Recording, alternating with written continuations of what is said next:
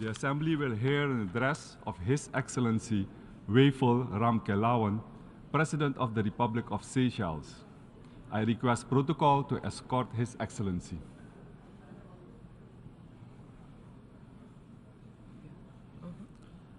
On behalf of the General Assembly, I have the honor to welcome His Excellency Weifel Ramkelawan, President of the Republic of Seychelles, and to invite him to address the Assembly.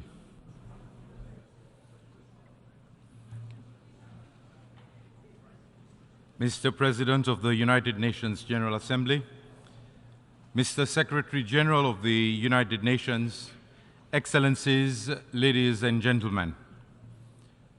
I wish, first of all, to congratulate Ambassador Denis Francis on his election as President of the 78th session of the United Nations General Assembly and extend our best wishes of success in his tenure of office. We also thank his predecessor, Ambassador Sabah Korosi, for his steadfast leadership over the preceding session. Excellencies, trust and solidarity form the bedrock of a functional multilateral order. 78 years ago, the United Nations was founded with the aim of preventing future global conflicts, promoting international cooperation, and maintaining peace and security among nations. The lessons of history are clear. Unwavering commitment to meaningful cooperation and dedication to global peace and security are essential to enhance human existence and prevent the recurrence of past tragedies. As the challenge to global peace, security, and prosperity takes on new dimensions, the lessons of the past become even more relevant. The world stands at the brink, facing conflicts and wars and human-induced disasters, while countless people continue to struggle for a decent existence. Disunity and distrust threaten to paint a bleak future, void of hope and possibilities. Overcoming this predicament demands that we find common ground amidst division. As we gather here today at the 78th session of the United Nations General Assembly, we are confronted with the urgent need to rebuild trust and reignite global solidarity in order to accelerate action on the 2030 Agenda and its Sustainable Development Goals. Only through collective action can we achieve the vision of a better world for all. At the heart of our discussion lies the 2030 Agenda, a transformative blueprint for sustainable development. It serves as a roadmap to eradicate poverty, promote human rights, protect our planet, and ensure that no one is left behind. Yet, as we review our progress, it is evident that we are falling short of our targets, and the global pandemic has further exacerbated the challenges before us. Now, more than ever, we must renew our commitment to the SDGs and take decisive action to fulfill our promises. We are lagging behind. At the midway point of Agenda 2030 for Sustainable Development, it is crucial that we accelerate our joint efforts to make transformative advancements on the SDGs. The latest SDG report paints a somber picture of lost progress or regression on over 30% of the targets, with vulnerable countries facing inequality, poverty, hunger, and environmental degradation. Addressing these imbalances and advancing the SDGs can only be achieved through collective action. To accelerate action on the SDGs, we must prioritize implementation at all levels. This necessitates the alignment of national policies, plans, and strategies with the objectives of the 2030 Agenda. It requires robust institutions capable of driving progress and delivering results. It demands innovative financing mechanisms, as well as increased investment in sustainable infrastructure, technology transfer, and capacity building. We must foster an enabling environment for entrepreneurship, innovation, and inclusive economic growth, while also addressing the root causes of inequality, poverty, and environmental degradation. Furthermore, we must harness the power of partnerships. The achievement of the SDGs requires collaboration between governments, civil society, the private sector, and international organizations. By forging strategic alliances, we can leverage resources, expertise, and influence to catalyze change. South-South cooperation, in particular, holds great potential for knowledge exchange and mutually beneficial development. We must also reaffirm our commitment to multilateralism, as the United Nations serves as the cornerstone of our collective efforts towards peace, prosperity, progress, and sustainability. Excellencies, Seychelles, through processes like the African Peer Review Mechanism and the Voluntary National Review, seeks to consolidate gains from prevailing political and socio-economic successes. We stand ready to share our experiences and strengthen cooperation with other countries. However, rebuilding confidence in the SDGs requires transforming words into concrete actions. Firstly, development partners must deliver on the Addis Ababa Action Agenda by scaling up financing and means of implementing the SDGs. Secondly, international institutions should embrace reform to ensure that the unique needs of vulnerable countries are considered in access to development financing. Seychelles firmly believes in the critical importance of adopting a multidimensional vulnerability index that fully responds to the needs of small island developing states. Thirdly, we need to leverage effective financing mechanisms such as impact investments, public-private partnerships, and debt relief to yield greater results for development agendas like Agenda 2063 and the forthcoming outcome of the 4th SEEDS Conference in 2024. The Secretary-General's SDG stimulus aimed at transforming the global financial system is commendable, and international financial institutions must collaborate to support our collective ambition for a sustainable future. Redressing these imbalances and advancing on the SDGs will only be achieved if we work together. If we are to make progress on our development agenda, we can no longer call what we are facing climate change. The point at which lives and livelihoods are lost with frightening frequency due to environmental disasters means that we are living through a climate crisis. Addressing the climate crisis is no longer optional. It is an immediate necessity. To quote the Secretary-General, the era of global warming has transitioned into an era of global boiling, and leaders must lead to limit the rise in global temperatures to 1.5 degrees. Seychelles is committed to renewable energy and energy efficiency. But as a small island developing state, we lack the capacity and infrastructure to develop these solutions fully. OECD and G20 countries, as major emitters, must take decisive actions to lead in combating climate change. The establishment of the Loss and Damage Fund is a positive step, but its operationalization is crucial to compensate those most at risk. Nature-based solutions, exemplified by Seychelles' pioneering of blue bonds and the blue economy, showcase the potential for sustainable development.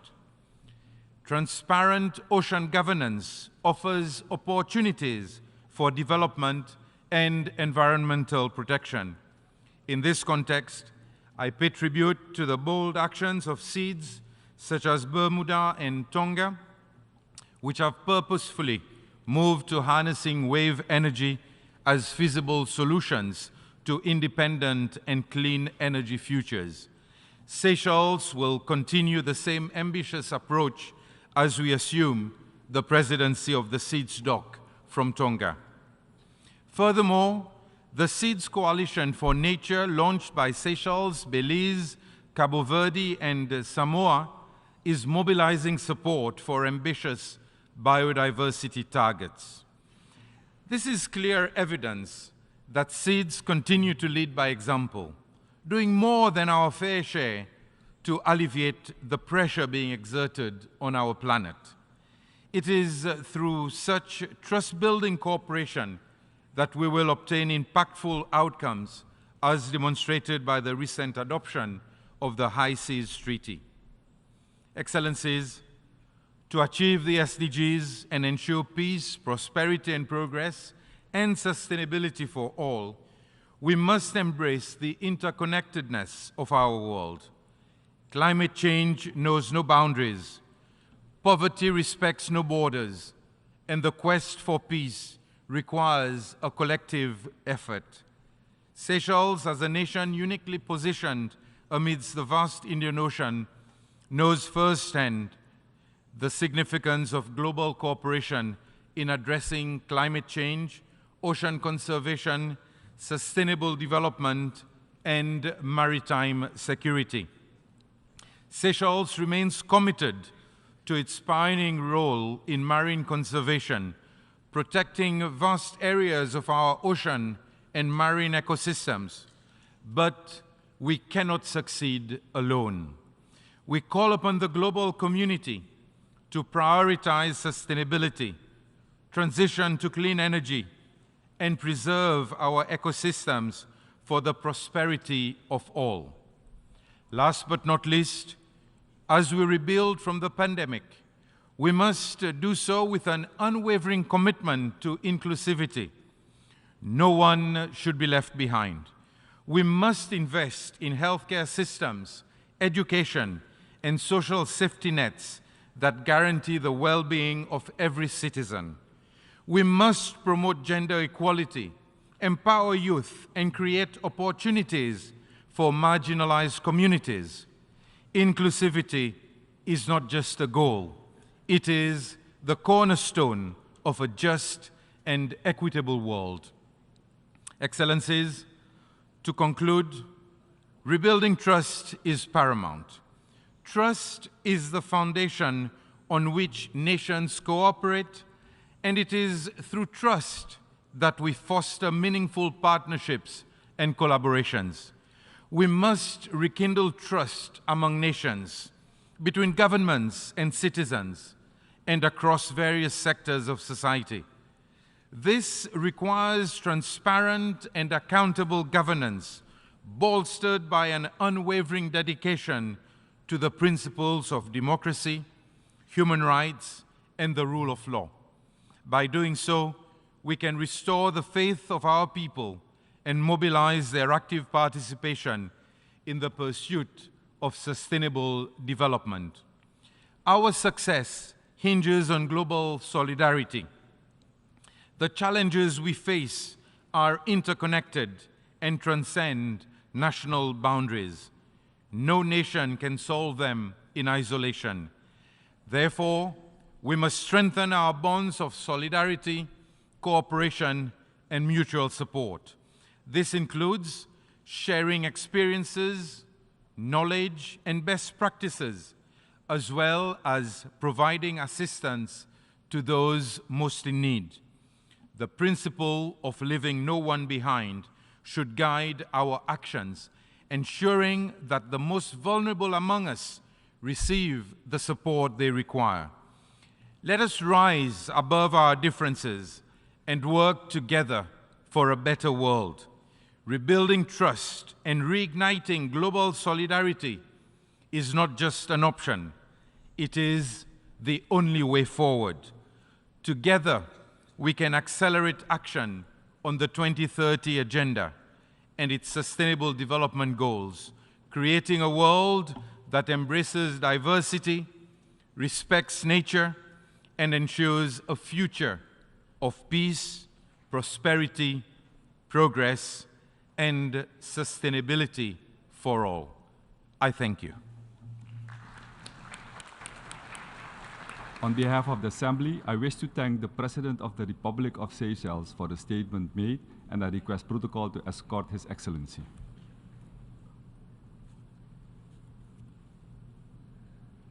The Assembly will hear an address by His Excellency Paul Kagame, President of the Republic of Rwanda. I request protocol to escort His Excellency.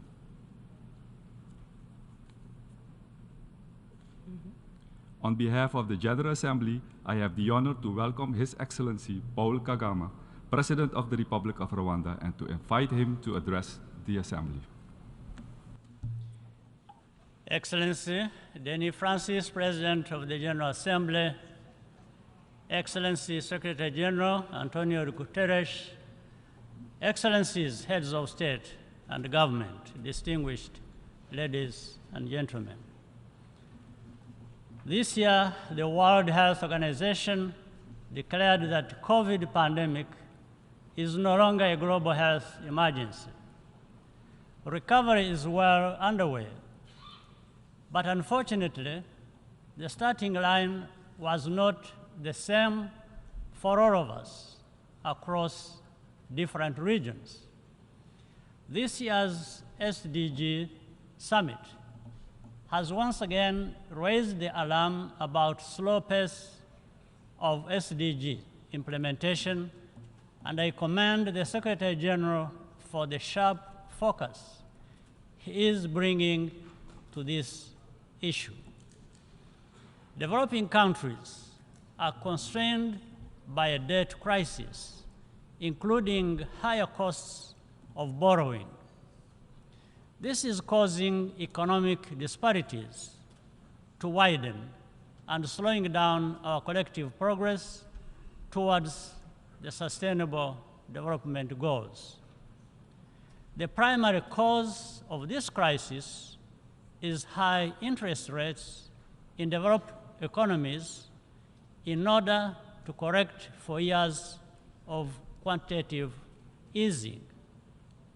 At the same time, developing countries face exaggerated risk premiums for both currency and political risk, which are simply unjustified. We need serious cooperation to address this. In developing countries, we also have a responsibility to be accountable for the quality of our financial governance and the management of our natural resources. Increasing access to finance also requires reform of our global financial institutions. In this regard, we welcome the proposals of the Bridgetown Initiative, as well as the Paris Summit for a new global financing pact. Rwanda also supports the second replenishment of the Green Climate Fund to create the fiscal space for vulnerable nations to tackle climate change. Africa and small island developing states, many of which are represented in the Commonwealth, want to work with partners and be part of the solution. That is an important outcome of the recent African Climate Summit held in Nairobi under the leadership of President William Ruto. However, we must not only cool down on climate, we must also cool down on conflict. Today, there is no sign of ongoing conflicts ending anytime soon. We do not even see hope from those with the most influence that an end is in sight. Innocent lives are left alone to carry the burden of this instability. That is a profound injustice. The migration crisis is a case in point. Every year, migrants and refugees undertake dangerous journeys in search of a better future. Rwanda remains committed to working with partners, including the United Nations High Commissioner for Refugees, to contribute to a durable solution. This decision is informed by our experience and knowing firsthand the pain of losing everything and not having a place to call home. That is part of our promise to leave no one behind. We continue to need a more effective forum to manage global crises. That's why the United Nations was created in the first place. However, that does not absolutely absolve any country or region of the responsibility to address the governance shortfalls, which are the root cause of instability. In this regard, I welcome the Secretary General's report on a new agenda for peace. Bilateral interventions, to which Rwanda contributes actively in various places, can provide a rapid response to a crisis situation. But to have a lasting effect, the need to pave the way for multilateral engagement and international political progress. No matter the amount of troops deployed, their mindset should be to get results which serve the interests of the people on the ground. Paying lip service to peace and getting lost in process and formalities only serves to confirm the selective attention of some in the international community. We still have a long way to go. Africa urgently needs to be fully represented in bodies where decisions concerning our future are made. Just as urgently, Africa must be fully prepared to speak with one voice. Ultimately, a more effective development cooperation framework must give equal weight to everyone's needs and priorities. That is what builds fair and equal partnerships and a more just and peaceful world. That's what we all claim to want, even as we too frequently fall short. In that spirit, allow me to commend the United Nations Development Program, led by Akim Steiner, for the Timbuktu initiative to strengthen the African startup innovation ecosystem. This week, the International Telecommunications Union, led by Doreen Bodan-Martin, together with UNDP, unveiled a major new initiative on inclusive digital public infrastructure. Rwanda is very happy to be associated with these efforts, which show the United Nations at its best. For Rwanda, the source of our solidarity comes from our commitment to never allowing a repetition of the tragedy that was inflicted on us nearly 30 years ago. We continue to remain grateful to all who have accompanied us on our journey as we plan to commemorate the genocide against the Tutsi for the 30th time in April 2024. To conclude, I look forward to welcoming leaders at the third United Nations Conference on Landlocked Developing Countries, which Rwanda will host in June 2024. I thank you for your kind attention. On behalf of the Assembly, I wish to thank the President of the Republic of Rwanda for the statement made, and I request protocol to escort His Excellency. The Assembly will hear an address by His Excellency Nikos Christodoulides, President of the Republic of Cyprus. I request protocol to escort His Excellency.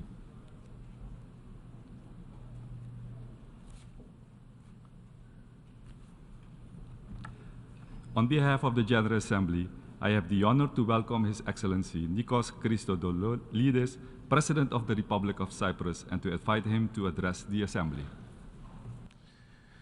Mr. President, Your Excellencies, on the 26th of July 1946, in San Francisco, our predecessors pledged to save succeeding generations from the scourge of war, which twice in our lifetime has brought untold sorrow to mankind.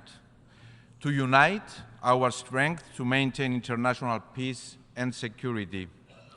to settle their international disputes by peaceful means and refrain from the threat or use of force against the territorial integrity or political independence of any state. These pledges were the promise of our predecessors bestowed upon us for the future. The UN Charter, ladies and gentlemen, is a promise, not a reality. If we are complacent in our actions, the words are not worth the paper on which they are written. The horrors of the Second World War, which began in Europe and consumed the world, brought nations together. We, assembled here today, must live up to the obligations prescribed in the UN Charter to proclaim never again. Make no mistake, we bear responsibility to ensure the world does not drift into the horror of war. This is our mandate. Do we have the courage? Do we have the resolve to make peace our top priority, to honor the foundations of the United Nations, and to assure its continued relevance? Our predecessors harbored an admirable sense of their own personal accountability to the future. I believe it is that sense of personal responsibility from the individual that underpins the idea and the reality of a United Nations throughout the world. Our predecessors also knew that the path to peace would be challenging. They had the resolve, the deep belief, the knowledge that it will require the ability of all people to come together to make peace a reality, so that their children and the generations to come, so that our children today will not be scarred by another world war. But they also had the greatest of all impetuses. The world, the leaders that came before us inherited ashes, not institutions. They had no choice but to look to multilateralism, to international law, respect for the sovereignty and the territorial integrity of all states. Today, as we stand on the shoulders of our predecessors, we remain accountable to deliver on the vision of peace that sparked the creation of this resilient organization. Will we be worthy and equal to the challenge? Can we act with a sense of urgency without which we too will fail? Excellencies, as a historian by training, I believe adamantly that history serves as an invaluable compass, as the most valuable source of lessons. More than 7 decades following the establishment of the United Nations, the war in Ukraine has shaken the world. It reminds us that never again is a rallying cry, a sacred promise that is fragile and one that we need to protect with all of our resolve. Cyprus condemns in the strongest terms any breach of international peace and security effected through military action by any state against the independence, sovereignty, and territorial integrity of another state. We stand on this instance of violation of international law and on every such instance on the right side of history. Since the very first day of the aggression against Ukraine, the people of Cyprus, a third of them still displaced as a result of foreign aggression against their own country, have displayed solidarity with deeds, not just words, to the people of Ukraine. We do this because we remember. We do this because it is the right thing to do. Excellencies, we call for the immediate cessation of hostilities and encourage the parties to engage in constructive dialogue and negotiation. The world must support this effort not only because history demands it, but also to ensure the world steps back from the edge of a war that could reduce this institution to rubble. Mr. President, the invasion of Ukraine is not the first instance that use of force was used against a sovereign nation in Europe following World War II. Just like Ukraine, in Cyprus, the UN Charter and international law continue to be violated. In 1974, Turkey invaded Cyprus, and since then, 49 years on, occupies European territory, and its people, Greek Cypriots and Turkish Cypriots, continue to suffer the consequences of invasion, occupation, and division. They are deprived of their fundamental freedoms and human rights. Europe, which decades ago witnessed the worst horrors humankind has ever committed against self, remains fractured as long as Cyprus is divided. Born in 1973, only a few months before Turkey invaded Cyprus, I have witnessed my people mourn, persevere, rebuild forever with a burning desire for peace and reunification. The invasion violently displaced hundreds of thousands of Cypriots, and Turkey continues to occupy approximately 37% of the territory of the Republic of Cyprus. The families of the missing persons desperately await for information on the fate of their loved ones. The enclaves stoically await the end of the division. One of the lessons we are reminded of by the recent invasion of Ukraine is that in the absence of lasting, viable peace, the resulting fragility can lead to destabilization with far-reaching consequences, not just for the country concerned, but for the region to which it belongs and for the world at large. Ukraine has exemplified in the darkest manner that a threat to peace somewhere is a threat to peace everywhere. In the absence of a peace path and process in Cyprus, there is a serious risk, and one that we have seen materialize in the recent past, of further violations of international law, which create instability and with ramifications well beyond Cyprus. We have witnessed the Turkish military forces perpetrate further violations in Varosha, defense area of Famagusta. Since 1974, Varosha has been held hostage and rendered a ghost town, contrary to UN Security Council resolutions that call for its return to its lawful inhabitants who left their livelihoods, their dreams, and their hopes between those fences. We have witnessed in our maritime zones, and we have witnessed more recently in the buffer zone, where attacks on UN peacekeepers by Turkish forces horrified and alerted us again to the urgency of peace in Cyprus.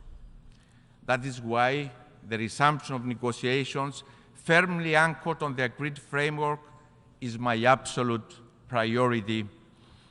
The current status quo cannot be the future of Cyprus. It cannot be the future for Cypriots. As President of the Republic of Cyprus, I believe in peaceful coexistence because despite growing up in a divided country, I also grew up in a country filled with hope or reunification, to stories of all Cypriots living together in peace, united by the land they shared. The new generation of Cypriots is also eager for peace, and that gives me hope and courage. Ahead of my journey to New York, I received a plethora of messages from my Turkish Cypriot compatriots, particularly from the younger generation, calling me to exert every effort to reunify Cyprus. My message from this podium to my Turkish Cypriot compatriots, to all Cypriots, is that I hear their call for peace. I understand their concerns, and I assure them that I will spare no effort to make our common dream of reunification and peace on our island a reality. And I want to be able to tell them that the world, the United Nations, the living words of the UN Charter also hear their call for peace. Excellencies, I stand in the General Assembly for the first time, fully aware of the responsibility that has been bestowed upon me to do my utmost to safeguard the future of the Cypriot people, Greek Cypriots and Turkish Cypriots alike, who want to end the division of their country, to coexist and to co-create. Working towards peace in Cyprus is my absolute priority, and I want to take today's opportunity to also send a personal message to President Erdogan. There is not and never will be another basis for a settlement of the Cyprus question to that dictated by the UN Security Council resolutions. Dear Mr. Erdogan, illegality stemming from invasion, aggression, and the use of force cannot be recognized. Cyprus and Turkey are neighbors bound by geography. Peace in Cyprus will send a resounding message of peace in a region and a world that desperately needs it. It will also change the geopolitical map of our neighborhood with a ripple effect in Europe, the wider Eastern Mediterranean, and throughout EU-Turkey relations. Gunboat diplomacy and strong arm tactics belong to the past. They are not the tools of visionary leaders. This is our time to bring the UN Charter to life, a charter of peace between and among us. No one stands to gain from conflict and division. We and the generations that will come after us stand to gain from dialogue, from good neighborly relations. So, Mr. Erdogan, let us work together by a vision of peace. Let us build a brighter future for our countries through dialogue and respect for international legality. Ladies and gentlemen, in this great hall, we all feel the weight of history on our shoulders. The great women and men who have given us this organization and institutions expect us to strengthen them, grow them, and to take personal responsibility for their future. I'm here today with clarity of purpose and determination. The sole effective medium to address this risk of instability generated by the absence of a peace path is to pave one, to foster dialogue through which positions and concerns of all sides can be addressed and discussed in good faith. I stand ready to negotiate boldly and courageously on the Cyprus question in good faith, always within the agreed UN framework that call for a bizonal, bicommunal federation with political equality as defined by the relevant UN Security Council resolutions. At a time when international legality is under attack, international law, the UN Security Council resolutions must prevail. I'm committed to negotiating a settlement that will safeguard the fundamental freedoms and human rights, the interests of all my Cypriot compatriots, Greek Cypriots, Turkish Cypriots, Maronites, Armenians, and Latins, all equal. A comprehensive settlement that will allow them to prosper in coexistence and peace, free of any anachronistic dependencies and system of guarantees that have no place in a European country. That is why resumption of peace negotiations based on the agreed framework, preserving the acquis of the previous round of negotiations, is essential. As the UN Security Council has resolved, it is high time for the United Nations to become a driving force of dialogue by appointing, as a first step, an envoy on the Cyprus problem to explore and prepare the ground for the resumption of negotiations. The United Nations and its Secretary General have the responsibility prescribed in the UN Charter to act as a catalyst for peace in Cyprus. In doing so, it can be facilitated by the European Union, which also has the tools necessary and which has expressed its commitment to deliver so as to reunify its last divided member state. Just like the United Nations, the European Union is also a project of peace. The Union can and must act decisively with all means at its disposal to drive reunification of its last divided member state, and in doing so, contribute to peace in Europe, the wider Middle East, and indeed the world. Distinguished delegates, the theme of this year's General Assembly focuses on the 2030 Agenda and its sustainable development goals towards peace, prosperity, progress, and sustainability for all. The achievements of the SDGs requires universal efforts and transformative solutions. Climate emergency and climate change know no borders. On our region, the Eastern Mediterranean is especially vulnerable in this regard. The raging wildfires and the floods during the summer are a somber reminder of the fact that we are failing to act at our own peril. We have regrettably all observed nature's wrath from the storming countries of our region and in countries such as Libya, in which thousands so tragically lost their lives. To this end, Cyprus is actively participating in a new international climate change initiative to address the specific needs and challenges countries are facing in our neighborhood to advance mitigation actions. The Climate Ambition Summit taking place today is a critical milestone in confirming our collective political will towards achieving the transition to a climate-resilient global economy. At the same time, recognizing that human rights are essential for lasting peace and sustainable development, we must ensure that they guide the solutions to our challenges. The International Human Rights Agenda is a priority policy for Cyprus, and it is exactly for this reason that we announce our candidacy for the Human Rights Council for the period 2025-2027. As an European Union member state, we are committed to action against gender-based violence, and we have also joined the Secretary General's Circle of Leadership on the prevention of and response to sexual exploitation and abuse in the United Nations. Ladies and gentlemen, in 1946, Winston Churchill declared that the dangers and difficulties in establishing conditions of freedom and democracy and permanently preventing war will not be removed by closing our eyes to them, nor by a policy of appeasement to aggressors. What is needed is real action, and the longer this is delayed, the more difficult it will be and the greater the dangers will become. Cyprus is at the crossroads of Europe and the Middle East, in part of the world that is no stranger to conflict and instability. We are, however, convinced that the Eastern Mediterranean and the wider Middle East are changing the narrative of being a region in turmoil.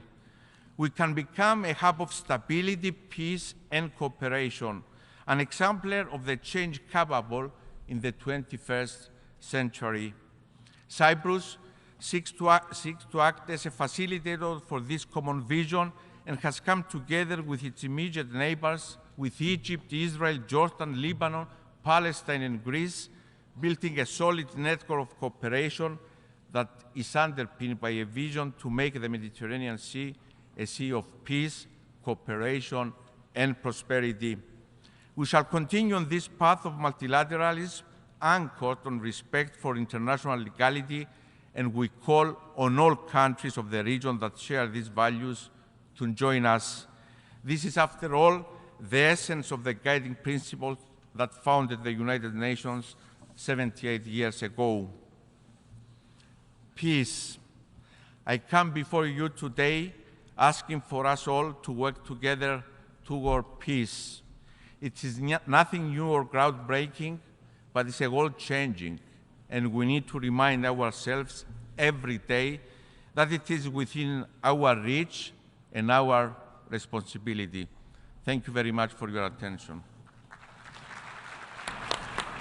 On behalf of the Assembly, I wish to thank the President of the Republic of Cyprus for the statement just made, and I request protocol to escort His Excellency.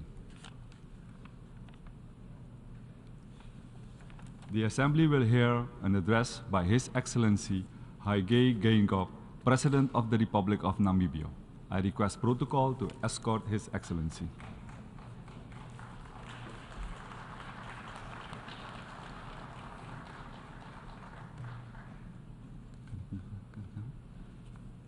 On behalf of the General Assembly, I have the honor to welcome His Excellency Hage Geingob, President of the Republic of Namibia, and to invite him to address the Assembly. Your Excellency, Mr. Dennis Francis, President of the 78th session of the General Assembly, Your Excellencies, Head of State and Government, Your Excellency, the Deputy Secretary General of the United Nations, distinguished delegates, ladies and gentlemen, Namibia congratulates you on your brilliant election as President of the 78th session of General Assembly. Allow me to use this opportunity to pledge to you the commitment of Namibia to support the priorities you have set out, namely peace, prosperity, progress, and sustainability. Namibia would like to thank your predecessor, His Excellency Shapa Korosi, for steering with diligence the work of the 77th session of General Assembly. Let me state that Namibia agrees with Secretary General Antonio Guterres, who a few months ago said, quote unquote, unless we act now, the 2030 agenda will become an epitaph for a world that might have been. Therefore, the theme of this session, quote, rebuilding trust and reigniting global solidarity, accelerating action on the 2030 agenda and its sustainable development goals towards peace, progress, and sustainability for all, is fitting. With the onset of COVID-19, the number of people living in extreme poverty rose for the first time in a generation. It demonstrates that the fact at midpoint to the global goals, we face the stark reality that we will miss our goals and targets. This 78th session serves as a clarion call to reset and to work in the true spirit of partnership for better results on the ground. Indeed, the world is in a state of flux and progress is uneven. Taking cognizance of the interconnectivity between all the goals and targets, we should accelerate investments in healthcare, renewable energy, education, clean water, and sanitation. The terrifying gap between wealthy and the marginalized is not just a moral concern, but also a threat to political stability and harmony. We are therefore duty-bound to create an environment where prosperity is shared and is inclusive. In our collective pursuit of the 2030 agenda, Namibia looks forward with hope and optimism to the Summit of the Future next year as an opportunity to prioritize meaningful reforms that can reinvigorate the global goals to give impetus to the broader system-wide UN reform agenda. Namibia also welcomes UN 2.0 and a quantum of change, aiming to provide the United Nations family with the cutting-edge capabilities in data, digital innovation, and expertise in order to deliver better and effective member state support to accelerate development. Mr. President, the health of a nation is a bedrock for all developmental activities. This morning, the General Assembly will adopt a political declaration on pandemic prevention, preparedness, and response. Pandemics have long been formidable adversaries that disproportionately wreak havoc in the socio-economic fabric of developing countries. These crises go beyond their immediate health implications, unraveling years of development progress, straining healthcare systems, and exacerbating existing socio-economic disparities. We need to change the status quo. To do so, we must end vaccine apartheid. We need to ensure equitable access to health products. We need stronger commitments from healthy countries on technology transfer and on the removal of intellectual property barriers, and on investments in manufacturing to enable vaccine production in the global south. Mr. President, I always say that inclusivity spells harmony and exclusivity spells conflict. The continued advocacy for gender equality is a core in our collective journey towards a just and inclusive world. Therefore, advocating for gender equality is not only a matter of fairness, it is an essential step towards unlocking innovation, diversity, and social cohesion. We are indeed proud to be ranked by the World Economic Forum Global Gender Gap Report of 2023 as number eighth country in the world for the efforts to close the gender gap. In addition to having 44% female representation in Parliament, we have women in the positions of Prime Minister, Deputy Prime Minister, and current Deputy Prime Minister has been selected by the ruling party to be the candidate. And very soon after I leave, in a year's time, she may be the one to come and stand here, who is here with us. And 2/3 of our key banking institutions are headed by women. In the same vein, we believe in promoting inclusive and effective governance that ensures that the youth are integrated into decision-making structures to play their part in the future they have helped to shape.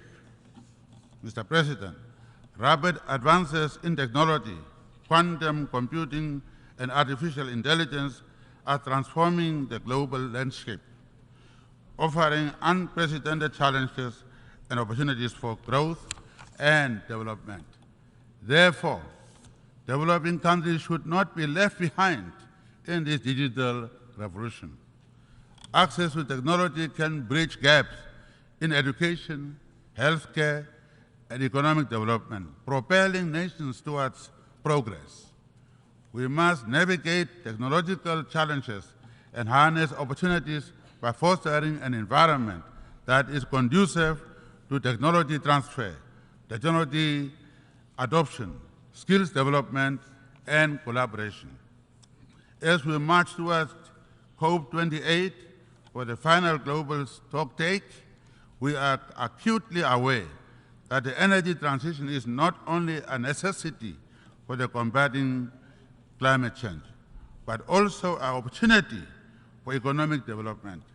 Consistent with their pledges made at the Paris Climate Summit in 2015, developed nations must provide financial and technological support to enable developing countries to shift to cleaner energy sources without hampering development. 3 years ago, during the 78th General Assembly, Namibia boldly announced its intention to change its economic structure by leveraging innovative financial tools to mobilize sustainable climate financing to combat climate change. 1 year later in Glasgow, Scotland, on the margins of COP26, we announced the development of large-scale green hydrogen projects that will provide the world with the clean molecules needed to decarbonize hard-to-abate sections. Today, we have more than 5 such projects under development, looking to deploy more than 20 billion US dollars in order to develop our world-class renewable energy potential to give our future generations a fighting chance against warming climate.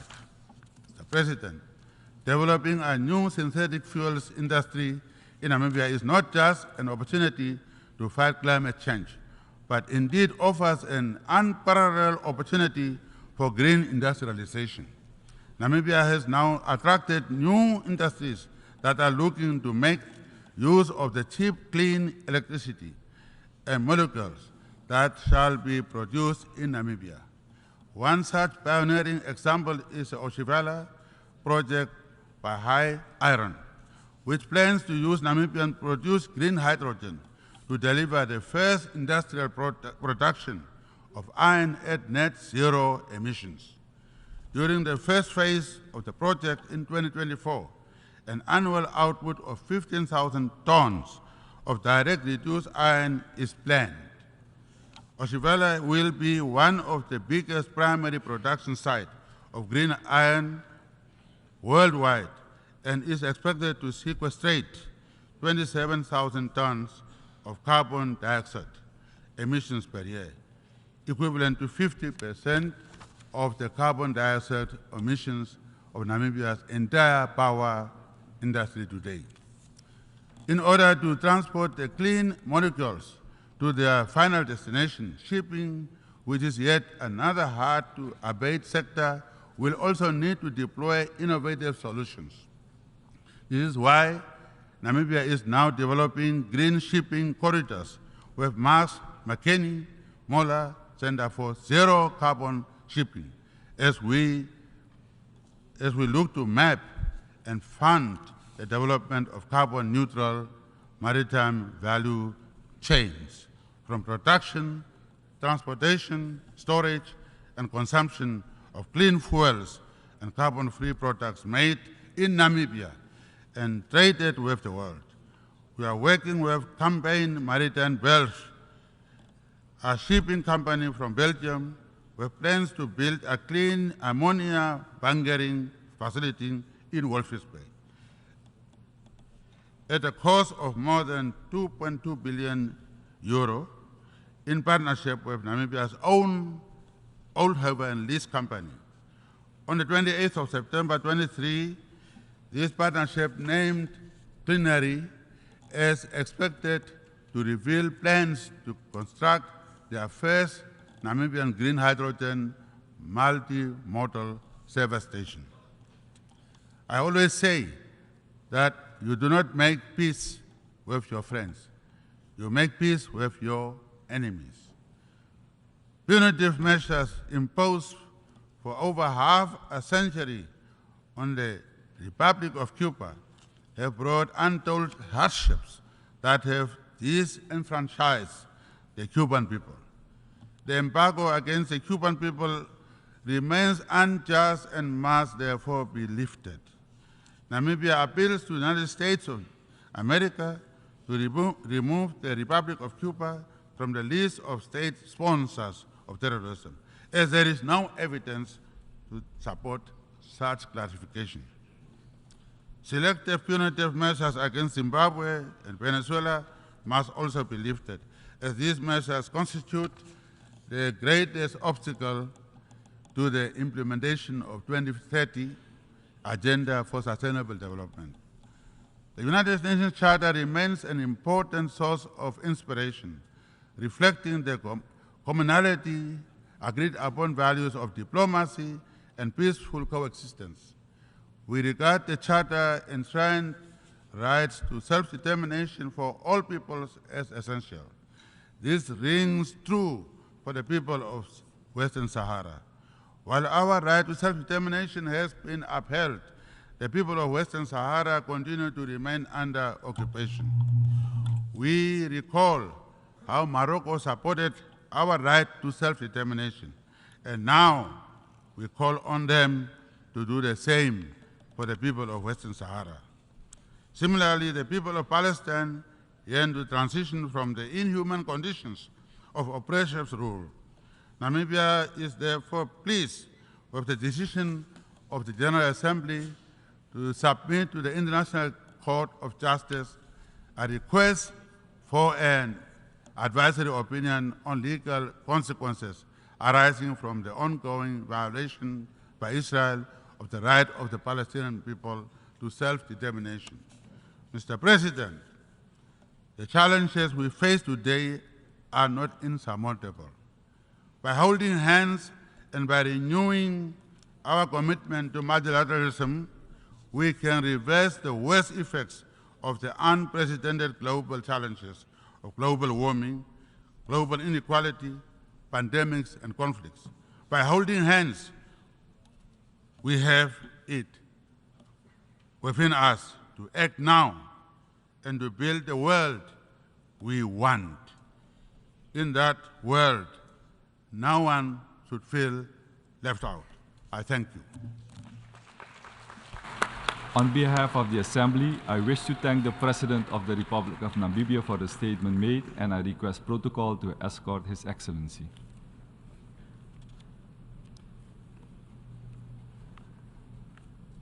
The Assembly will hear an address by His Excellency Klaus Werner Iohannis, President of Romania. I request protocol to escort His Excellency.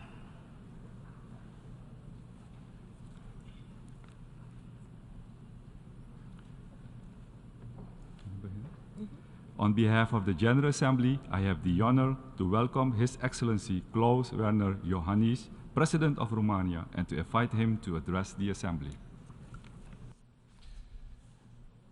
Mr. President of the General Assembly, Mr. Secretary General, Excellencies, the world, as we know it, is enduring profound and rapid transformations under the impact of so many challenges which humanity must face.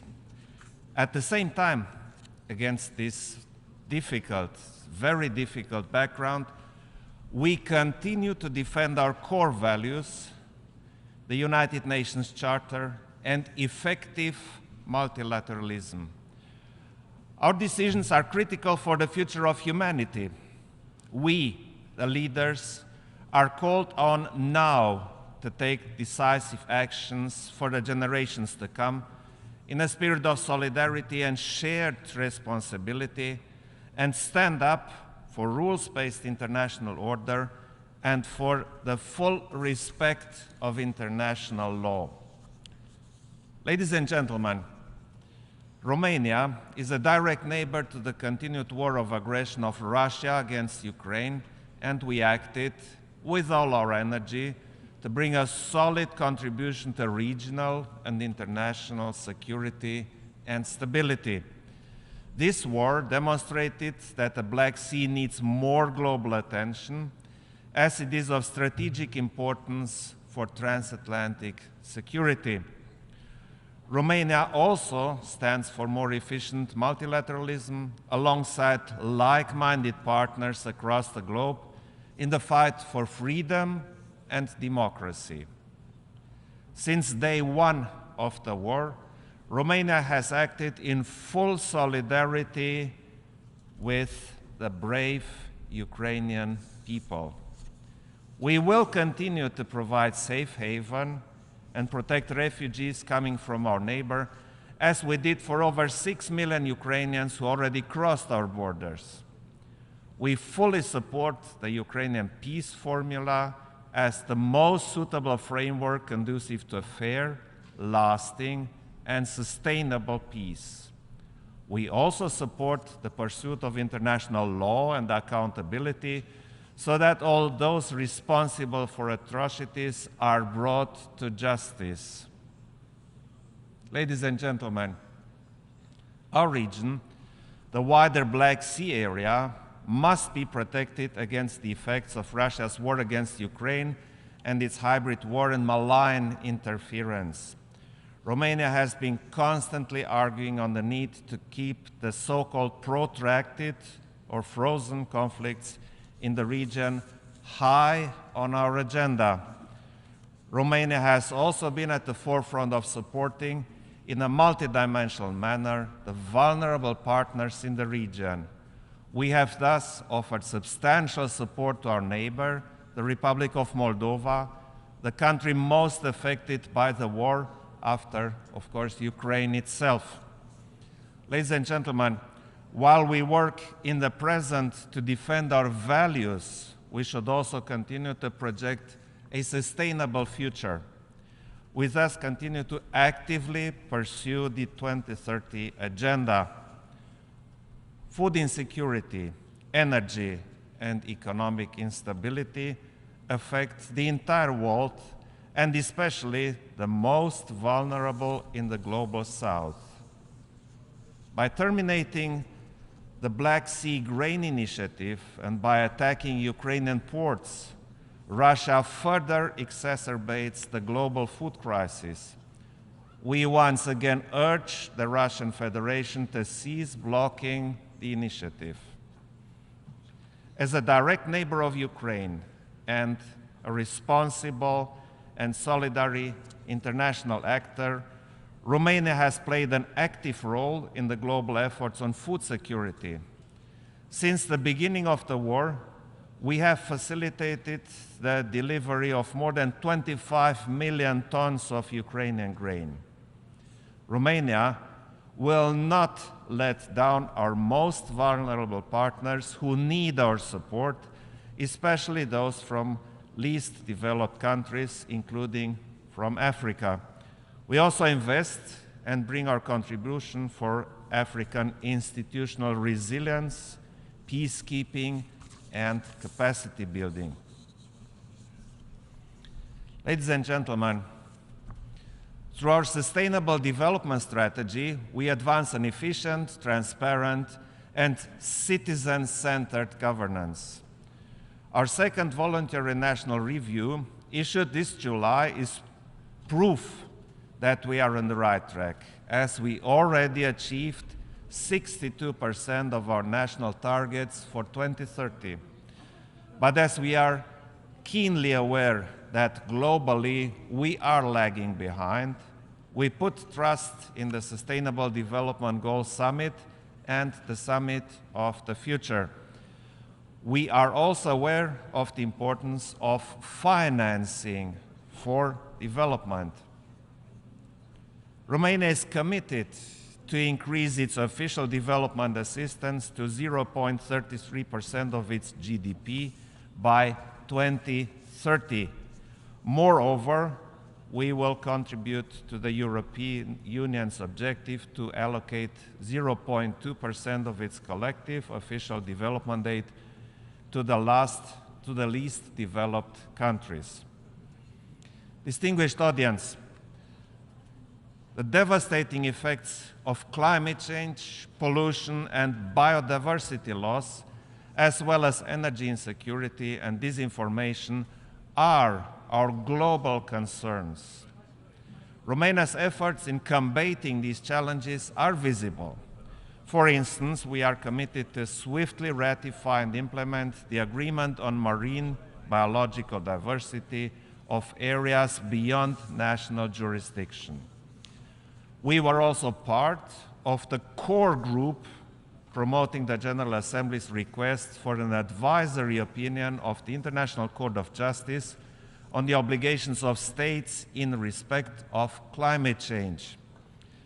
We remain vocal in supporting climate education, a priority for Romania and for me personally.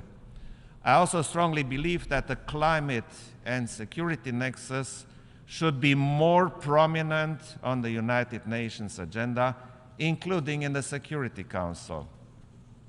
We hope that the Climate Ambition Summit and the COP28 will mobilize the political will to keep the 1.5 target alive.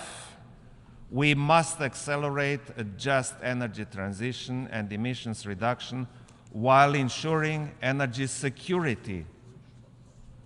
Countering disaster risks also requires joint efforts, and the Emergency Platform Initiative is a step in the right direction.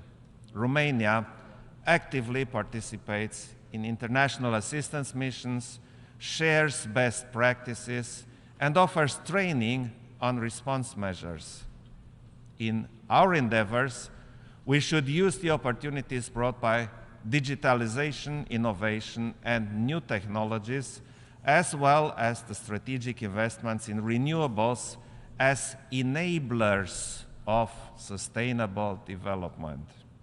At the same time, Romania welcomes the Secretary General's initiative for a code of conduct for information integrity on digital platforms.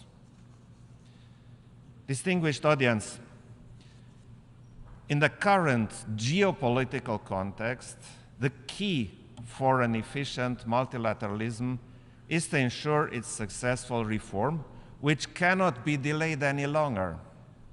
An enlarged Security Council could include important additional voices from the African group, from various small island developing states, and even from the smallest regional group, the Eastern European one.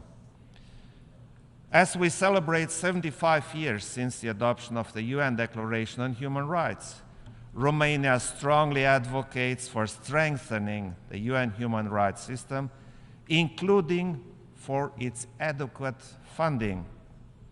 As a member of the Human Rights Council, we continue to be an active supporter of democracy, rule of law, non-discrimination, freedom of expression, children's and women's rights.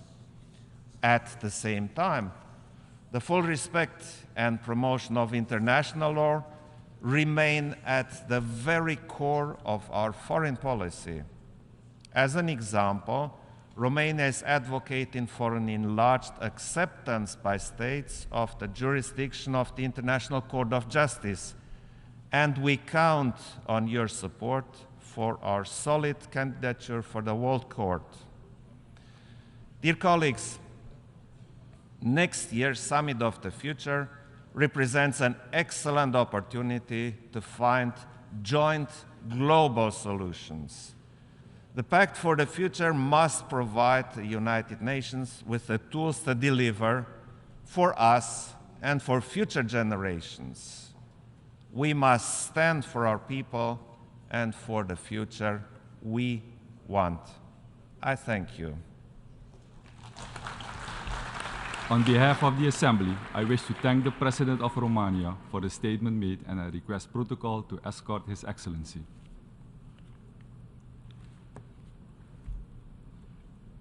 The Assembly will hear an address by His Excellency Chandrika Prasad Santokhi, President of the Republic of Suriname.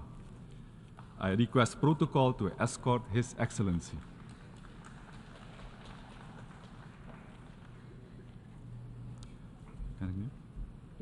On behalf of the General Assembly, I have the honor to welcome my own President, His Excellency Chandrika Prasad Santokhi, President of the Republic of Suriname, and to invite him to address the Assembly. Thank you, Mr. Chair,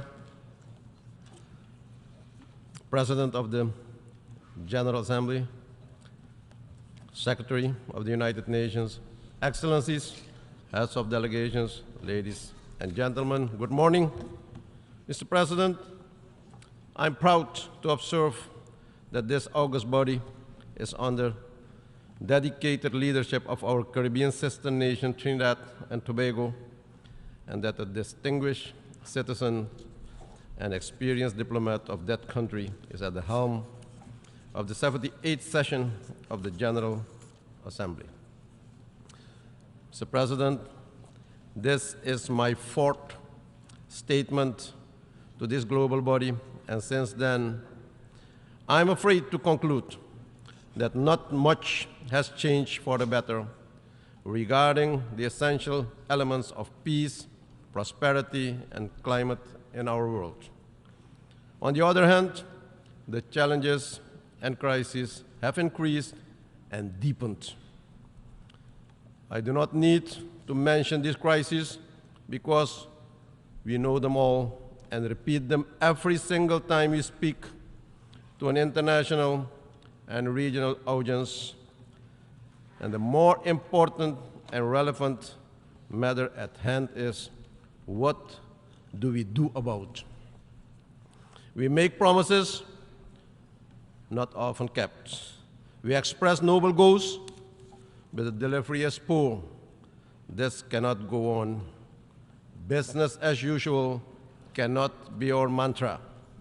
No country is spared of the effects of this crisis, especially developing countries like my own country, Suriname. And no country can solve these challenges alone. It is worth mentioning that we humans are responsible for these crises, and we must take responsibility for them, and we must also express collective leadership to solve these problems effectively. A new approach of the conceptualizing our relationships is needed to adequately address this crisis. A new kind of multilateralism that is more just, effective, and forces us to unite. One that will demonstrate respect and commitment to international law and cooperation. It is therefore of utmost importance to transcend national interests and look to our common goals, and we must put aside ideological differences to constructively deliver for the prosperity of our people and the protection of our planet. We simply cannot expect durable solutions in a rapidly changing world if we do not reset the buttons. Mr. President, as world leaders, we have stressed that upholding firm commitments to international principles and international law, the principles of the United Nations Charter, and effective multilateralism are a conditio sine qua non to address these global challenges and threats. The role of the United Nations in defense and upholding of these principles through dialogue, constructive engagement, and concrete action remains crucial. Therefore, a strong, determined, and united United Nations is a must. Mr. President, the multiple global and national crises, such as debt burden, domestic effects of climate change, the financial economic downturn following the COVID-19 pandemic, the impact of the raging war in Ukraine have put tremendous pressure on the implementation of the SDGs on a major scale. Limited financial and technical resources had to be allocated for many emergencies just to make sure that no one was left behind. Mr. President, let us remember that building resilience and leaving no one behind is not a choice. I want to reiterate that for small developing countries with a low-lying coastal area, the fiscal pressure due to other crises beyond our doing is a real and a daily problem. However, I remain of the view that the earmarked transformation envisioned by the 2030 SDG agenda remains both possible and essential. Mr. President, as we know, food security is a major challenge. And just a few days ago in Cuba, I stressed the importance of science, technology, and innovation to increase food production and optimize the inputs needed to make agriculture more productive. And during my visit, Mr. President, I personally experienced the negative impact of the long-standing embargo, an embargo that does not achieve what it was meant for. The CARICOM Food Security Program is an example to reduce the region's food import bill by 25% by the year 2025 and promote local production with modern technology. Mr. President, the reach and impact of digital technologies will only continue to increase in the coming years, and it is crucial that the benefits of this innovation are leveraged to ensure an accessible, transparent, safe, and secure, digitally transformative environment. To implement this comprehensive strategy in a coherent manner, my country has recently designed and adopted a national digital strategy 2023-2030. Mr. President, the political, humanitarian, and security environment in Haiti is deteriorating. While I appreciate the efforts made so far to assist in finding an immediate solution, much more political efforts need to be made to translate the intentions into real actions. The people of Haiti are looking toward a regional and international community for assistance. At the same time, the Haitian stakeholders, which are divided in opposing groups, must demonstrate the will to dialogue and reach consensus for a way forward in the shortest time possible. Mr. President, another climate conference of the parties, COP28, is on our doorstep. As we are amidst in the reality of the increased intensity of the devastating global impact of climate change. It is regrettable to admit that despite some efforts, the world is still far from reaching the required level of emissions. And to prevent irreversible damage to our global environment and society. And we are bearing the brunt. While Suriname currently is experiencing extraordinary high temperatures resulting in challenges with regard to the availability of drinking water, inland areas are increasingly flooded by heavy rainfall, and coastal areas are threatened by the rising of the seawater level. As a consequence, the people living in remote parts of our vast interior are deprived of work, education, basic utilities, and food security is under threat. As one of the only 3 carbon negative countries in the world, Suriname remains committed and continues to play its part in protecting the planet through national actions, but also through engaging in strategic international public and private partnerships that will contribute to remaining carbon negative for now and also for the future. We cannot go to Dubai in less than 2 months and hear the same analysis, the same stories, the same policies, the same speeches with noble goals, the same promises, and after that, nothing happens. Ladies and gentlemen, yes, it takes too long to make the required decisions that will have a meaningful impact and all will improve our living conditions. We need easier access to climate financing to implement mitigation and adaptation policies. We must walk the talk regarding loss and damage. We must join efforts that call for compensating highly forested countries for the so-called removal credits, as these countries so far have acted as carbon sinks for the whole world without any compensation.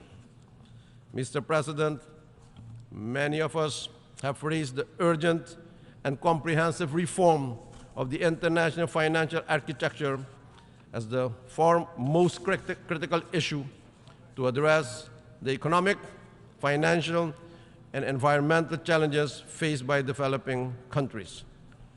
An integral part of this reform process must include the discussion on new ways of classifying countries. And I ask all of us to contribute to the proposed Multidimensional Vulnerability Index. Mr. President, my country, Suriname, is at the cusp of promising commercial development of newfound oil and gas resources. These developments and also the capital generation will allow us to provide for our population a social, health, and education system that will facilitate increased production in other sectors, creating a sustainable future for the current and the next generations. Suriname has, over the past 3 years, gone through a financial and economic reform process whereby my country people, citizens, had to sacrifice in many ways. Coupled with the COVID pandemic, the impact of climate change, the effects of war in Eastern Europe, and a high debt burden, the impact on the people in my country was even worse. I want to assure that the international community that my government is committed to remain a carbon negative country with an enormous biodiversity pool and a low deforestation level. During the Amazon Summit held last month in Belém do Pará in Brazil, we and 7 other countries have committed to a better management of the Amazon region. We committed to even stopping deforestation by the year 2030. We are committed to the application of high international environmental standards so that the impact of the environment can be minimized.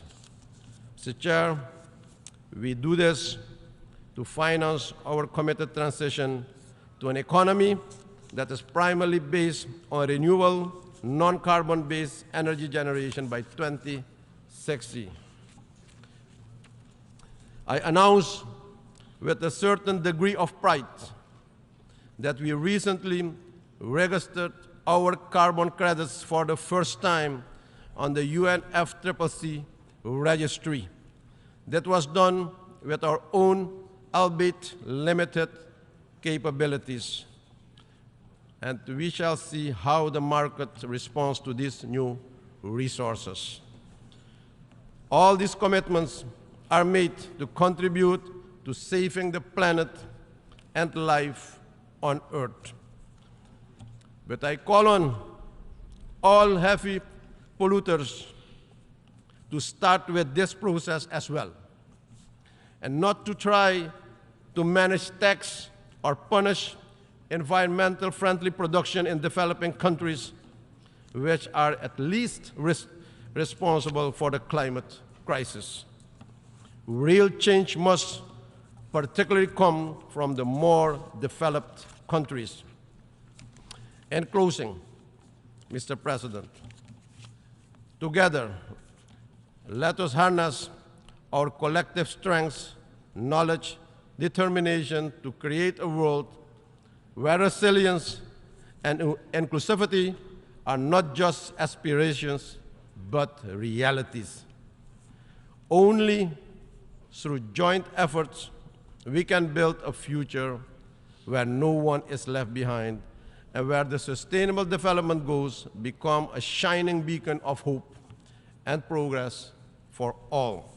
We owe this to the current and future generations, and I appeal to all of us to work constructively and collectively towards a better and a new world order, and to recommit to the original goals of the Charter of the United Nations, but now, ladies and gentlemen, with more dedication, with more passion, and with more love for each other. I thank you, and may God bless you all. Thank you. On behalf of the Assembly, I wish to thank the President of the Republic of Suriname for the statement just made, and I request protocol to escort His Excellency.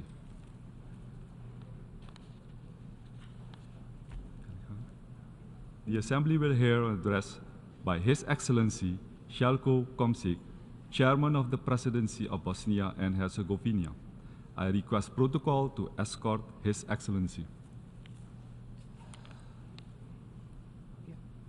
On behalf of the General Assembly, I have the honor to welcome His Excellency Željko Komšić, Chairman of the Presidency of Bosnia and Herzegovina, and to invite him to address the Assembly.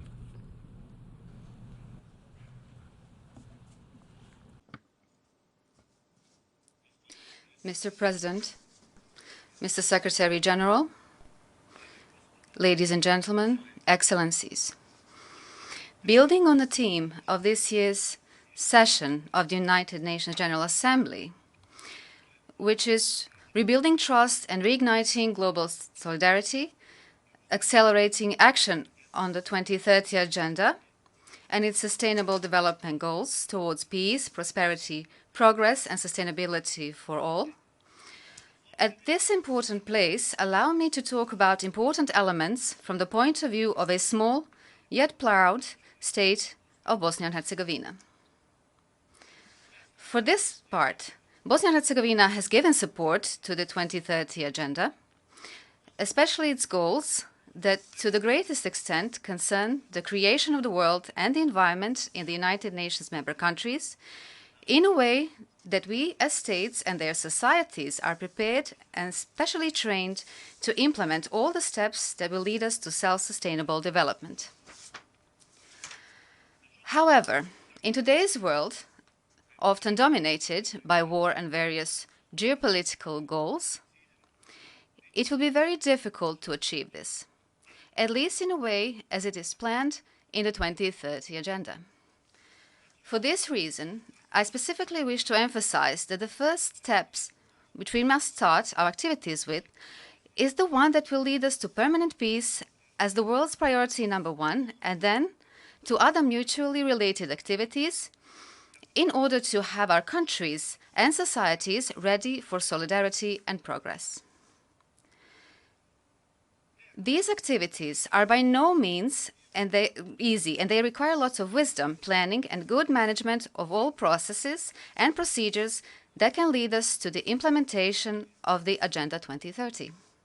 If we start from the premise offered by the theme of this year's session of the United Nations General Assembly, which talks about building trust and encouraging global solidarity, then I feel free to point out in few sentences the elements that could possibly make achieving these goals difficult.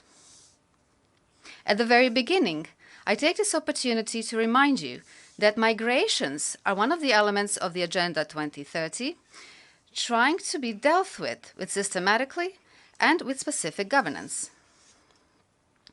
Although the Agenda for Sustainable Development until 2030 recognizes migrants as agents of change and development in countries of their origin, transit and destination, the Agenda primarily focuses on migrants as beneficiaries of sustainable development goals through a higher level of protection of their rights and transparency.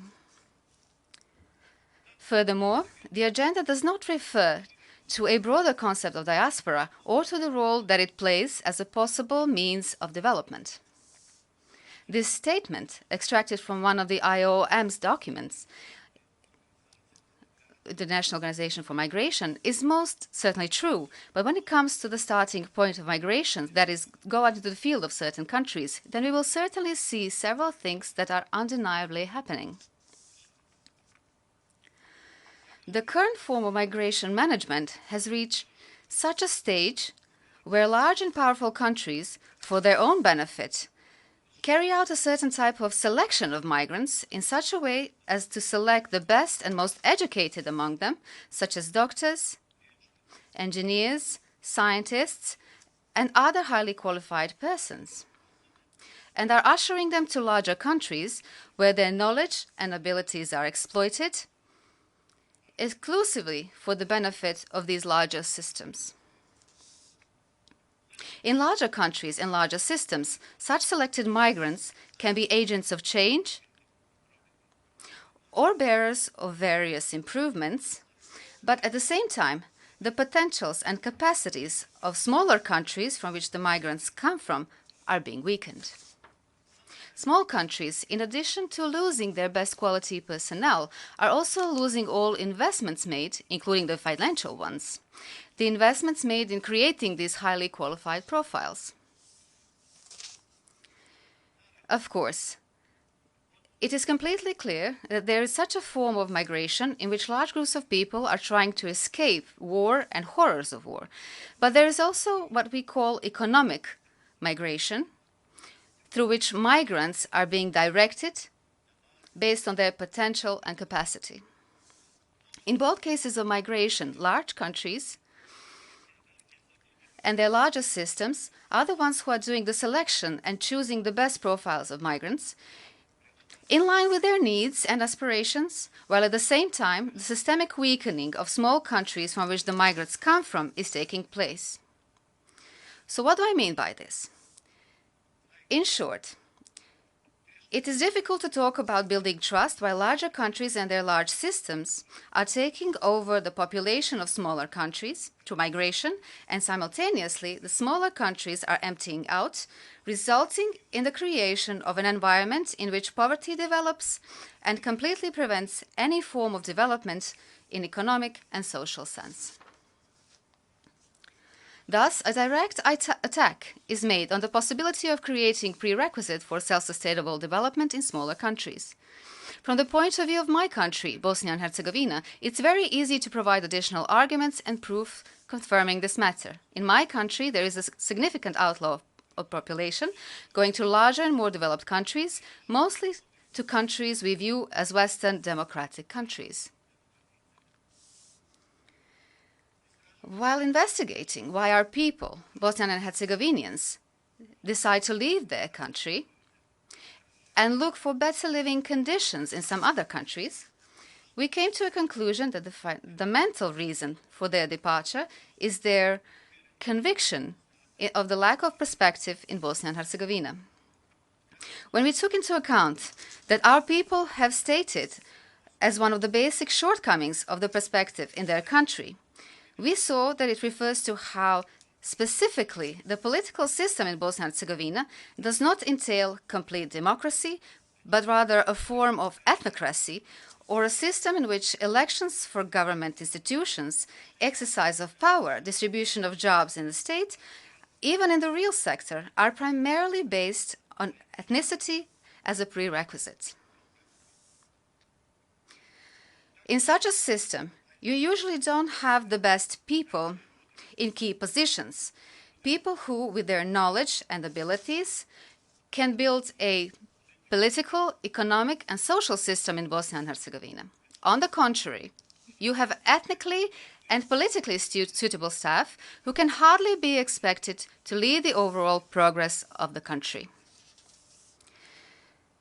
This value system has been going on for a very long time. In such a system, the key jobs are not performed by the best and most qualified people, but by the politically and ethnically suitable ones.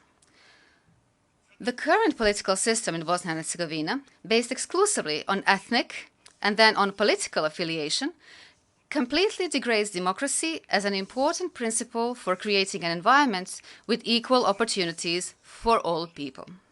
Such a system, which guarantees participation in government to certain political actors and their ethnically based political parties, has the form of former and current totalitarian systems, in which power is exercised in an autocratic manner through autocratically inspired political actors.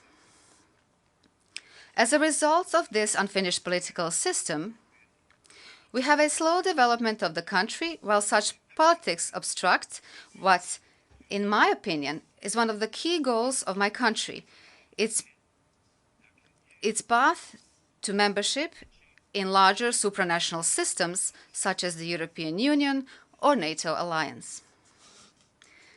The irremovability or particularly difficult replaceability of the authorities creates such an environment where even the authorities themselves no longer work for the benefit of their citizens because they feel that there is no need for such a thing.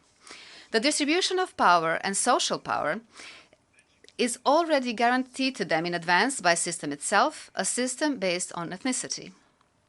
Our current political system is skillfully used by our Western and Eastern neighbors and through ethnic communities in Bosnia and Herzegovina, to which they claim national rights. They are running Bosnia and Herzegovina not with the primary aim of helping the members of these ethnic communities, but with the aim of dividing Bosnia and Herzegovina or making it meaningless as a state. Our two neighbors, through the ethnic communities in Bosnia and Herzegovina, to which they strive to claim every right, even 27 years after the aggression they had carried out over Bosnia and Herzegovina, are in this manner making an attack on the sovereignty of our country, which makes it almost completely impossible to have any democratic development of Bosnia and Herzegovina. This practice also violates the minimum of interstate trust, because unfortunately our neighbors are not investing sincere energy with the goal of building interstate cooperation, but are rather investing energy in weakening our state. This is a visible problem, which extends to the entire region of the Western Balkans, where there are different ideas, plans, and intentions to change the internationally recognized borders, to reorganize the region into something that has no point of contact with democracy. For such activities and policies, neighboring countries very often have, at first glance, surprising and unexpected support from countries that we consider to be democratic liberal states and societies, but certainly also from those that are not democratic and that we recognize today as aggressor states with authoritarian regimes. Regretfully, there are many, both in the East and the West, who believe that their barely hidden support for those who want to completely control and ultimately divide Bosnia and Herzegovina will bring stability to the Western Balkans. We, who represent the state of Bosnia and Herzegovina here at the United Nations, believe that this will not bring either stability or progress in the Western Balkans. Our neighbors cannot divide Bosnia and Herzegovina amongst themselves without entering into mutual conflict.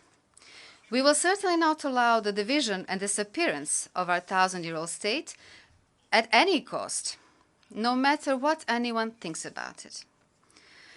That is why I believe that it's in the interest of the United Nations, if peace is to be preserved in the Western Balkans, to support the state of Bosnia and Herzegovina and its institutions. If the United Nations wishes to preserve peace in the Western Balkans, then it should support those who have not violated democratic and civilization norms, who have not committed genocide, who were not part of joint criminal enterprises, did not destroy people's lives because of their ethnicity, did not destroy other people's temples or shrines, did not advocate revanchism or revenge. If such support is absent, then the responsibility and blame for this destabilization does not lie with us, who will certainly not calmly and idly observe some new attempt to destroy our Bosnia and Herzegovina.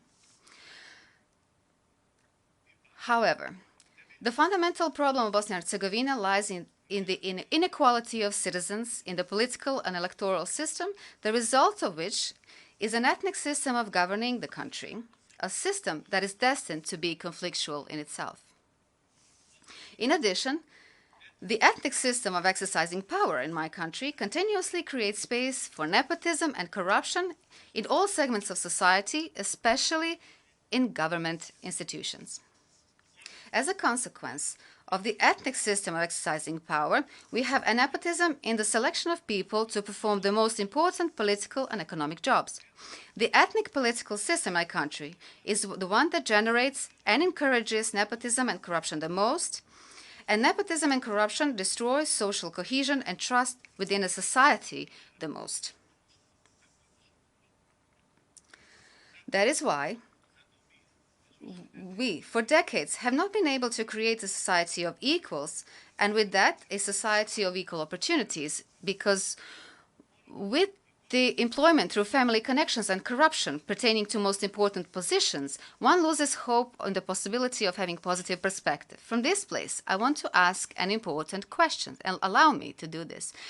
How is it possible to build and achieve trust that will lead to the creation of prerequisite for development when we don't actually have enough democracy in our country? When our right to democracy is being taken away, and when an embargo to democracy is being imposed upon us, which leads citizens to great uncertainty and is the reason why they often decide to leave the country.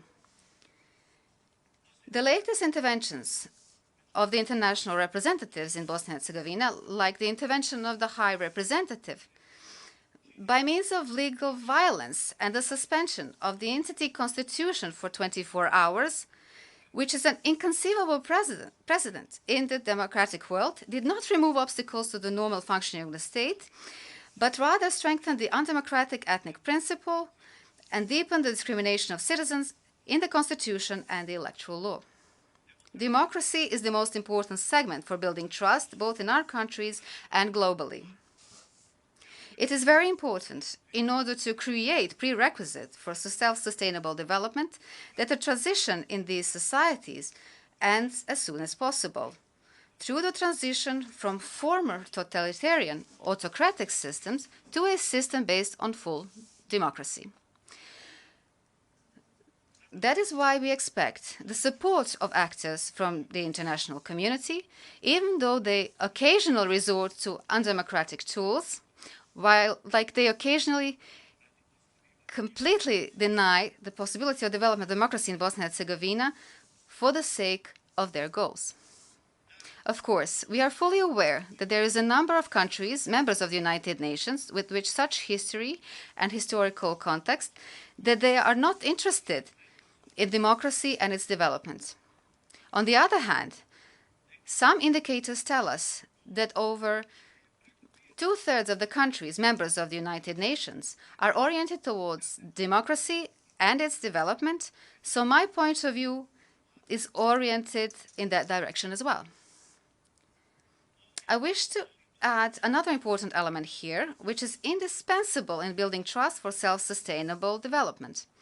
It is achieving a system of full human rights, which, as its final outcome, offers a society of equal people, equal citizens, and as a result of that, we can have a society of equal chances with open perspectives for everyone.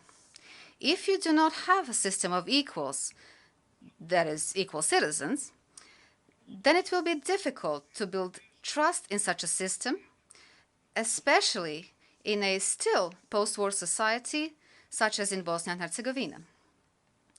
Particularly, if you have in mind that our society has suffered aggression from our Western and Eastern neighboring countries, a direct consequence of which were the committed atrocious war crimes and even the crime of genocide. Such scenarios for Bosnia and Herzegovina continue to be implemented through political means this time, in peacetime conditions, while continuously asking for support from various parts of the international community.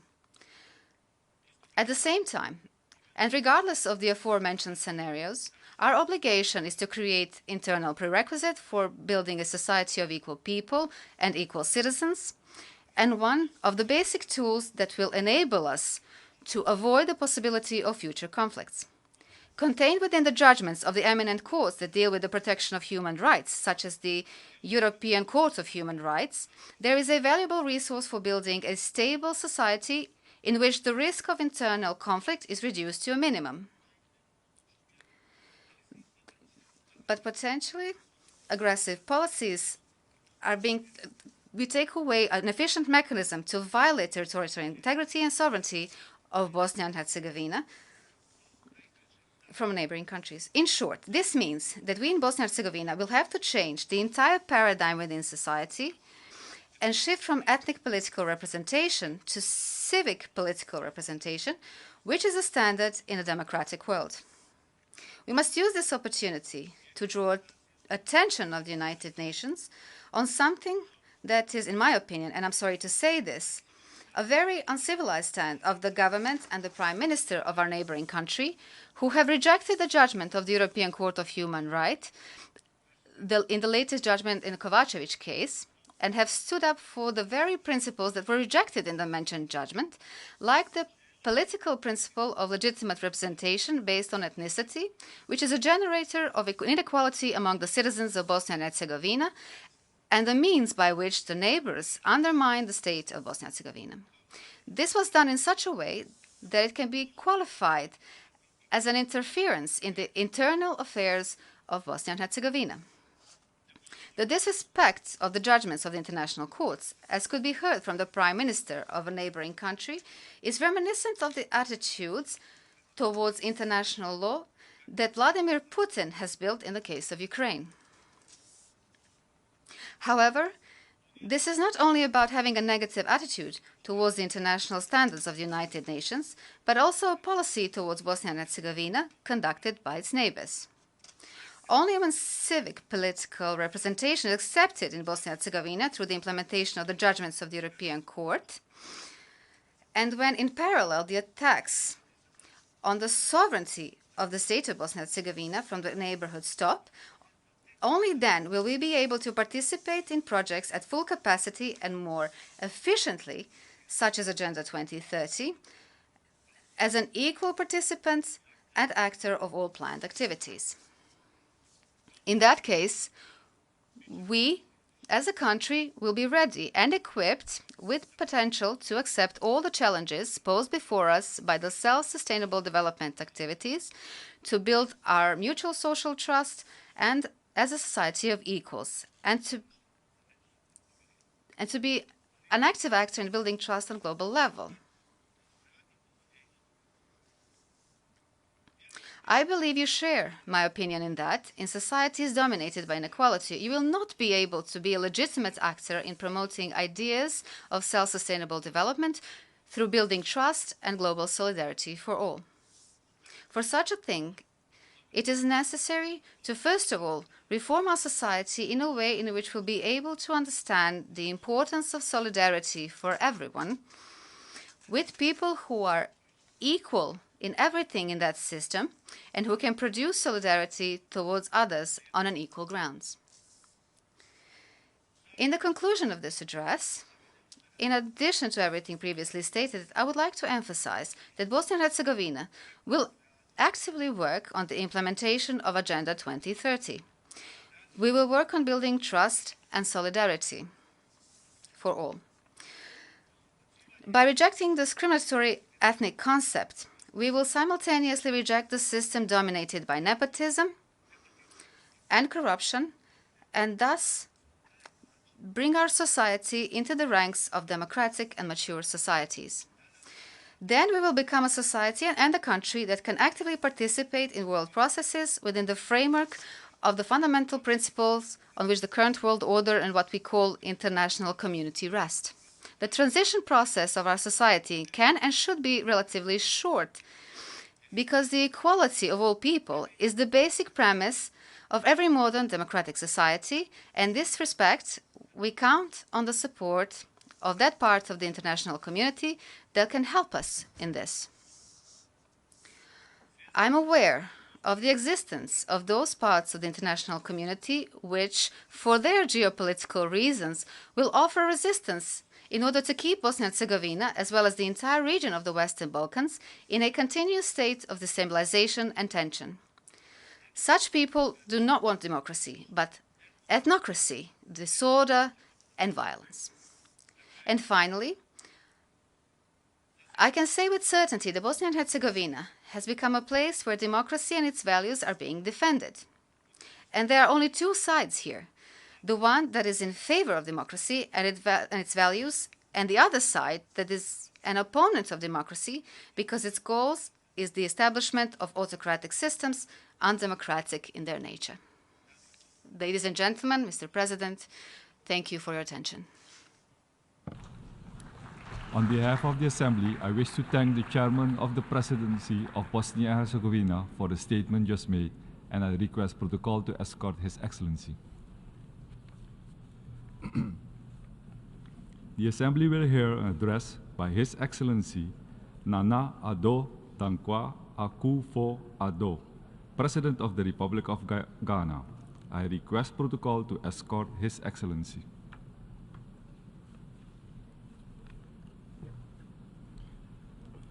On behalf of the General Assembly, I have the honor to welcome His Excellency Nana Addo Dankwa Akufo-Addo, President of the Republic of Ghana, and to invite him to address the Assembly.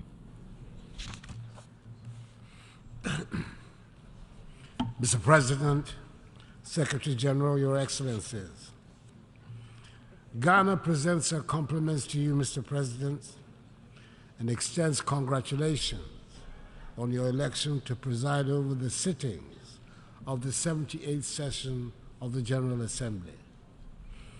Ghana will also use this, the greatest of all platforms, to express the deep condolence and sympathies of our people and government to the peoples and governments of Morocco and Libya over the recent tragic events that have engulfed their countries. I do not need to employ any hyperbole, nor find any fancy words to state the reality of the situation humanity currently faces. Our world is not a happy place today. Wherever we look, and in whichever area of our lives to which we turn our attention, there is unhappiness, distrust, and loss of confidence in the structures that have guided the governance of the world since the end of the Second World War, nearly 8 decades ago. Mr. President, the theme chosen for this meeting is rebuilding trust and reigniting global solidarity, accelerating action on the 2030 Agenda and its sustainable development goals towards peace, prosperity, progress, and sustainability for all. The choice of the theme implies that there's general acknowledgement that things are not what they ought to be in our world. The mutual trust among nations that is required to ensure harmony has considerably diminished. The cohesion that we need to build the peace and prosperity of our societies is disintegrating and nearing Cold War lows. We do not seem to have any common values on which we can all agree, nor common goals to which we all aspire. The fault lines are not just between poor and rich, or the South and North, or the developed and developing countries. Even within well-established and rich countries, the tensions over trade, climate, political boundaries, and geopolitical spheres of influence are palpable. Long-held definitions are being challenged, and sacred truths and beliefs are being questioned or discarded outright. And in some instances, the deliberate peddling of blatant untruths has become acceptable.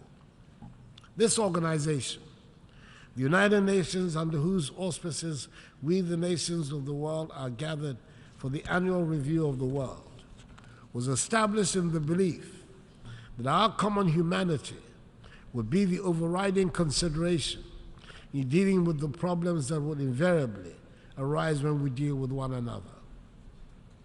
There is no doubt that the organization has achieved a great deal in its 78 years of existence, of which we can all be justifiably proud. But it is also true that the reluctance by the nations that were the major powers at the formation of the organization to agree to any reform to reflect present realities has led to the undermining of the credibility of the United Nations and some of its organs, in particular, the Security Council. Ghana is currently serving out the second of its 2-year term on the Security Council as a non-permanent member. This is the 4th time in the 66 years since we joined the UN, the first post-colonial African nation to do so, that we've had the privilege of serving on the Council. Mr. President, it has been a sad and disappointing experience for us. We've witnessed it firsthand, over and over again, that the big powers of the United Nations might be preaching democracy, fairness, and justice around the world, but are happy to practice the opposite here at the United Nations, prioritizing parochial interests over those of humanity. Back in 2017, The first time I addressed the General Assembly as President of my country, I spoke at length on the need to reform of the United Nations and of the Security Council in particular. I said then that the urgent need to reform this organization had been talked about and scheduled for a long time, but somehow we've never found the courage and the will to execute it. I said then that Ghana supports UN reform, especially of the Security Council, as set out in Africa's common position on UN reform, based on the Eswatini Consensus. Mr. President, I said then that the time was long overdue to correct the long-standing injustice that the current structure and composition of the United Nations Security Council represent for the nations of Africa. After serving on the Council at this difficult time in the world, our views on the need for reform have been even more strongly reasserted. We cannot continue to preach democracy, equality, and good governance around the globe. We cannot insist on peace and justice in the world when our global organization is seen by the majority of its members and the people of the world as hampered by an unjust and unfair structure. Mr. President, the Assembly has quite properly chosen the rebuilding of trust as critical in restoring stability and prosperity to our world. We cannot rebuild that trust when the organization that should bind us is seen by many as helping to perpetuate an unfair world order, which is reinforced by an inequitable, dysfunctional global financial architecture. Mr. President, for the past year and a half, a full-scale war is being waged in the center of Europe. The United Nations appears unwilling or unable to influence the events taking place in Ukraine. Ghana has sat on the Security Council throughout this period and can testify that the global solidarity we seek to reignite under the umbrella of the UN will only happen if and when it suits those who wield the mighty power of veto. And at the moment, there's nothing to show that these countries have any interest or inclination to do so. Ghana still believes that this organization provides the best vehicle for the world to manage its hydra-headed problems, but it can only function effectively and meet our expectations when we reform the pillars upon which it rests. Anything short of that will continue to undermine its credibility. Mr. President, I do not refer to the events in Ukraine and seek to pretend to ignore the tragic events in my own neighborhood of West Africa and the Sahel. Instability in the Sahel and widespread terroristic activities have put West African countries under severe political pressure and economic strain. Several countries in the region have lost vast stretches of territory to the rampaging terrorists. Coup d'etats have reemerged as what some mistakenly hope would be the solution to the threats that confront their nations. We in the West African region are trying as best as we can, under the very trying conditions we face, to deal with the situation. We are convinced that the conflicts that continue to plague our continent and our region, in particular, would be more satisfactorily resolved if the international community was to support, not undermine, the efforts of our regional and continental organizations to deal with them. Africans fought and died in the Second World War in defense of Europe and her allies, who reset the world towards the path of peace and prosperity that their nations and citizens have enjoyed for decades now. It is surely time for the world to reciprocate in our time of need. Mr. President, we in Ghana are holding firm to our belief in democracy as the best route to build the prosperous nation that is our aim. It is true that the economic dividends that many of our citizens justifiably expect from the democratic process have not come as fast as had been anticipated. But we're determined to hold fast to the course because we believe that ultimately it will succeed in delivering freedom and prosperity for the mass of our people.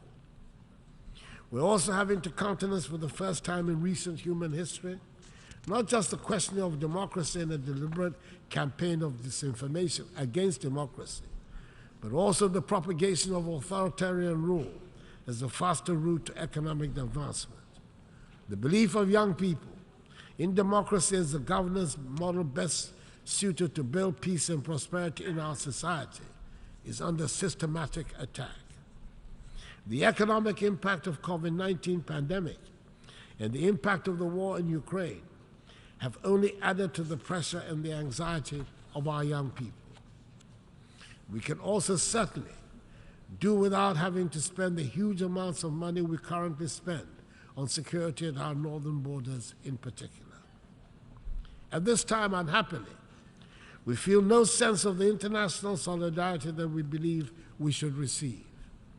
It is surely in the interest of the whole world that West Africa should be peaceful and prosperous.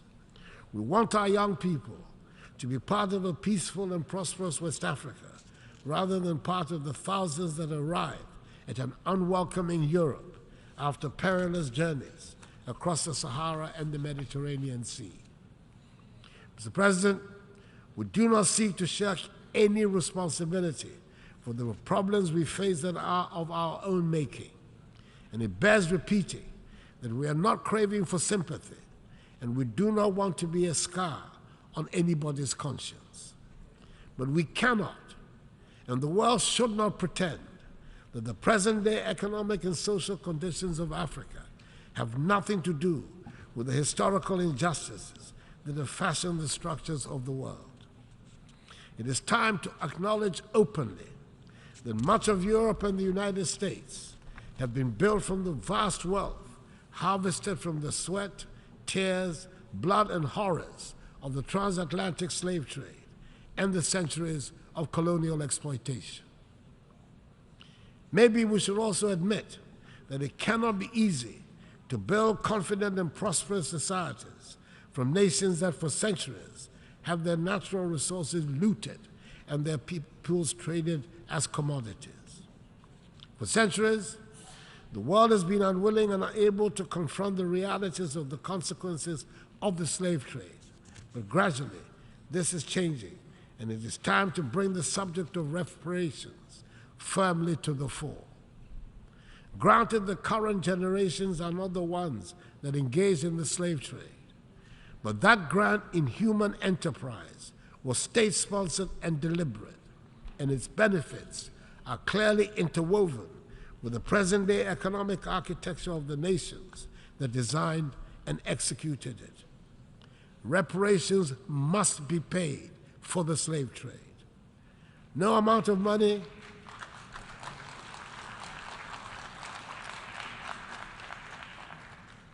will ever make up for the horrors, but it would make the point that evil was perpetrated, that millions of productive Africans were snatched from the embrace of our continent and put to work in the Americas and the Caribbean without compensation for their labor. If there are any hesitations in some minds about the paying of reparations, it is worth considering the fact that when slavery was abolished, the slave owners were compensated for the loss of the slaves because the human beings were labeled as property, deemed to be commodities. Surely, this is a matter that the world must confront and can no longer ignore. The African Union has authorized Ghana to hold a global conference on the issue in November in Accra. It is probably also the time to return to that vexed subject of illicit financial outflows out of the continent of Africa. I refer to the report of the panel chaired by the highly respected former South African President Thabo Mbeki on the illicit flow of funds from Africa, which states that Africa is losing annually more than 88 billion United States dollars through illicit financial outflows. Yes, those monies too must be returned to the continent. It is difficult to understand why the recipient countries are comfortable about retaining such funds and are happy to call those countries from whom the monies are taken as corrupt. I believe that a joint task force of the African Union Commission and the OECD Secretariat, under the auspices of the United Nations, should be charged to find ways of stopping the damaging outflows. Mr. President, before the pandemic, we, like many other parts of the world, were making progress with the 17 SDGs, and we had good reason to believe we would achieve the 2030 target. Today, the picture we have on our performance is not very bright. Most of the 21 targets designated for achievement by 2020 have not been met, and we are not on track to achieve many other targets by 2030. According to the 2023 SDG report, just 12% of the SDG targets are on track to be achieved. Progress on 50% of the targets is weak.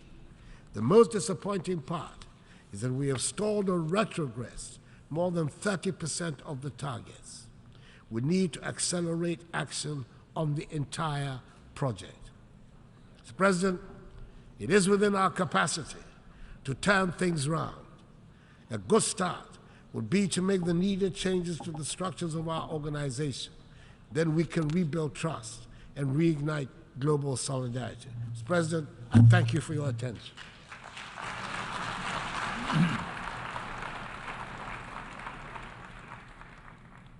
On behalf of this Assembly, I wish to thank the President of the Republic of Ghana for the statement just made, and I request protocol to escort His Excellency.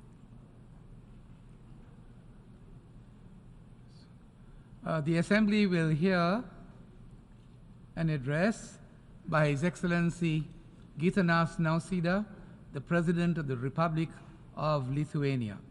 I request protocol to escort His Excellency.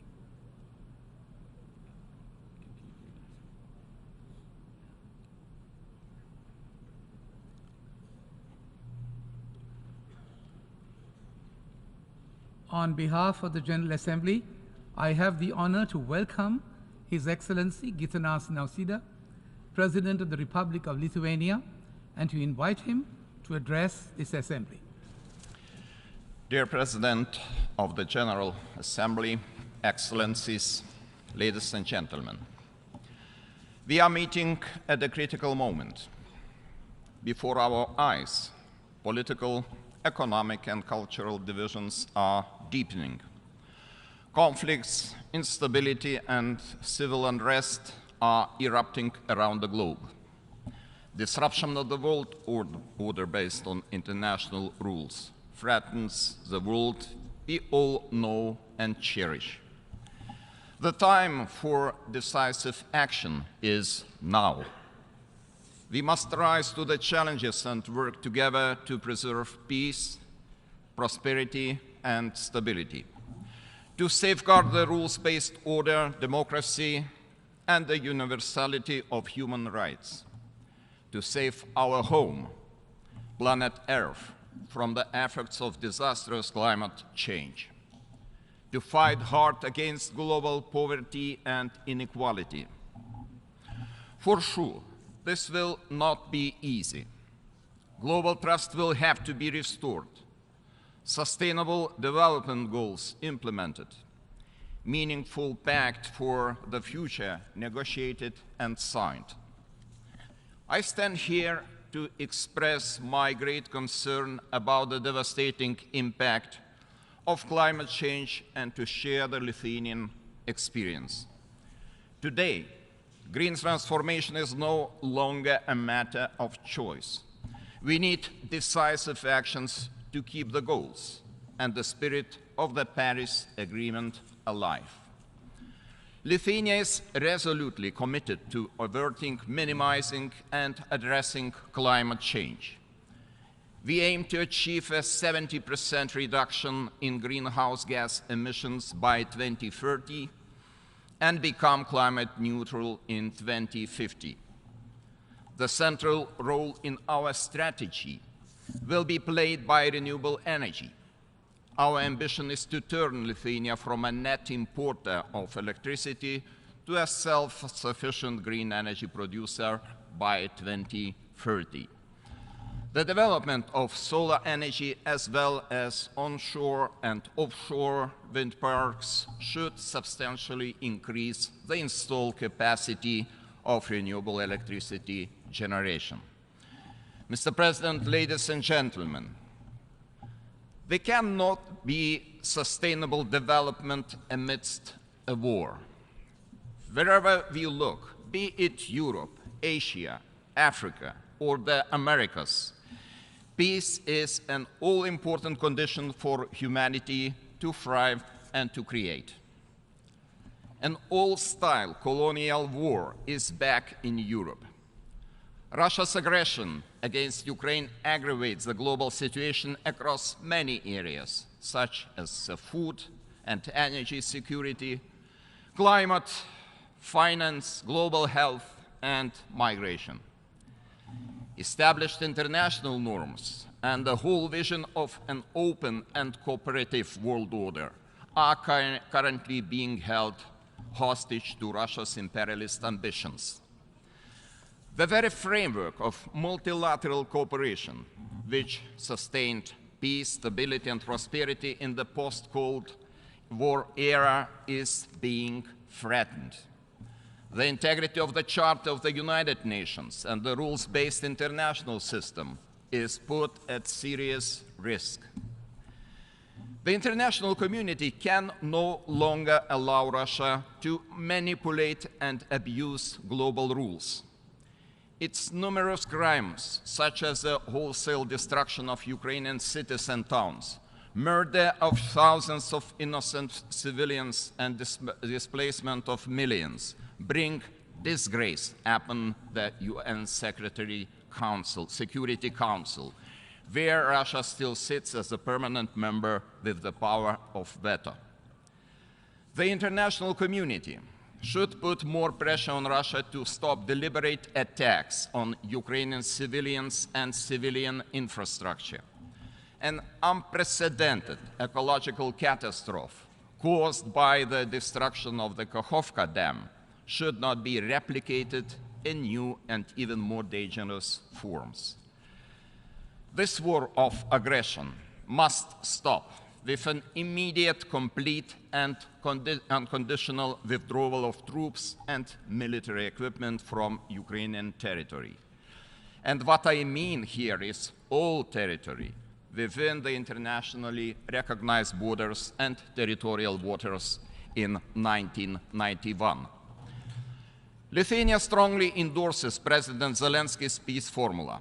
It is a robust foundation for attaining peace, aligned with the universal principles of sovereignty, territorial integrity, and independence. Meanwhile, Lithuania calls on all United Nations member states to provide substantial humanitarian, military, economic, and diplomatic assistance to Ukraine. Mr. President, ladies and gentlemen, working for sustainable peace, we should ensure the accountability of those responsible for war crimes and crimes against humanity. While contemplating the issue of justice, we should also address the actions of the regime in Belarus, which participates in this aggressive war by providing military assistance and facilitating the offensive from its territory. Specifically, we should all support Ukraine's efforts in the International Court of Justice and endorse the court's provisional measures ordering Russia to immediately cease its military actions in the territory of Ukraine. Another institution, the International Criminal Court, plays a crucial role in prosecuting war crimes, genocide, and crimes against humanity in Ukraine. Lithuania supports the ICC arrest warrants for Russia's president and the ombudswoman. These mark a promising step towards accountability for targeting children in military conflict. To bring back the Ukrainian children who were forcibly deported to Russia and Belarus is a necessary next step. The initiative to persecute sexual crimes perpetrated by Russian forces in Ukraine also deserves our united support.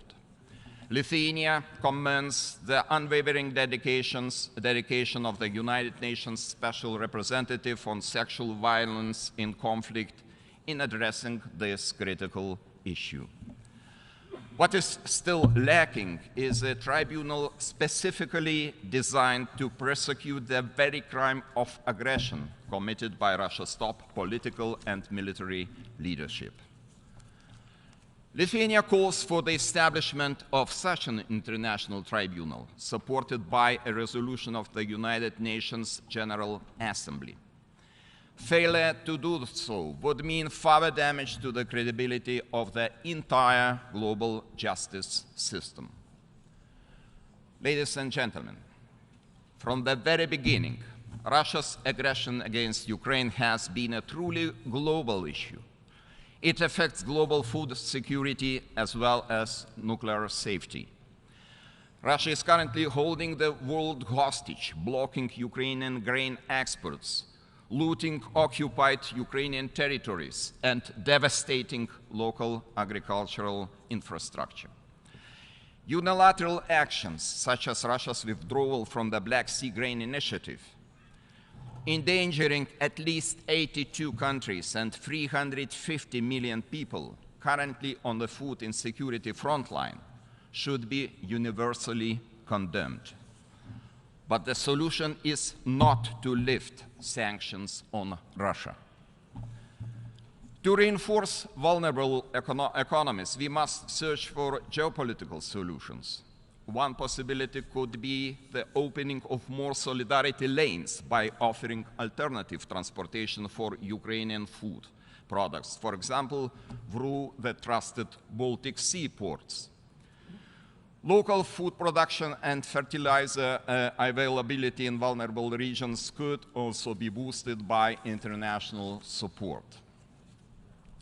Looking into the issue of nuclear safety, Lithuania expects more active cooperation by Russia in protecting the Zaporizhzhia nuclear power plant, according to recommendations of the International Atomic Energy Agency. It is also with greatest concern that we follow recent decisions by Russia on arms control. Last year, Russia broke the emerging consensus in the Nuclear Non-Proliferation Treaty Review Conference. Later, Belarus announced agreement to deploy Russia's nuclear weapons on its territory, which goes against the international commitments under the same treaty. Finally, Russia officially announced its withdrawal from the Treaty on Conventional Armed Forces in Europe. It means Russia is preparing for more war, not to settle for peace. Mr. President, ladies and gentlemen, the only way for us to turn back the tide of destabilization that threatens us all is to join forces in building a better world. We need a collective effort to rebuild trust among nations. Violations of international law and universal human rights cannot be normalized. Neither justice nor peace is free. We must stand for peace. We must stand for justice. Accountability under rules-based international order will be vital in forging a world that is fair and secure. It is our responsibility for the future generations. Today, I expect this Assembly to remain steadfast and condemn all kinds of aggression, which clearly violate the Charter of the United Nations. However, to condemn is not enough. Decisive action must be taken. The politics of fear and coercion on the global scale must be stopped once and for all. We must resolutely defend the equality of sovereign nations, both large and small. We must remain true to the Charter's fundamental principles, including respect for international law and arms control. These principles must guide our path forward. Each and every nation is important. We must stand together against the power of fear. Together, we can change the world. Thank you.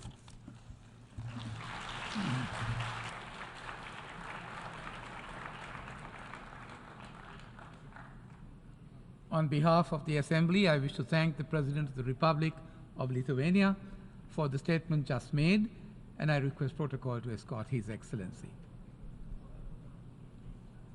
The Assembly will hear an address by Her Excellency Zuzana Kaputova, President of the Slovak Republic.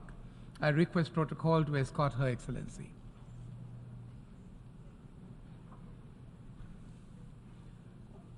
On behalf of the General Assembly, I have the honor to welcome Her Excellency Zuzana Chaputova, President of the Slovak Republic, and to invite her to address the Assembly. Thank you.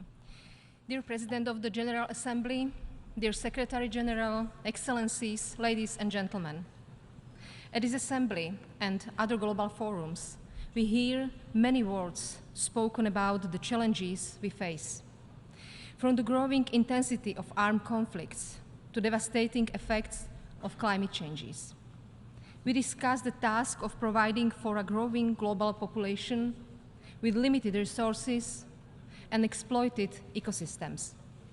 We debate the opportunities of emerging technologies that can transform our lives, but they can also trigger the destruction of our democratic way of life. These challenges have one common denominator. They are human-made, and it falls to us to deliver human-made solutions. The time for talking, discussions, and promises is over. This General Assembly must start with ultimate purpose for which the UN was founded: restoration of peace. Last year, we recorded more conflict-related deaths in the world than in any year since 1994. Russia's illegal, full-scale invasion of Ukraine, Slovakia's direct neighbor, has greatly contributed to this rise. For more than 570 days, Russia's forces have been killing innocent Ukrainian civilians, kidnapping children, and destroying towns and cities. They bomb infrastructure and ports that export Ukrainians' grain to those who need it in Bangladesh or Egypt. This is why Moscow must let the grain leave Ukrainian ports. Yes, we need a new agenda for peace, as the Secretary General rightly said. But first and foremost, we need action for peace from Russia as a permanent member of the UN Security Council. Excellencies, the Climate Ambition Summit starts today. But when it comes to our planet, time for action is running out. Our cities are becoming warmer, our oceans more acidic, and our land more arid. This is a result of human-caused climate change. This summer gave us another preview of what we can expect if we sit on our hands. Scientific report after scientific report makes the same conclusion. We aren't doing enough. The current pace of reduction of greenhouse gas emissions and of our mitigation measures won't be prevent the 1.5 degrees rise in global temperature by 2100. Globally, our emissions still exceed our Paris Agreement. We can still prevent the worst-case scenarios. Global emissions must peak before 2030. That is 7 years from now. This is our responsibility, not of the governments that come after us. To see results 7 years from now, we must all act today. Let's turn this ambition into our joint and global commitment. Feasible, effective, and low-cost options for mitigation and adaptation are already available. They can speed up our green transition. In Slovakia, we are doing our share. 85% of our electricity is already produced with zero emissions. In the next 7 years, we will use 5% of our GDP to decarbonize our economy and increase the use of renewables. In 2030, our emissions will be 55% lower than in 1990. Europe may be warming twice as fast as any other continent, but Africa, while responsible for less than 4% of global emissions, is the most vulnerable to the effects of climate change. Working together as partners, we can solve this challenge. The already existing green technologies must be available to everyone. Slovakia will continue to meet its obligations under the Global Climate Finance Commitment.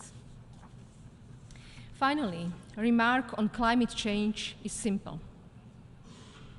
We need to wake up. We are not battling an external threat. This is not a meteor hitting for Earth. This is an existential crisis that we created and we alone must solve.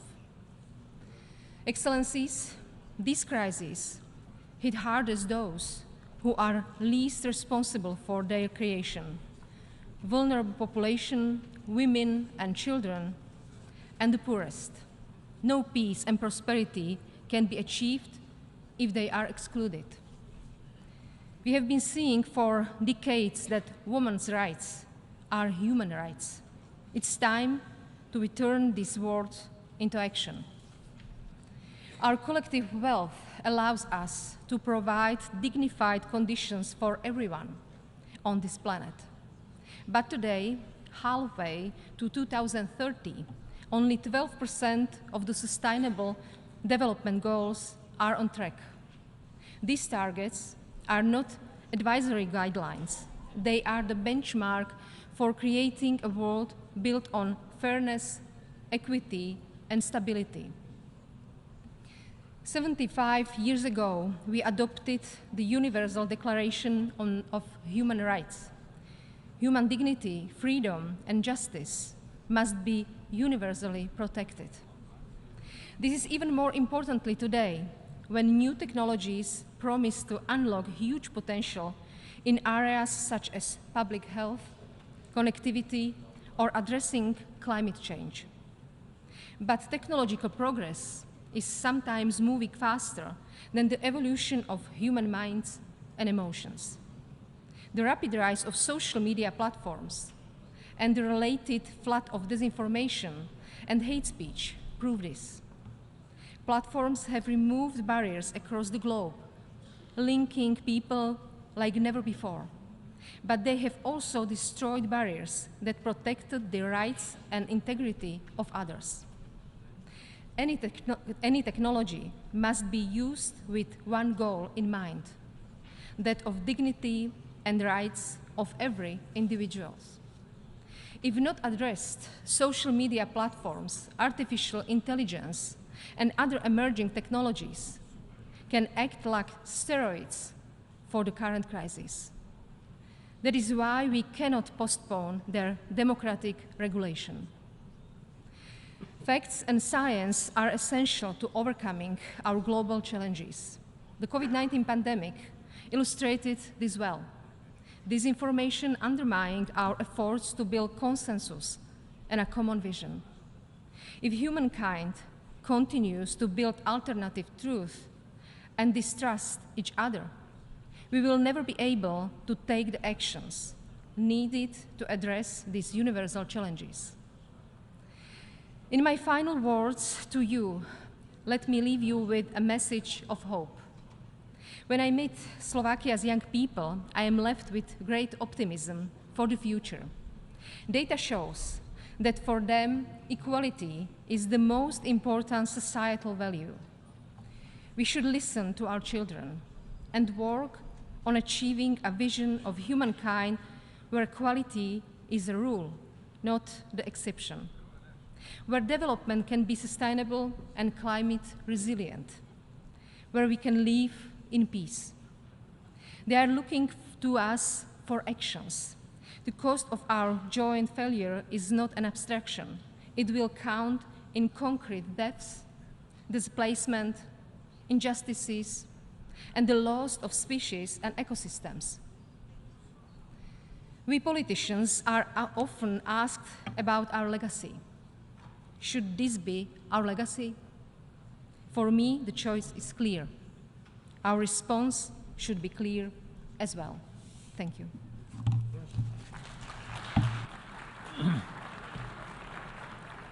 On behalf of the Assembly, I wish to thank the President of the Slovak Republic for the statement just made, and I request protocol to escort Her Excellency. The Assembly will hear an address by His Excellency Sauli Niinistö, President of the Republic of Finland. I request protocol to escort His Excellency.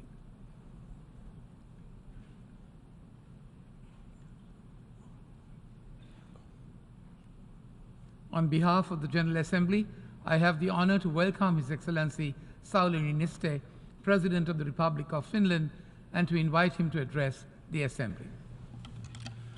Mr. President, distinguished delegates, ladies and gentlemen, more than 10 years ago, when I addressed the General Assembly for the first time as President of Finland, the world seemed complicated. In the Middle East and North Africa, many nations had gone through tremendous changes following a wave of uprisings. Europe was struggling with the deepest financial crisis of its post-war history. People around the world were affected by instability and conflicts.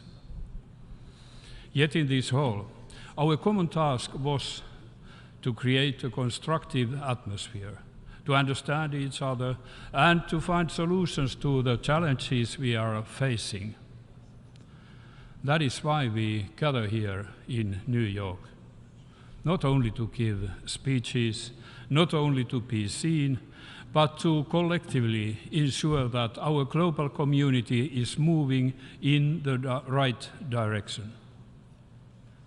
Today, as I address this body for the last time, I have to ask, have we succeeded in our task? The world has grown even more complicated. Global tensions are running high, and great power competition is accelerating. Different worldviews now seem to be on a collision course. The topic of this session is rebuilding trust and reigniting global solidarity. This must not remain empty rhetoric. We need to put these words in practice. We all have much to gain from cooperation on equal footing. The many global challenges we are facing, from climate change to pandemics, poverty to wars, can't be solved by one country or group of like-minded countries alone. The opportunities presented by new technologies are also best harnessed together. The multilateral system remains the best means to respond to the challenges faced by the international community. But that system now finds itself under pressure. As global realities have changed, many have started to question the existing structures. As we strive to strengthen multilateral cooperation, all voices must be heard, particularly the critical ones. Instead of rushing to judge, we need to learn to listen. In my first speech here, I spoke of the rapid economic growth in the so-called Global South, and then the tremendous changes it was bringing about. Those changes have been clearly visible for quite some time now. Asian, African, and Latin American countries are powerful geopolitical players. The fastest growing and most populous economies of today are found in precisely those regions. That needs to be reflected in our debates. Ladies and gentlemen, more than 1.5 years ago, Russia launched its large-scale war on Ukraine. Russia's aggression is a direct violation of the United Nations Charter, to which we are all committed. By aiding Ukraine, Finland, together with many others, supports Ukraine's inherent right to self-defense. For many Finns, Ukraine's fight for freedom carries echoes of our own history. We too have fought for our freedom and independence against an enemy far greater in size and paid a high price for it. We do not want to see the world regress to a state where the big consider it their privilege to subjugate the small. While the war is directed against Ukraine, it affects us all, both in principle and practice. It has serious consequences globally. The war in Ukraine must not become one of the many protracted conflicts we see around the world today. Peace that respects Ukraine's sovereignty and territorial integrity is in all of our interests. It must be objective. Finland supports Ukraine's efforts towards a just and lasting peace, but these can't be Ukraine's efforts alone.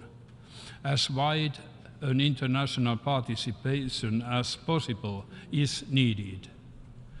It is essential that the discussions recently held in Jeddah continue. The open debate taking place today in the Security Council is also a very important opportunity to discuss and find avenues forward. Bringing the war to a just end is essential for the Ukrainians, but it may also help to lower tensions on a wider scale. Ladies and gentlemen, we are witnessing the erosion of the international arms control architecture. Important treaties have been abandoned. What is left seems to be in jeopardy. Rebuilding and strengthening arms control in the current international environment is difficult, but we have to understand that a world without mutually agreed open rules and transparency is an unpredictable one. Emerging technologies are further complicating the picture. The risks are mounting. We must come together to tackle these issues. Globally, people's sense of security has decreased to an alarming level. There are over 100 armed conflicts ongoing worldwide. People in Afghanistan, Sudan, and Yemen, and in many other countries, continue to face enormous humanitarian needs. We should not lose sight of any of these emergencies. I commend the Secretary General for his vision outlined in the new Agenda for Peace. We must prioritize diplomacy and make full use of the United Nations. Finland has long underlined the importance of the universal and binding nature of human rights. Human rights need to be respected even when our societies face turmoil. In difficult times, the rights of women and girls are often eroded. We need to be decisive in safeguarding these rights. As a member of the UN Human Rights Council, Finland works together with all stakeholders to uphold universal human rights. No country is perfect when it comes to human rights. We can learn from each other. When one of us fails, the international community needs to ensure accountability for violations. Ladies and gentlemen, earlier this week we were rightly reminded that the lack of progress on the Sustainable Development Goals has severe implications, both for people's life and prosperity and for global peace and security. This is most urgent task to ensure a sustainable future for all life on this planet, and we are not on track. We need to take our commitments much more seriously. If we fall behind on one goal, the effects are likely to be multiplied in other areas. Climate action is a clear example. Important steps have been taken, but more needs to be done. Any progress towards the Sustainable Development Goals will be undermined if we do not manage to cap global warming at 1.5 degrees. Climate change and biodiversity loss are challenges that the global community cannot escape. The past summer was, yet again, the hottest on record. We have seen devastating floods, drought and wildfires, and all parts of the world. We must understand that these are existential questions. It is also important to realize that climate change does not treat us equally or fairly. Those least responsible for it are often the ones who suffer the most. We must raise our collective ambition. New, strong commitments to reduce emissions are urgently needed. These must be backed by swift and effective action. Ladies and gentlemen, as Secretary General Guterres yesterday aptly stated, the United Nations was created precisely for moments like this, moments of maximum danger and minimum agreement. During the years that I have been attending this assembly, we have seen tremendous challenges. We have also seen concrete efforts to make the multilateral system work better in responding to them. Yet, we often fail to deliver. We should all take to ourselves to find the root cause of these repeated frustrations. The UN is a sum of its members. It is our task to make sure this system rises to the occasion. Mutual understanding and agreement can only be increased through dialogue and genuine willingness to engage. None of us can afford to dismiss the concerns of the other. None of us has the right to impose our thinking or constructs on others. We, as the global community, have to be prepared to meet each other from a position of mutual respect and with a keen understanding of our common obligation to work together. If we do so, I'm convinced that we will find we have much more in common than we have thought. Thank you.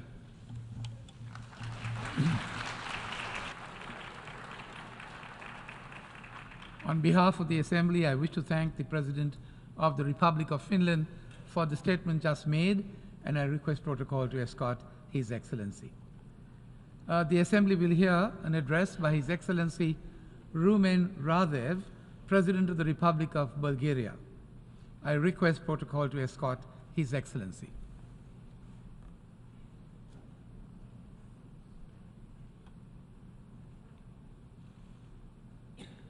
On behalf of the General Assembly, I have the honor to welcome His Excellency Rumen Radev, President of the Republic of Bulgaria, and to invite him to address the Assembly. Mr. President, Excellencies, I am deeply honored to address this prestigious auditorium.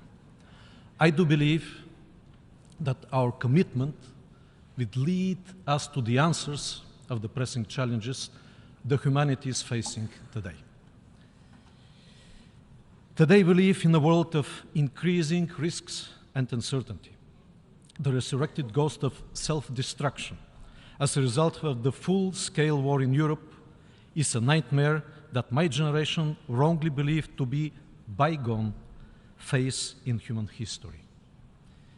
War, conflicts, and terror challenge the future of our civilization.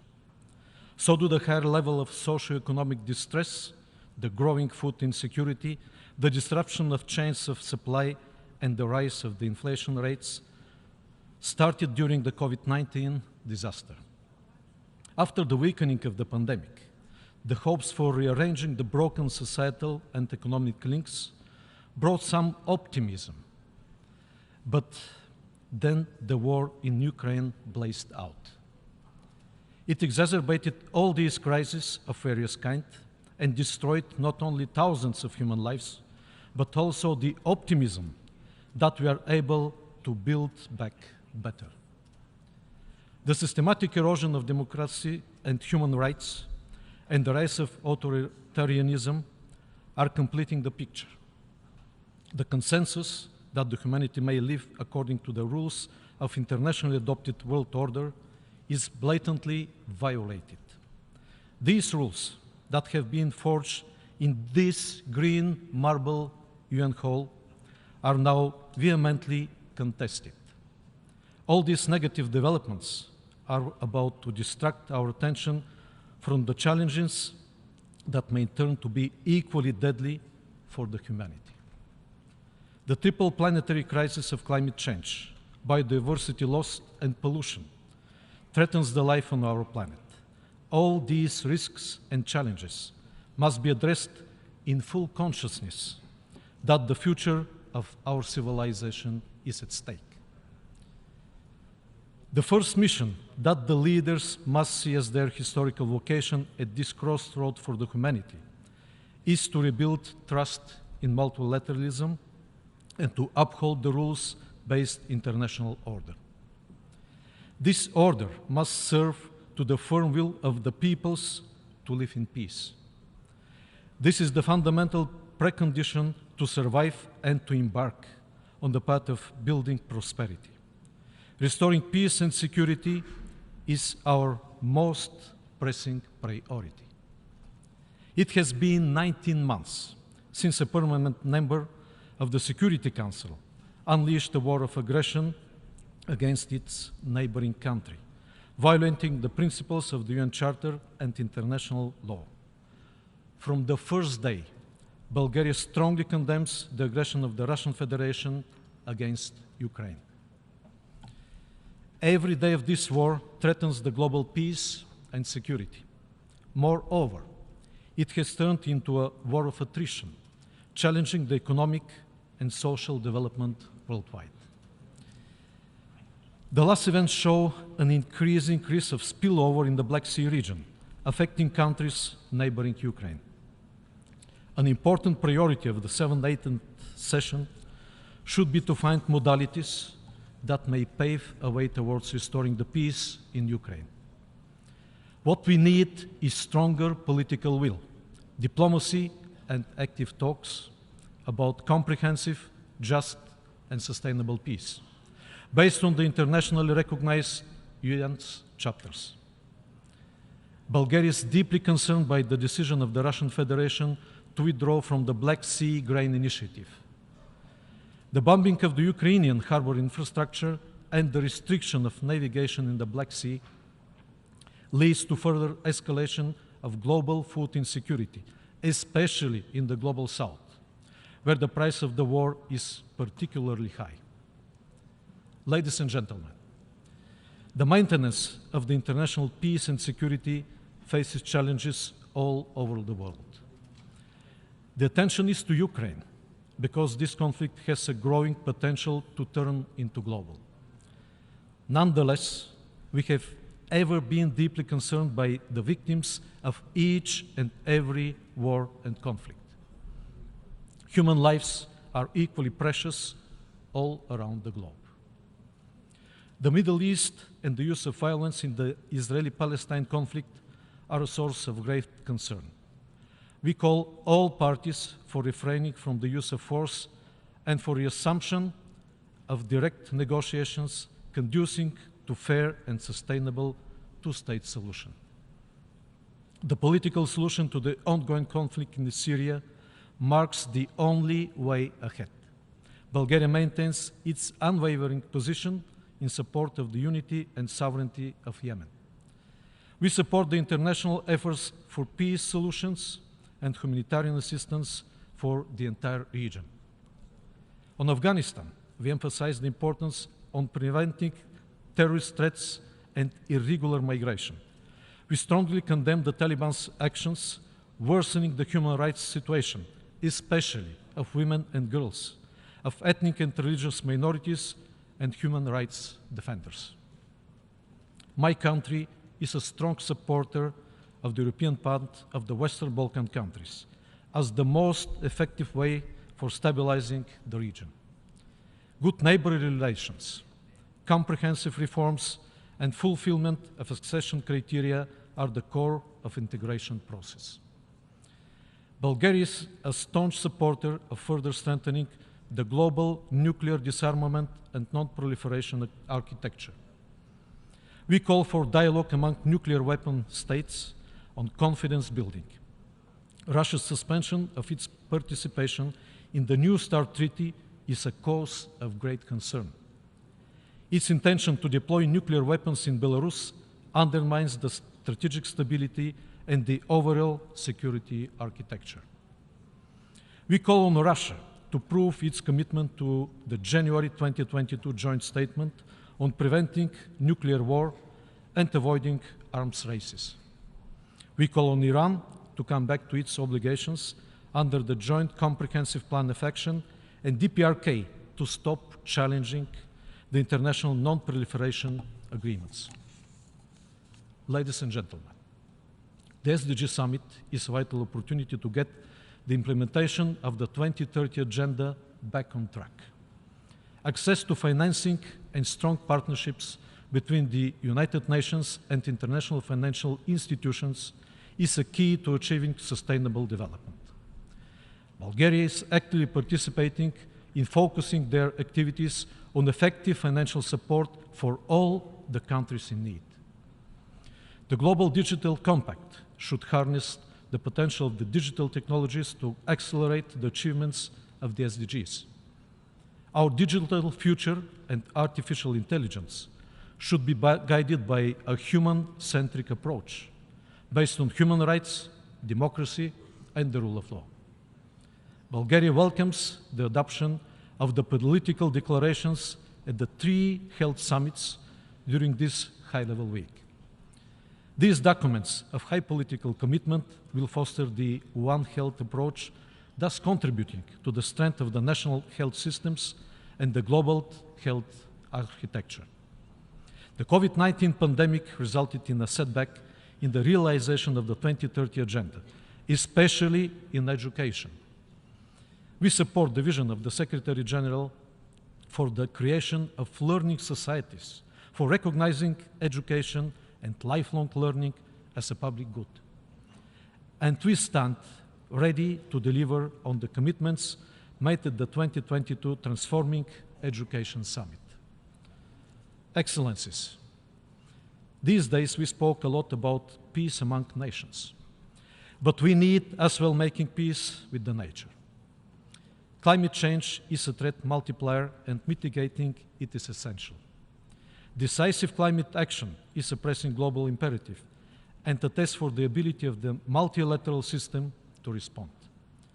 Urgent action is crucial to halt and reverse biodiversity loss. Bulgaria welcomes the recently established Global Biodiversity Framework Fund and the adoption of the agreement under the UN Convention on the Law of the Sea. Sustainable water management is critical to the achievement of the entire 2030 agenda. This year, we celebrate the 75th anniversary of the Universal Declaration on Human Rights. This remarkable document is a powerful enabler of equality, fundamental freedoms, and justice.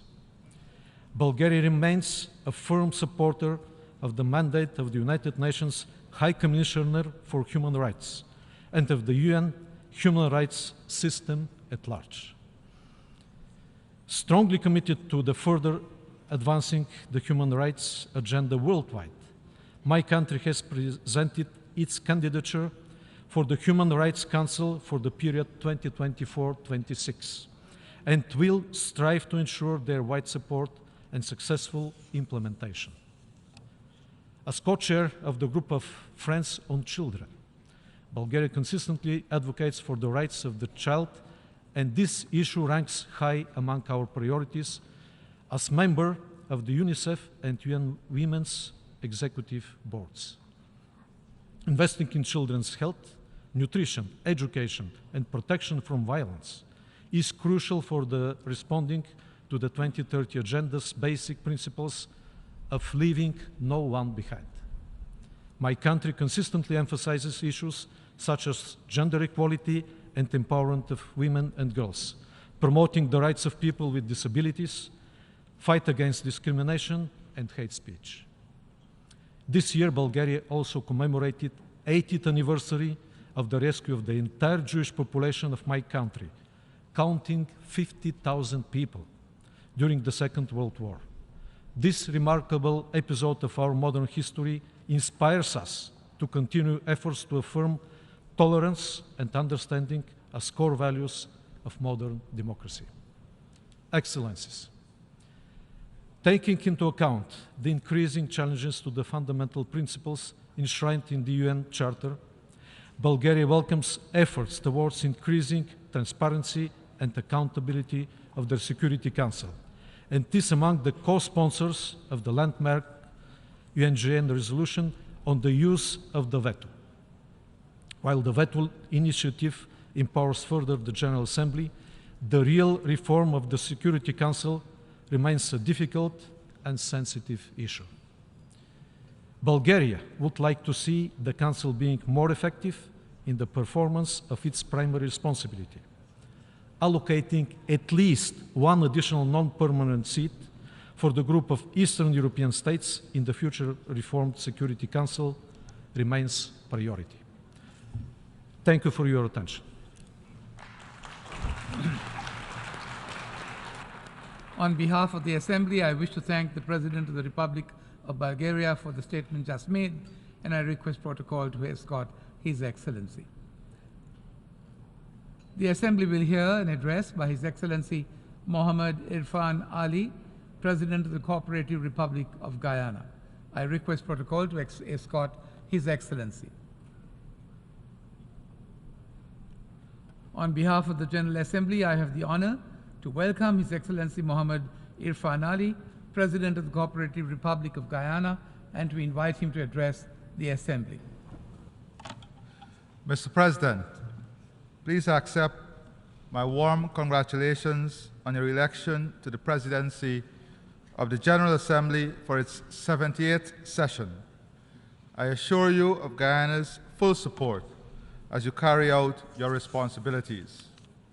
I also take this opportunity to express our appreciation to His Excellency Shaba Kourosi for his leadership as President of the 77th session of the General Assembly. I join those before me in expressing Guyana's solidarity with the governments and peoples of Libya and Morocco in the wake of the recent devastating flood and earthquake. The theme of this year's Assembly recognizes the need for us to collectively reset global relationships and imbue them with enhanced trust and solidarity. Only in doing so can we aspire to confront the most pressing challenges of our era: climate change, conflicts, the energy and food crisis, and achieving sustainable development. I remain convinced that multilateralism remains the most effective approach to address these challenges, foremost of which is climate change. We are all experiencing its devastating effects. The difference, however, is our capacity to respond. It is well established that those bearing the brunt of the climate phenomena have made no contribution to the current crisis. Small island developing and low-lying coastal states like Guyana are among the hardest hit and require adequate financing to address the attendant effects. The commitments by the developed countries, including the pledge of US $100 billion per year, remain unfulfilled. How much longer must developing countries wait for these commitments to be fully delivered? Although at net zero emissions, Guyana continues to pursue growth premised on a low-carbon development strategy. Our goal is to ensure that our resources are utilized sustainably to foster inclusive and equitable development for our people. As a country with the second highest forest cover per capita in the world, we know the importance of forests in mitigating the effects of climate change at a global level. Our advocacy in this regard has resulted in Guyana being issued 33.4 million tons of carbon credits, the first jurisdictional scale program in the world. Thus far, we have secured $750 million for the period 2016 to 2030. Guyana is committed to a clean energy transition. We're aiming for over 80% reliance on renewable energy by 2030. Technology, capacity, and financing are key for developing countries to build a relevant energy mix and a share of renewable energy needed. Guyana is using revenue from oil and gas resources to finance its transition to renewable energy, notwithstanding our already globally recognized net zero status. Allow me to expound on the critical question of a just, affordable, and equitable transition. Bloomberg estimates that achieving global net zero emissions by 2050 requires annual investments to more than triple from the 2021 level to $6.7 trillion per year. To limit the rise of global temperature to less than 2 degrees Celsius, the IEA estimates that investment in the energy sector alone will have to be increased by approximately $1 trillion annually. At the same time, in developing countries, the situation is more frightening, with close to 900 million people worldwide having no access to electricity. All of this against the backdrop of a widening financing gap in achieving the SDGs. With adaptation alone estimated at $160 to $340 billion by 2030, and $315 billion to $565 billion by 2050, according to UNEP. More than 90 countries have committed to net zero emissions. To achieve this, the IEA estimates that by 2050, more than 85% of buildings must be net zero carbon ready. More than 90% heavy industrial production must be low emissions, and almost 70% of electricity will have to come from solar photovoltaic. Based on these targets, renewable share in the generation of electricity will have to increase from 29% in 2020 to 88% in 2050, Meanwhile, to remove carbon from the atmosphere, the world will need to simultaneously halt deforestation and increase tree cover gain 2 times faster by 2030. This means by 2050, 7.6 gigatons of carbon will have to be captured and stored compared to 0.4 gigatons in 2020.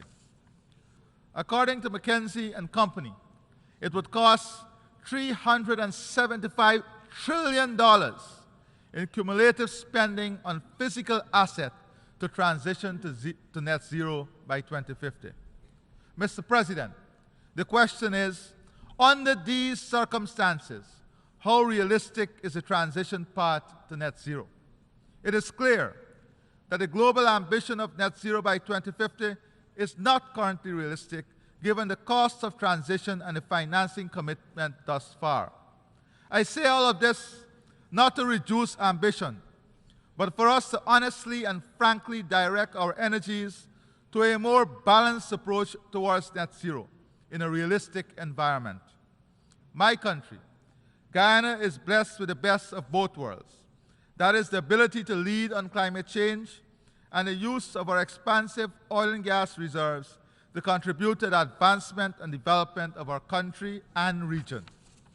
But let me hasten to add, Mr. President, COP28 will not achieve the desired objectives of definitively putting our planet on a net zero trajectory if we continue to address this matter in a doctrinarian way, ignoring the current realities. Given the growth in demand for energy, a significant part of that demand will come from many in the developing world who continue to live in energy poverty. It is also a fact that renewables will not meet the growth of demand in the near future.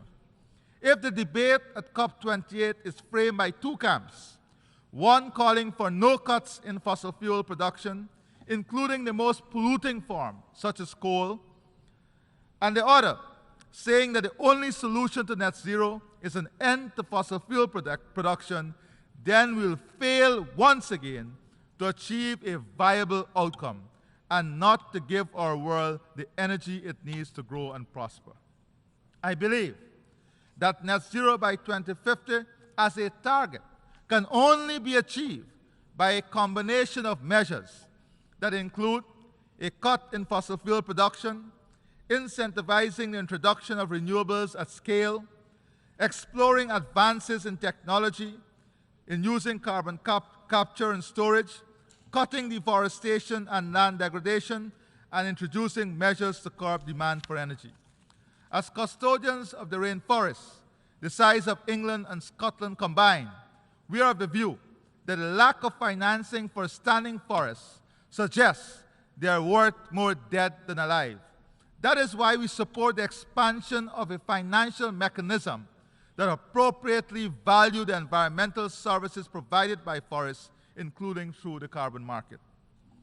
We are at the midpoint of implementing the 2030 Agenda, our global blueprint for sustainable and resilient development. Financing is a cornerstone of all efforts to achieve the SDGs and the challenges faced by developing countries, including the funding gaps, which I highlighted in the SDG Summit commitments, including those made 50 years ago to provide 0.7% of GNI in ODA, must be fulfilled. The existing financial architecture is incapable of addressing current global challenges and must be reformed. In this regard, the early adoption of the Multidimensional Vulnerability Index, implementing the measures in the Bridgetown Initiative, and addressing liquidity support, private capital, development lending, trade, and more inclusive governance of the international financial institutions must form part of the reform agenda.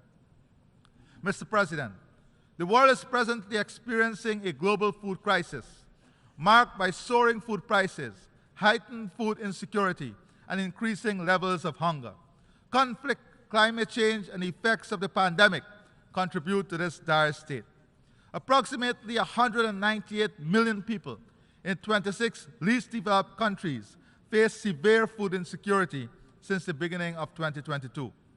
Due to rising food prices and trade restrictions, this situation has worsened. By 2030, it is estimated that nearly 670 million people, equivalent to 8% of the global population, will suffer from undernourishment.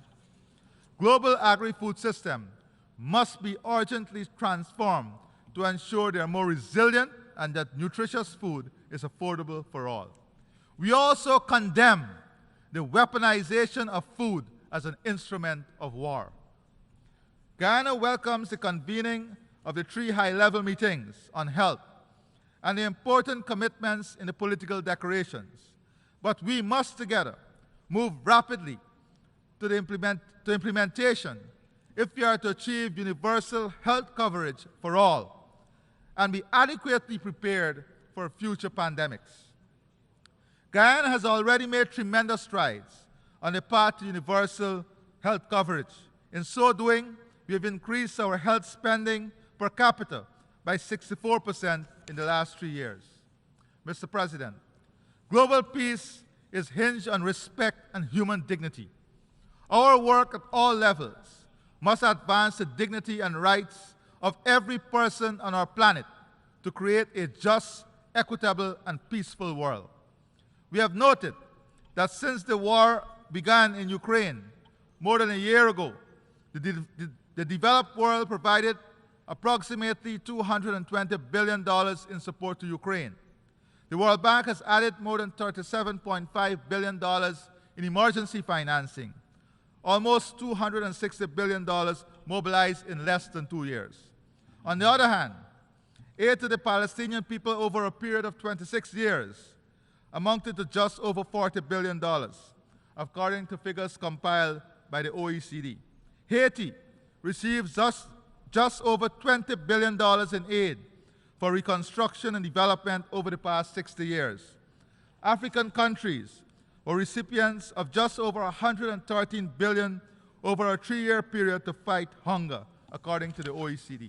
To be clear, Guyana unequivocally supports the principle of sovereignty and territorial integrity as enshrined in the UN Charter and remains in full solidarity with the people of Ukraine and what they justly require from the international community. However, I cannot overlook the disparity in the approach to other countries and regions of the world. This must be corrected. Clearly, this is a demonstration of an unjust ecosystem surrounding and supporting development financing, peace, and security. Importantly, it also proves that if truly committed, mechanisms do exist to unlock financing at scale. Mr. President, adherence to the rule of law, including international law, must continue to be the cornerstone of all of our engagements. This is being undermined by threats and naked acts of aggression against sovereign states and by the perpetuation of old conflicts and disputes between states. The Russian invasion must end. Greater diplomatic efforts must be made to bring an end to this war. The ongoing crisis in Haiti is of grave concern. Urgent and decisive action must be taken to secure a comprehensive solution. I commend the offer of the governments of Kenya and Rwanda to lead the multinational force in Haiti, as well as the offers by the Bahamas and Jamaica. Guyana is committed to working closely with partners within the UN and CARICOM frameworks to find a long-lasting, stable, and sustainable solution to the Haitian crisis, so that our Haitian brothers and sisters can live in peace and dignity. The Republic of Cuba has been the object of aggression for more than 6 decades. We repeat our call for the dismantling of the unacceptable embargo against our sister Caribbean state. The economic and political aggression, along with the designation of Cuba as a state sponsor of terrorism, must come to an end. I also reaffirm Guyana's long-standing solidarity with the Palestinian people and support for their dignified existence in their homeland in accordance with the two-state solution. As member states of the United Nations, let us do more to move past rhetoric so that the peace process can progress. Mr. President, when I addressed the OAS last Friday, I recalled to that hemispheric body how Guyana was excluded from the OAS for 25 years from its birth as a nation on account of a spurious territorial claim to two-thirds of our homeland by Venezuela. But justice prevailed, and Guyana was ultimately admitted. It is sad, however, that 57 years after Guyana's independence, we remain threatened. Venezuela's efforts to undermine our freedom, sovereignty, and territorial integrity are today before the International Court of Justice, as decided by the UN Secretary General under the Geneva Agreement of 1966. The ICJ's jurisdiction in the matter has been twice affirmed by the court. We are confident that Guyana's sovereignty and territorial integrity will also be affirmed when the court issues its final judgment. I regret to inform you that Venezuela's threats continue. Just last night, Guyana received a very threatening message from Venezuela. It came in the form of a communique attacking Guyana for putting certain oil blocks in our sovereign waters of forbid. Guyana considers this a threat to regional and international peace and security, as well as to Guyana's investment partners. We demand that Venezuela honors its obligation under the Charter to pursue only peaceful means to settle any disputes it may have with Guyana, including adjudication before the International Court of Justice. Allowing the court to decide would ensure a resolution that is peaceful, equitable, and in accordance with international law. Guyana will spare no effort in defending its sovereign and territorial integrity. I express appreciation to every member of the international community that has continued to support Guyana's effort to preserve its sovereignty and territorial integrity. Mr. President, as Guyana takes its place next January as a member of the Security Council, those principles of international law and justice, so prominent in the charter of this organization, shall be our guide. And so, I express heartfelt gratitude to the overwhelming support of member states to our candidature to the United Nations Security Council for the 2024-2025 term.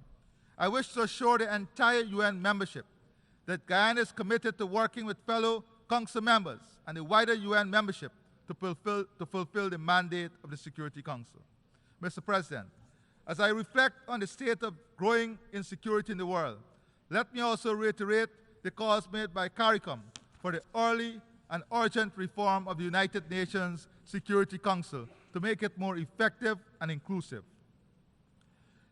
Mr. President, September is the month dedicated to indigenous people in my country. We are aware that globally, indigenous peoples are often left behind. Not so in Guyana. My government is investing heavily in indigenous peoples' development, ensuring their inclusion and participation in decision-making at all levels. Our land titling program has resulted in indigenous peoples obtaining legal ownership of 16.4% of Guyana's land mass.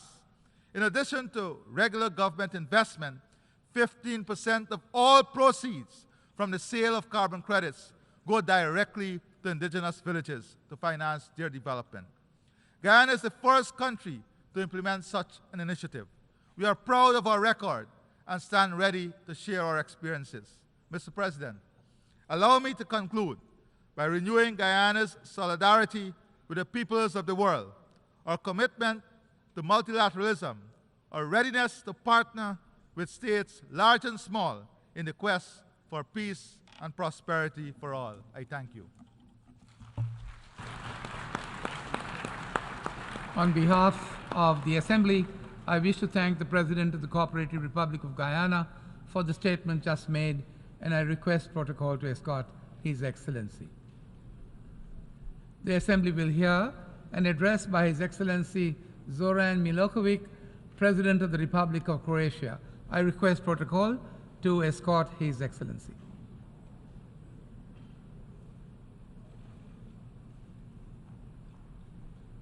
On behalf of the General Assembly, I have the honor to welcome His Excellency Zoran Milošević, President of the Republic of Croatia, and to invite him to address the Assembly. Mr. Vice President, Excellencies, ladies and gentlemen, it is my particular honor to address this august body. I would like to use this opportunity to congratulate on being elected to your esteemed position, and I wish you much success in your work during these challenging times. The world we live in today requires joint global and concerted efforts as the key to success in addressing serious global crises. We strongly believe that we have to strengthen the multilateral system based on international law and make sure it is effective and fair, able to endure and deliver results that will serve to achieve our common goals, commitments, and a better future for the people and the planet. We need to safeguard the role of the UN as the center of the global cooperation. We are also hopeful that genuine efforts will be invested in the reform of the Security Council, our main instrument for securing global peace and security. In 2015, we adopted 2030 Agenda for Sustainable Development, also on the basis of the consensus that to transform our world, we need to realize that sustainable development cannot be realized without peace and security, and the peace and security will be at risk without sustainable development. In 2023, at the midpoint in implementation of the 2030 Agenda, the assessments of the Global Sustainable Development Progress Report showed that the efforts to achieve that synergy so far have proved insufficient. Time to reinvigorate our political commitments to the full and efficient implementation of the 2030 Agenda and its sustainable development goals is irreversibly running out. In the meantime, the necessary boost came with the UN Secretary General's vision offered in our common agenda as an overarching roadmap in fighting the multiple crises. The preparatory process for the next year's Summit of the Future, along with its outcome, the Pact for the Future, represents a unique opportunity to strengthen national and international governance and to make it more sustainable and resilient to future crises and shocks, safeguarding the planet for future generations. The international financial system is increasingly unable to adequately and efficiently respond to the challenges at hand.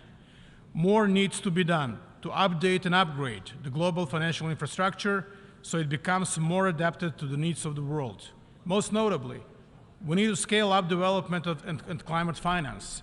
In this sense, we support the efforts by international financial institutions to review their structures and operating processes with a view to reform in order to meet the challenges of the 21st century. Peace is not maintained by itself.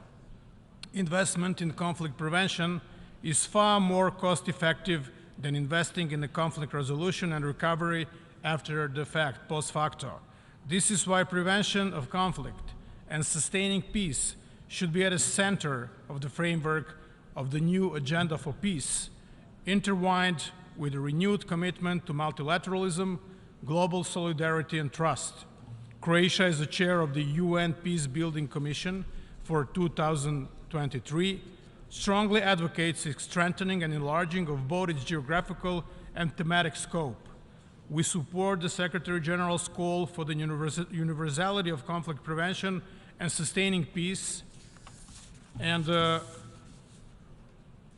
assessment of the Global Sustainable Development Progress Report showed that the efforts to achieve that synergy so far have proved insufficient. The PBC should also work more closely with international financial institutions and regional actors, forming the Sustainable Peace Network. In addition to its advisory powers, the PBC could also be vested with decision-making powers, enabling it to establish UN civilian missions upon the request of countries concerned, helping to address the root causes of instability.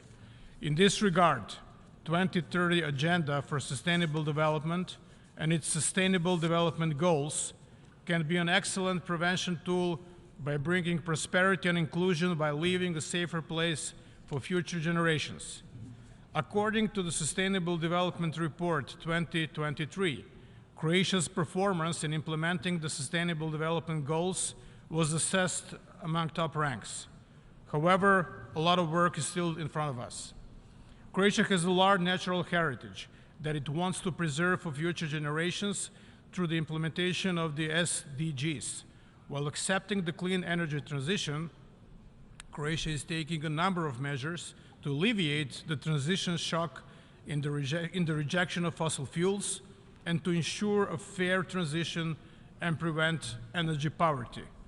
With regard to biodiversity, Croatia is committed to work jointly for the development and full implementation of an ambitious and transformational Kunming-Montreal Global Biodiversity Framework.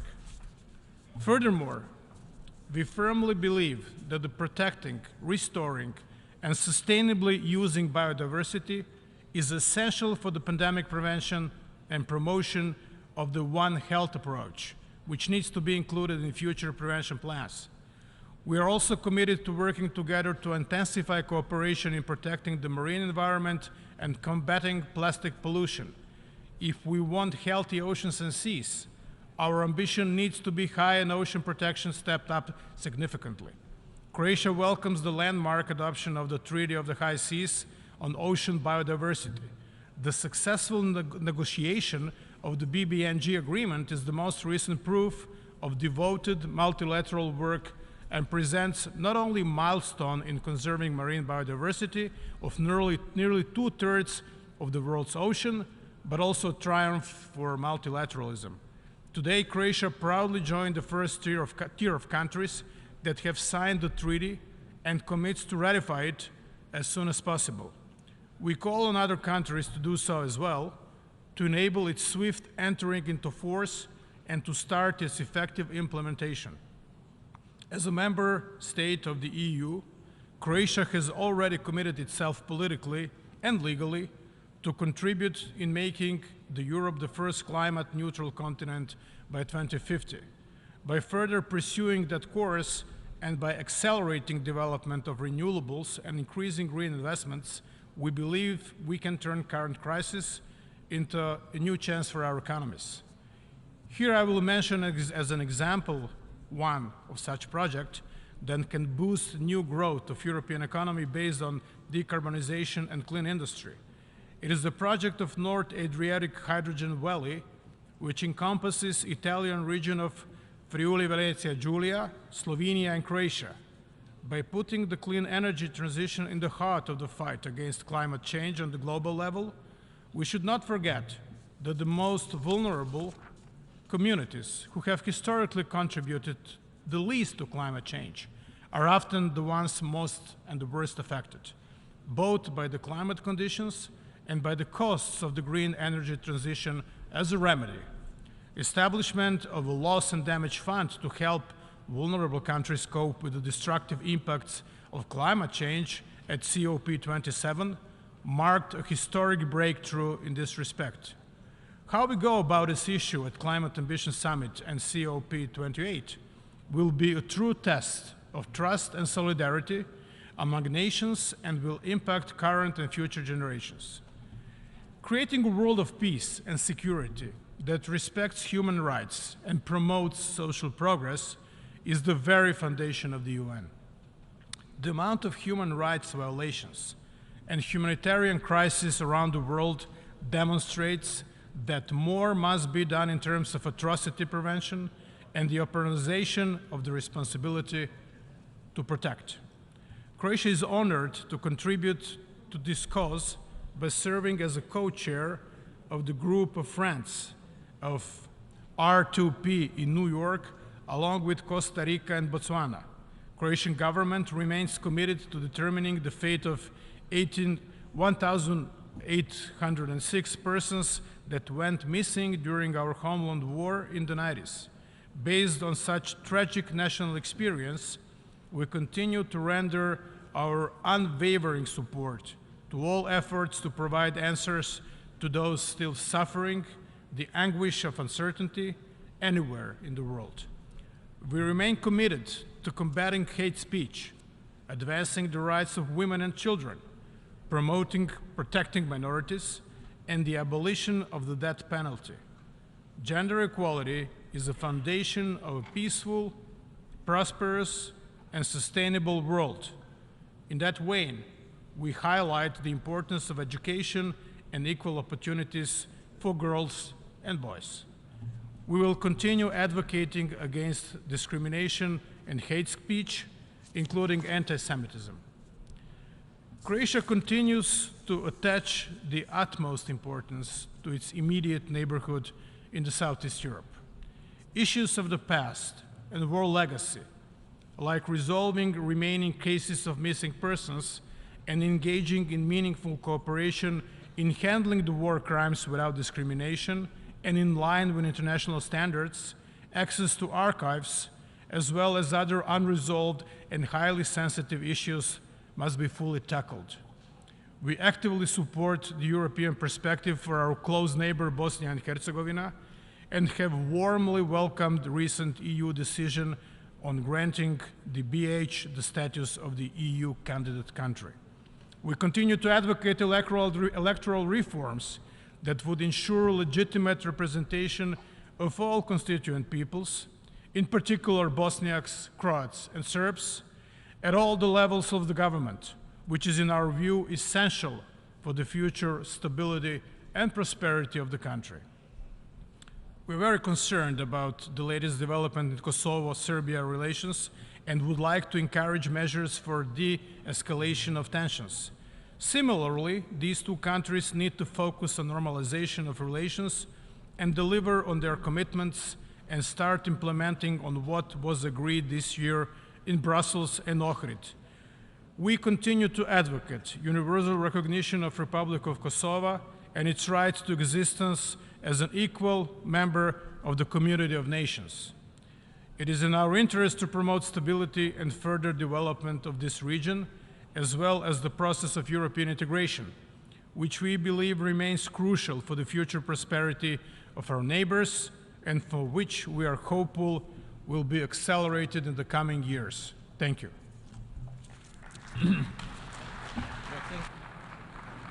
On behalf of the Assembly, I wish to thank the President of the Republic of Croatia, Zoran Milanovic, for his statement just made, and I request protocol to escort His Excellency. The Assembly will hear an address by His Excellency Guillermo Lasso Mendoza, Constitutional President of the Republic of Ecuador. I request protocol to escort His Excellency.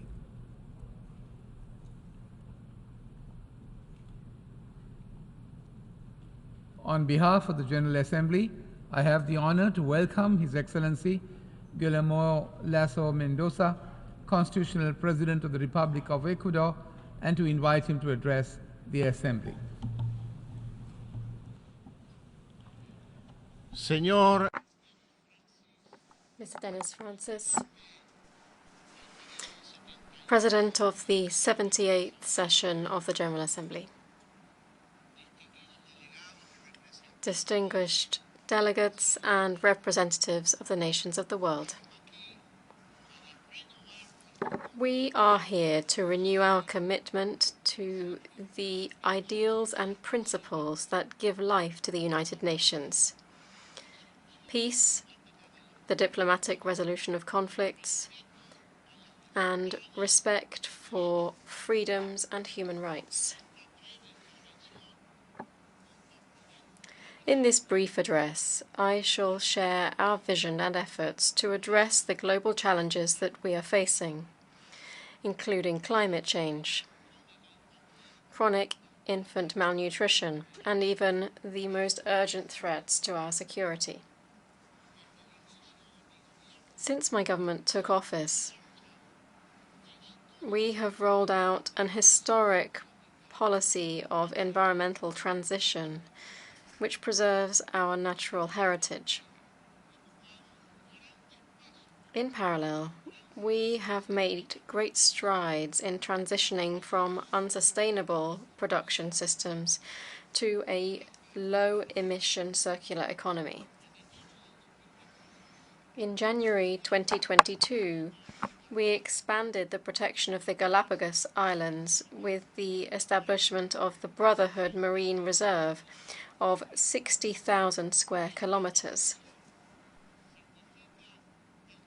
This decision represents the greatest step forward by my country towards the preservation of our incomparable biodiversity. In addition, we have enhanced the Eastern Tropical Pacific Marine Corridor, acting in common purpose with the kindred nations of Colombia, Costa Rica, and Panama. Together, we have created the largest cross-border reserve in the world in protecting 500,000 square kilometers, home to innumerable and unique species that use these migratory routes. We did this for our peoples and for the world. Above all, my government has been able to balance environmental aspirations with good economic sense. We have been pioneering in implementing an innovative debt for conservation swap initiative. This redirects resources towards the protection of the Galapagos Islands. Without doubt, this is great news for the world. The debt swap amounted to $1.63 billion, making it the largest transaction of its kind in the history of humanity. This figure is equivalent to 10% of Ecuador's public debt with external private creditors.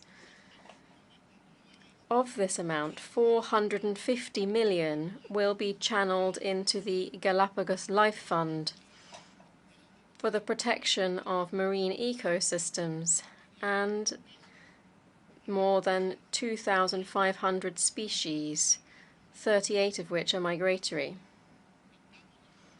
In this way, we are showing the world how debt and all of its financial weight can be converted into opportunities of various kinds.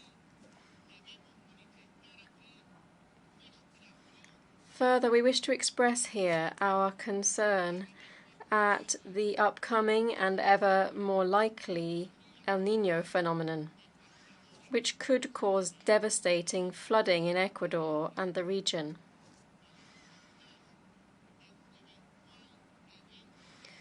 To prepare for a potential event on such a scale, we have prioritized prevention. And we are working with the United Nations to seek alternative forms of financing through multilateral organizations. We appeal to the international community to consider risk mitigation measures through the large financial funds and non-reimbursable international cooperation. Because the severity of this event is related to climate change. This is a huge task that requires the collaboration of all sectors of the international community to achieve the Sustainable Development Goals and to protect the future of us all. However, we are not only concerned by environmental issues. We are also focusing on improving the quality of life of the most disadvantaged in society, particularly children. Faced with alarming figures of chronic infant malnutrition, we have implemented the successful Ecuador Grows Without Child Malnutrition program. Through this program, in just 28 months, we reduced the rate of malnutrition in infants under the age of 2 by 3.5%, shrinking it from 23.6% to 20.1%.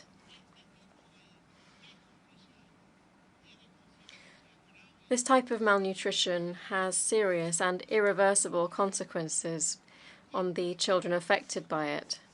It affects their neurological development, their ability to learn, to communicate, to think, and to relate to others.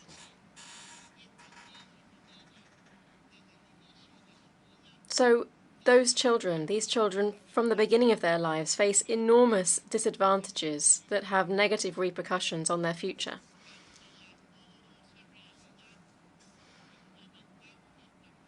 In light of this painful reality, we have implemented this public policy strategically to provide care to pregnant women and to children in their first 1,000 days of life with medicines and vitamins.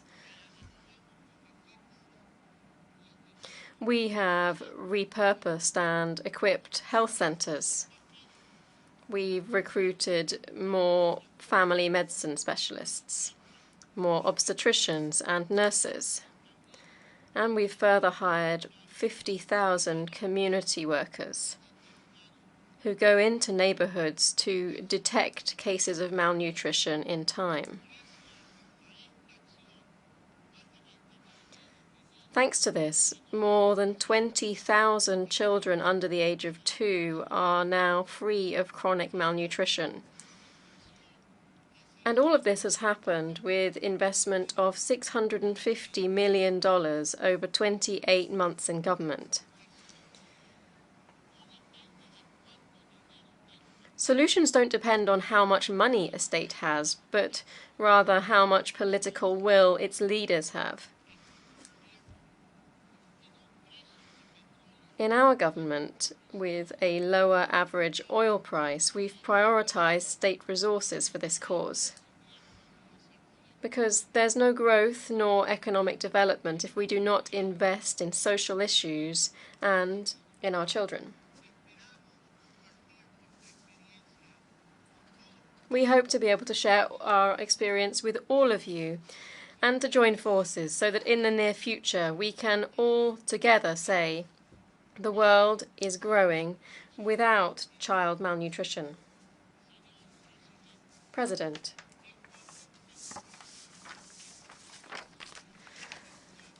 Ecuador strives to promote safe and responsible migration. We are one of the few countries that experiences all facets of migration. We are a country of origin, of destination, a transit country, and a country of return and even of refuge. Migration in recent years has been a challenge for the region because it has meant facing complex situations posing enormous challenges with cultural, economic, and social impacts.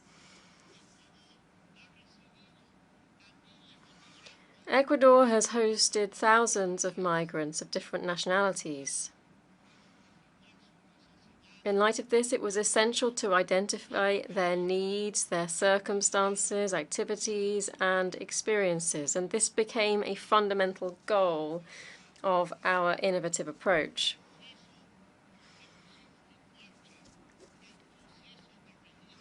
It led us to begin a registration process for foreign migrants residing in our country, irrespective of their migratory status. And we have now registered 201,711 citizens. Most of them are Venezuelan citizens who reached Ecuador fleeing hunger and authoritarianism. We want to give them a better future, guaranteeing all of their rights, giving them a humanitarian visa so that they can regularize their stay in our country and find it easier to integrate into society. Our arms have been open wide to protect this population that is asking for refuge from us. With or without documents, children are being enrolled in schools. Everybody is treated in public hospitals. Nonetheless, the open doors policy requires the valuable support of the international community. We have acted coherently and in a spirit of solidarity, and we humbly hope that this will be reciprocated. Ladies and gentlemen, after 31 years, Ecuador has taken up the challenge of returning to the Security Council. We've done this at a critical juncture for humanity, marked by extremely complex phenomena, such as the post-pandemic global vulnerability and an unexpected war which has heightened nuclear tensions. At the same time, new problems related to radicalization and violent extremism are emerging. Ecuador has risen to the challenge. Over the 9 months of our membership of the Security Council, we have acted consistently in accordance with the United Nations Charter. We have prioritized the peaceful resolution of conflicts and the protection of civilians, the Women, Peace and Security agenda, as well as combating illegal arms trafficking. Our action is in response in particular to new threats such as transnational organized crime that undermines democratic stability, civic safety, and the rule of law. I reiterate my statement at the high-level meeting of the Security Council on Ukraine. We call once again for a cessation of the military aggression and compliance with the order of the International Court of Justice, and for progress towards a peace based on the territorial integrity of Ukraine and the Charter of the United Nations.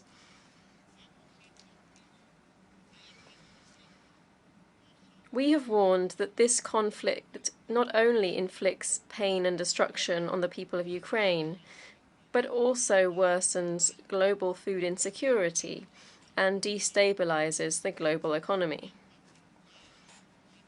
particularly in developing countries.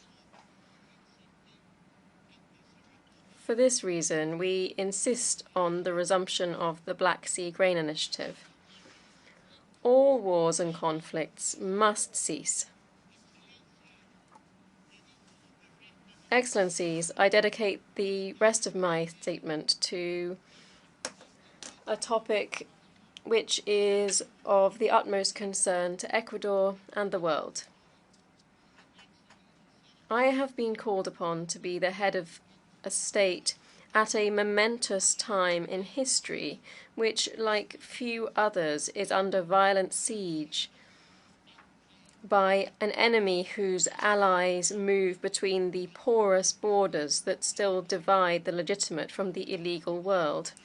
I'm referring to transnational organized crime, particularly drugs trafficking, and its dangerous and increasing effects on public life. My government has beaten records in the confiscation of drugs. In just 2 years, we have seized more than 500 tons. This is a figure that far exceeds that seized by previous governments. What we are seeing today is the result of the blow that we have wrought to the income of the criminals. Such is the impact of our policy.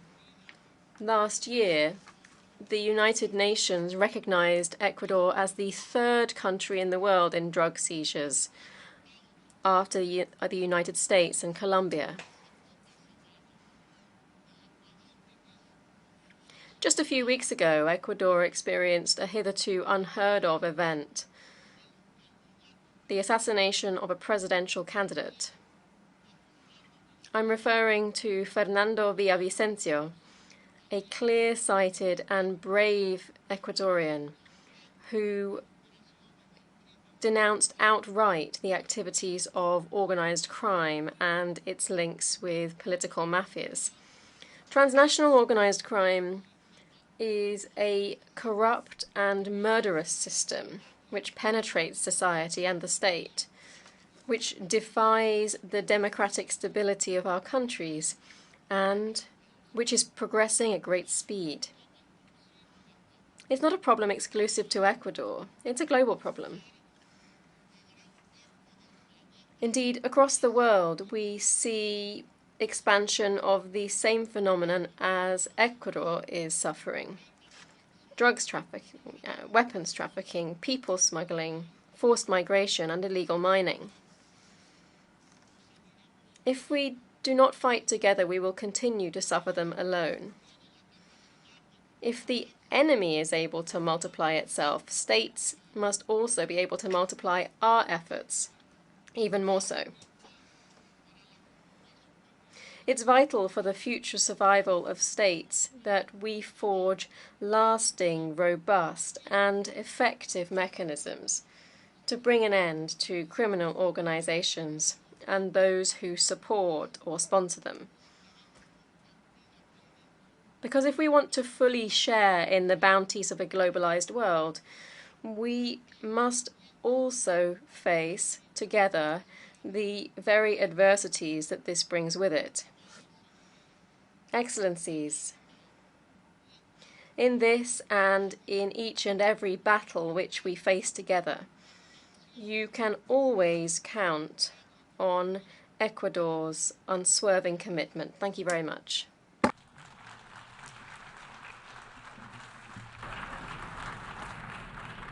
On behalf of the Assembly, I wish to thank the Constitutional President of the Republic of Ecuador for the statement just made, and I request protocol to escort His Excellency.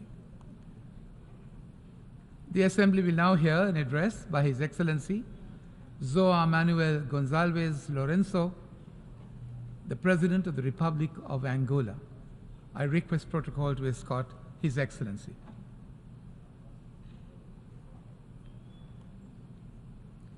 On behalf of the General Assembly, I have the honor to welcome His Excellency João Manuel Gonçalves Lourenço, President of the Republic of Angola, and invite him to address the Assembly.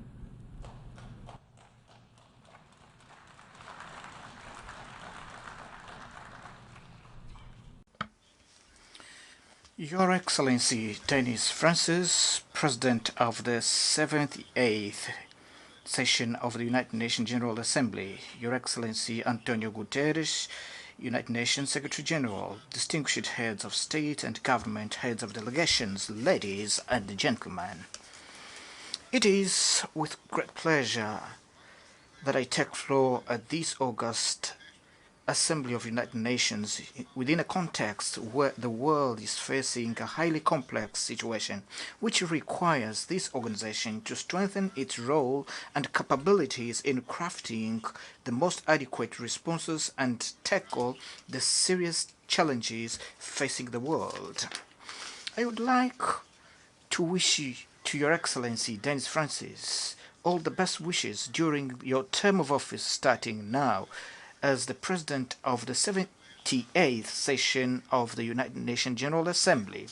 I also would like to express my thanks to Mr. Antonio Guterres and UN Secretary General for the tireless effort you've been undertaking towards peace and development under very challenging circumstances. Excellencies, as I was not present at the 2022 General Assembly session, I did not have the opportunity to, on behalf of Angola and Angolans, to express our views and concerns about the problems faced by the world, which were exacerbated by the eruption of the conflict between Russia and Ukraine in that year.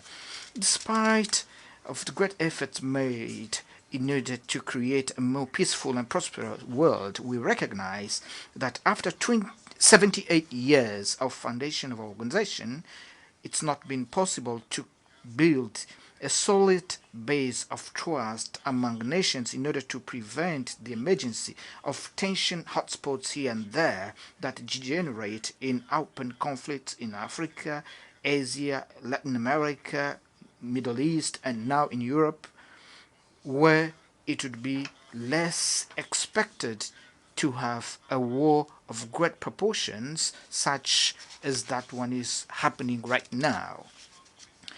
The management of interest at global level in matters of security, science and technology, as well as resources in general terms, where I highlight the strategic raw materials and energy sources, do not yet meet the interests and expectations of different nations and peoples of our planet. It is therefore fundamental to do our utmost to promote continuously the respect and upholding of values enshrined in the UN Charter and in the international law, so that we can correct the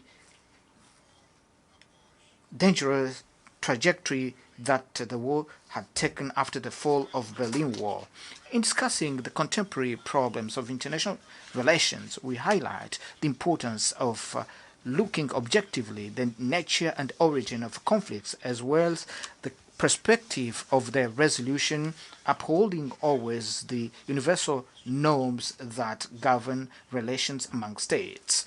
Excellencies, we have to recognize that the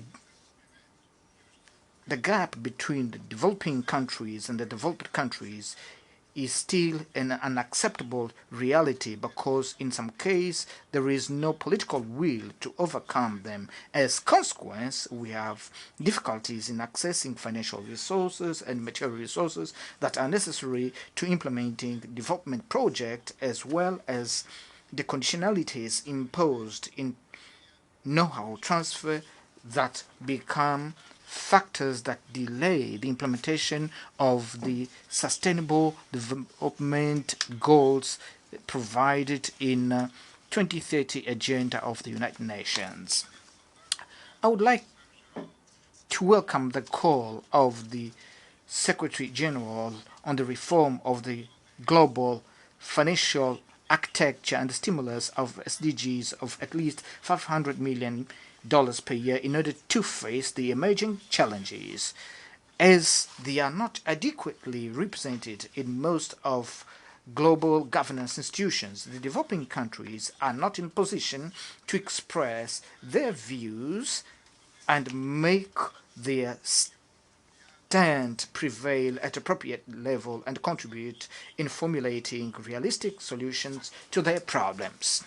This situation generates anxiety and frustration of the most vulnerable population, who, by not seeing their expectations met, they become easily prone to negative and dangerous influences to the order and stability of their respective countries. Excellencies, over the past decade, Africa has witnessed transformations that galvanized changes with impact in the upcoming generations. Many African countries have resolved their conflicts, invested as much as they could in social and economic development, and have promoted the education of their citizens, making them more informed and ready to contribute to the economic and social development of their respective countries. Democratic transitions have become regular, and essential institutions for consolidation of democracy have become more active and therefore more capable of giving support and solidity to the democratic conquest achieved in our nations. It is a record that should be highlighted, and we are convinced that all must be done in order to prevent the return to models that govern previous the advent of democracy in Africa. Nevertheless, the lack of perspective that is observed in many of our countries in social and economic fronts creates a fertile land for unrest and weakening of the recent democracies on our continent. Therefore, it is urgent and imperative that real support is given to development through financing in favorable conditions for the construction of power production distribution infrastructure, as well as water, roads, railway infrastructure, basic sanitation, construction of schools, as well as providing direct private investment on the African economy so that Africa can have a major share in the global economy. In Africa, we've been seeking ways that would help us get out of the current status, such as the initiative of establishment of the African Continental Free Trade Area with more than 1 billion consumers that constitutes an important boosting platform for the progress of the continent. International partners of Africa must believe and invest in our market, because surely they are going to have a satisfactory return on their investment in the different sectors of our economies where they decide to invest. We would like to meet the expectations of the young Africans who are forced to try to realize their dreams out of the continent in contexts of adaptation which are almost always difficult, apart from the high life risk many of them face on making dangerous crosses through the Mediterranean. Angola has been as a booster of dialogue who, in our opinion, should not limit in political and diplomatic space, but it should include also a wide range of stakeholders, namely civil society organizations, enterprises, and individuals, and giving a highlight to the youth, which is the true engine of transformations that we wish to achieve so that we can ensure the progress of our nations. It is within this spirit that Angola decided to host the Pan-African Forum for the Culture of Peace in Africa, organized in partnership with the African Union and the UNESCO, whose third edition will take place in November this year in Luanda. The forum, also known as Luanda Biennale, constitutes a good platform for exchange amongst different cultures, religions, social models through interactive and constructive sessions aimed at identifying, promoting, and diffusing feasible and inclusive models of peaceful resolution of conflicts on the African continent, which could serve as potentially inspiring landmark for other regions of the world. Excellencies, the Republic of Angola has been seeking to contribute with its experience in terms of peace building, harmony, and national reconciliation to the resolution of conflicts that are striking the African continent, with special emphasis with that happening in the Democratic Republic of the Congo, where we believe that we will be able to build a base of trust between the warring parties that would contribute to slowing down the tensions in the Great Lakes region and lead us to so much awaited peace. These steps aimed at containing the expansion of terrorism and other destabilization actions imply financial costs that our countries are not always ready to bear. Therefore, it can compromise the success of peace-building operations that are being carried out and topple down all the hope that is made around these processes. That's why it is essential for us to reaffirm the need of adequate, sustainable, and foreseeable financing in the efforts aimed at fighting terrorism in the continent. Therefore, it is opportune to renew our call to the United Nations, particularly the Security Council, for the use of fixed contribution for peacekeeping operation mandated by the African Union. Up until relatively short time ago, the Sahel region was struck only by actions of terrorist groups helped by terrorism. who have found a vacuum of power in Libya, they have spread to the neighboring countries. To this situation we add, which is already dangerous, in almost the same region, a new wave of unconstitutional change of power came out, which is carried out by the military. These new powers should not be rewarded with the possibility of sharing with us the same political stages. Otherwise, would be conveying a wrong message which is contrary to the principles that we advocate.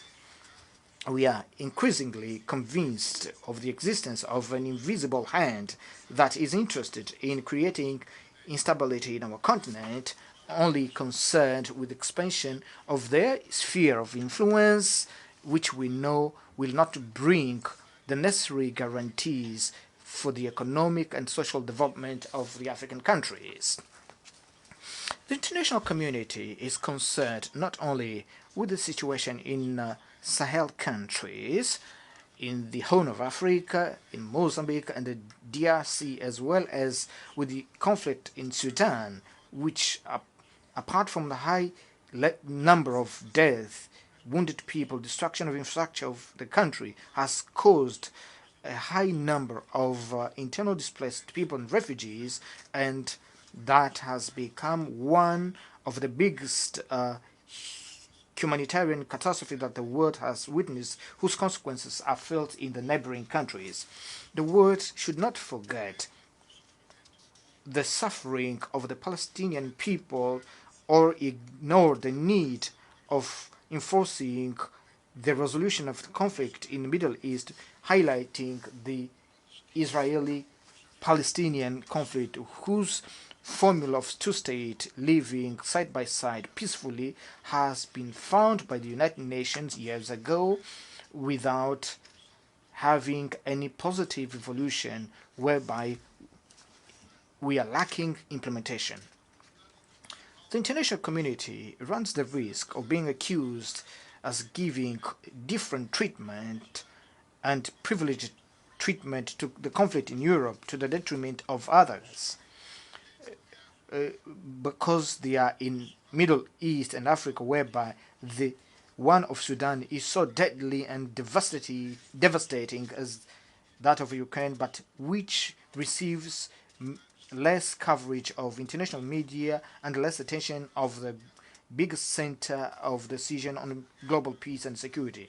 In Europe, the war between Russia and Ukraine should deserve all our attention, urgency of putting it to an immediate end due to the level of human and material destruction that is seen there, and also risk to escalate to a big conflict of global scale and its negative effects on energy and food security.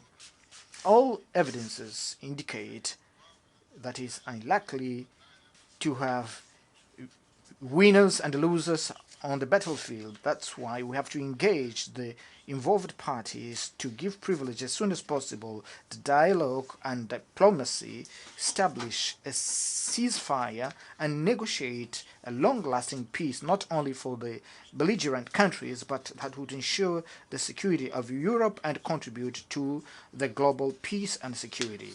Excellencies, over the past 3 years, we faced a great global challenge that was raised by the COVID-19 pandemic, which has demonstrated the importance and the need of solidarity among nations as base of facing and resolving the big global challenges. And this example should serve as a paradigm of our behavior in facing other challenges, mainly those that have to do with the fight against poverty, disparities between the developing and the developed countries in the field of science and technology, which represent, as we all know, important and indispensable factors to boost development and well-being of peoples of our planet.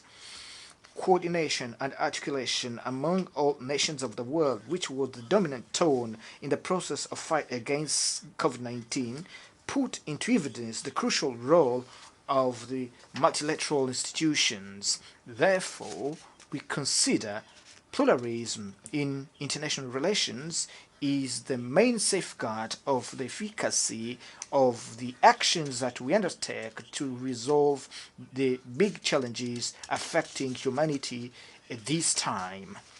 It is true that in the perspective of multilateralism, United Nations have to empower itself in order to assume an effective role in fulfillment of its task and imposing urgently the need of UN Security Council reform, whose reform should reflect the reality of current times that is totally and deeply different from that reality right after the end of the Second World War.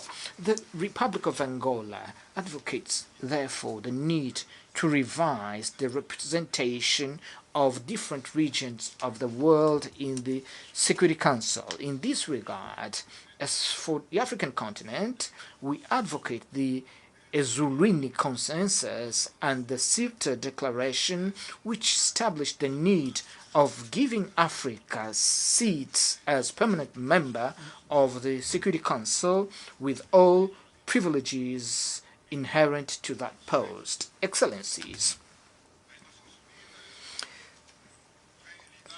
the United Nations have been dealing along decades with a number of situations to which they have adopted a number of resolutions that are simply ignored and disregarded without any consequences to the protagonists.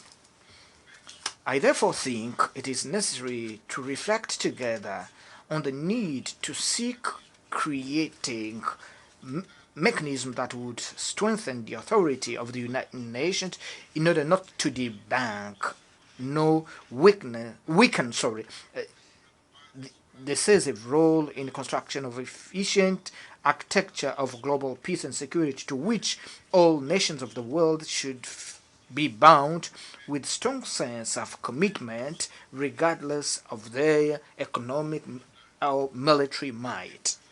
It is therefore opportune to highlight the importance of enforcing the resolution in force with regard to embargo on Cuba and the prevailing conflict in the Middle East between Israel and Palestine. One should recall that in 2021, I participated in this city of New York at a meeting of the Security Council with the purpose of discussing the issue of lifting arms embargo on the Central African Republic. No progress since then has been recorded in this matter, which affects seriously the exercise of a fundamental right of countries of having their own national armies to ensure the defense of independence, sovereignty, and normal functioning of the institutions of the country. I once again reiterate the pertinence of putting this issue on the agenda of the Security Council of the United Nations so that a decision is made that will allow the Central African Republic to comply fully with their role as an independent state and not having need to resort to hiring of foreign paramilitary forces for indefinite time. Excellencies, the Republic of Angola is chairing the Summit of Heads of State of the Organization of African, Caribbean, and Pacific States, which gives us the responsibility to discuss some aspects related to that organization.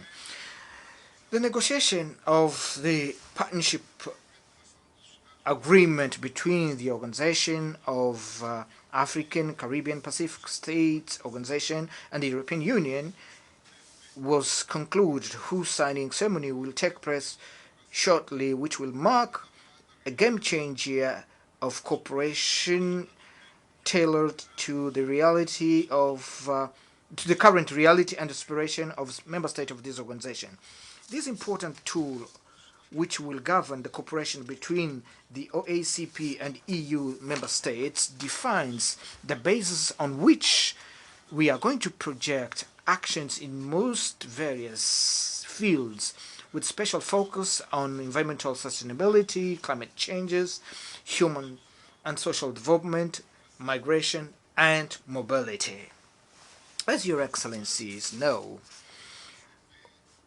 OCPS includes 79 member states from 3 continents, 3 oceans, and represents an enormous potential for cooperation for those who establish partnerships in priority fields for the member states that will generate reciprocal benefits.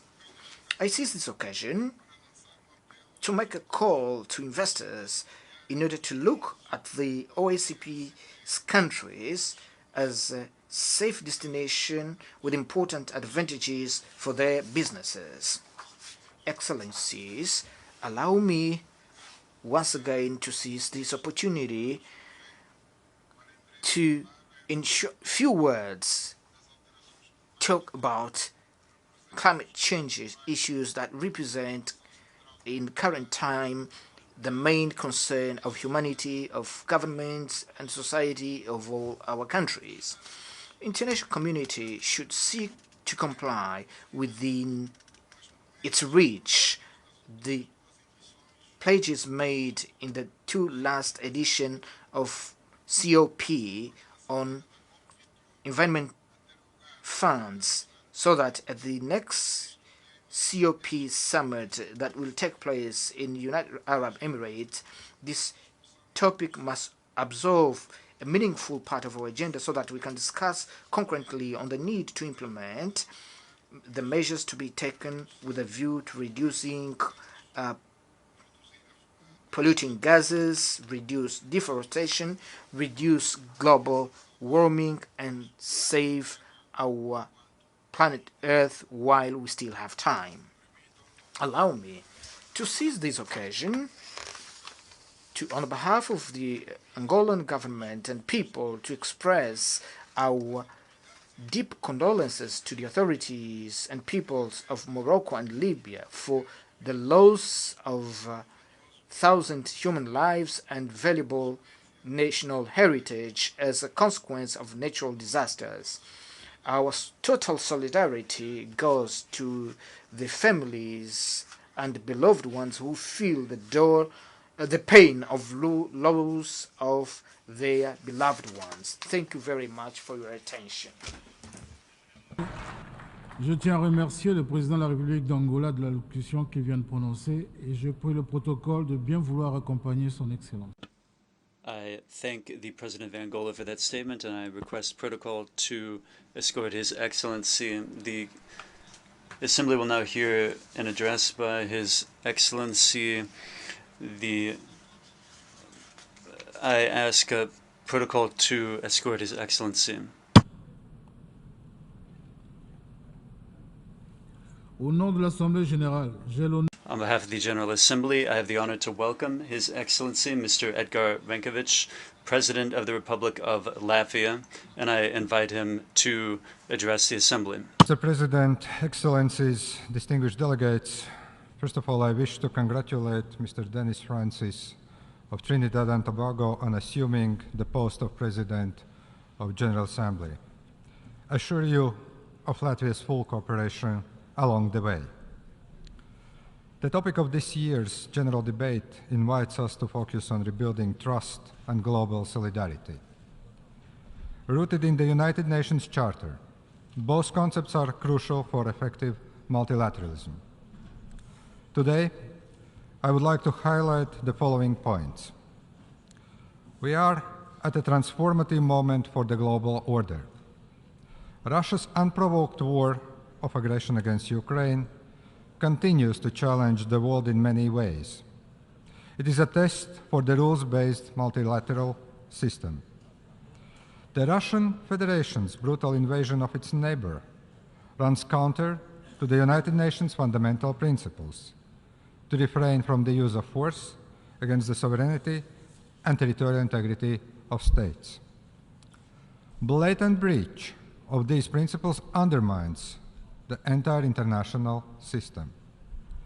Especially, if the aggressor is a nuclear weapon state and a permanent member of the United Nations Security Council. It is not a dispute between two neighboring countries. Russia's attack was unprovoked.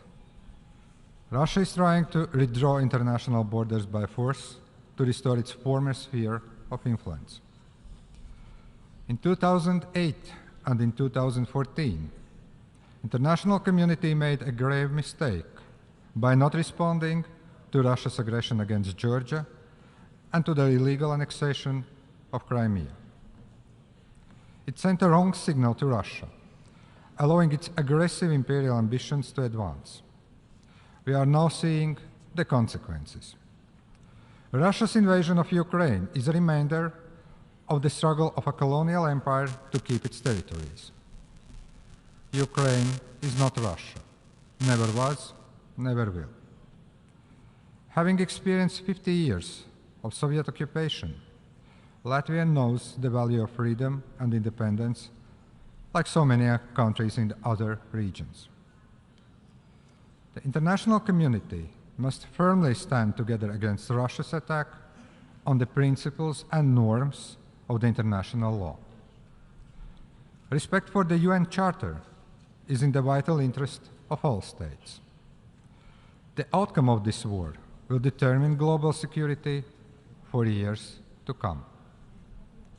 Latvia condemns, in the strongest possible terms, Russia's ongoing aggression against Ukraine. Aggression that has been enabled by Lukashenko's regime in Belarus. We cannot talk about restoring international trust until Russia ends the war and withdraw from Ukraine. Russia must withdraw all its forces and military equipment from Ukraine within its internationally recognized borders. Russia must stop its terror and atrocity crimes. In response to those who call for ceasefire and peaceful dialogue, I wish to remind that only Ukraine can decide when to start negotiations about peace. Latvia supports Ukraine's peace formula. Sustainable peace must be based on Ukraine's sovereignty and territorial integrity. I call on all members of the United Nations to support those principles. Ukraine has shown remarkable determination in exercising its right to self-defense against Russia's aggression. I urge international community to continue providing all necessary support to Ukraine and its people. Latvia will support Ukraine for as long as it takes. Our assistance to Ukraine has already exceeded 1.3% of Latvia's GDP. Together with private sector and civil society, we have sent humanitarian aid to Ukrainian regions. Latvia continues to give safe refuge to Ukrainian people. We provide rehabilitation to wounded Ukrainian soldiers and victims of sexual violence. Comprehensive support to Ukrainian people to rebuild their country will be required. It is important to lay the ground for the reconstruction of Ukraine already now. Distinguished delegates, even in times of war, the rules of the international humanitarian law apply. The evidence of Russia's deliberate attacks on civilian population and infrastructure in Ukraine is mounting. Innocent civilians, including children, are killed. More than 11 million people have been forced to leave their homes. Forcible deportations and illegal adoptions of Ukrainian children to Russia are of serious concern. We call on the United Nations to take a more active stand on this issue. Latvia knows all too well the heavy toll deportations and repressions of the occupying regime have brought upon generations. Russia must bear full legal and financial responsibility for its aggression. We must ensure complete accountability for all crimes committed in Ukraine. It means responsibility of Russia as a state for violations of international law. and it means individual liability for the most serious international crimes. I commend the steps taken by the International Criminal Court to investigate atrocity crimes in Ukraine. Latvia has provided financial contribution to ICC, including to the Victim Support Fund. We support other international mechanisms documenting and investigating Russia's violations. However, the International Criminal Court or any other existing mechanism cannot exercise jurisdiction over the crime of aggression against Ukraine. Every effort should be made to hold Russian leadership and military personnel accountable. What is at stake is whether impunity or abiding to international rules of law will prevail. Latvia reiterates the need to establish a special international tribunal for the crime of aggression against Ukraine. The creation of a tribunal under the auspices of the United Nations would provide the strongest international legitimacy. I encourage other countries to support this proposal. The Register of Damage created by the Council of Europe is an important step towards a future international compensation mechanism. Currently holding the presidency of the Council of Europe, Latvia has launched the register. We hope more countries beyond members of the Council of Europe will join this important initiative. By blocking Ukraine's exports and destroying its agricultural sector, Russia has disrupted grain deliveries worldwide. Yet it claims to care about global food security. There is no doubt that Russia is directly responsible for the suffering of the people worldwide. Increase of costs and food insecurity affects all regions. The Black Sea Grain Initiative was paramount for global food security. We condemn Russia's single-sided termination of this initiative. Food and energy are instruments in Russia's warfare, fueled by disinformation. Lies must be countered with truth and facts. Russia's invasion of Ukraine has caused shortage of food and fertilizer supplies. Those were not the sanctions. Sanctions do not block the export of mineral fertilizers and grain from Russia. The truth is that Russia is benefiting from higher prices. Access to food is a human right, and hunger must never be used as a political tool. International efforts to facilitate Ukrainian exports for global food security must continue. Latvia cooperates with the World Food Programme to improve food security worldwide. I urge the United Nations to resolve the removal of the remaining Russian-owned fertilizers from the territory of Latvia, so they can be delivered to the countries in need as soon as possible. The UN system must respond more effectively to humanitarian needs. Mr. President, the concept of solidarity has defined the work of the United Nations since the birth of the organization. The Sustainable Development Goals Summit, held 2 days ago, reaffirmed the importance of dialogue, cooperation, and solidarity. At the same time, the summit acknowledged stark reality. The achievement of global goals by 2030 will be very challenging for many countries. International cooperation will be key. The Global SDG Index ranks Latvia in the 14th place among UN member states for overall achievement of global goals. Latvia is convinced that strengthening of innovative and eco-efficient economy, quality education, and good governance will contribute to our development. Participation of the non-governmental sector and youth has become an integral part of our national decision-making processes. In the spirit of solidarity, Latvia's development cooperation policy is becoming more global. Notable part of our development support has been provided to Ukraine and countries of the European Eastern Partnership. and Central Asia. Latvia now extends cooperation projects to countries in Africa. We are willing to contribute to the promotion of peace, good governance, economic growth, digitalization, and gender equality. Latvia recognizes the climate-induced challenges that small island developing states face. Strengthening resilience remains at the core of CITES sustainability.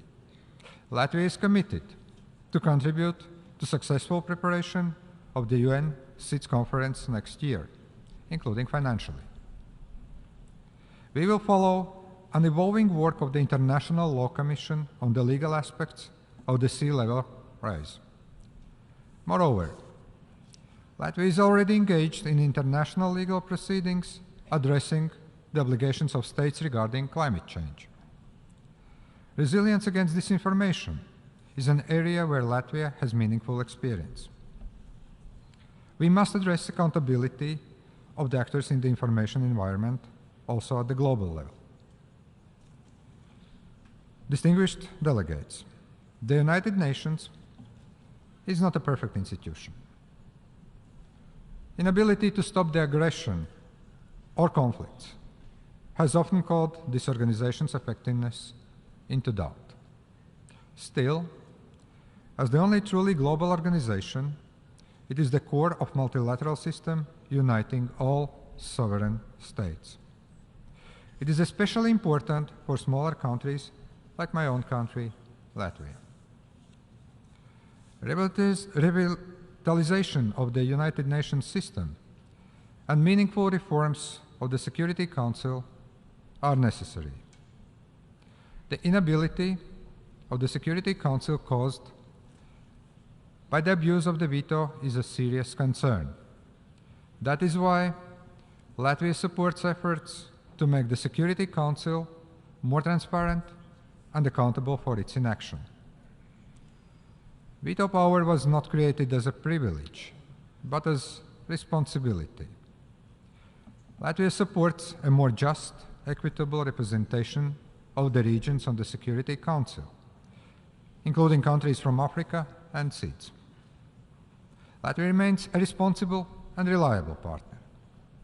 We will continue to be involved in peacekeeping and peace-building efforts. Determination to protect the fundamental values of the United Nations Charter guides Latvia's candidacy for the Security Council elections in 2025. This organization will be as effective as the collective will of its member states. It is in our hands to safeguard and to improve it. I thank you very much.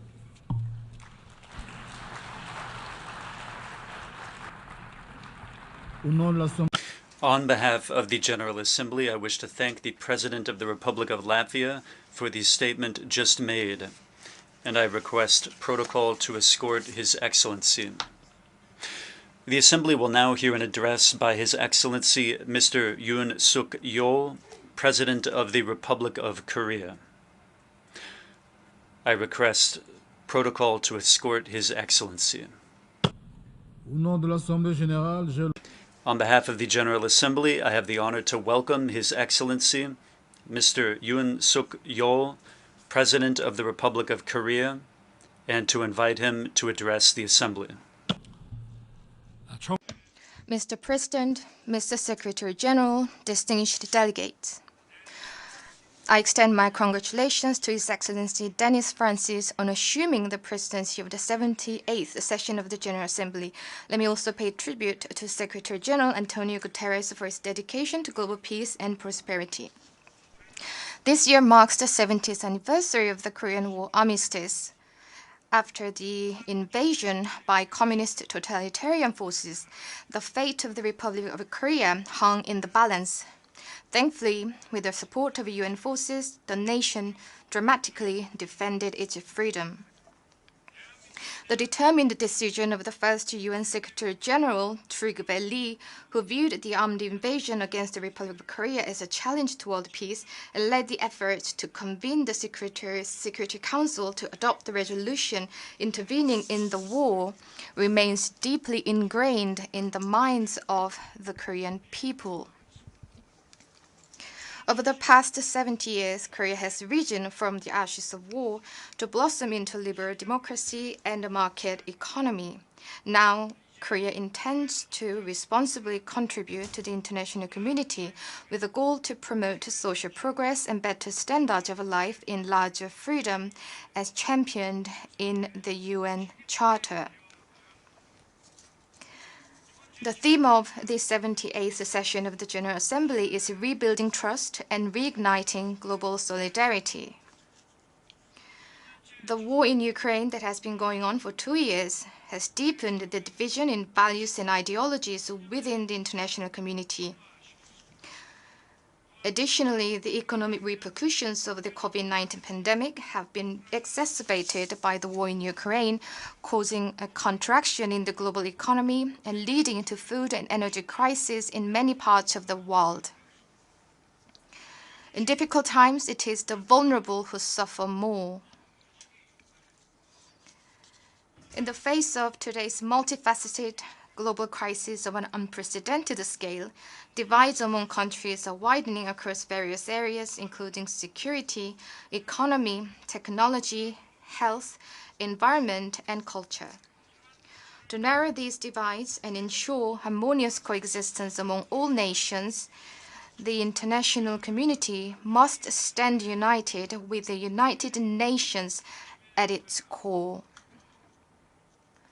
Today, I wish to address the divide issue in 3 key areas: the development divide, climate divide, and digital divide.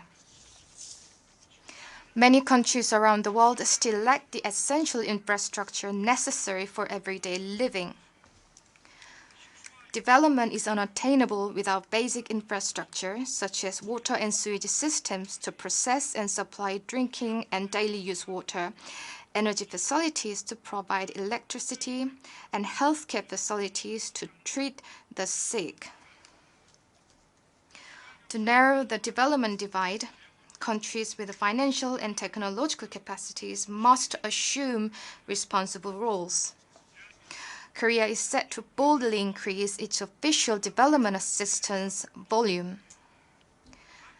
Despite this year's fiscal austerity measures, the Korean government has raised the ODA budget planned for the upcoming year by over 40%. As a result, compared to the fiscal year of 2019, Korea's ODA budget is expected to more than double next year. We'll allocate the increased ODA funds to foster development cooperation tailored to the needs of our partner countries.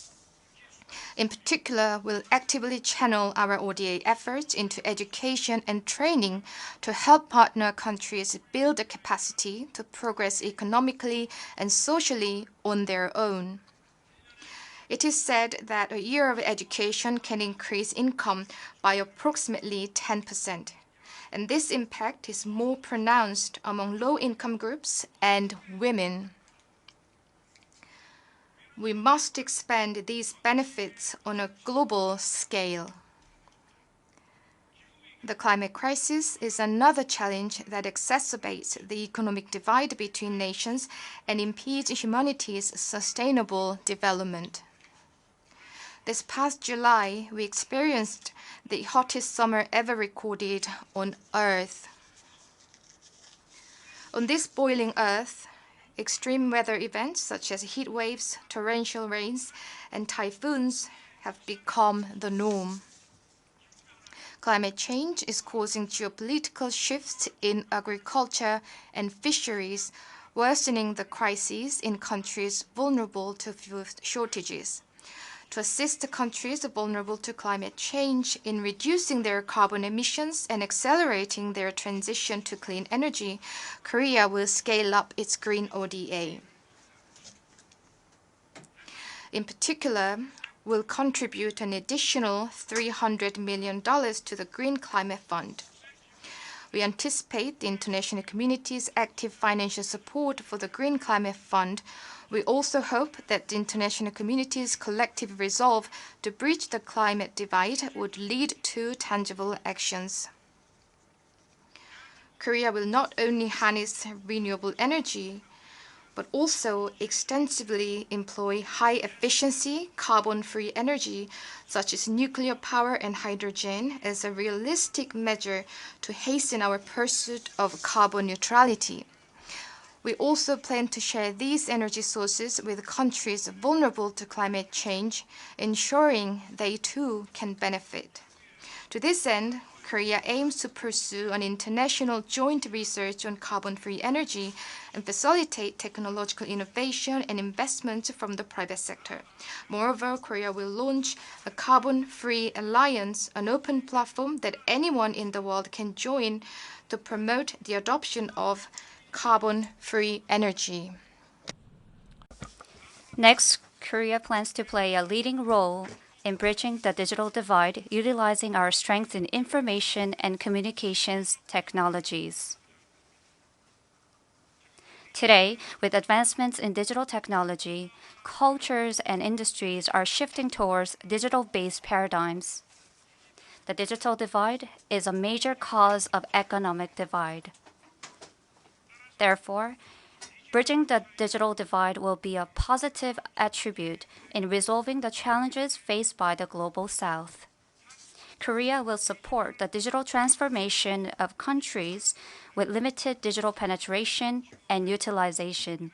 This will enhance their citizens' access to education, healthcare, and financial services.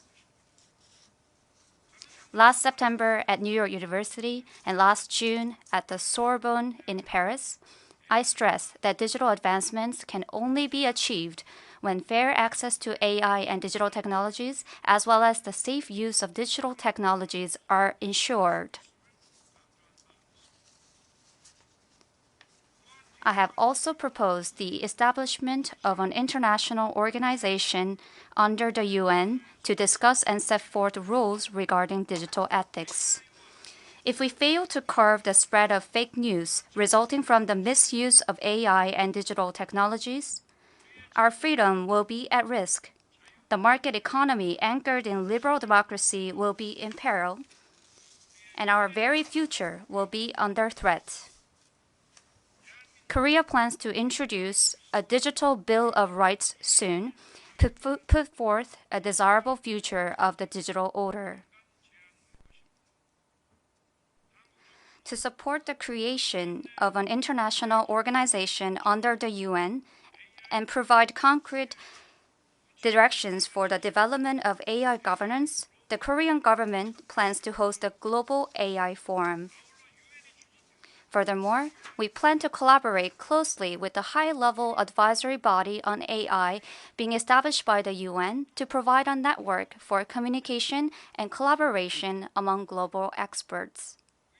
Mr. President, Mr. Secretary General, distinguished delegates, without international peace and security, development and prosperity remain elusive. During my visit to Kyiv last July, I saw the sorrow in the eyes of children being treated at the National Children's Hospital.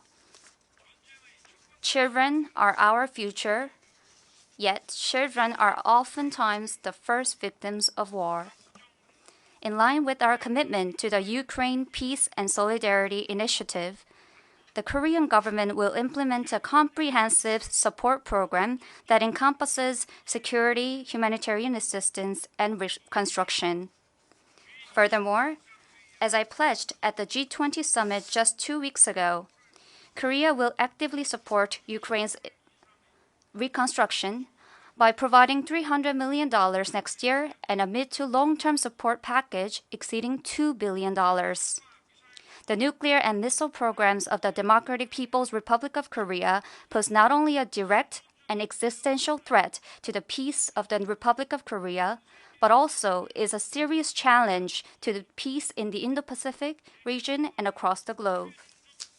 It is paradoxical that a permanent member of the UN Security Council, entrusted as the ultimate guardian of world peace, would wage war by invading another sovereign nation and receive arms and ammunition from a regime that blatantly violates UN Security Council resolutions.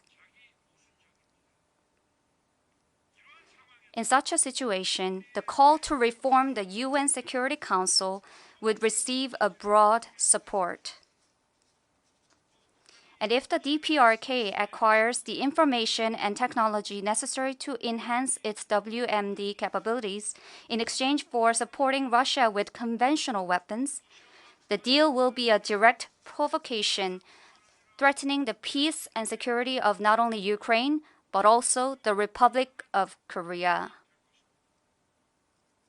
The Republic of Korea, together with its allies and partners, will not stand idly by. Mr. President, Mr. Secretary General, distinguished delegates. While military strength may vary among countries, by uniting in unwavering solidarity and steadfastly adhering to our principles, we can deter any unlawful provocation. As a member of the UN Security Council for the 2024-2025 term, the Republic of Korea commits to playing a responsible role in promoting and building global peace as we work closely with fellow UN member states. Passing on to future generations an international order grounded in justice and the rule of law, along with sustainable freedom, peace, and prosperity, is a historic responsibility shared by all of us here today. The Republic of Korea, together with the United Nations, shall readily take on this responsibility. Distinguished delegates, the Republic of Korea aspires to host the World Expo 2030 to fulfill its responsibility and contribute to the international community. It was Busan that served as the last bastion defending the freedom of Republic of Korea when the most of the country was invaded and conquered by the communist forces more than 70 years ago. It was also Busan that rose from the ruins of the Korean War and became the second largest transshipment hub in the world, leading the miracle on the Han River. Without Busan, Korea would not have been able to stand where it is today. Now, the Republic of Korea will play its role as a responsible member of the global community by hosting the 2030 Expo in Busan, a gateway that links the Eurasian continent and the Pacific. Korea intends to give back to the international community by sharing its experience of economic growth and development, reciprocating the help it received in the past. The 1851 London Expo was an expo of the Industrial Revolution. The 1900 Paris Expo was an expo of culture. The 1962 Seattle Expo was an expo which opened the new space era. The 2000 Hanover Expo was an expo of the environment. The 2030 Busan Expo will be an expo of the solidarity. The basis of Korea's foreign policy is freedom and solidarity. Building upon these values, the 2030 Busan Expo will serve as a platform of solidarity through which the world's citizens can overcome crises and spread freedom together. The Busan Expo will be a festival where all nations can come together to share their history, culture, goods, and visions for the future, and will significantly contribute to the freedom, peace, and prosperity of the citizens around the globe. Thank you. On behalf of the General Assembly, I wish to thank the President of the Republic of Korea for the statement just made, and I request protocol to escort His Excellency. The Assembly will hear an address by His Excellency, Mr. Emomali Rahmon, President of the Republic of Tajikistan. I request protocol to escort His Excellency.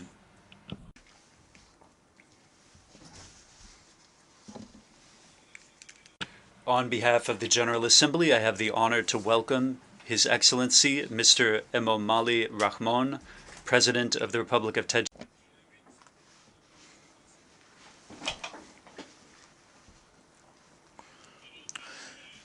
Mr. President, Mr. Secretary General, heads of state and government, ladies and gentlemen. In today's challenging and turbulent time, the international community more than ever needs integration and trust. We are now witnessing alarming developments in the international arena against the backdrop of increasing modern threats and challenges. Terrorism, extremism, and transnational organized crime, rapid armament, as well as the escalation of the Cold War, threaten international peace, security, and development. At the same time, the disastrous impacts of climate change, extreme heat, floods, droughts, fires, and other natural disasters, as well as water shortages and famine, pose a serious threat to humanity. In this context, joint concerted efforts to address these threats and challenges and achieve the goals of the 2030 Agenda have become more imperative.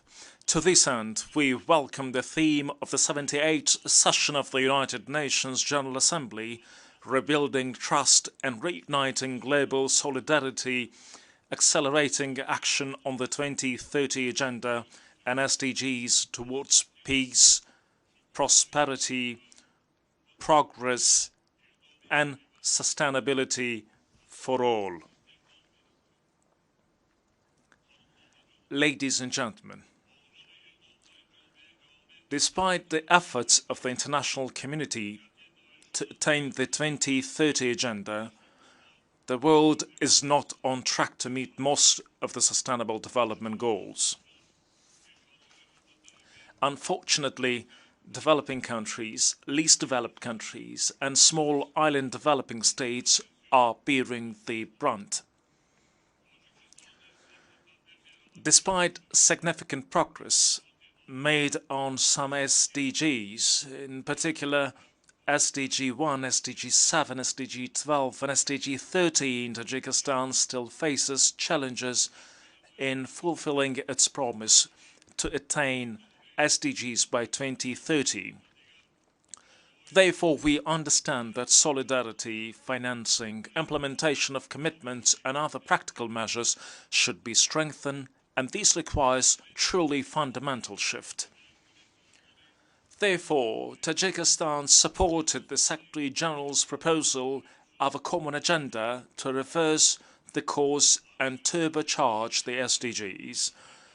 We also welcome the Secretary General's SDG stimulus to deliver Agenda 2030 and call for at least $500 billion to be made available to developing countries, least developed countries, and small island developing states annually to accelerate progress towards the 2030 Agenda.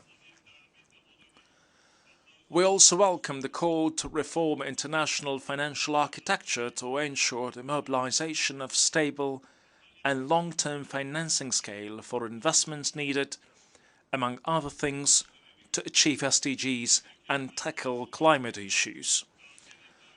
Distinguished participants, as we all observe, climate change impacts are increasing across the globe. This year, we witnessed the highest air temperature over the entire period of observation. Asia is warming faster than the global average, as a recent World Meteorological Organization latest report, State of the Global Climate, indicates. The negative consequences of this process, such as droughts, floods, landslides, and fires in different regions of the world, including Tajikistan, are very alarming phenomena. Tajikistan, with 93% of its territory covered by mountains, is experiencing the impact of climate change firsthand and considered one of the world's most vulnerable countries to climate change's impact. frequent climate-related disasters in the forms of landslides, mud flows, floods and droughts in Tajikistan result in human and infrastructure loss annually. To this end, Tajikistan attaches particular importance to the Sendai Framework for Disaster Risk Reduction 2015-2030, which is called upon to promote the improvement of early warning systems, to increase investments in programs on natural disaster risk reduction, and to render financial assistance to developing countries. Tajikistan is one of the pilot countries to implement the United Nations Secretary-General's Early Warning for All initiative. Ladies and gentlemen,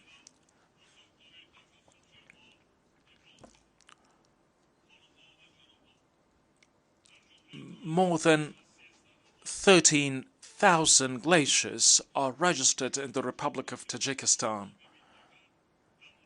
and 60% of the region's water resources form in our country.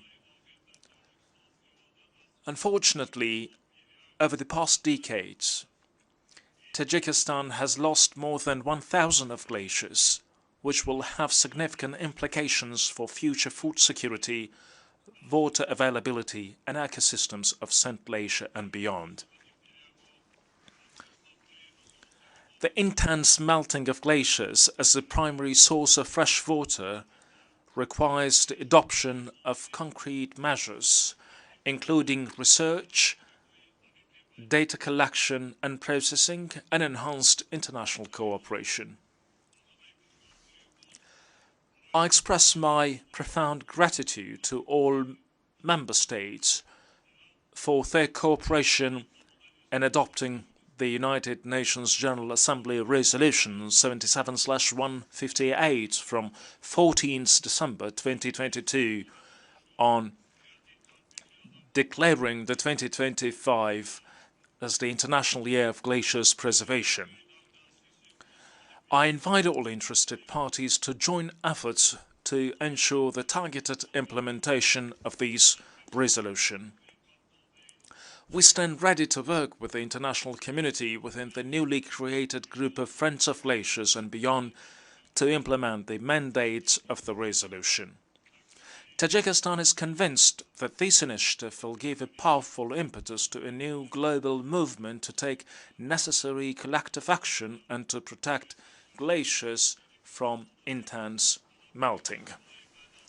I would also like to highlight the successful outcomes of the United Nations Conference on the Midterm Comprehensive Review of the Implementation of the Objectives of the International Decade of Action of Water for Sustainable Development 2018-2028. I do believe that fulfilling the commitments made by the international community at the conference will contribute to achieving SDG 6 and addressing other internationally agreed water-related goals. Recently, the General Assembly unanimously adopted another resolution following this conference, proposed by Tajikistan, the Netherlands and Senegal. We hope that Member States and other partners will join our efforts in this process. It is worth noting that Dushanbe will host the third high-level conference on the implementation of the Decade for Action Water for Sustainable Development in 2024 and the International Conference on Glaciers Preservation in 2025.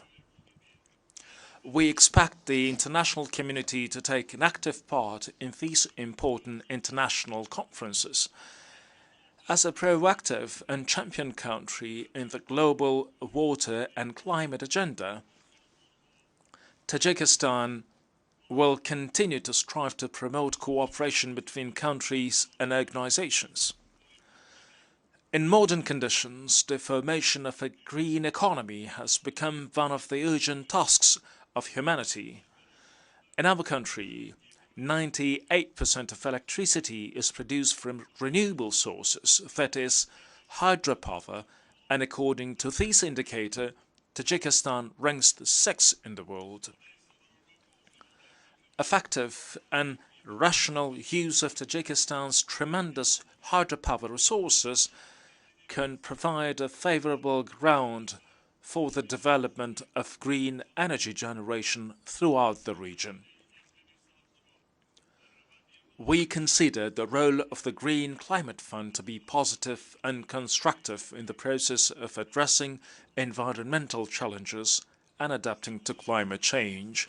In support of the fund's strategic plan for 2024 and 2027, we invite member states, especially developed countries, and other stakeholders to contribute to financing its implementation. Dear friends, regional solidarity and integration is of paramount importance in today's interconnected world. It enables countries to address shared challenges, promote peace, and respond effectively to emergencies. Currently, as a result of joint measures taken by the countries of Central Asia, a favorable atmosphere has been created for strengthening regional integration. It was fully demonstrated during the 5th consultative meeting of the heads of state of Central Asia, which took place on 14th and 15th of September 2023 in Dushanbe. This initiative will contribute to a stable atmosphere of peace, cooperation, sustainable development and prosperity in our region. Ladies and gentlemen, security, stability and regional cooperation in Central Asia are directly linked with the situation in neighboring Afghanistan. Afghanistan continues to face a difficult political, economic and social situation. As the United Nations Secretary-General puts it, 97% of Afghans live in poverty. In this challenging time, Tajikistan reaffirms its commitment to continue providing humanitarian assistance and allowing its infrastructure as well as 6 bridges on the border to support the Afghan people. Taking this opportunity, I would like to once again appeal to the international community to increase the volume of humanitarian aid to the suffering people of Afghanistan. We, in this regard, are ready for further increased cooperation with international partners and other interested parties. We continue to consider the establishment of intra-Afghan dialogue and the creation of a truly inclusive government with the participation of representatives of all peoples, nations and political and social groups as an important ground for achieving lasting peace and genuine stability in Afghanistan. Drug trafficking, especially from Afghanistan, has increased dramatically over the past 2 years. During this period, the competent authorities of Tajikistan confiscated more than 10 tons of narcotics on the border with this country, which is several times more than in previous years. The government of Tajikistan is continuously taking practical measures within the framework of the National Strategy for Combating Terrorism and Extremism for 2021-2025. We, in cooperation with the international community, intend to hold the next international conference on counter-terrorism and its financing in Dushanbe in 2024. Tajikistan reiterates that the response to the growing threats of terrorism, extremism, trafficking in narcotics and other global modern threats and challenges must be comprehensive and uncompromising. We in this connection do believe that the United Nations Office for Counter-Terrorism can and should contribute effectively to the integrated and balanced implementation of the United Nations Global Counterterrorism Strategy and other relevant documents to address all aspects of these threats and challenge. The efforts should also be focused on preventing the use of the Internet for radicalization, recruitment and propaganda of extremism and violence. Tajikistan welcomes the adoption in June 2023 the 8th review of the United Nations Global Counterterrorism Strategy. We believe it provides a robust framework in further guiding our counterterrorism efforts. Distinguished participants, the fabric of our societies is woven with the thread of different cultures, traditions and faiths. This solidarity is a good basis for peaceful life in a space of mutual understanding between different cultures and religions.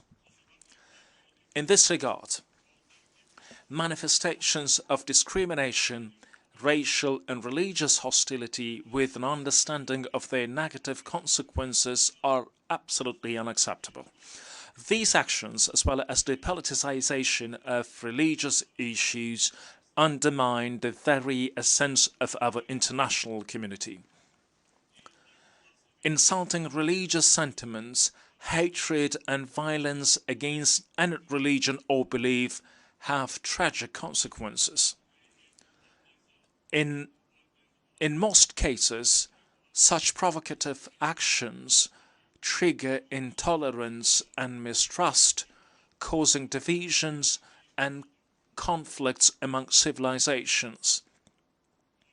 In this sense, Tajikistan strongly condemns any insult to the religious sanctity of the people, including the Holy Quran or other cultural and religious values of humanity.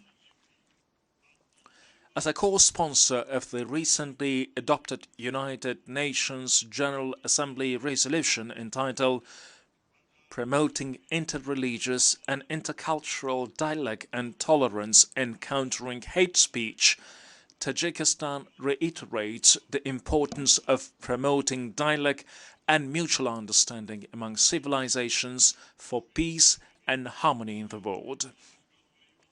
We believe spreading the values of tolerance and peace is the best way to confront hate speech, fanaticism, extremism, violence and incitement.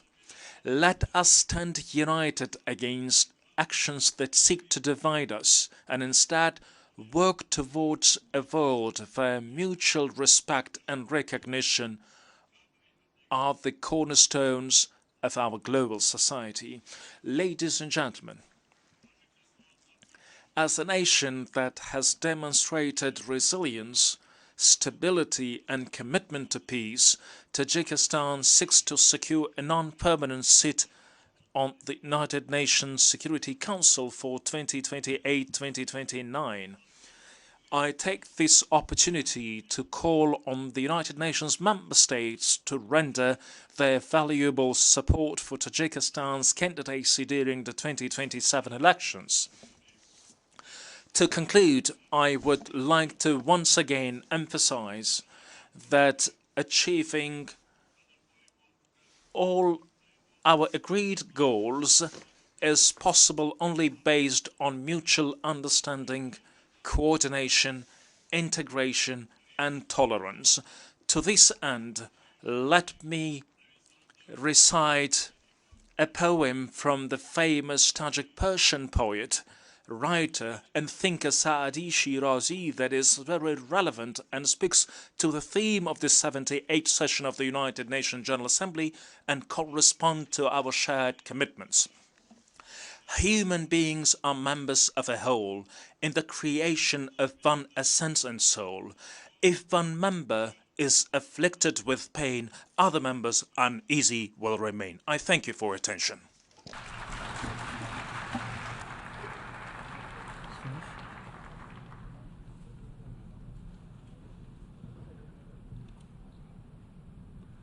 Au nom de l'Assemblée. On behalf of the Assembly, I wish to thank the President of the Republic of Tajikistan for the statement just made, and I request protocol to escort His Excellency. The Assembly will hear an address by Her Excellency, Ms. Iris Xiomara Castro Sarmiento, President of the Republic of Honduras. I request protocol to escort Her Excellency. On behalf of the General Assembly, I have the honor to welcome Her Excellency, Ms. Iris Xiomara Castro Sarmiento, President of the Republic of Honduras, and to invite her to address the Assembly.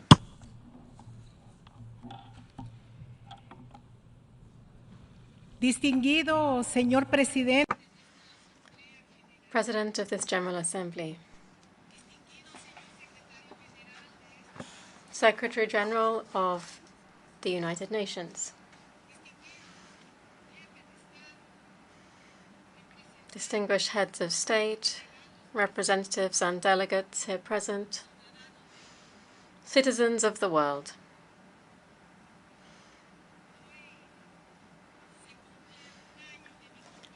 Today marks 1 year since I last appeared before this Assembly as the first female President of the Republic of Honduras.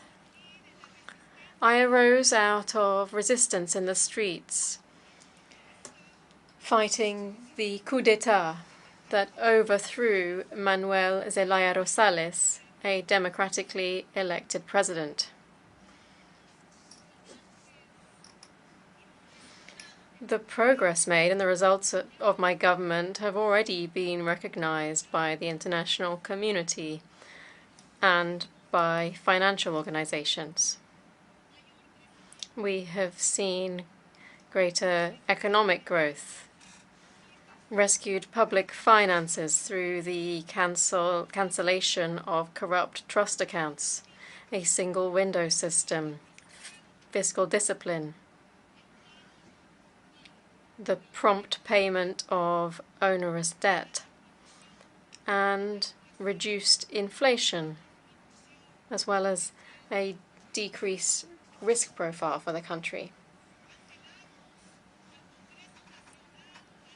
With the National Congress, we repealed the Secrets Law. This was an instrument that served the corruption of the former regime. We repealed the ZEDE law, the law on employment and economic development zones, which split the country into 17 areas shared between 25 economic groups. In security, we have already achieved a significant cut in extortion, murders, and violence. We've done so through the Resolving Crime program, through interventions in the penitentiary centers, and through a state of emergency.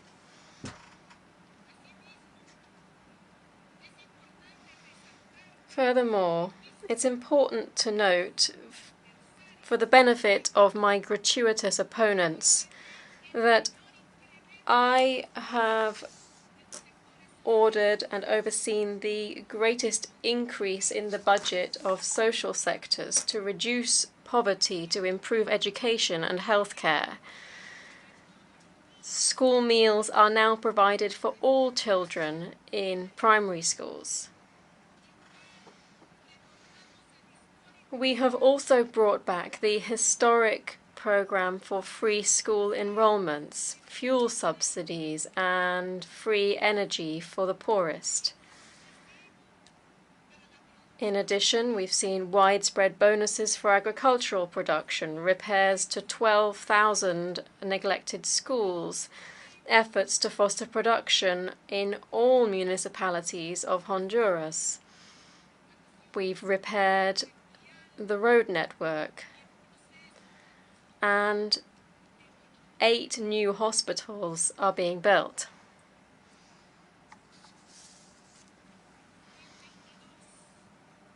In 2022, the former president of Honduras was accused by the United States of conspiring and organizing for more than a decade in the trafficking of thousands of tons of drugs, of leading a criminal organization involving different people from the underworld, state authorities such as mayors, ministers, deputies, generals, and police chiefs, some of whom have already been convicted. These assailants who hijacked the state are today conspiring against my government. They are organized in an alliance of corrupt politicians and alleged civil society, with the aim of holding back the proposed structural changes that the people requested from me at the ballot box.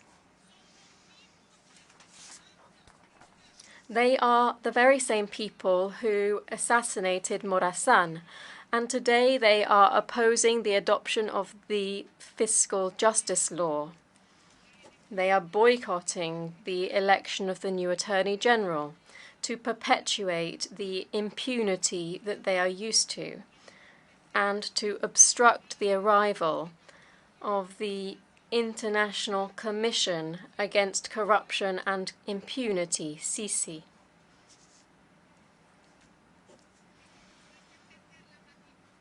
It's impossible to understand the magnitude of the tragedy that has befallen the majority of Honduran people and the constant caravans of emigrants that reach the United States if we overlook the 13 years of dictatorship overseen by the international community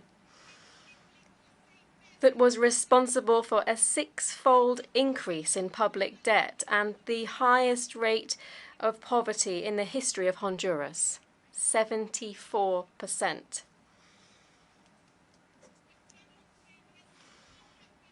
The Honduran people, in its noble aspiration for justice, has given me a robust mandate to combat and dismantle the narco-state and public-private corruption that plundered and destroyed our institutions, that corrupted popular will with electoral frauds, and which imposed state terrorism via death squads.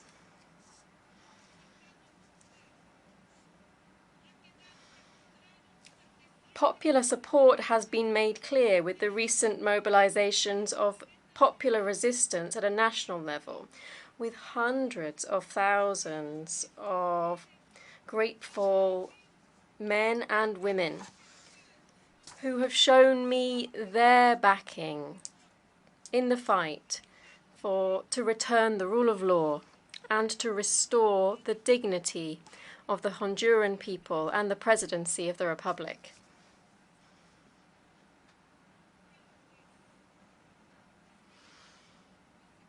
This Monday, the 18th of September, upon my arrival in New York, after attending the summit of the G77 and China in Havana, Cuba, in line with the commitment made in my plan of government and in line with the Memorandum of Understanding signed with the UN in 2022, I gave the United Nations Secretary General the official proposal for an agreement to establish the International Commission Against Corruption and Impunity in Honduras, CICI. This is an impartial, autonomous, and independent body, able to investigate and prosecute cases of high-impact corruption networks and financial crimes.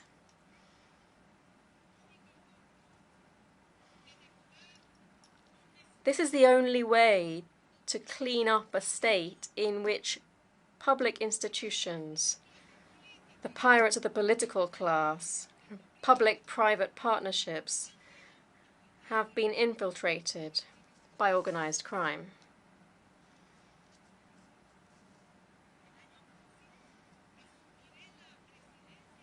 Next year, I shall take up the pro tempore presidency of the Community of Latin American and Caribbean States, CELAC, and the Central American Integration System, SICA. This includes all of the great homeland dreamt up by the liberators and those of us who fight for the unity of South America, Central America, the Caribbean, and Mexico.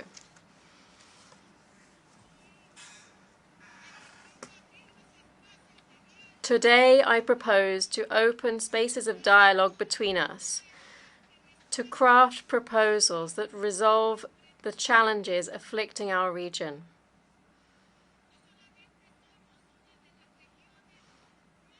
We're not only one of the most unequal and poorest regions, we are also one with the lowest economic growth and most technologically backwards, all issues affecting our ability to tackle the threats that we're facing. Only by supporting each other will we be able to move forwards.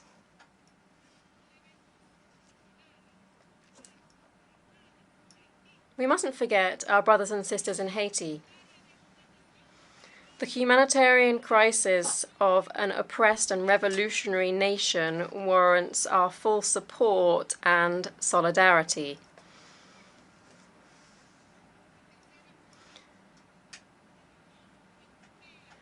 At the third summit of the European Union and CELAC, held in July this year, I clearly expressed the views of Honduras on international matters,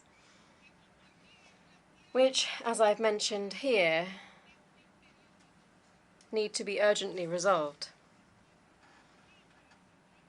On SICA, Central America, I wish here to state how important it is to boost the integration process. This is a process that has seen sluggish development over the last 30 years.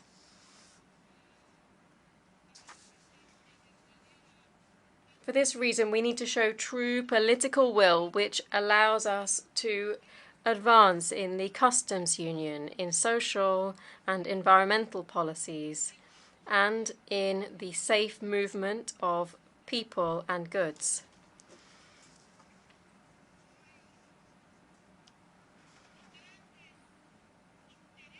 Today, the great economic interests are coming face to face in the war in Ukraine. In the end, always,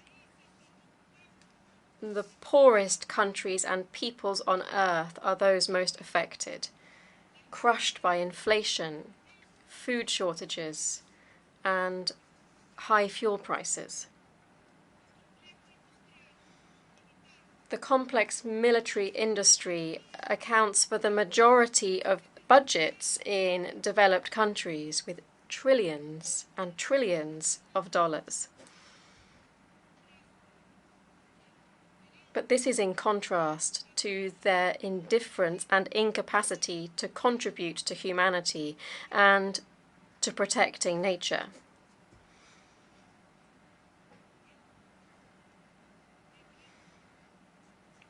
The Bretton Woods world has come to the end of the road. Today, we must recognize that at the current pace, we won't be able to reach the Sustainable Development Goals and secure enough financing for climate adaptation.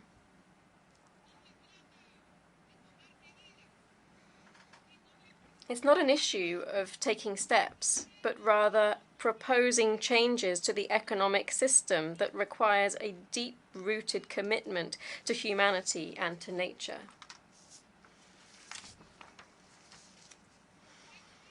There is no invisible hand.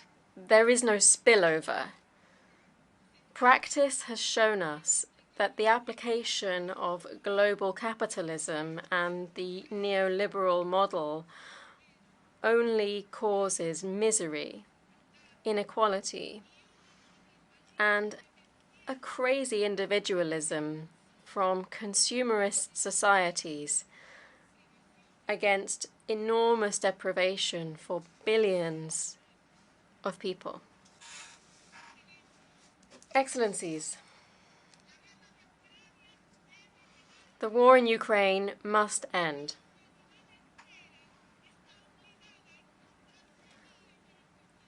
All of humanity must find a way to achieve peace.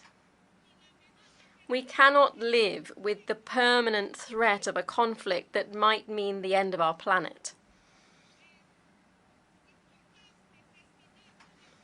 It's important to stop with the practice of sanctions, piracy, and confiscating the assets of one nation against another. We can't talk about a civilized world when we live with the risk of being embargoed and our accounts being frozen in foreign banks. This is currently happening to Venezuela, whose assets have been confiscated against all norms of international law.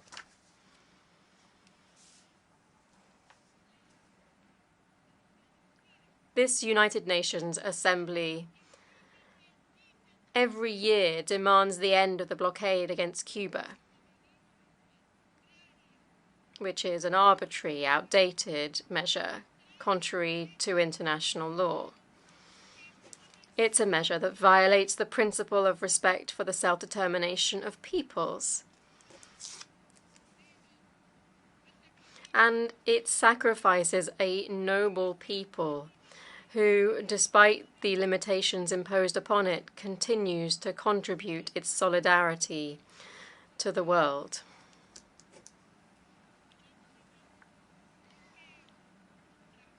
We condemn the long-standing and cruel blockade against Cuba and against Venezuela.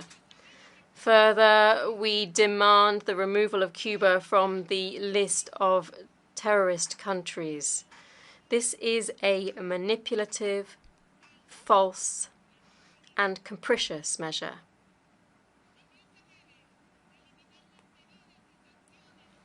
Similarly, the unfair measures and sanctions against Nicaragua must be removed, because they are barriers that prevent us from normalizing our relations with this kindred country. I believe in a multipolar world where exchange and cooperation for development are based on the principles of independence, sovereignty, and non-interference. On the basis of these principles, a couple of months ago, I officially opened relations with the People's Republic of China. Likewise, we have reached out to financial organizations and innovative initiatives for us, such as the Andean Development Corporation, CAF, and we have already joined as a member of that corporation. Further, also the administration of the BRICS New Development Bank.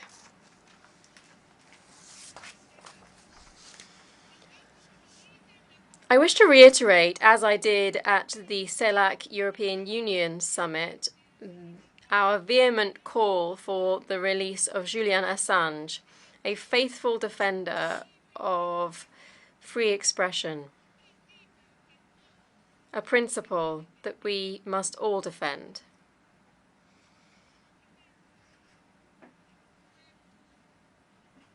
In defense of the indigenous peoples who fight for land and for rivers, I feel proud as a woman to convey the message of our compatriot and our martyr, Berta Cáceres. Wake up, humanity. Time is running out. Thank you very much. Au nom de l'Assemblée générale, On behalf of the Assembly, I wish to thank the President of the Republic of Honduras for the statement just made, and I request protocol to escort Her Excellency. We have heard the last speaker for this meeting. The general debate will continue with the 7th plenary meeting to continue with the general debate at 3:00 p.m. The meeting is adjourned.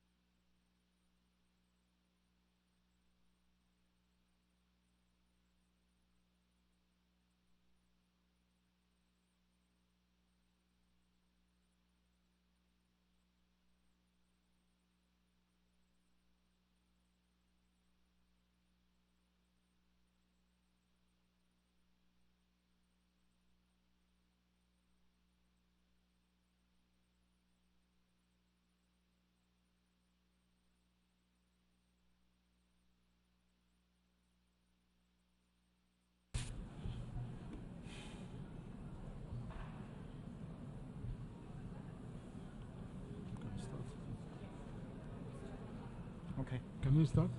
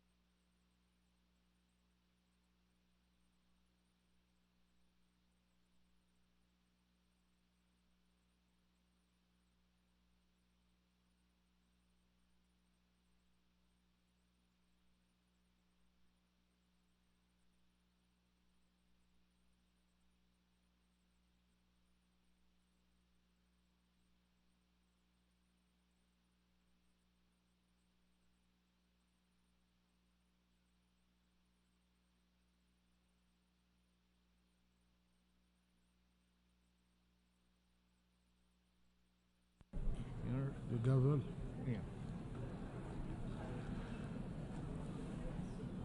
Je déclare ouverte la 7e.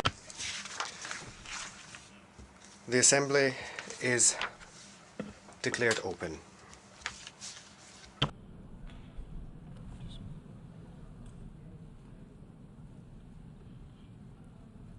L'Assemblée va entendre. The Assembly will hear an address by His Excellency Mr. Alar Karis, President of the Republic of Estonia. I request the protocol to escort His Excellency.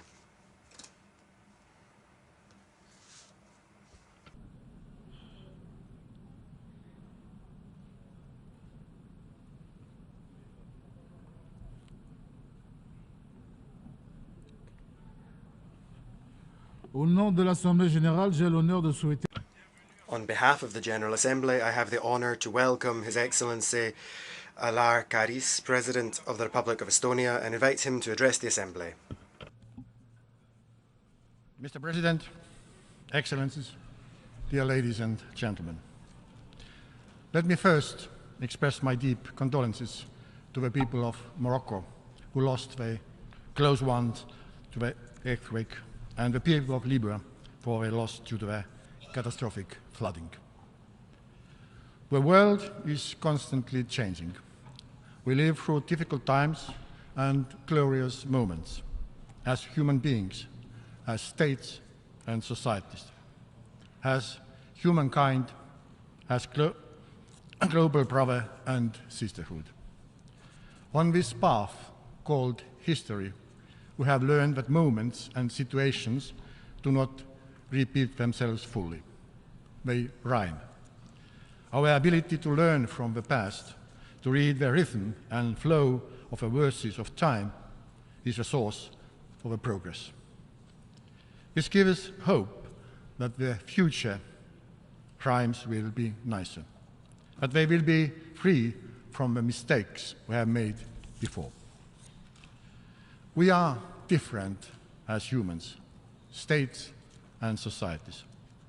But I am certain that some things are universal, like the simple wish for a better tomorrow, our sincere joy of doing good, feeling hope that somebody gives you a helping hand in the darkest moment and says that it is going to be all right.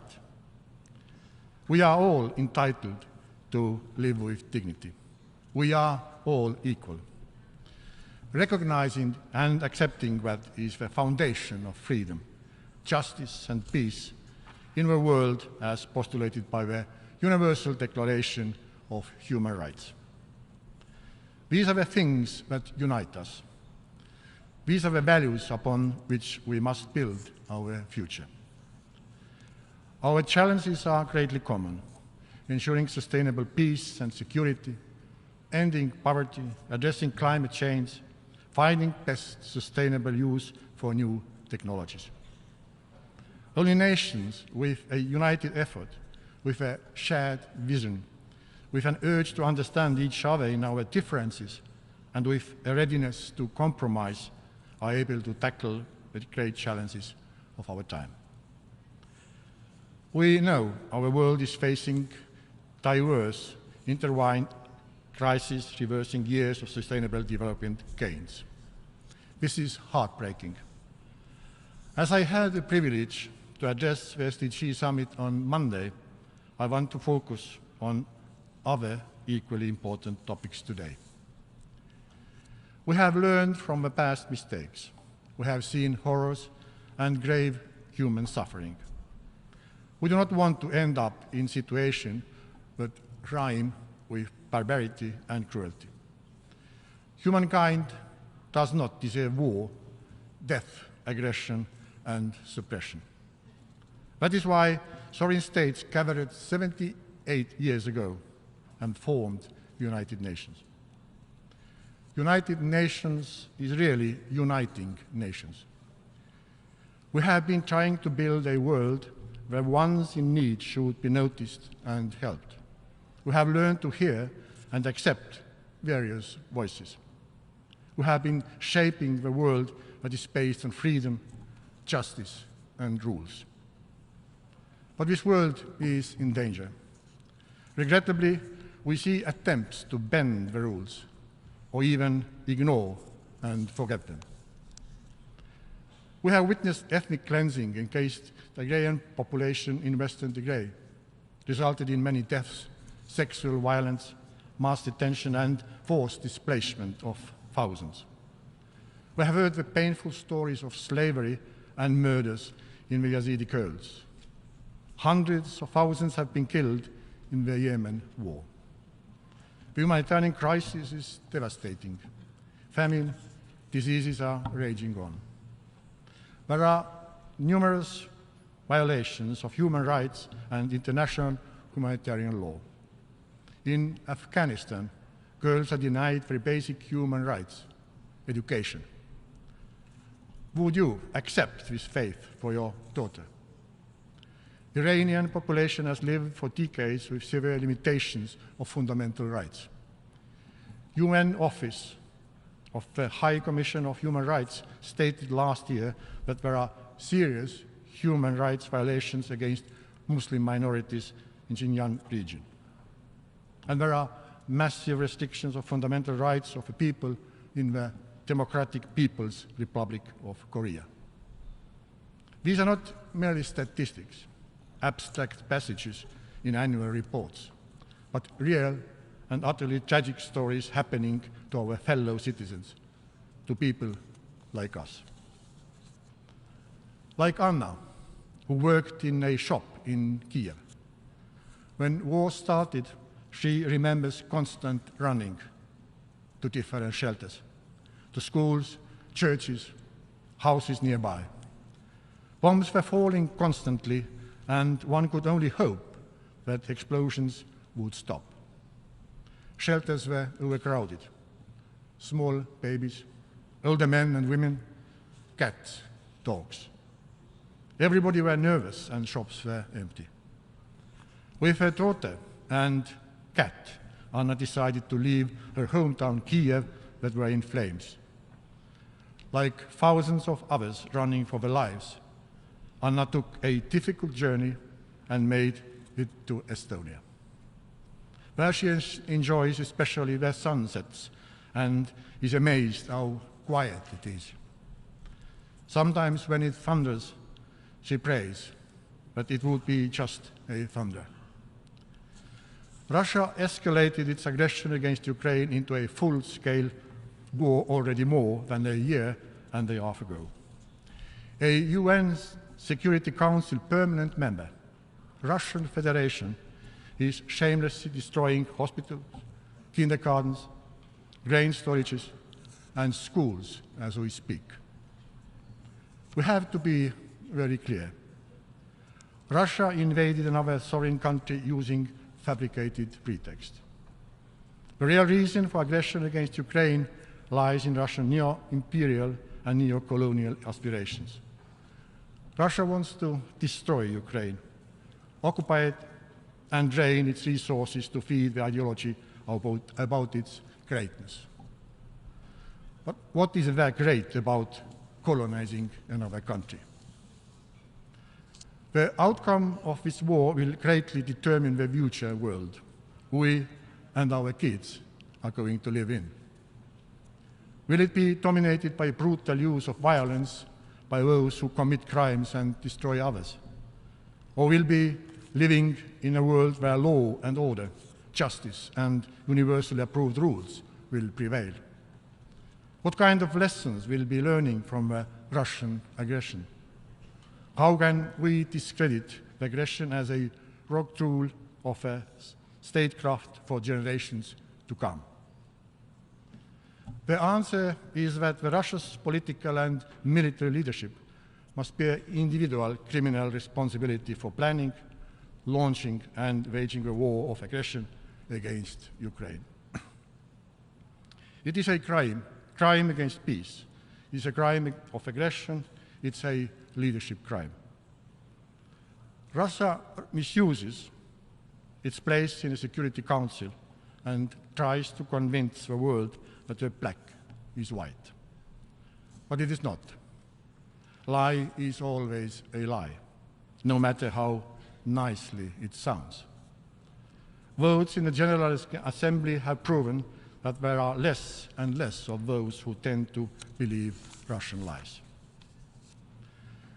UN Charter says that the purpose of the UN is to prevent and remove the threats of peace and the suppression of acts of aggression. Russia has continuously breached this core principle.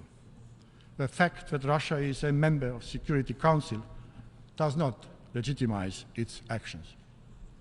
Crime is a crime anyway. Therefore, tribunals should be created, and if it's based on the suggestions from General Assembly, it would have been desired international legitimacy. If we let the impunity to prevail, we put our own virtues and values, our moral norms under question mark. The whole concept of international trial and arbitration will be under threat. This undermines deeply the international law. This is why the international reaction and response to Russian crimes has an existential significance for us all. Dear ladies and gentlemen, the situation calls us to really use the tools at our disposal for protecting the international law based on the UN Charter. Therefore, we need to reform the UN Security Council. Now is the time as the world is out of joint. Now is the time as it has become more evident than ever. The Security Council is close to a dead end, unable to act and make decisions on the biggest conflicts in the heart of Europe after the Second World War. This undermines the UN Charter. Granting international peace and security is the raison d'etre of the Security Council. But instead of that, the Council is paralyzed. It has numerous negative implications globally, be it inability to offer conflict resolution or solutions concerning migration and food security. This dangerous tendency doesn't have its foundation in Russian aggression against Ukraine, but it has crystallized because of that. The world needs a Security Council that is able to fulfill its tasks and live up to the expectations of its founding members. But even more so, to give hope for better days to those suffering under fear, oppression, and violence. The ones responsible for aggression and conflicts have to face justice, even those with veto right in the Security Council. In order to make sure that the Security Council can fulfill the tasks set by the UN Charter, there is no alternative than to adjust the structure and working methods of the Security Council. And yes, this is possible, and we should gather up and raise the voices calling for the Security Council reform. Of course, it is hard. We are different in our positions. The reform has been on the table for many decades already. But instead of complaining how impossible the Security Council reform will be, let us make an extra effort towards it. We owe it to the starving, physically injured, mentally damaged, homeless boys and girls in Rakhine, Tigray, Syria, Yemen, Ukraine. Those children will be next. We need to stick together and protect the international law based on the UN Charter. If we cannot agree on all the reform ideas, let's concentrate on commonalities. Let's make the small steps that we can take already today. We all need to show some flexibility. Both issues, the composition of the Security Council and its working methods, have to be seriously addressed.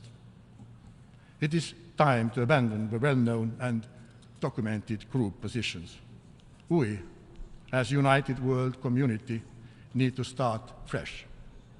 Let's turn blank page and work closely together to make a strong point that enough is enough. For the greater good, it would make perfect sense to take one step back from the old positions in order to move 3 steps ahead. Let's keep in mind what is at stake here.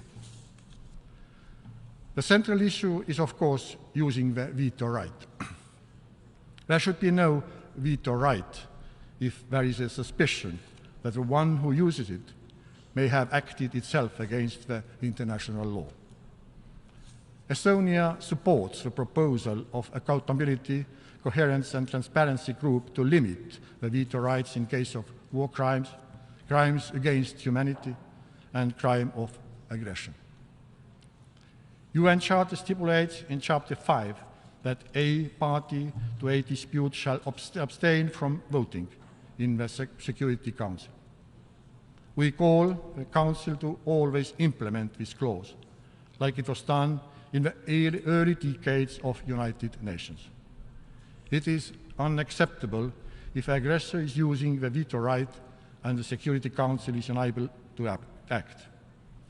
In fact, there is a way out from letting the Security Council member to misuse its veto right.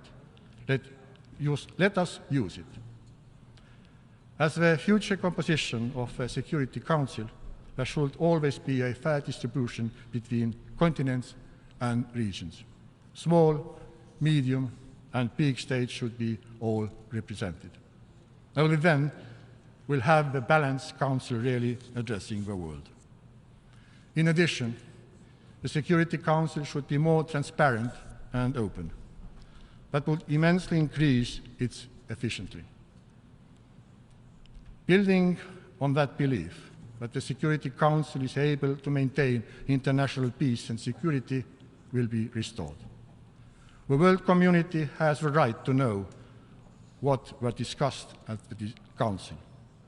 If a solution was clearly on the table and there was a member state who simply just blocked it, and by doing that increased the suffering of people, then it should be stated publicly. In a situation where the Security Council is unable to function as expected, it is definitely a positive development that the General Assembly has gained more prominence and influence on addressing the peace and security issue. We have seen it, for example, during the process of adopting Ukraine resolutions and implementing initiatives concerning veto right. We, in the General Assembly, should be able to collectively overcome the veto in the Security Council if the situation requires. Dear ladies and gentlemen, the concept of war and peace started to change already during the 19th century. War was gradually seen as a state of confusion or disorientation of mind. It became more and more clear that nobody actually wins from war or gains anything out of it. States started to understand that their national interests are better served in peacetime than in war. Peace generated welfare. After the world wars, the international community said, never again. United Nations was created to serve this exact purpose. The question we have to ask ourselves is, do we need another worldwide petition to create a new, better world order that is up to its tasks? Or are we wise and willing enough to use the international law to resolve the conflicts, to maintain peace and security?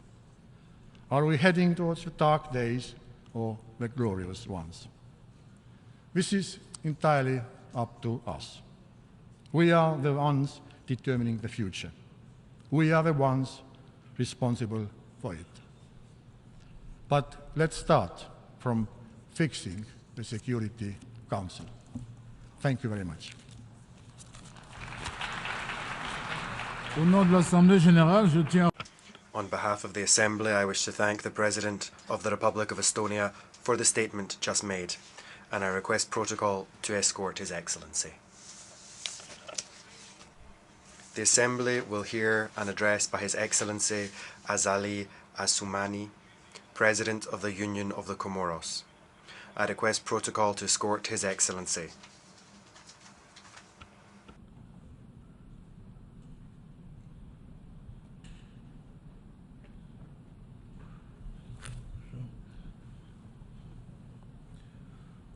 Au nom de l'Assemblée générale, j'ai l'honneur de souhaiter la bienvenue à son Excellence. On behalf of the Assembly, I welcome His Excellency Mr.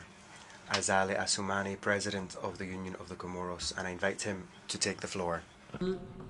President of the General Assembly, Secretary General of the United Nations, Your Majesties, Highnesses, Excellencies,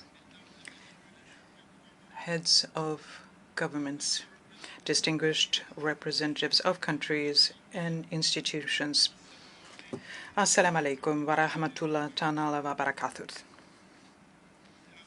It is a real pleasure for me to address you here today, and I would like to first thank the American authorities. We thank you very warmly for the warm welcome that we see every time we are here in New York in order to participate in this great annual gathering of the international community.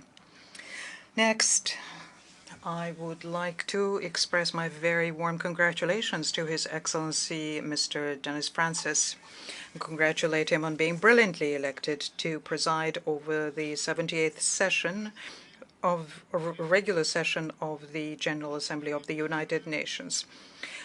And I'm all the more happy to do so since this is a distinguished representative of an island developing state. My country is one as well, and we now have such a person assuming a high office.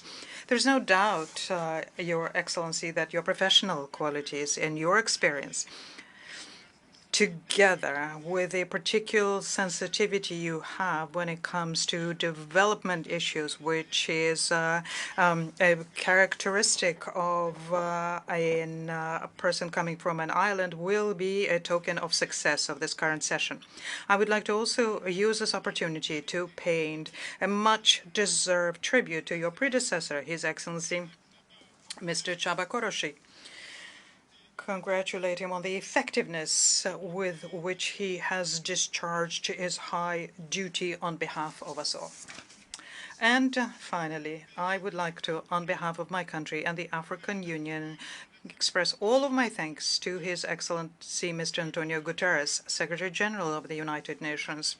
We thank him for his constant engagement in the engagement of all of his teams in the service of our common institution for the benefit of one and all.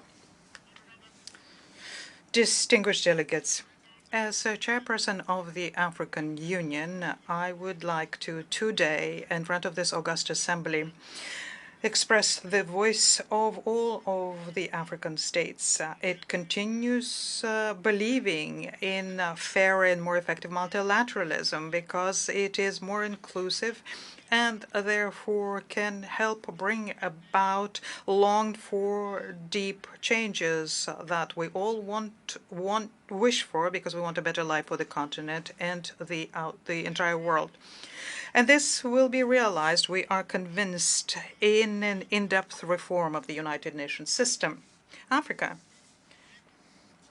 where 3.8 billion people will live by the end of this century, intends to play a crucial role in attaining the SDGs, and therefore has the right to participate in global decision-making bodies and to, inter alia, be on the Security Council as a permanent member, and thus realize its rights in line with the Essolvini Consensus. It is a question of equity. This reform of the United Nations that Africa has been asking for loudly and clearly, but it's also a question of effectiveness, because it becomes a matter of legitimacy and therefore of the effectiveness of multilateralism. I would like to furthermore use this opportunity so as to reiterate on behalf of Africa our thanks, very sincere thanks, to the members of the G20 who have just integrated the African Union, which it is my honor to chair in this year 2023, within their group. And this diplomatic victory for Africa, but also for the G20, through India, where this historic decision was enacted, gives us hope, especially at the time where a synergy of actions is needed in order to get our countries out of the socio-economic stalemate. Distinguished delegates, ladies and gentlemen, the theme of this 78th General Assembly, rebuilding trust and reigniting global solidarity, accelerating action of the 2030 Agenda and its Sustainable Development Goals towards peace, prosperity, progress, and sustainability for all, this theme is very timely. The African continent is facing numerous challenges, and there is a danger that these challenges can compromise its future. And I think that the trust and the solidarity which has pride of place this year will provide us with the solutions which are adequate for our concerns. We are dealing with the challenge of food security, which is becoming wider and wider spread in the continent, despite the fact that we have immense arable lands on the continent, despite the fact that we have qualified and competent labor aplenty. Despite this, food insecurity continues affecting millions of people. Climate change and the numerous conflicts on the continent compound this situation, as does the Russian-Ukrainian war, which brought in its wake the disruption of supplies of grain and fertilizer, and also brought in its wake an unprecedented inflation. You will agree with me that it's inconceivable that with all of these arable lands, the continent remains a major importer of agricultural goods, and this contributes towards us creating a sizable shortfall in its trade balance. Therefore, at the time when we're talking about solidarity, it is time for all partnerships amongst African governments, development bodies, private sector, both foreign and domestic, be strengthened so as to rise to this challenge and resolve it effectively and in a lasting fashion. It is also high time for our partners to support us in implementing far-reaching reforms, such as, for example, the transfer of expertise and technology, so as to help those countries which are severely affected, help us promote agricultural development, and more specifically, produce and transform our goods locally, thus adding value to them and helping us combat shortages and famine. We also need to strengthen our fight against climate change because, and we live through it, all of us, our planet is constantly dealing with various climate events, and more specifically cyclones, floods, earthquakes, rising waters, droughts, and the list is far from exhaustive. Frequent disasters, of course, have devastating effects on our economies, on our social infrastructure, on our agriculture, and on our people, in particular the most vulnerable, and brings in its wake public health crises, which further underscore the vulnerability of the continent. I would like to use this opportunity to renew our deep condolences and also our solidarity to our brothers in the Kingdom of Morocco and in Libya. Their country have just suffered enormous human losses and material damages in the wake of such natural disasters. I'm also thinking of the many countries in Europe and Asia and in America who are hard hit by the devastating consequences of forest fires, of floods, and storms.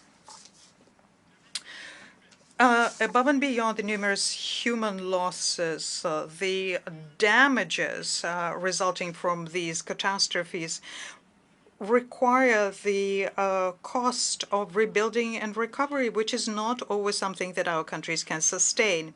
I therefore call upon the international community to promote communal approaches, better structured and adapted, and especially within the framework of funding, to meet these disasters on a large scale so that we can provide our people with the support that they need and help them recover. And especially, I call for the effective implementation of the recommendations having to do with the protection and safeguarding of the environment, for the implementation of the commitments undertaken in the area of adaptation and mitigation. The lowering of the level of the greenhouse effects and the funding pledged to combat climate change have to, in fact, be translated in specific actions if we want to live in future in a world which is safer and more prosperous. I call, therefore, for support to the Moroni Declaration issued last June on blue economy and the Nairobi Declaration of last September, and this to make sure that the countries can defend with one voice their common interests and helps develop sustainably, in particular to do this during the upcoming COP28 in Dubai, to which we would like to wish every success. And finally, I would like to launch an appeal to strengthen the capacities of UN Habitat. I'm asking for more substantial support in the implementation of the new urban agenda so that this agenda can better support our African cities, which are full of potential, but which have become very vulnerable to climate change. Distinguished delegates, ladies and gentlemen, I cannot talk about the challenges of the African continent without talking about the political and security situation and complex and worrying situation on our continent, and in particular in the Sahel. As we all know, the Sahel, this region of Africa, which since 2010 has been seriously affected by insecurity and terrorism. There are terrorist groups who have intensified their attacks against security forces, but also against civilians and civilian infrastructure. It is urgent, therefore, that the international community should strengthen its efforts aimed at accompanying us in our attempts to stabilize this region, knowing that the global planetary village in which we all live, that on this planet, crises are very easily imported and therefore have consequences on economies and the investment within and between countries. Of course, first and foremost, it's up to the Africans to implement the economic and social development plans within the framework of Agenda 2063, so as to better combat poverty and youth unemployment, but especially to make sure that the young people do not become hostages to all kinds of extremism. However, it is also the duty of the international community to support Africa in this action, because our efforts need to be pooled if we are to stand the chance of being effective. In addition to terrorism, unfortunately, Africa is also facing the resurgence of anti-constitutional changes. They compromise and undermine democracy, peace, security, stability, and our socio-economic development. And it is in this regard that the African Union has undertaken sanctions against those who commit such acts and demands a rapid return to constitutional order in the countries concerned. And I would like to here recall solemnly that a political life worthy of its name is not possible without respecting electoral timetables and legitimate institutional mechanisms which undergird a democratic public life. Your Excellencies, ladies and gentlemen, distinguished delegates, Africa, of course, is under all these pressures, but we are fighting for our regional integration to stop the economic stalemate. The economic shocks that our countries underwent, in particular inflation and logistical and food crises, have seriously affected our growth potential, our daily life for our people, and the stability of our states. And it is in this regard that since 2021, we have been implementing the African Continental Free Exchange Area, a major continental common market, and this is with a hope to give new impetus to growth and African GDP. Having this tool at our disposal, it is my task to accelerate during the time that I'm chairperson of the AU for the continent and using this tool to create the needed wealth to better handle our demographic growth. This area will contribute to the implementation of our common ambition to move towards industrializing the continent, because Africa has to stop being a simple provider of raw materials. Whilst enabling us to strengthen our secondary and tertiary sectors to create jobs, the common market area on the continent would also stimulate technology transfer and promote foreign investment, because it will open for other continent immediate access to a market of more than 1 billion people. And here I would like to reiterate our request for support and strengthening of a strategic partnership between Africa and the Community of Latin American and Caribbean States, CELAC, even making its institutional and put together a joint AU-CELAC commission. This partnership will not only strengthen cooperations between South-South, but in the mutual interest of our states, it would also help us to capitalize on the partnership with our friends and brothers in the North.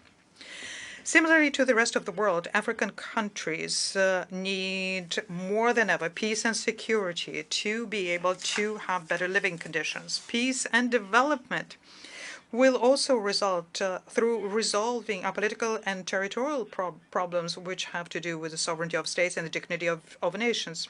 It was these concerns that pushed us, me and my African partners, to go to a meeting with President Zelensky and Putin within the framework of the Mission for African Peace last June in Kiev and St. Petersburg, respectively. We therefore stand ready to support any and all other initiatives aimed at ending this war, which negatively impacts our goals to increase the well-being of our people. Let me also reiterate, once again, with the goal of safeguarding peace and stability, and on behalf of the African Union, that there is a high need to come up with a just and fair solution to the issue of Palestine, a solution which would enshrine the right of the Palestinian people to have a sovereign state living in perfect harmony and security with the State of Israel. I would like to recall here also very solemnly, as chairperson of the African Union and the Union of the Comoros, Comoros the Comorian nature of the Île of Mayotte. And I recall that in order to move forward on this, we opted for a dialogue with the French party so as to find a solution to this disagreeable dispute and to do so in the interest of both countries.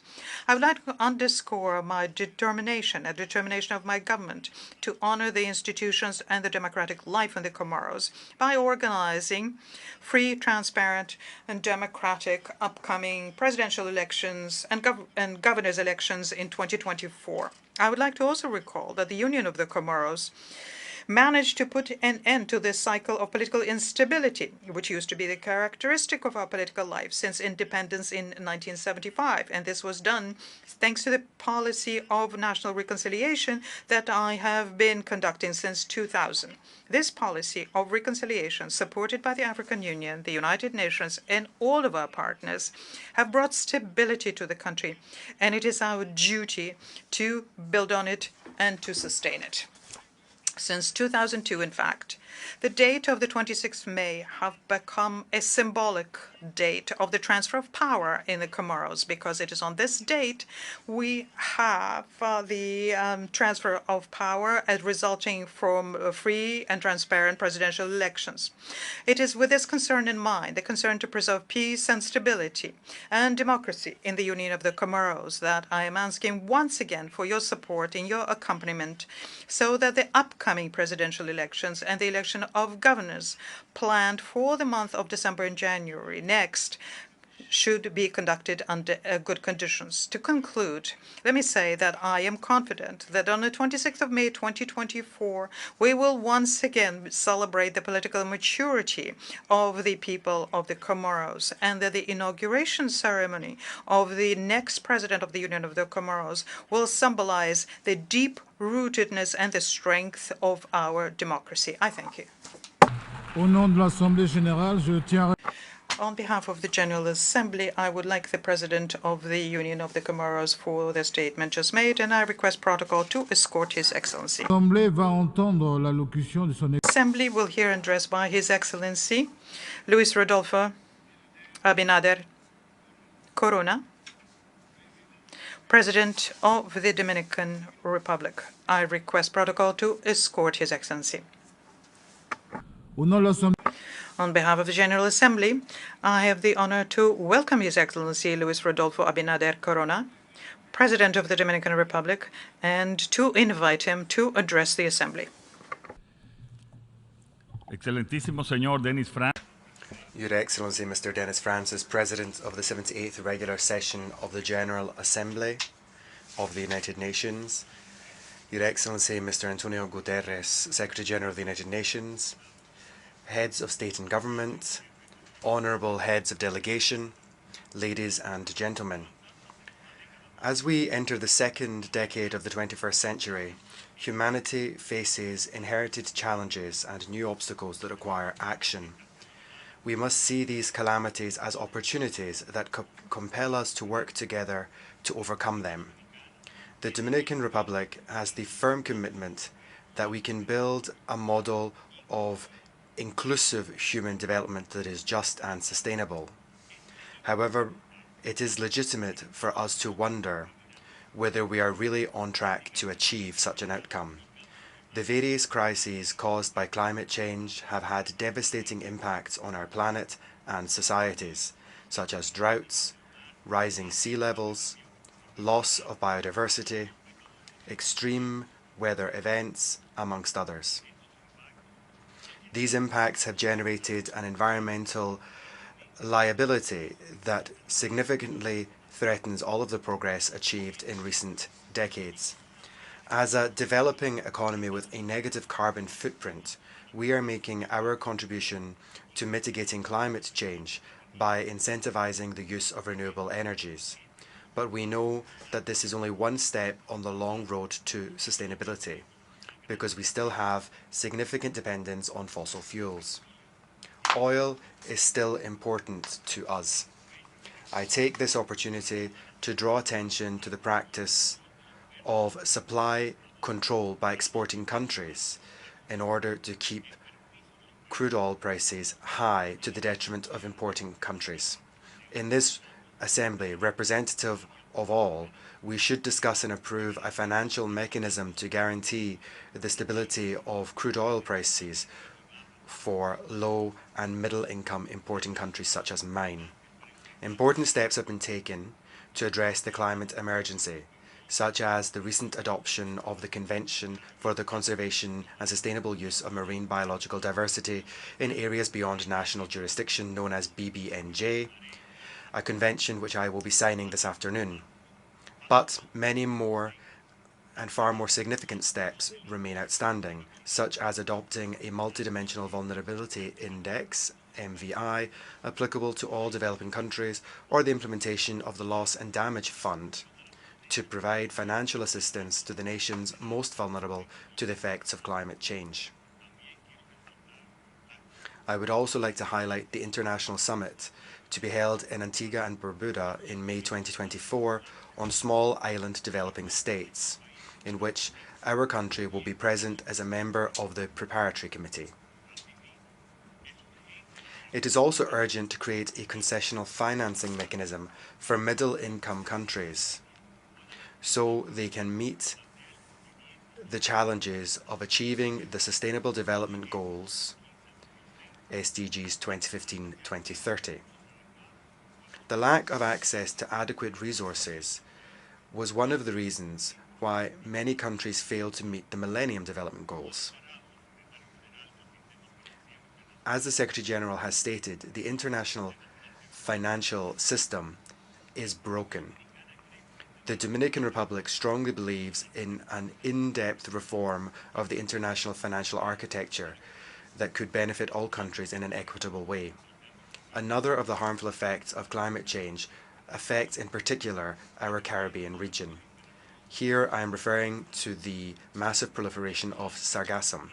This seaweed devours Caribbean coasts, including the coasts of the United States and Mexico, and has serious economic, social and environmental impacts, especially for tourism, which represents up to 75% of some Caribbean nations' economies. The Dominican Republic has created a multi-sectoral roundtable to deal with this problem, and we hope that developed countries will contribute to the solution.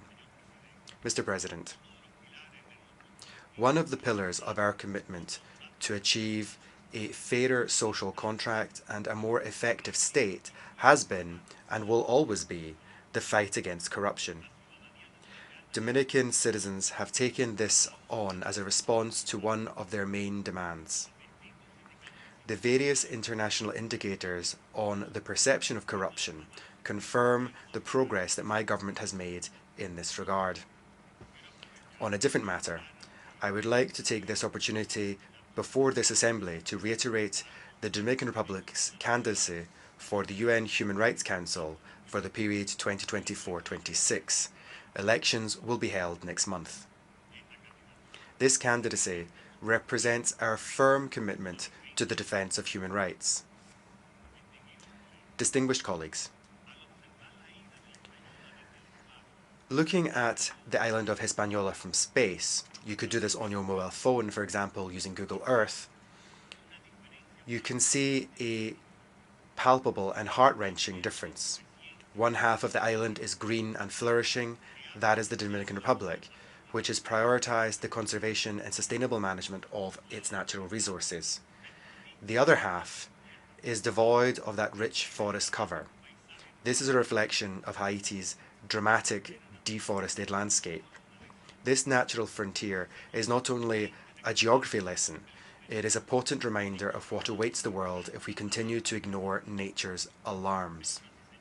Ladies and gentlemen, Haiti today suffers not only from an environmental tragedy, but also from political and social instability that may become a threat to the entire region. I am not happy to have to recall the call I made 2 years ago to this General Assembly when I said, since this government took office, we have been warning of the possibility that the Haitian situation could spill over its borders into our country, becoming a factor of insecurity for the entire region. That is why this community of nations, once and for all, has to take up the Haitian issue at the highest level of priority with permanent monitoring. Today, 2 years later, the harsh reality of that warning is coming home to roost. A small group of Haitian private individuals have resumed the construction of an illegal diversion canal in Haitian territory to extract water from the Dajabon River in violation of border treaties between our two countries. The international community should realize that the Dajabon River originates in Loma de Cabrera and most of its 55 kilometers run through our territory before emptying out into Bay of Montanillo in Montecristi. Only 2 kilometers run through Haitian territory. It is in that small stretch on the Haitian side that a canal is being dug. The information available to us indicates that this is a maneuver to control the water by a small economic political elite in order to profit from its sale to small producers in the area. The idea behind this project has never been officially communicated to the Dominican government, nor has documentation been provided on its scope, environmental impact, or the identity of its final beneficiaries. Despite the highly limited information available, our analysis shows that the project puts at risk access to water for hundreds of Dominican and Haitian farming families downstream of the canal's construction site. Moreover, the project puts at risk of flooding an industrial park which is 300 meters downstream from the canal, as well as 19,000 Haitian workers in Mendez, as well as inhabitants in the border towns of Dajabon and Juana Mendez. Additionally, it would have harmful ecological impacts affecting Saladillo Lagoon, one of the main wetlands in the Dominican Republic.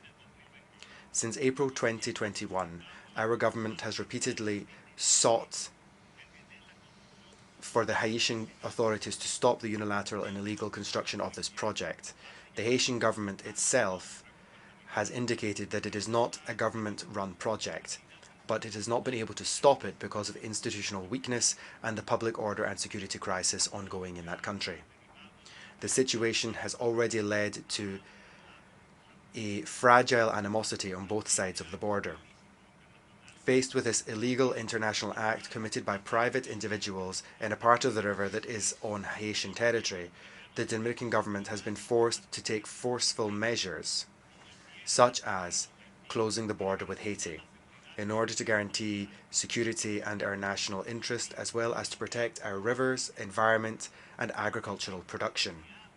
We do not have, nor do we seek or desire, a confrontation with the Haitian people, but we face uncontrollable actors who foment insecurity in Haiti for their particular interests and who are now conspiring against their own government's stability and the security of water resources.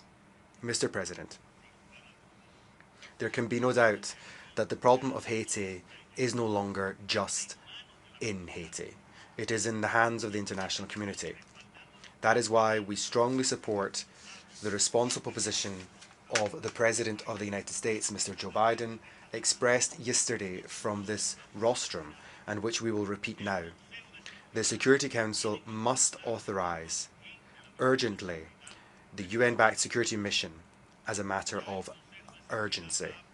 The Security Council has already passed 3 important resolutions creating a sanctions regime, an effort to stop the illicit flow of arms, and a call for the creation of a multinational force to assist the Haitian National Police as requested by the government of that country and the Secretary General of this organization.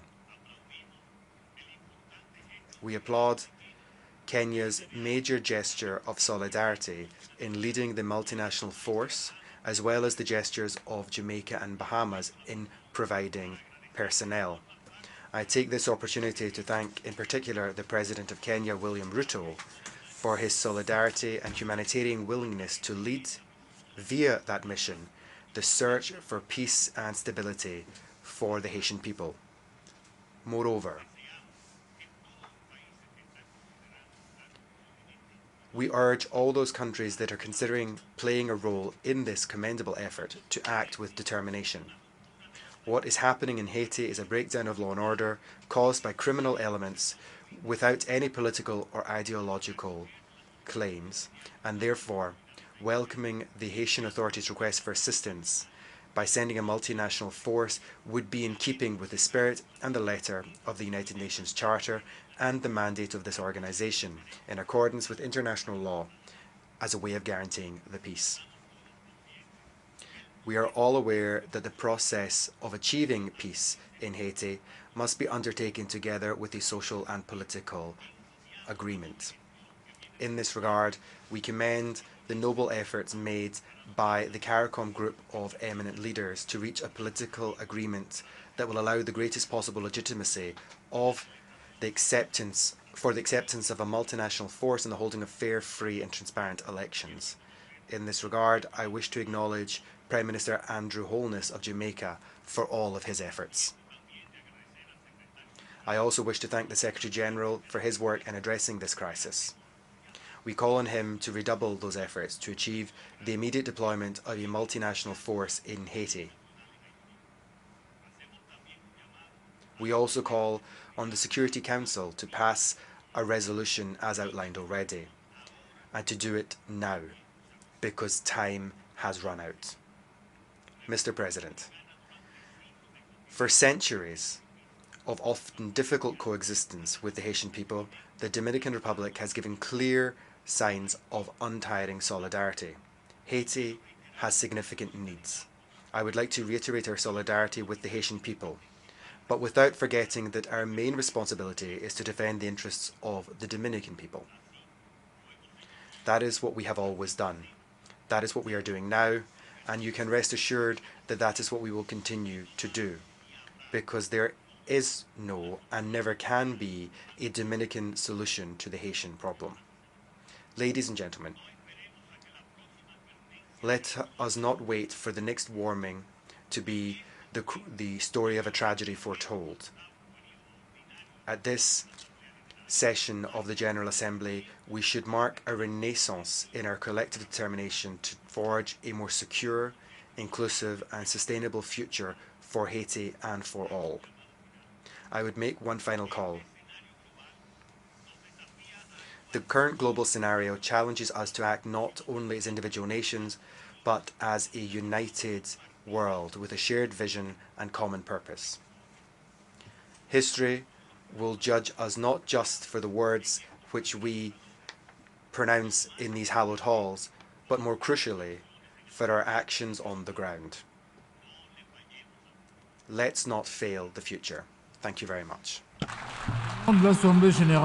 On behalf of the Assembly, I wish to thank the President of the Dominican Republic for the statement just made, and I request Protocol to escort His Excellency.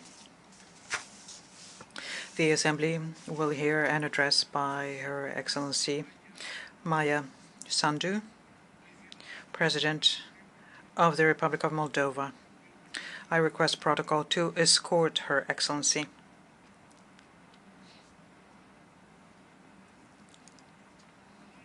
On behalf of the General Assembly, I have the honor to welcome Her Excellency Maya Sandu, President of the Republic of Moldova, and to invite her to address the Assembly. Mr. President, Mr. Secretary General, Your Excellencies, it is with great pride that I once more stand before you at the General Assembly of the United Nations to represent the Republic of Moldova, a country on the front line of the fight for democracy. Today, Moldova stands stronger and more resilient than a year ago. We stand firm in our belief in a democratic future, and we stand firm with Ukraine as our neighbor continues to resist Russia's brutal invasion, an attack on its sovereignty and way of life.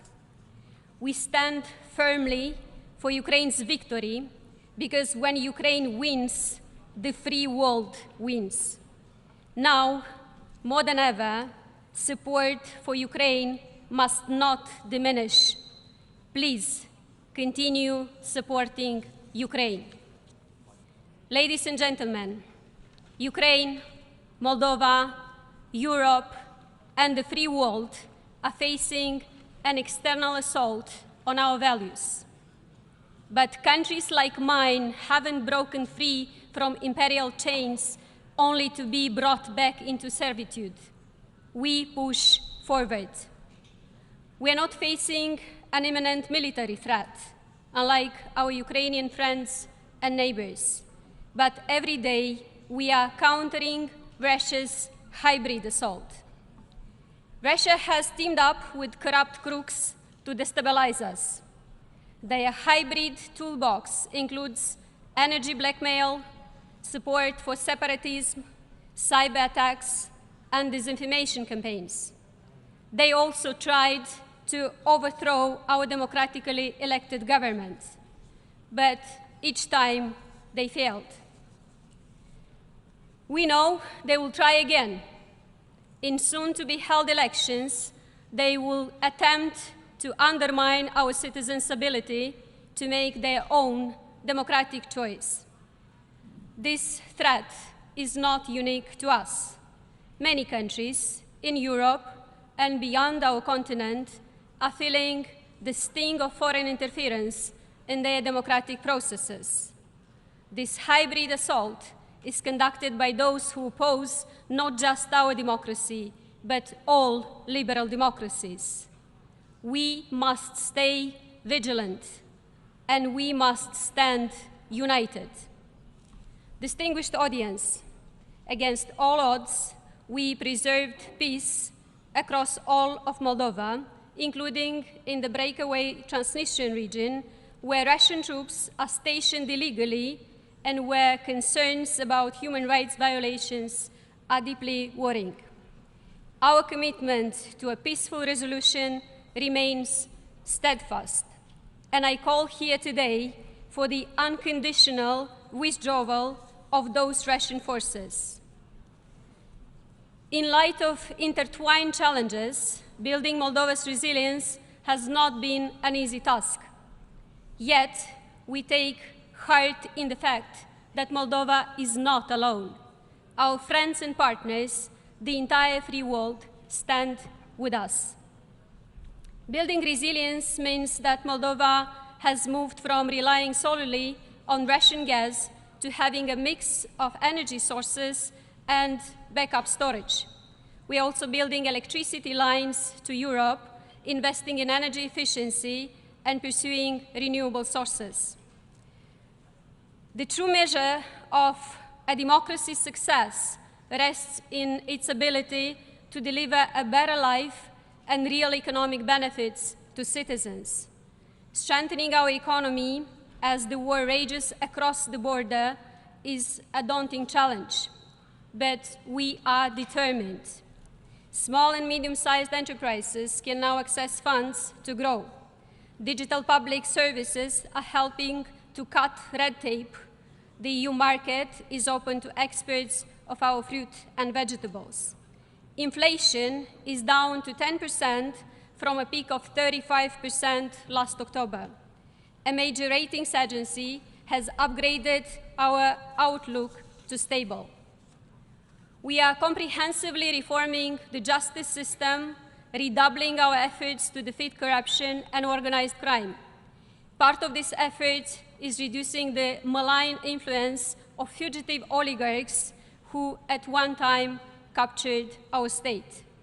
I'm grateful to many of you in this room for imposing sanctions on those individuals. The next critical step in this journey is to ensure that the stolen money is returned to the Moldovan people.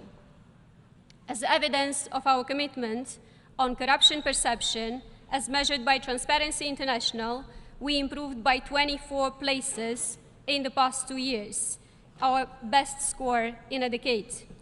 On the Rule of Law Index, part of the World Justice Project, we have advanced by 14 places since 2020.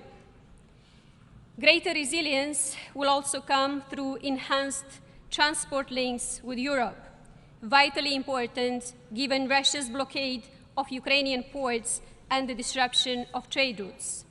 We are upgrading roads and railways, and this modernized infrastructure will not only boost our trade and create jobs, but will support solidarity lanes for Ukraine, ensuring that its grain reaches the regions where it's needed most. And one day, these very connections will be aiding Ukraine's post-war reconstruction. As we build up defenses and resilience, Moldova is increasingly recognized as a contributor to regional security, a strong neighbor to Ukraine and partner to the EU in countering security challenges. But our commitment extends globally.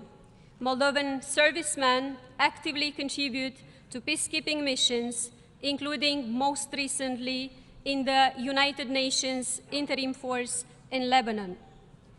Underscoring our commitment to the security of our continent, we hosted the European Political Community Summit last June, a summit that further cemented our place in the European family. Ladies and gentlemen, economic progress, improving security, and reinforcing our democracy are parts of our journey towards membership of the European Union. Moldova's European aspirations have long been well known. Last May, 100,000 Moldovans rallied in Chisinau to reassert their commitment to democracy and to EU membership. Let me be clear. Moldova's EU membership is not just a political choice. It is the only way to protect our liberty, peace, and democracy. The enlargement of the EU is the sole path to ensure our neighborhood stays anchored in the free world and that we deliver better lives for our citizens. It would also demonstrate the Union's commitment to peace, the very reason the European Union was built. When it comes to membership, we believe in a fair and merit-driven process and have been doing our work diligently. With this in mind, I call on the European Commission and all EU members to support us. I extend this call beyond the EU borders to all the countries of the free world, especially those with well-established, robust democracies who have long reaped its benefits and understand its worth. The success or downfall of one democracy resonates globally. When one thrives, it inspires hope in others. When one falters, it risks a domino effect. Today, the fight for democracy anywhere is the fight for democracy everywhere. And in this interlinked fight for democracy, we will prevail. Thank you.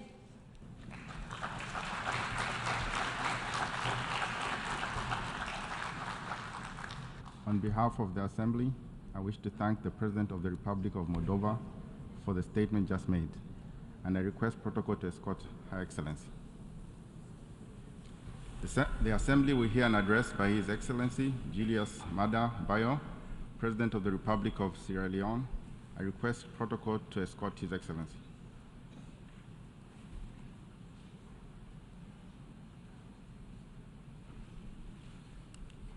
On behalf of the General Assembly, I have the honor to welcome His Excellency Julius Maada Bio, President of the Republic of Sierra Leone, and to invite him to address the Assembly. Your Excellency Denis Francis, President of the General Assembly, Your Excellency Antonio Guterres, Secretary General of the United Nations, Excellencies, colleague heads of states and government, distinguished ladies and gentlemen. Your Excellency, permit me to extend my heartfelt congratulations on your auspicious assumption of the presidency of the 78th session of the General Assembly. My delegation and I stand unwaveringly by your side, committed to fortifying the bedrock of global unity during your tenure. I offer my profound respect and gratitude to your predecessor, Mr. Saba Kurusi of Hungary, whose deft stewardship of the 77th session is a guiding beacon for all. To our esteemed Secretary General, Mr. Antonio Guterres, your dedication to weaving together the strands of global consensus for battling poverty, planetary crisis, and championing sustainable development goal is a testament to your leadership. Mr. President, the soul of Sierra Leone, echoing the spirit of Pan-Africanism, resonates with the clarion call of this year's theme: rebuild trust and reignite global solidarity.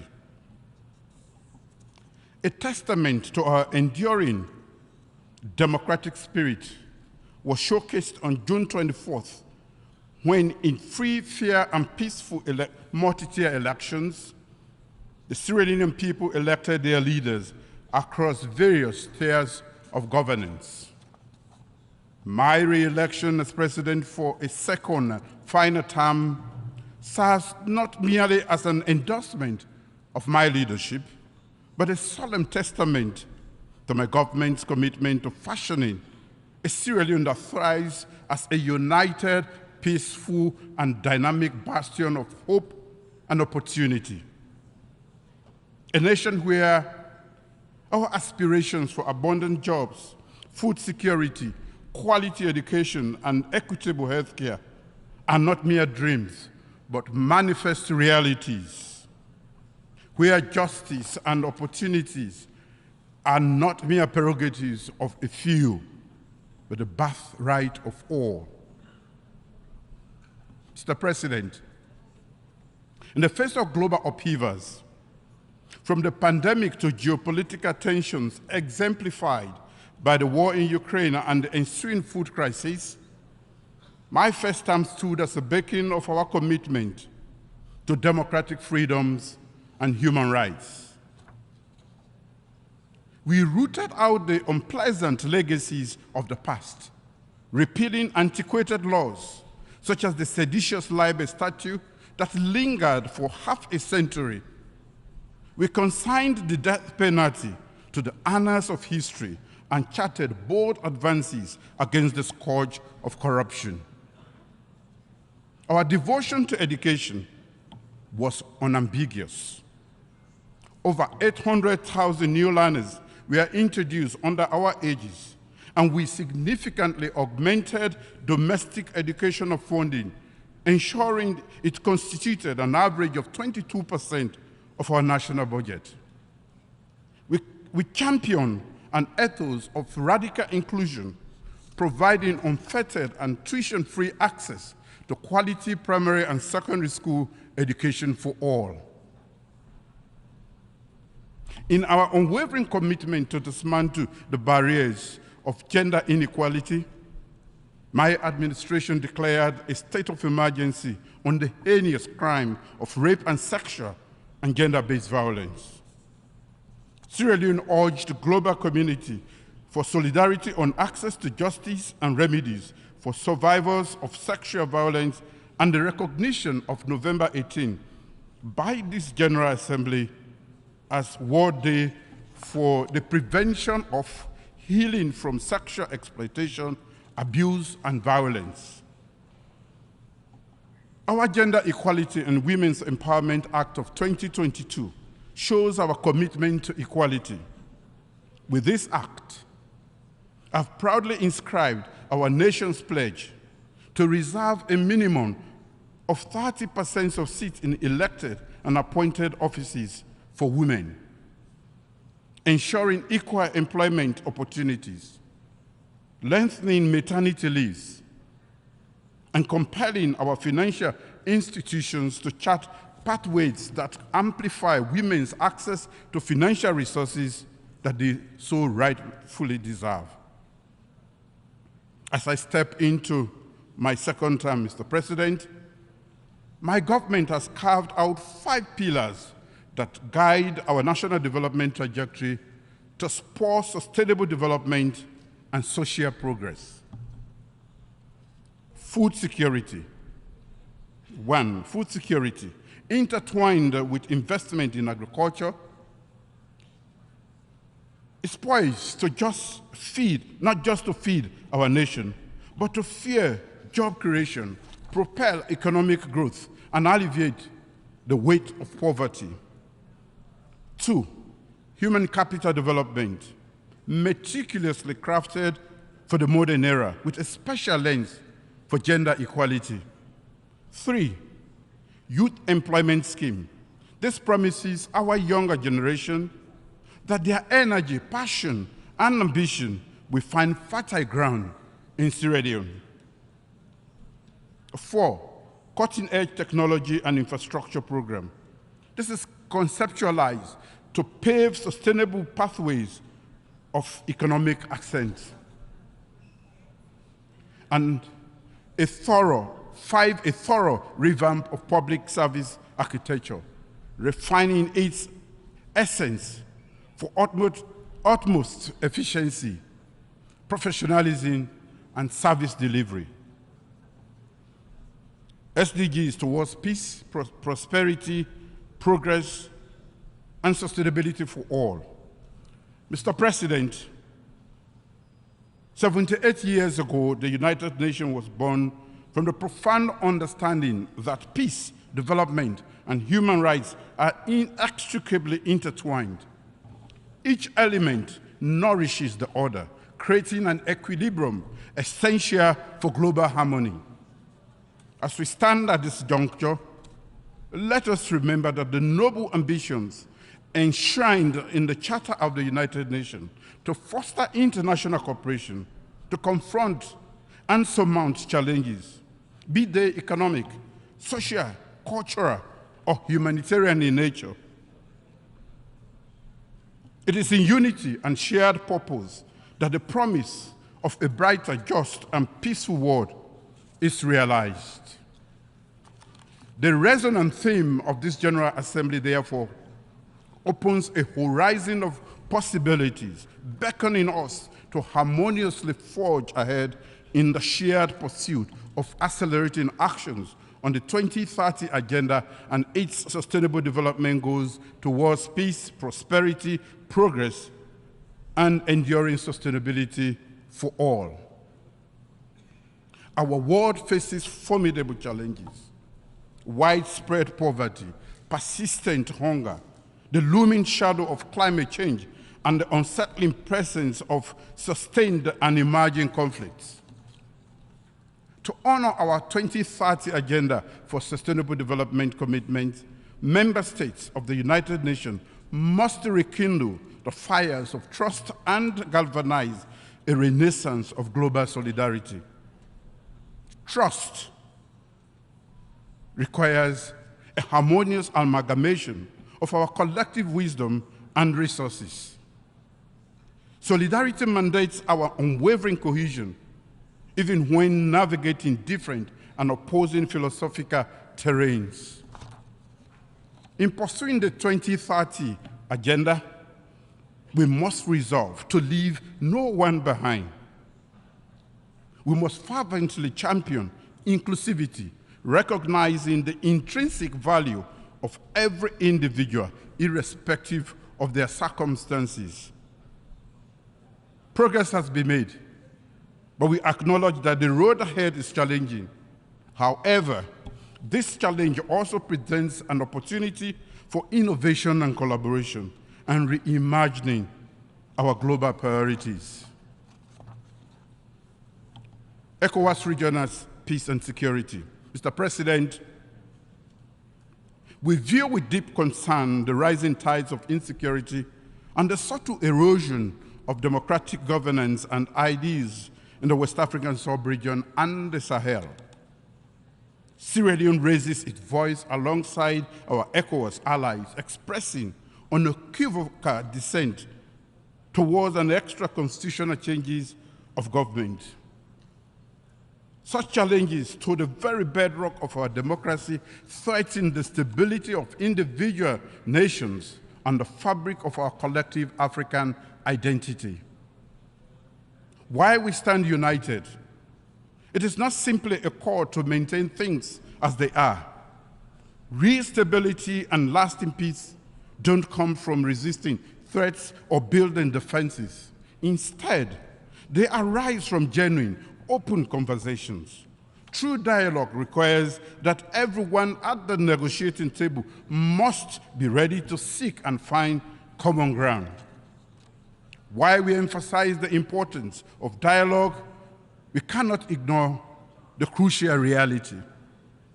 The ongoing threats to our continent's constitutional stability are signs of deeper problems. Every action that undermines the rule of law is connected to underlying issues. These range from past and present injustices to the burden of poverty, widespread unemployment, and the dangers of discrimination. Our duty is clear. We must lift our people from poverty. We should focus on creating jobs and supporting industries that benefit our countries and our continent. Mr. President, national electoral reforms. Elections as vehicles of democratic transformation fortify governance and allow peaceful transitions. After our nation's multi-tier elections on June 24th, we stand resolved to strengthen our democratic foundation, recognizing the significance of deepening our democracy. I have instituted a National Electoral Systems Review Committee to address historical challenges to our electoral processes. Since our first multi-tier elections were conducted after the Civil War in 2002, the electioneering process has been plagued with persistent challenges, including contestations of declared presidential election results by the constitutionally mandated Electoral Commissioner.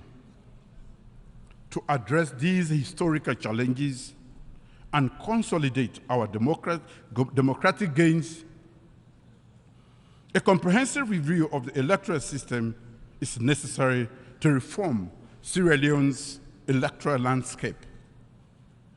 The National Electoral Systems Review Committee will comprise the government, civil society, political parties, professional organizations, and development partners. It holds the mantle of evaluating existing frameworks, institutional arrangements, and observer mission reports. Its mandate extends to proposing vital reforms fortifying Sierra Leone's electoral integrity. These actions encapsulate our commitment to forging a fertile environment for dialogue, affirming democratic governance, and fostering enduring peace. Mr. President, it is regrettable to note the decision of certain member states to introduce unilateral cohesive measures, including visa restrictions on Sierra Leonean citizens following the recent multi-tier national elections. We observe that such unilateral measures, which are in contravention of international law, have sometimes been the response to electoral outcomes in other African nations to exert political pressure. As members of the international rules-based community, African states strive for sovereignty and meaningful cooperation based on mutual respect and understanding. In democratic processes, every democracy faces unique challenges.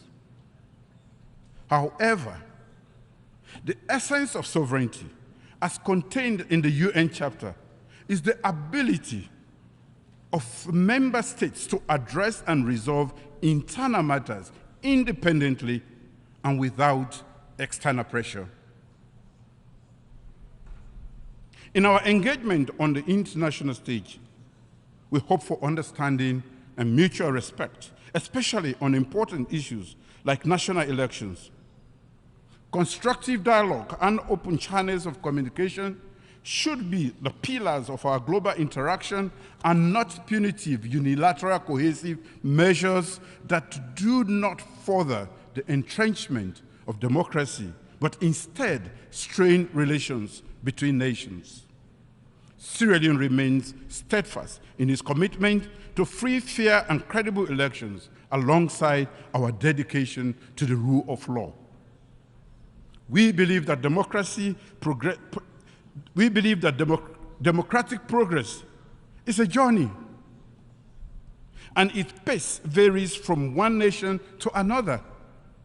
We respect the individual paths countries have taken in their quest for democracy and anticipate the same level of understanding and respect for ours. We aspire to nurture relationships rooted in solidarity, cooperation, and mutual respect, all directed towards a shared global future. United Nations Security tenure. As Sierra Leone takes its non-permanent seat at the United Nations Security for the 2024-2025 term after a hiatus of 53 years, we are deeply aware of our shared duty to uphold international peace and security. The profound nexus between peace, development, and human rights will be the beacon guiding our priorities. We stand poised, resolute, and committed to forging a world where these ideas are not mere aspirations, but enduring realities for all. Sierra Leone fully subscribes to the ideas of multilateralism as a tool for global peace and security.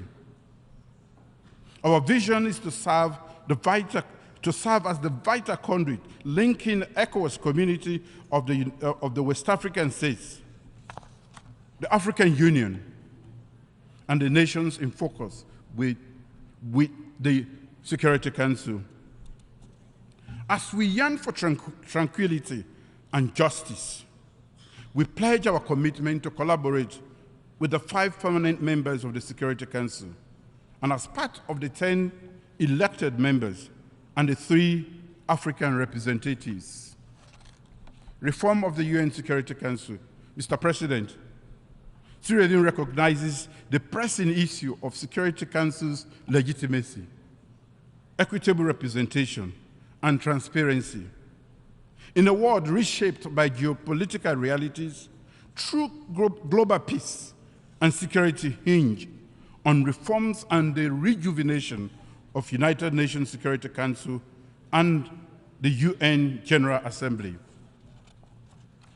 Joined by fellow United Nations member states, Sierra Leone committed at the 2005 World Summit to support reforms of the Security Council as essential elements of our overall effort to reform the United Nations, to make it more broadly representative, efficient, transparent, and thus to enhance further its effectiveness and the legitimacy and implementation of its decisions.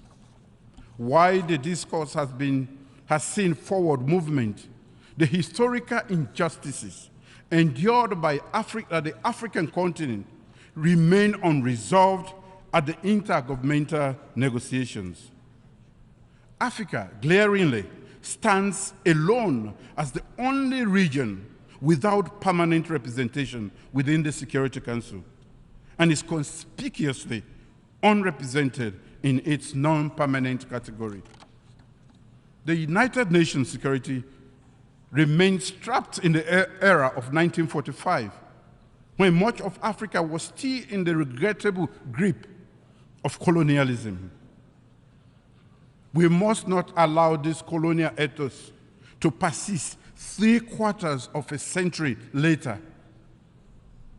Africa demands for 2 permanent seats, complete with commensurate rights, including the veto, is maintained, if maintained, and 5 non-permanent seats are issues of equity, justice, and our right to have an equal say in the decision-making on issues that affect the African region.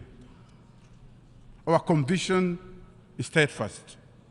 Security Council reform should squarely confront these long-standing inequity and imbalance, addressing Africa's unique circumstances. As the coordinator of the African Committee of 10 Heads of State and Government on the reform of the United Nations Security Council, Sierra Leone will continue to advocate and garner support among member states and other interest groups for the common African position as enshrined in the Eswatini Consensus and SADC Declaration. We will also envisage infusing the working methods of the Council to instill transparency, accountability, democracy, and ultimately renewed legitimacy. Climate change. Mr. President, our collective pursuit of sustainable development confronts the triple planetary crises of pollution, climate change, and biodiversity loss. Despite contributing minimally to these crises, Sierra Leone remains intensely vulnerable to their repercussions, a reality compounded by our limited capacity to cope. Our National Adaptation Plan, launched in 2018 as an embodiment of our commitment, designed to have our vulnerability by 2030, it underscores risk awareness, regulatory enhancement, institutional empowerment, and gender-responsive adaptation strategies. Sierra Leone seeks equitable and timely access to climate financing. We request unfettered access to leverage new climate change adaptation and mitigation technologies and shared knowledge. Our salvation from the escalating climate change crisis lies in collective wisdom and concerted efforts. Global solidarity. In today's complex world, the urgent need to rebuild trust and strengthen global unity stands out.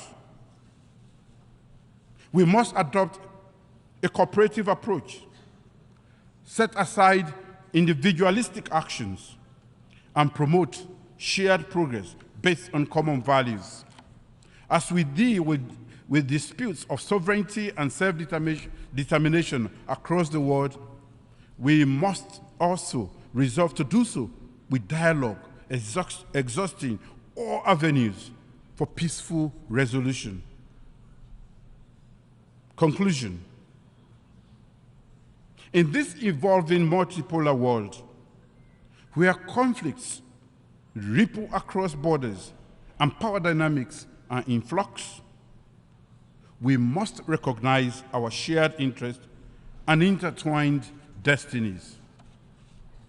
The multifaceted crisis challenging our global community demands unified action. For our collective strength is determined by our most vulnerable segments. The voices we make today, the choices we make today, have far-reaching implications for tomorrow. We stand at a crossroads. One path takes us to mere rhetorical commitments to equity and solidarity, while the other beckons us to act with conviction, driven by profound belief in equity and justice, economic justice, social justice, political justice. Let us choose wisely, for the fate of generations to come hinges on the decisions we make now. Thank you.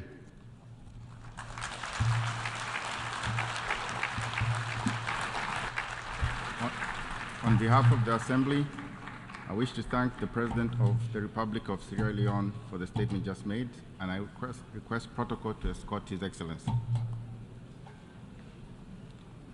The Assembly will hear an address by His Serene Highness, Prince Albert II, Sovereign Prince of Monaco.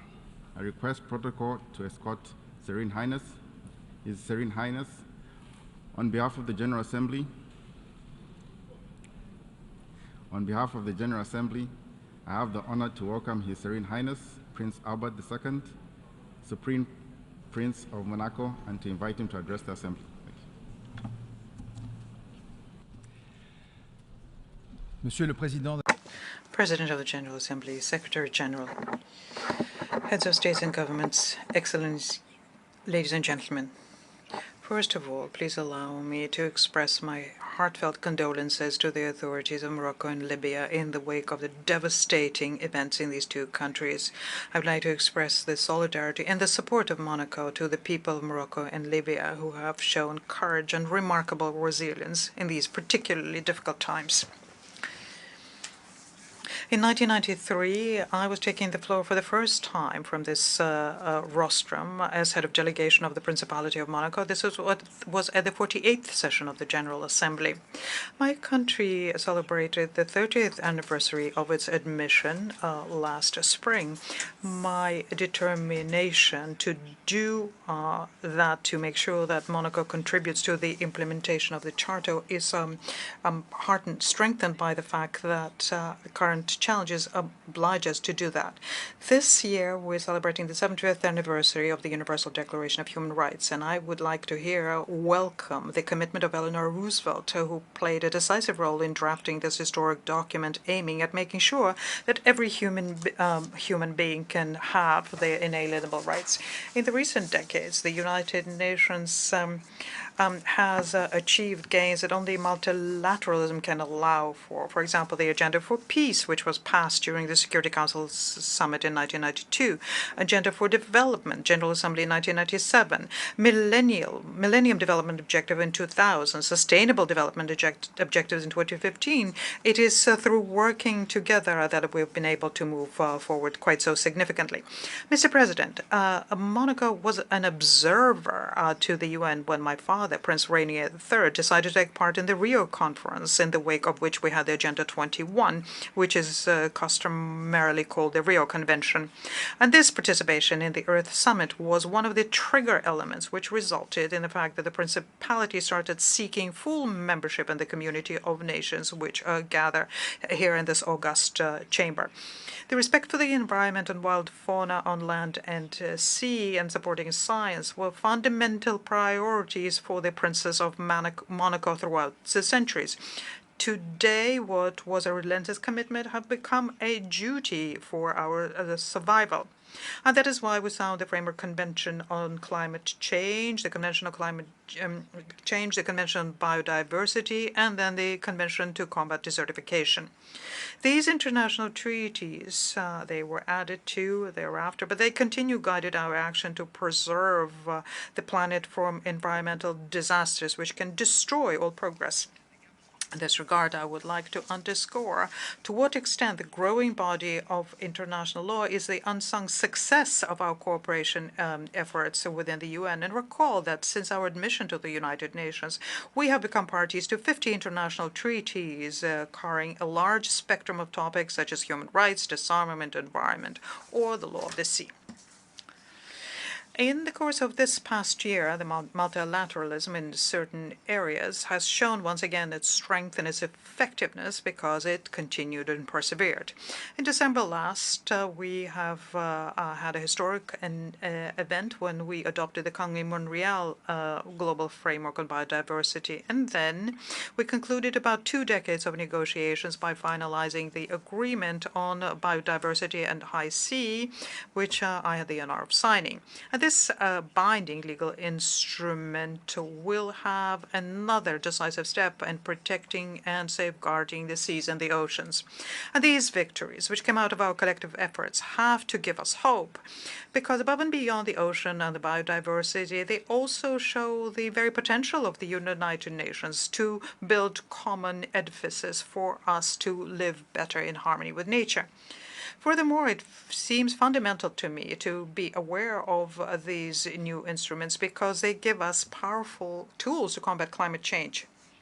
Amongst the indigenous people or island people, the sea is a fully fledged being. The crucial role of seas and oceans in regulating climate is clearly recognized now and enables us to handle this challenge holistically.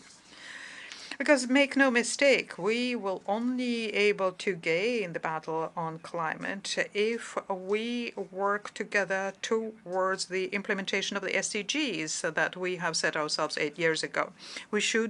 There is not a moment to lose. Extreme climate events, floods, droughts, fires, whose frequency and intensity is only growing, already result in the suffering of millions of people and require from us to undertake urgent and drastic measures. Physical modifications of the marine environment and coastal areas, the acidification of the ocean, rising sea levels are other phenomena which are threats for the very existence of coastal communities in many countries. Secretary General, your determination to bring together the leaders of states, representatives of private institutions, of civil society within the framework of the Climate Ambition Summit is very timely. The very recent IPCC report has alerted that it once again showed us that our collective efforts are insufficient in order to fight this planetary scourge. Several months ago, we have started the first stage of assessing the implementation of the Paris Agreement. This will be finalized at COP28, but it cannot be simply a statement of failure. We need to, on the contrary, use this most recent opportunity we have to rectify the trajectory so as to make sure we do not raise the temperature more than 1.5 degrees Celsius.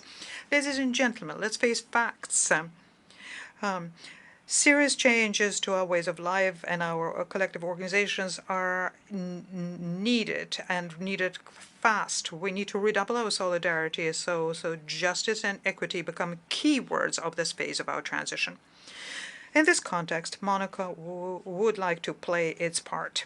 The government of the Principality will contribute to the replenishment of the Green Climate Fund to the tune of 3.3 million euros for 2024-2027.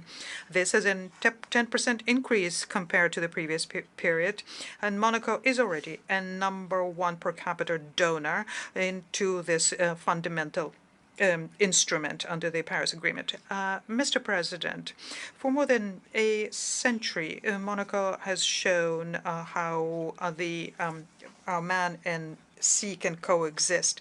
And the question of oceans will be once again, 2 years after Samoa pathway, at the center of the deliberations of the 4th conference on SIDS and the 3rd conference on SDGs for Poland in Nice, presided by France and Costa Rica in 2025. Monaco decided, together with the organizers of this conference, to host sessions on blue economy, and the conclusions of that, I hope, will enrich the deliberations of this gathering.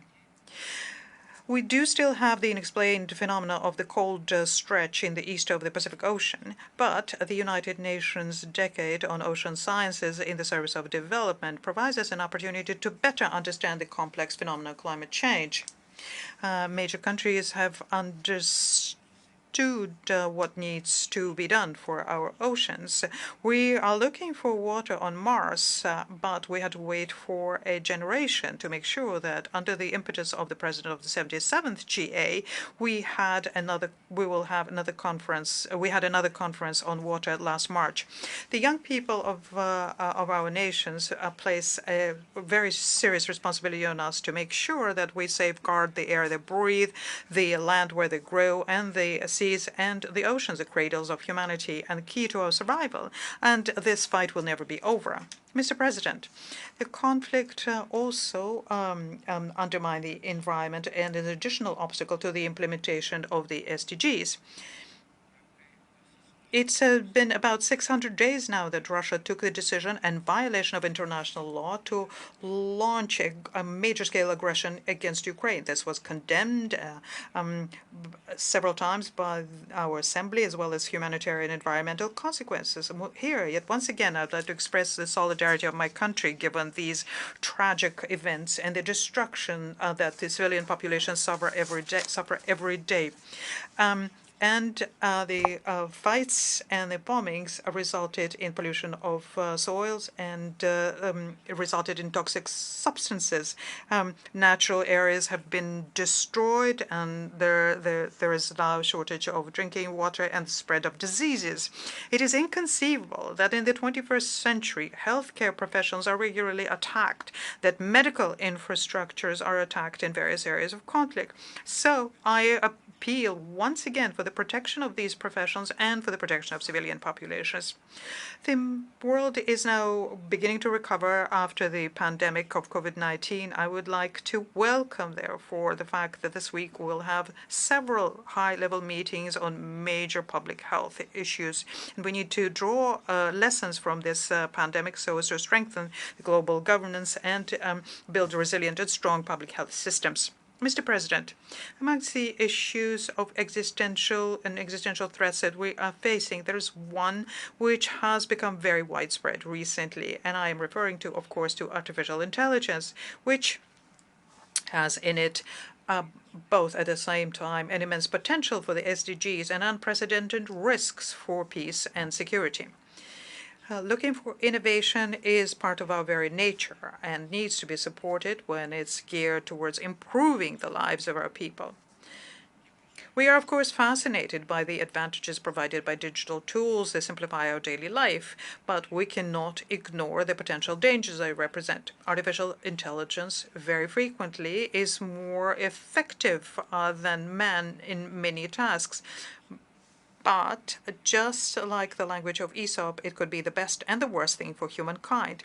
Cyber attacks using artificial intelligence are already targeting critical infrastructure in hospitals and humanitarian operations conducted by the UN.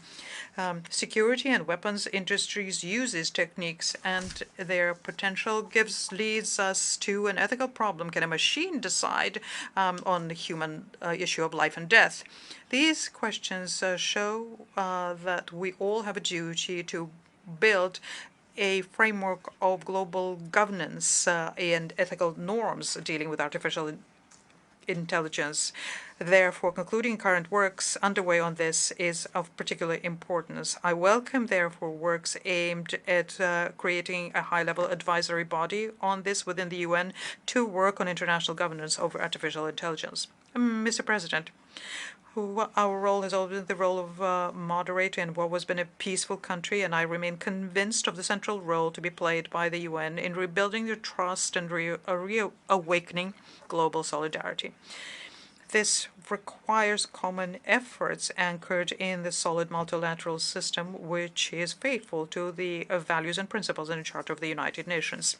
I'll conclude by voicing the hope that we'll succeed in improving the effectiveness of our organization so that it can carry out its initial mission to safeguard peace amongst nations and the well-being of our common humanity. I thank you. On behalf of the Assembly, I wish to thank the Sovereign Prince of Monaco for the statement just made and request protocol to escort His Serene Highness. The Assembly will hear an address by His Excellency Gabriel Boric Font, President of the Republic of Chile. I request protocol to escort His Excellency.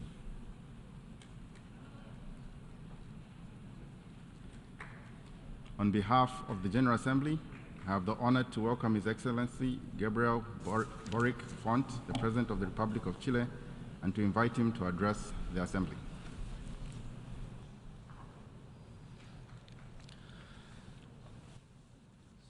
Señor Presidente. Mr. President, distinguished representatives of the member states of the United Nations,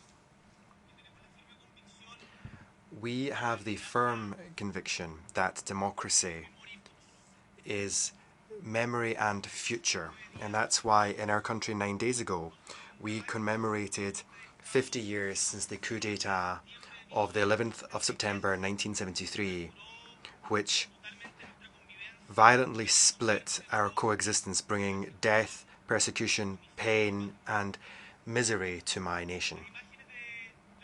The images of the presidential palace La Moneda being bombed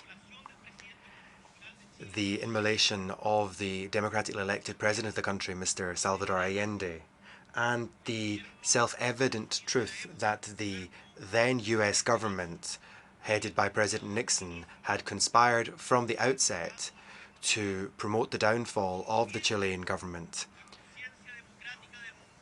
touched the democratic conscience of the wider world.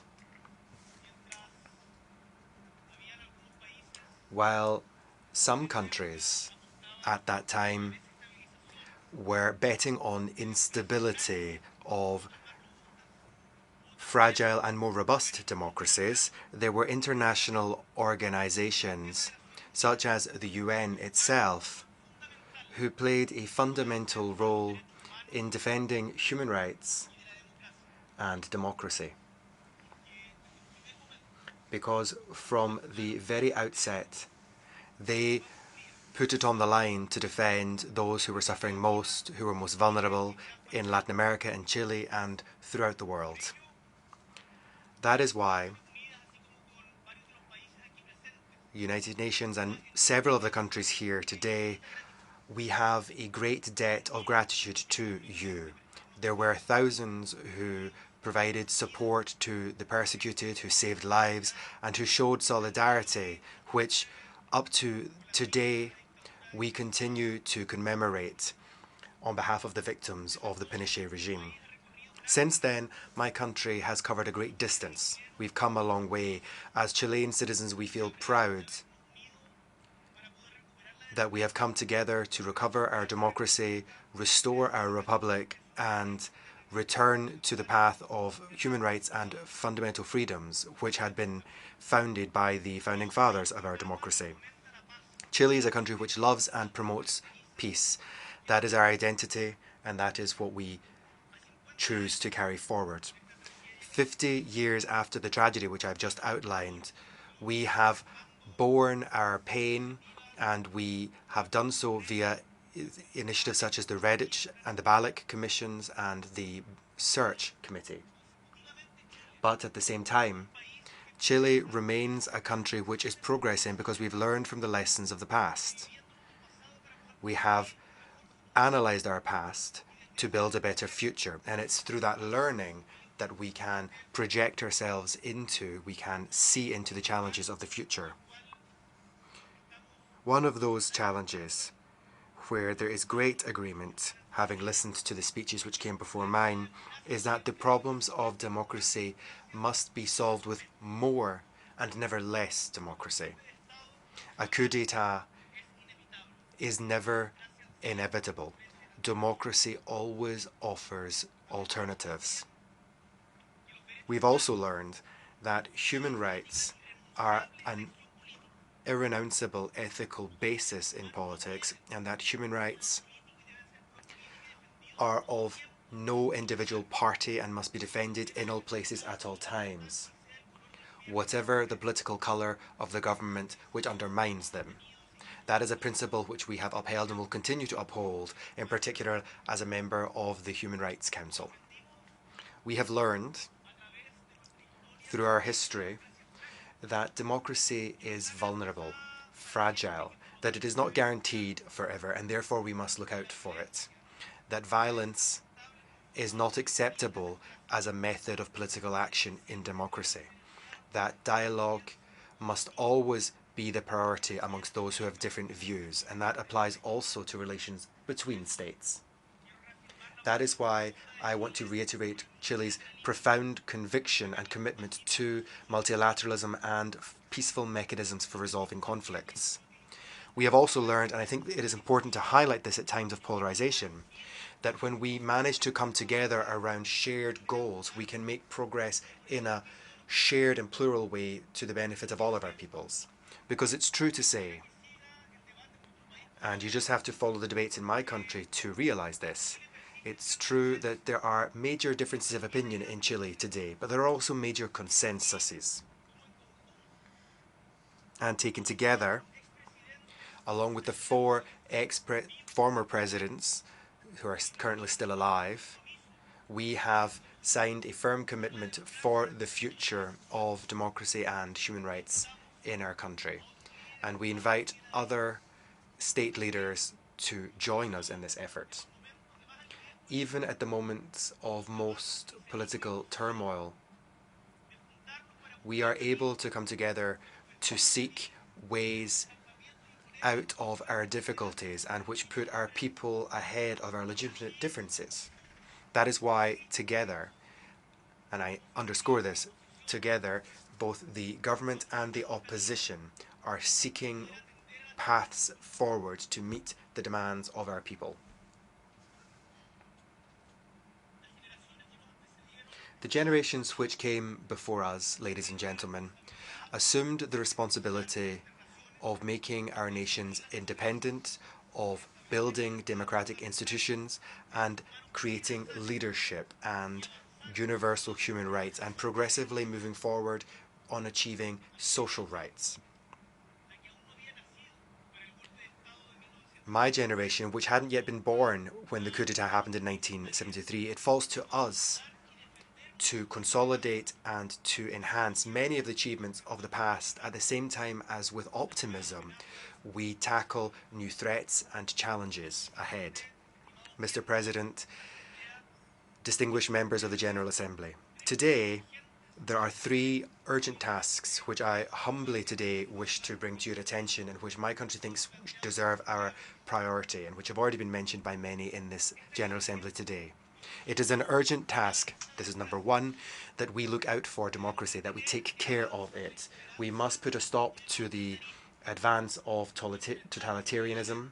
We must be decisive in confronting disinformation, which is corroding our democracies from the inside. We must do it from an institutional and clear way. We must defend the rights of minorities, but also of those who are not minorities, who are in fact the majority, such as women, whose progress is threatened by various forms of totalitarianism and fanaticism. We must tackle the profound causes that are undermining our democracies. We are concerned that these vulnerabilities or the loss of democracy will take on new forms, not of the coup d'etats of the 20th century, but new forms in the 21st century, some of which may even have the sheen of majority to them. Democracy today is not satisfying all of the yearnings of people who urgently want and need security, greater equality, a way out of poverty. Democracy must be able to come up with results. We must pour all of our efforts into that. When institutions fail or are too slow in coming up with results, corruption and organized crime, various forms of inequality, all of these challenges which are corroding our institutions lead to a lack of trust among the people. That is why, ladies and gentlemen, looking after democracy means tackling the frustrations and the yearnings and the needs of our people.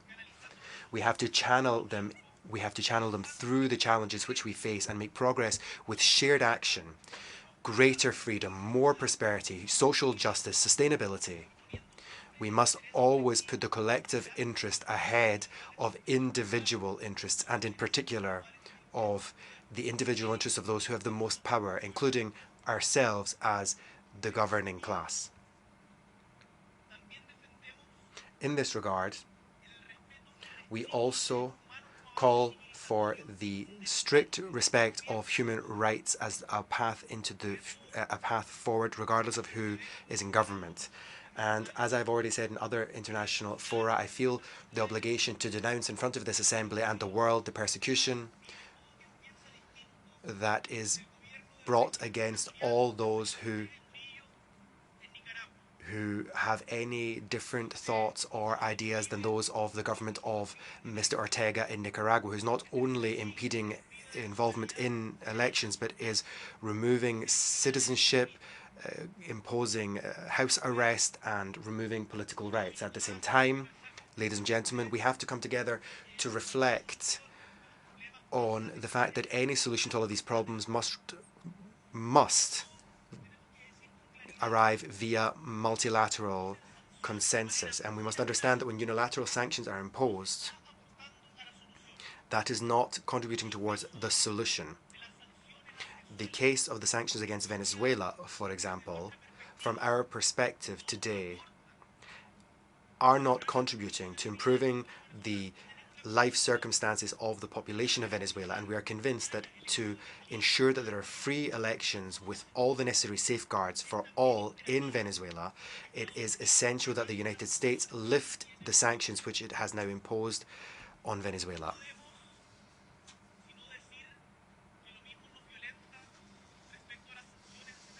The same applies to the sanctions which have been in place for so very long against Cuba. I want to be very clear. Declaring that Cuba is a country which promotes terrorism is not just false, it is violent, it is brutal, and we would call on the United States to follow the line which was taken a few years ago by the government of Barack Obama when it took Cuba off of that list. These sanctions hurt not the government of Cuba but the people who don't deserve it. At the same time, I feel obliged to raise my voice when it comes to two conflicts which are tearing apart humanity and which come to us from two different times. Some of you legitimately will be wondering why Chile wishes to discuss conflicts which are happening in such far-flung parts of the world. It's because humanity as a whole is important to us, and we should not remain silent when we see the illegal, for example, the illegal occupation of Palestine and the inability of Palestine to form its own state and government, the wall which is enclosing its citizens. We must recognize the right to exist of both of those countries, Palestine and Israel, and that is why at this podium we call for the respect of international law. A more recent conflict now, where also we see ambiguities which tend to come out when these events happen, and we must clearly condemn, explicitly condemn, the illegal invasion by Russia of Ukraine. On this point, it is our conviction that a conflict of this nature, of these characteristics, we cannot blame the invading government, the invading nation, in any way in the same way as the invaded nation, and we are convinced that peace can only be achieved by respecting the territorial integrity of nations. And we say that as a country which is a small or medium country, which is what we are, a country from the far south of the world, and we say it because we understand that countries such as ours depend on international law for our defense in potential future conflicts. Today it's Ukraine, in the future it could be any of us. And in this context, we can't close our eyes or look away. We cannot be ambiguous in condemning what, from our perspective, is a war of aggression, and a legal war of aggression at that. My second topic, requiring urgent action now, where responsibility again does not fall on all of us in the same way, is the climate change crisis, pollution and loss of biodiversity. Here the diagnostic is very clear. Almost all of the leaders at this rostrum have spoken on this topic.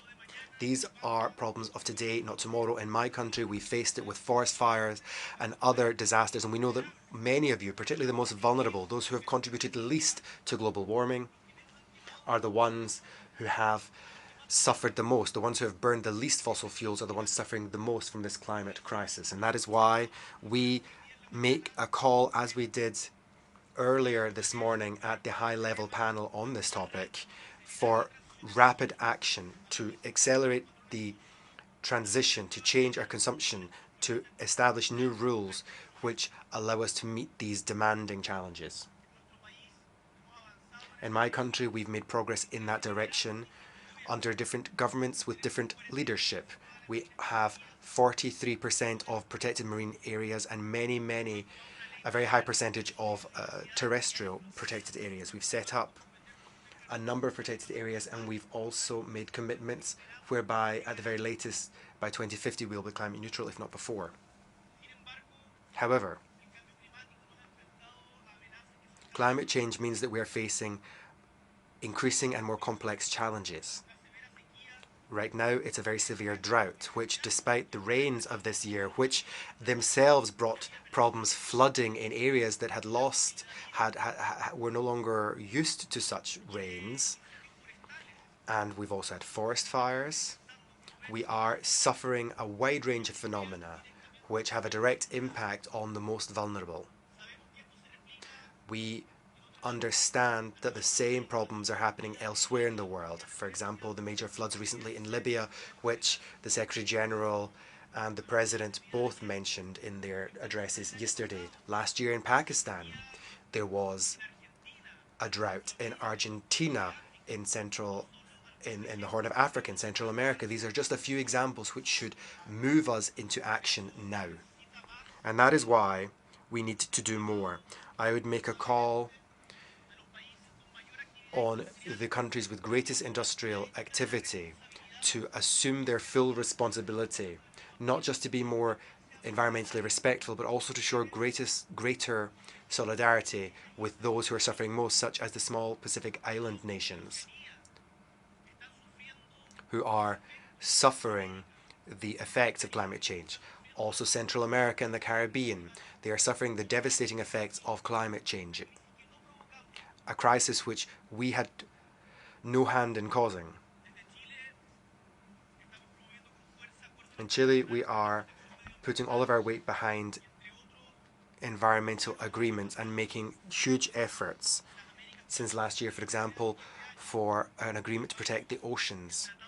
This year we signed the BBNJ Convention, and today before this Assembly I wish to reiterate our commitment and willingness for Valparaiso, the historic gateway to America, the Pearl of the Pacific, to become the headquarters of that treaty's secretariat. You can count on us for its proper development and to contribute to a more sustainable and fairer, more equitable development. Finally, the third challenge, which I think has to be a priority, relates to technological change, which can only be compared with the Industrial Revolution of the mid-18th century, which will change entirely the way that we think, that we relate, that we produce, that we work.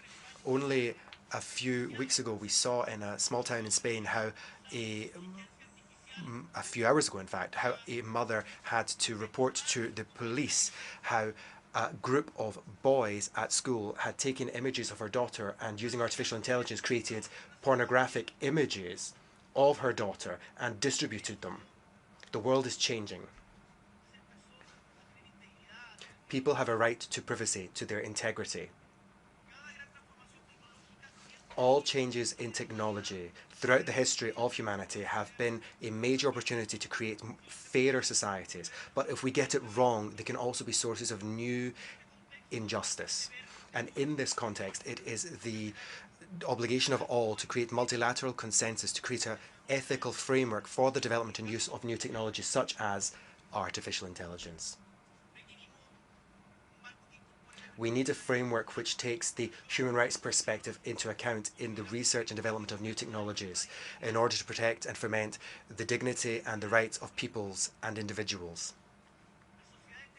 Societies must make progress, there can be no doubt, but we have to do it in a responsible way. That is why understanding and better managing the opportunities of new technologies to put it to use for our benefit before it becomes a threat is so important. And I would conclude by saying that this is an obligation. And it is what we've been doing in Chile since the Congress on the Future, which I am absolutely sure you all have initiatives of a similar nature in your country. With humility, but with pride, I can state here today that my country can stand as a Latin American reference for the future of artificial intelligence, and we are going to work tirelessly in that responsible direction. Democracy, as I said, is memory, but it is also future. And that's why we think that technological development has to be a tool for unity, not division. It has to promote the empowerment of all of society We must tackle the phenomenon of disinformation, which is brought to bear in particular against the most vulnerable in society. We must ensure that it does not drive us further apart, both within our countries and at the international level. I conclude by saying that the challenges we face require audacious and collective solutions, because none of us, even the most powerful country in the world, can tackle these challenges in isolation. The phenomena of the climate crisis, migration, pandemics, no borders, no flags. They affect all countries of the world. And that is why this forum, this General Assembly, must stand up to these challenges. We must rise to the occasion. We must show that we are more than just empty words and more than the speech made yesterday by the Secretary General, Mr. Antonio Guterres. We must reform global governance, both in its political aspects as well as financial. It is reform or the descent into barbarism. We stand for reform, and we can tell the Secretary General that he has our support, not just in reforming the Security Council, but also the financial institutions that were born out of the Bretton Woods Consensus. I underscore, democracy is memory and future, and on the path to a better world, the role of this General Assembly will be decisive.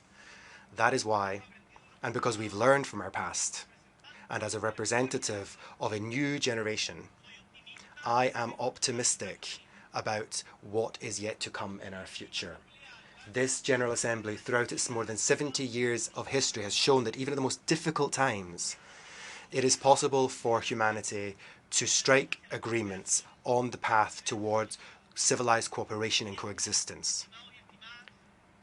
Distinguished delegates, you will always be able to count on Chile to promote and to defend human rights, multilateralism, democracy, and together to build a sustainable future and a world free of poverty which has greater social equality. Thank you very much. On behalf of the Assembly, I wish to thank the President of the Republic of Chile for the statement just made, and I request protocol to escort His Excellency.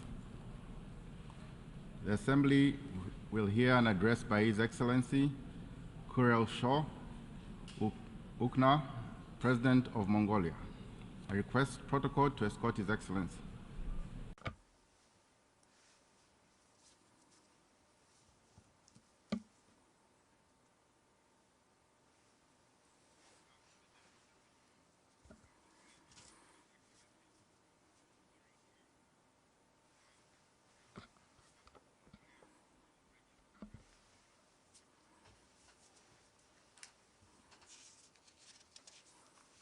Mr. President, Mr. Secretary General, distinguished delegates, ladies and gentlemen, I wish to convey my heartfelt congratulations to the President of the 78th session of the United Nations General Assembly, Your Excellency Mr. Denis Francis, and wish every success in the work of the session.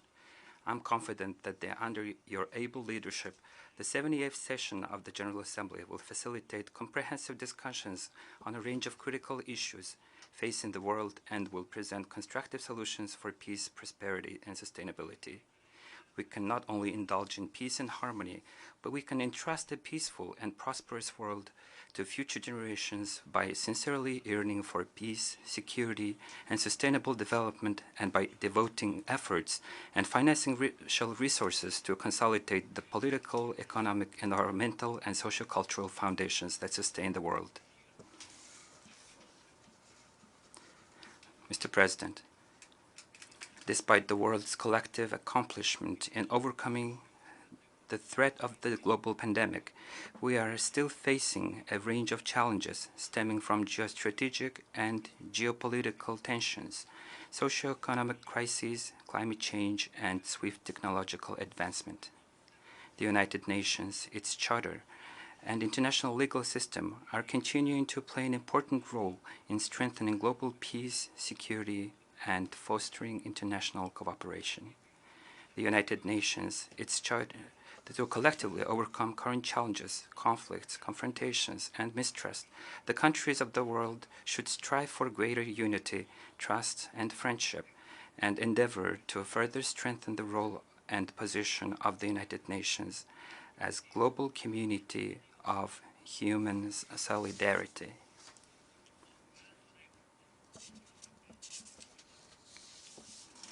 Mongolia commends and supports the initiatives outlined in the United Nations Secretary General's report, Our Common Agenda, including the recent new Agenda for Peace, which offer proactive solutions to global challenges in international relations by amplifying preventive diplomacy and reinvigorating multilateral cooperation and dialogue. The rapid advancement of digital technology is unlocking new prospects for global development.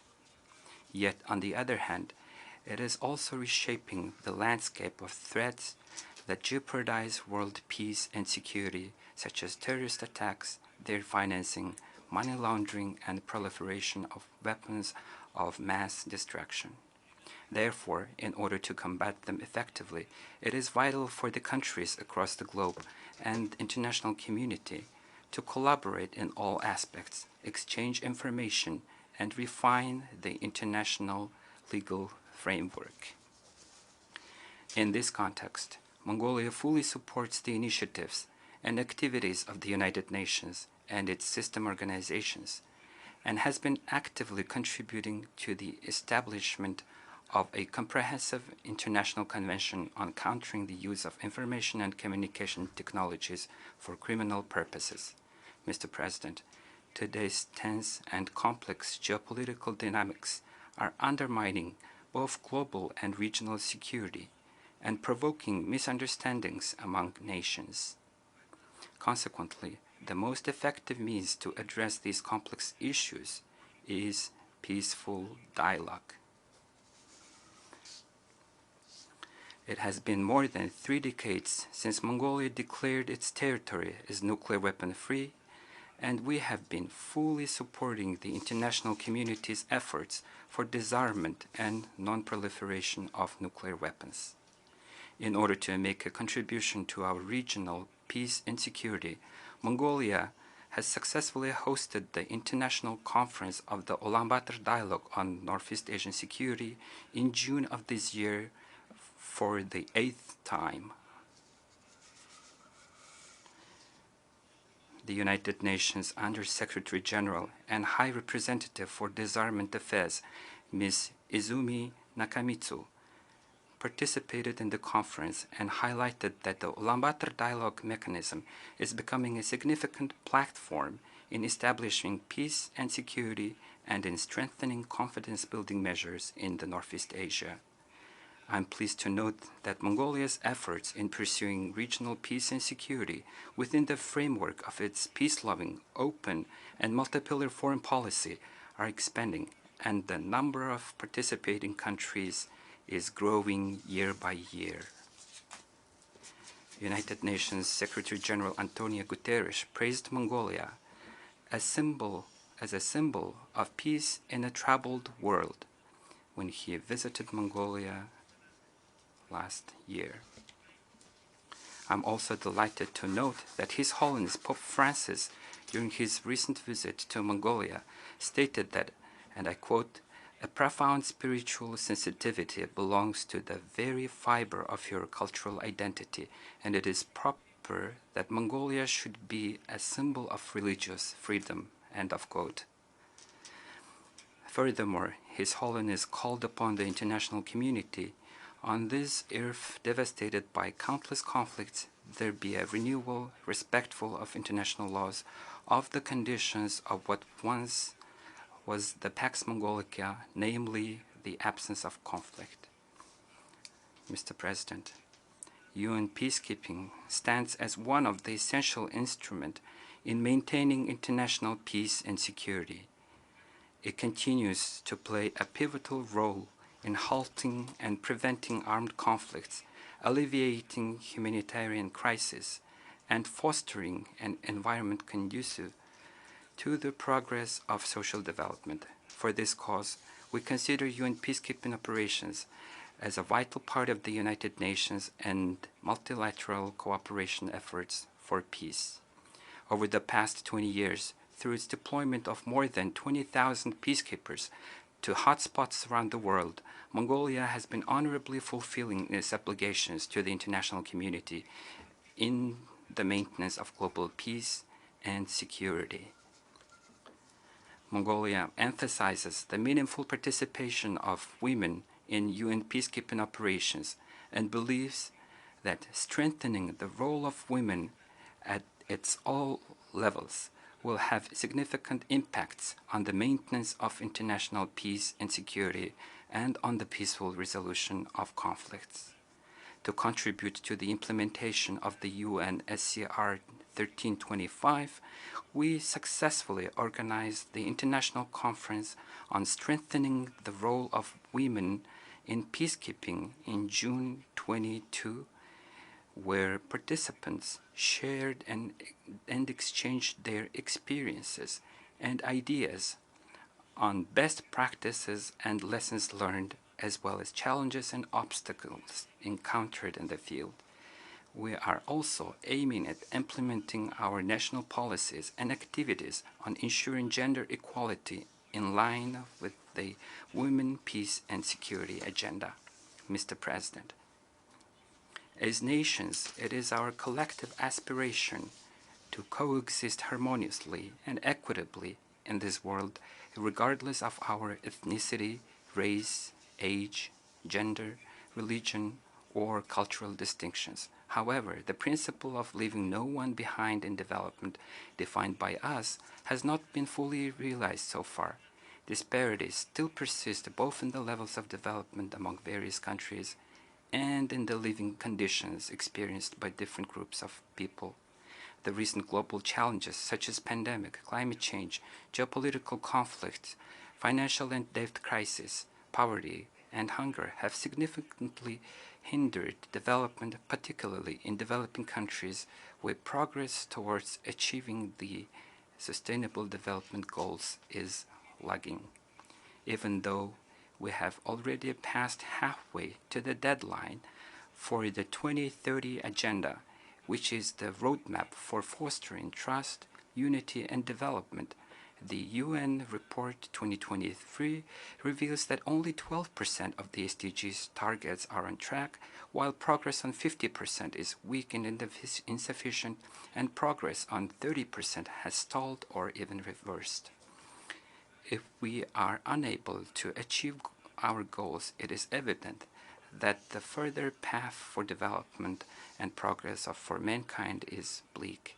It is critical time to be responsive, as UN Secretary General Antonio Guterres warned, not to turn the 2030 Agenda for Sustainable Development into a mirage of what might have been. Prior to the pandemic, the annual SDG funding gap stood at $2.5 trillion, but as per the OECD, it has now surged at least $4.2 trillion, and 52 least developed countries are at risk of serious debt crisis. Therefore, there is an urgent need to develop a global plan for financing the SDGs. Mongolia presented its second National Voluntary Review Report at the High-Level Political Forum on Sustainable Development of the United Nations held last July in New York. According to the report, Mongolia has made a notable progress in 15 of the goals, while the implementation of one goal has been assessed as regressive. It has been estimated that Mongolia needs additional spending of approximately 18% of GDP annually on average until 2030 to achieve the SDG targets. Mr. President, climate change is sending a distress call and warning alarm of impending threat that is looming over human life and the existence of humanity on the earth. If we do not follow a resolute path to preserve our Mother Earth right now, she will inevitably find her own way to survive, even if it means doing so without us. The 2023 report of the IPCC warns that if global temperature increases by half a degree, it will lead to increased poverty, heat waves, sea level rise, coral reef decline, and habitat loss, and severe drought. Every increment of global warming will be immeasurably costly. Therefore, governments should take urgent measures to implement the Paris Agreement, heed the guidance of scientists, raise public awareness, regulate resource utilization, preserve and restore biological diversity, foster ecologically friendly and economically efficient technologies, such as the use of renewable energy, and substantially bolster climate financing.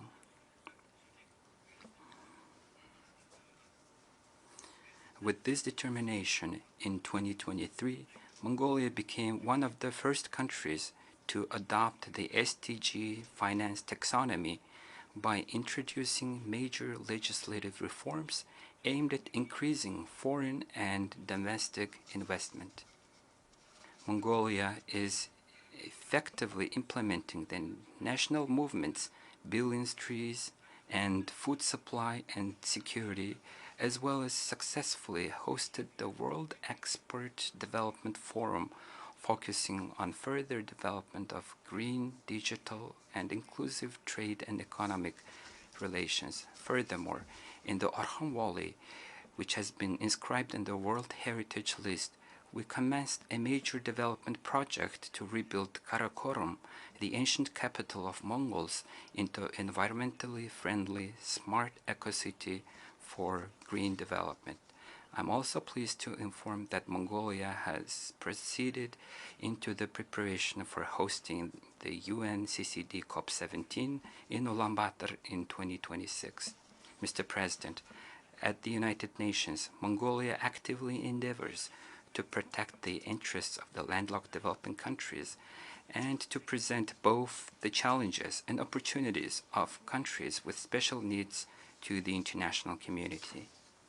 Currently, Mongolia is working as Vice Chair of the Group of Landlocked Developing Countries at the United Nations and is making advancement on the initiative to set up a group of LLDCs in the World Trade Organization and the International Civil Aviation Organization. Henceforth, during the 41st session of the Assembly of the ICAO, held in Montreal, Canada in September 2022, Mongolia submitted a working paper on improving air connectivity in LLDCs, which received a wide support from its member states. Moreover, Mongolia attaches particular importance to developing the international think tank of the LLDCs, an intergovernmental organization established in Ulaanbaatar in 2017, and strengthening its research capacities. We believe that based on the practical experiences, and lessons learned from the implementation of the VINA Program of Action, the third United Nations Conference on LLDCs to be held in Kigali, Rwanda in 2024 will be a critical occasion to adopt a renewed development framework for the landlocked developing countries for the next decade. Mr. President, it's commendable that the 78th session of the United Nations General Assembly is drawing global attention to health issues by convening 3 high-level meetings on universal health coverage, pandemic preparedness, prevention and response, and fight against tuberculosis, and adopting their political declarations. I'm confident that outcomes of these meetings will have a significant contribution to the international efforts in this field, and they will be reflected as well in the national program Healthy Mongolian, implemented at my own initiative. Mongolia fully supports and expresses its commitments to contribute to the negotiation on the development of the WHO Convention agreement, or other international instrument on pandemic prevention, preparedness, and response as agreed by the member states during the second special session of the World Health Assembly. We believe that the establishment of the international legal document will be of great importance for timely and equitable access to and distribution of pandemic-related vaccines, treatments, and diagnosis. On behalf of the people of Mongolia, I wish to express my deep gratitude to all healthcare workers around the world who selflessly and tirelessly work to save people's lives and their health. My gratitude also goes to World Health Organization, their employees, and Director General Dr. Tedros Ghebreyesus, who played an important role in overcoming the tough times of global pandemic with less damage. We call upon member states to support and cooperate comprehensively in strengthening the WHO's role and position while broadening its range of activities. Mr. President, this year marks the 75th anniversary of the adoption of the Universal Declaration of Human Rights. As a democratic country, Mongolia fully advocates for human rights, freedom, and justice, and the principles of promoting gender equality and human rights in political, social, cultural, and economic spheres are enshrined in the Constitution of Mongolia. Building a world free of gender inequality is our shared goal, and it is our collective duty and responsibility to collaborate in its realization. Just as women's role and contribution are essential for both the harmony and prosperity of nation and well-being of families, women and female leaders play a critical role in security and development of humankind. Last June, Mongolia successfully organized a female foreign ministers meeting where the participants conducted constructive discussions on presenting solutions to pressing issues of mankind and international community, including global peace and security, climate change, and food security. As an outcome of the meeting, Ulaanbaatar Declaration was adopted. To further advance this achievement, we propose to convene the World Women's Forum in Mongolia in 2024. We call upon countries to cooperate in support of this initiative. Mr. President, in this era of profound transformation in the international order and norms, the role and significance of multilateral cooperation and the international community is growing enormously. Therefore, Mongolia believes that it is important for the UN member states to actively participate in the intensification of the reforms of the United Nations, particularly in furthering the negotiations of the reform of the UN Security Council.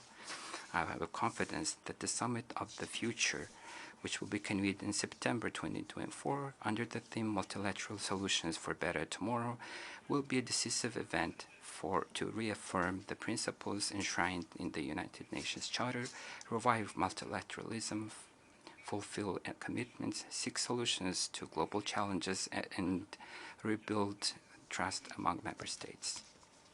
Today, our leadership plays a pivotal role in shaping the destiny and well-being of our nations. Humanity is counting on our sagacious and visionary policies and initiatives that are in the best interest of the future generations and to prioritize global peace, security, and environment. Let's act together for peace, solidarity, and the world of well-being of the future generations. May the eternal blue sky bless us mankind forever. Thank you very much for your attention. Bayratla. On behalf of the Assembly, I wish to thank the President of Mongolia for the statement just made, and I request protocol to escort His Excellency. The Assembly will hear an address by His Excellency Muhammad Ould Sheikh El Ghazouani, President of the Islamic Republic of Mauritania. I request protocol to escort His Excellency.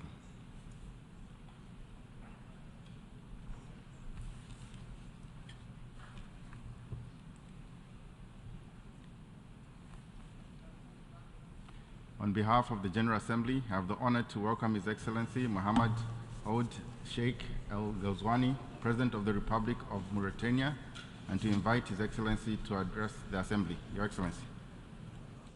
Bismillah ar-Rahman ar-Rahim. Sallallahu. In the name of God, the merciful, the compassionate, peace and blessings on the Prophet of God. Mr. President, Your Majesties, Highnesses, Mr. Antonio Guterres, Secretary General of the United Nations, Excellencies, ladies and gentlemen,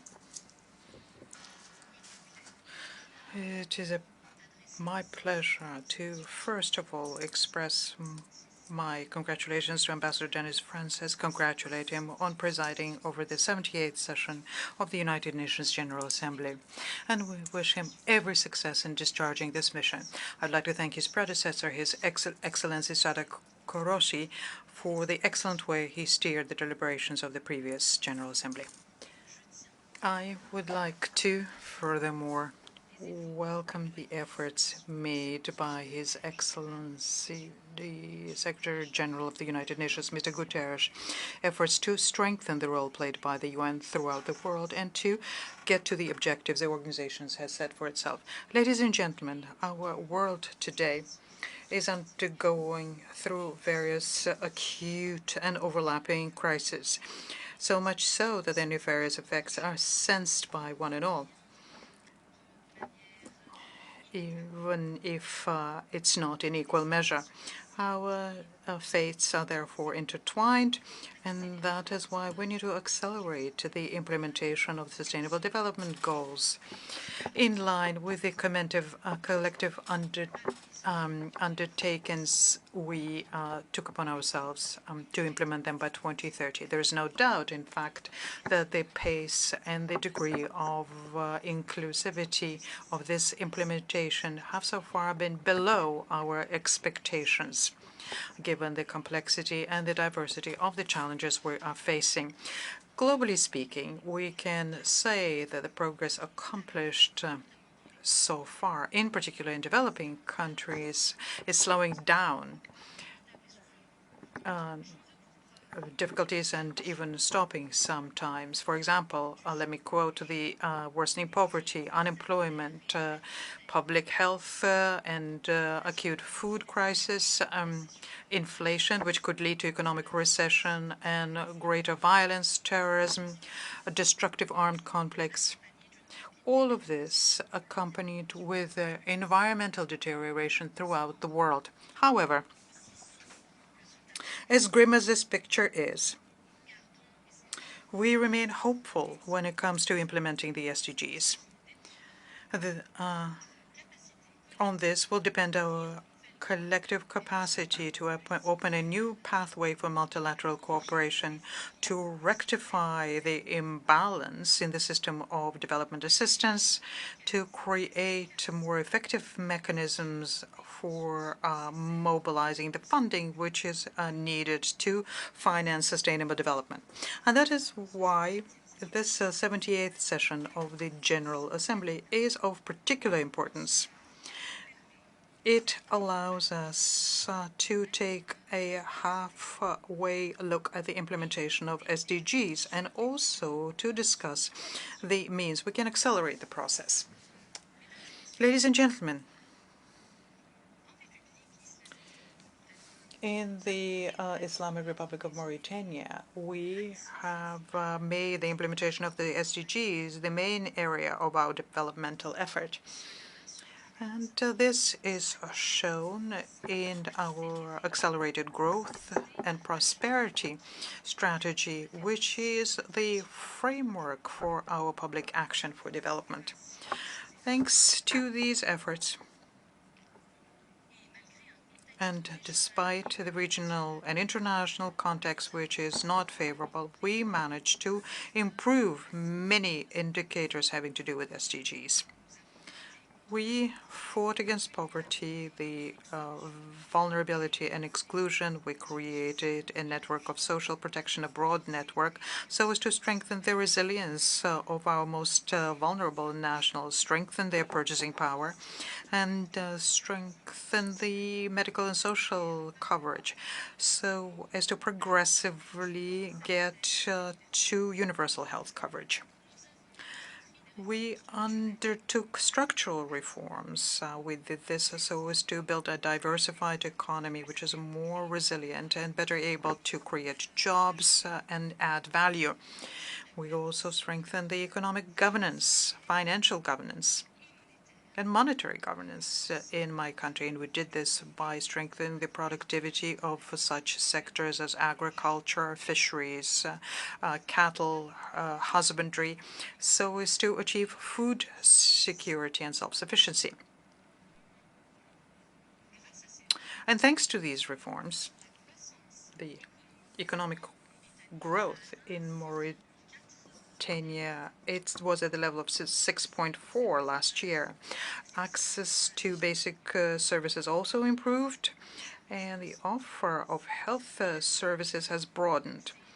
Access to drinking water reached 72.32%.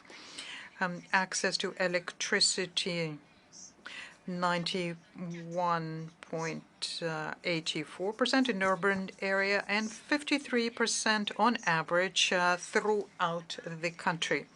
The share of renewable energies in our energy mix is 34% in 2020, and we are aiming for 50% in 2030.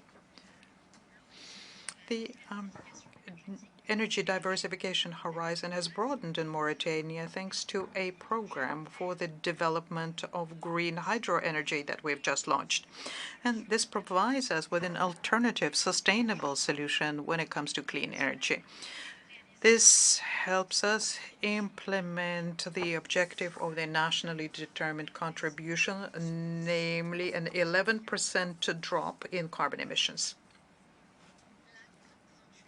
COP28, which will take place in the United Arab Emirates, is for us a source of great hope. We call on industrialized states to honor the commitments they undertook when it comes to greenhouse gas emissions and the commitments that they undertook during the Paris Summit. Our efforts in terms of energy transition are accompanied by continued fight against desertification and other climate change. We're doing this so as to restore the balance of our ecosystems. It is within this framework that we're implementing the initiative on the Great Green Wall, and there we are active within the Permanent Interstate Committee on fighting drought in the Sahel. We're strengthening thus the green economy. We also are investing in our human capital. We implemented various youth training programs to make it easier for them to enter labor markets and to protect them against extremism and fundamentalism. We launched the programs of women empowerment and to strengthen their participation in the political and public life of the country. Numerous promising reforms are also underway in the area of education, so as to create a republican schooling system which gives all of our children quality education and gives them equal opportunity. Furthermore, we're actively working on strengthening the rule of law, good governance, social cohesion, and individual and collective freedom. In fact, we are ensuring that human rights are promoted. We're promoting the rights of women and children, and we're fighting against any contemporary forms of slavery. And we have seen positive results in all of these areas. This was also praised by our partners and international organizations involved in these matters. In all of the aspects of our public policy, we use dialogue and openness with all parties. We undertook an in-depth report of our judicial system to strengthen the independence of our judiciary and to guarantee that there is a separation of powers. We also developed various mechanisms of combating against resistance to these reforms. We heightened their transparency through reinvigorated democracy. This would have been impossible without security and stability, which we have throughout the country, despite the fact that the regional and international environment is particularly unstable currently.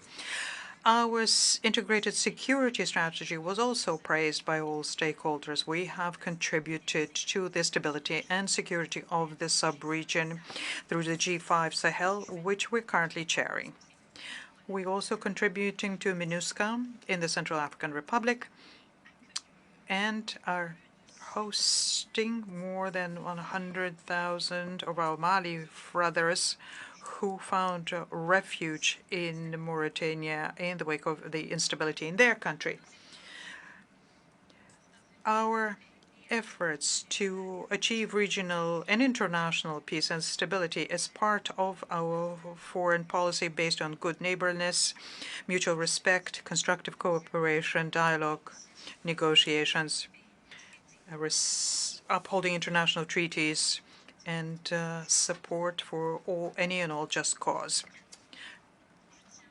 In this regard, I would like to reaffirm the right of the Palestinian people to create an independent state with a capital in East Jerusalem under the relevant resolutions of the United Nations.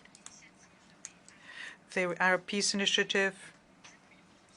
We also support any and all solution aimed at preserving the territorial integrity, stability, and security in Libya, Yemen, and in Syria. We call for the deployment of any and all possible efforts so as to put an end to the hostilities and to do this effectively in Sudan and to reach a comprehensive political solution in this brotherly country.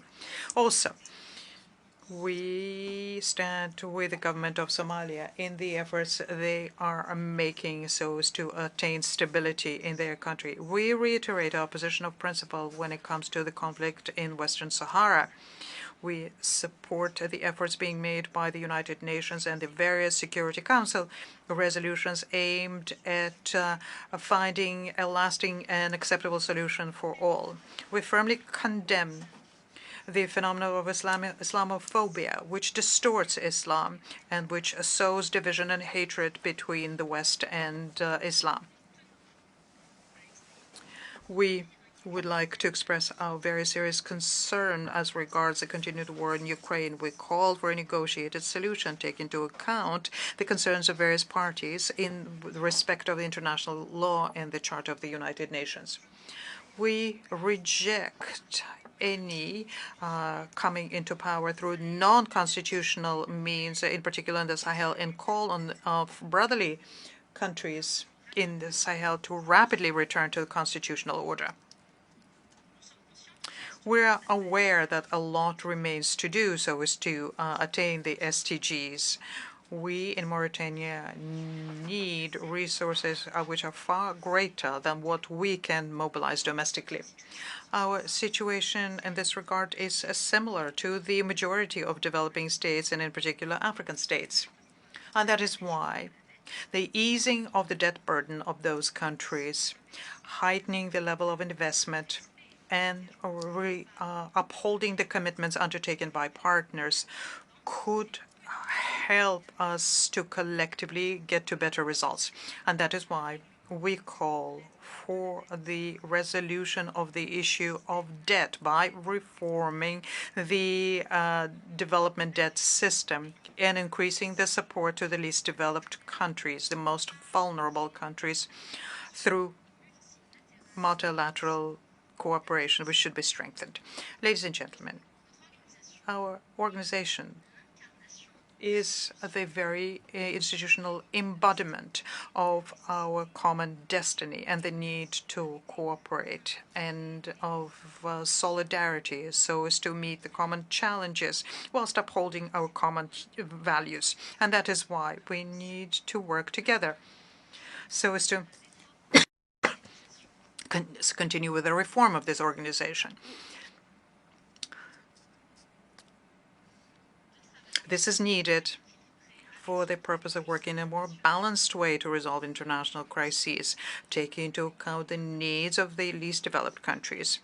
This will help us strengthen the trust everyone should have in the United Nations and trust in its effectiveness and its work for international peace and security. I thank you, and may the peace of God be on one and all of you. On behalf of the Assembly, I wish to thank the President of the Islamic Republic of Mauritania for the statement just made and a request protocol to escort His Excellency. The Assembly will hear an address by His Excellency George Manneh Ware, President of the Republic of Liberia. I request protocol to escort His Excellency.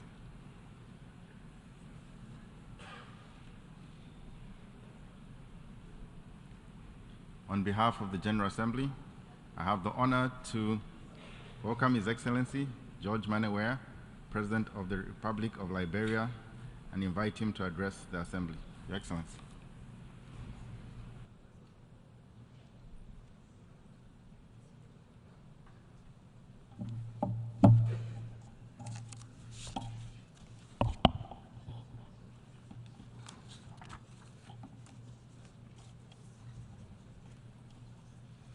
His Excellency Denis Francois, President of the 78th United Nations General Assembly, His Excellency Mr. Antonio Guterres, Secretary General of the United Nations, Excellencies, Heads of State and Government, Ambassadors, Heads of Delegation, distinguished delegates, ladies and gentlemen. Let me begin by extending sympathy to all nations experiencing loss of lives due to recent natural disaster. May the souls of all the faithful departed rest in perfect peace. I'm honored to address these 78th sessions of the United Nations General Assembly on behalf of the government and people of the Republic of Liberia. I congratulate His Excellency Mr. Denis Francois on his elections as President of the 78 sections of the United Nations General Assembly, trusting that he will bring his word of experience to bear on the works of this august assembly. I wish to assure him of my delegation's further support as he steers the works of this assembly successfully in fulfillment of the expectation and confident repose in him. Let me use the occasion to congratulate your predecessor, His Excellency Saba Korosi, for the capable manner in which he administered the affairs of the 77th session of this General Assembly. Let me also commend His Excellency Mr. Antonio Guterres, Secretary General of the United Nations, for the astute manner in which he continues to administer the affairs of the United Nations in these difficult and challenging times.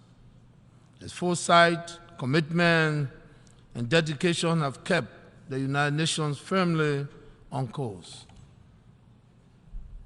Mr. President, Excellencies, distinguished delegates, we have convened at a time when the world is faced with many challenges: security, social, economic, political, and natural disaster.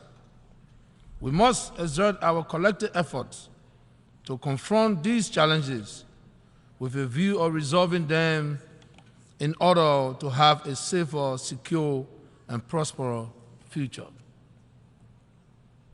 We must continue to promote global solidarity and rebuild trust in accelerating progress on the Sustainable Development Goals, the SDGs. The SDGs, by design, require bilateral and multilateral collaborations to achieve the result we seek. The theme of this year's debate, rebuilding trust, reuniting global solidarity, accelerating actions on the 2030 Agenda, and its SDGs towards peace, prosperity, progress, and sustainability for all, adequately captured our current global demands.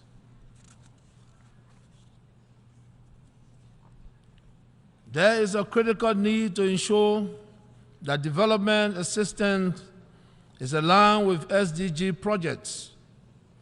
That is why my delegation welcomes and supports the Secretary General agenda for actions to accelerate the implementation of existing agreements, including the Sustainable Development Goals, and to re-embrace global solidarity and find new ways to work together for the common good of mankind. As the world deals with unprecedented global political and security challenges, there are growing concerns about the proliferations of non-state armed actors, threats of nuclear escalations, and extreme climate conditions. These challenges continue to serve as obstacles to our quest for a safe and peaceful world. Reaching the 2030 vision is to ensure that the journey is secure through accountability and mutual understanding. Liberia is committed to the 2030 Agenda and the Sustainable Development Goals, the SDGs.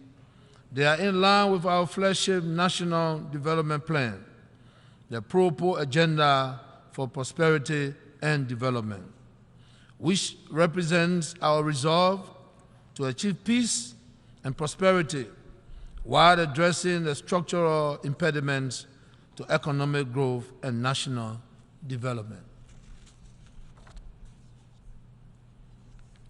Mr. President, the slowdown in global economic growth continues to be a challenge. Over the past 12 months, Liberia has made progress in areas ranging from health to education, gender equality, and infrastructure development. We are proud of our achievements in reducing maternal mortality rates, increasing gender parity in school enrollment, and elevating our overall health and well-being. Liberia appreciates the fact that this august body has once again directed its attention to issues of global health, as demonstrated by the number of high-level meetings to keep these critical issues on our collective agenda. Mr. President, we emphasize unity of purpose as we address challenges aimed at providing basic services to all peoples. Considering that more than 60% of Liberia's population comprises of youth, the future of our nation rests on their shoulder. Understanding this immense responsibility, we are committed to continue paving the way for their growth and development.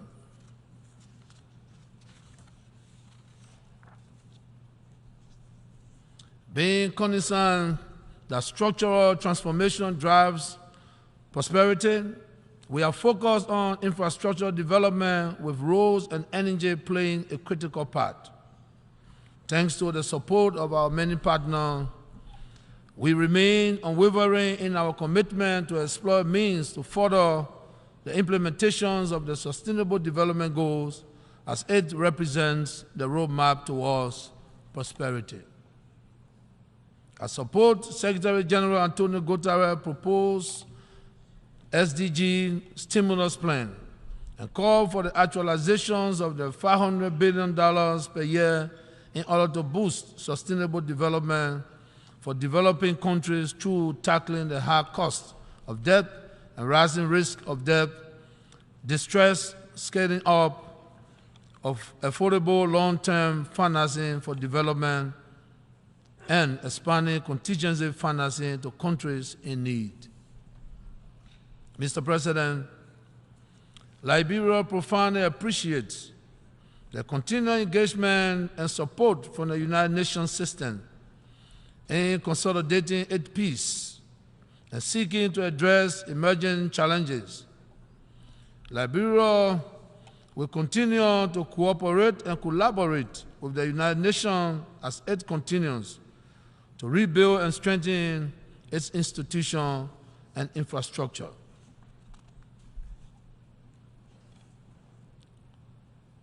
Five years ago, on the occasion of my first address to this August Assembly, we informed you of a peaceful democratic transition that had just taken place in Liberia. With your support and that of our friends, we have kept the democratic torch burning.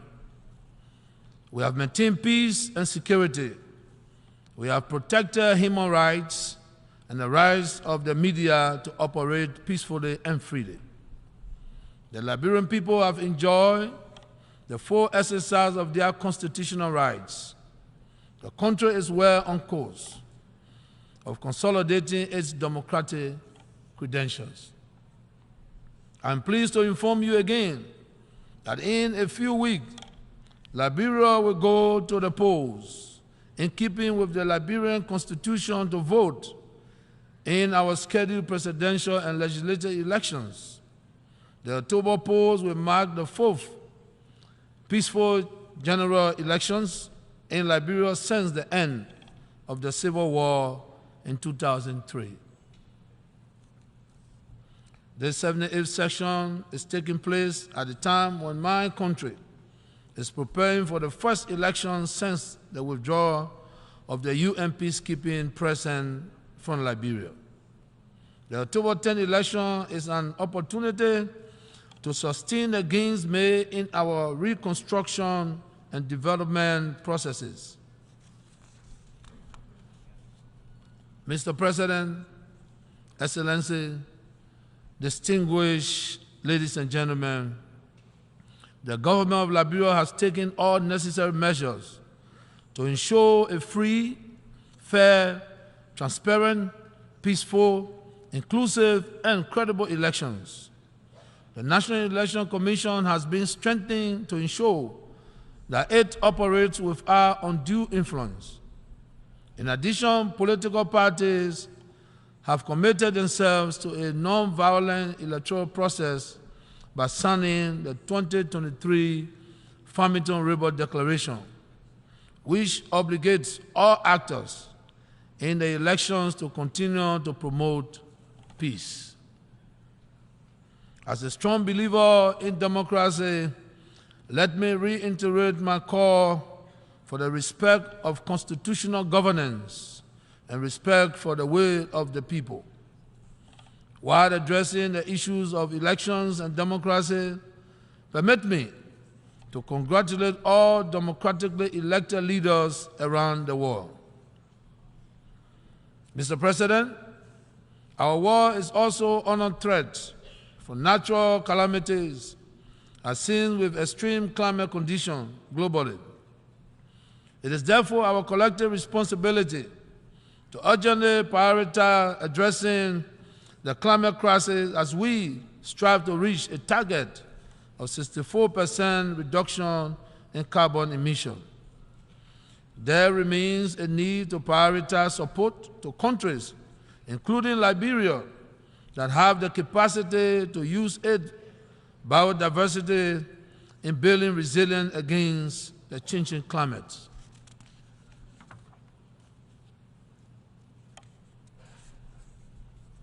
The United Nations has always been confronted with challenges and has withstood the test of time. Hence, this too will come to pass. I wish to thank the Secretary General for his new agenda for peace. Liberia is in solidarity with these bold steps needed to address the triple crisis of disruption, biodiversity loss, and pollution destroying our planet. Liberia is hopeful that concrete global actions toward the attainment of the goals of the common agenda will be achieved. Liberia's journey is best captured in the spirit of unity, resilience, and ambition. Together, through collaborations and shared purpose, we can and must shape a world that upholds the rights and dignity of every individual.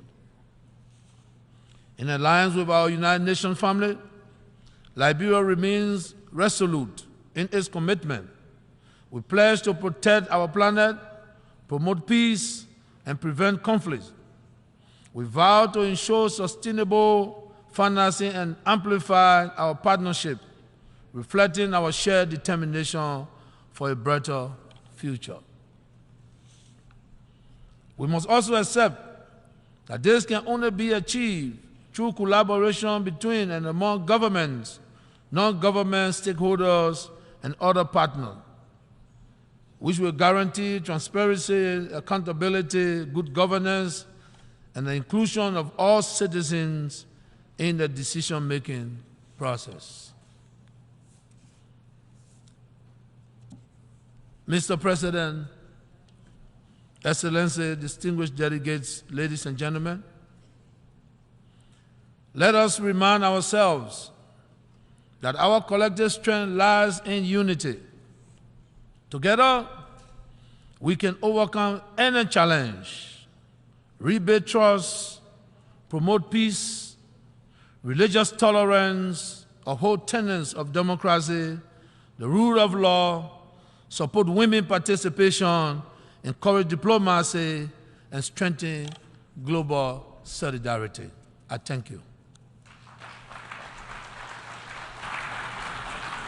On behalf of the Assembly, I wish to thank the President of the Republic of Liberia for the statement just made, and I request protocol to escort His Excellency.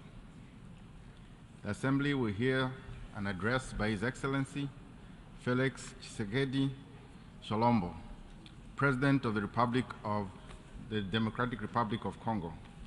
I request protocol to escort His Excellency.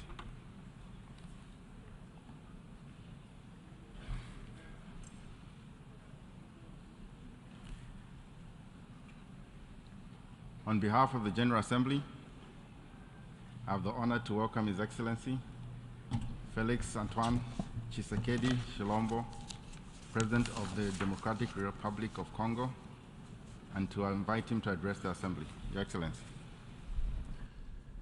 Monsieur le Président de l'Assemblée. President of the General Assembly of the United Nations, heads of state and government, Secretary General of the United Nations, heads of delegations.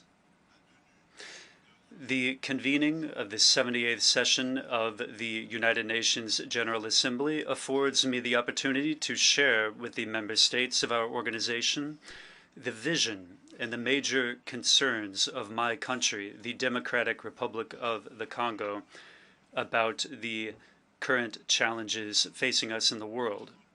Having said that, I wish to preface my remarks by congratulating His Excellency Mr. Denis Francis upon his election as President of our august Assembly, and I assure all the members of his Bureau of the support of my country as they go about their noble mission, the mission conferred upon them by our institution.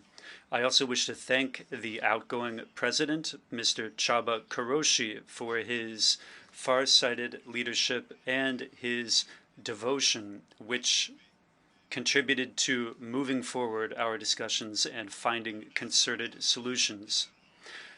I also wish to extend my gratitude to Mr. Antonio Guterres, Secretary General of the United Nations, for his active and ongoing commitment to peace and international security. President,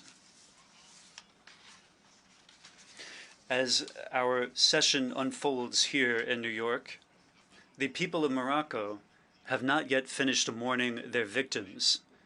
Their wounds have not yet healed, following the powerful earthquakes which took place in the night of Friday the 8th to Saturday the 9th of September. That earthquake caused the death of 3,000 Moroccans it wounded 5,000, destroying several cities and areas of the kingdom. Furthermore, Libyans have not yet recovered from the trauma of the flooding, which claimed the lives of over 20,000 people and caused major damage on Sunday, the 10th of the same month. The people of the DRC welcome the mobilization of the international community to provide assistance to the kindred peoples of the Kingdom of Morocco and of Libya.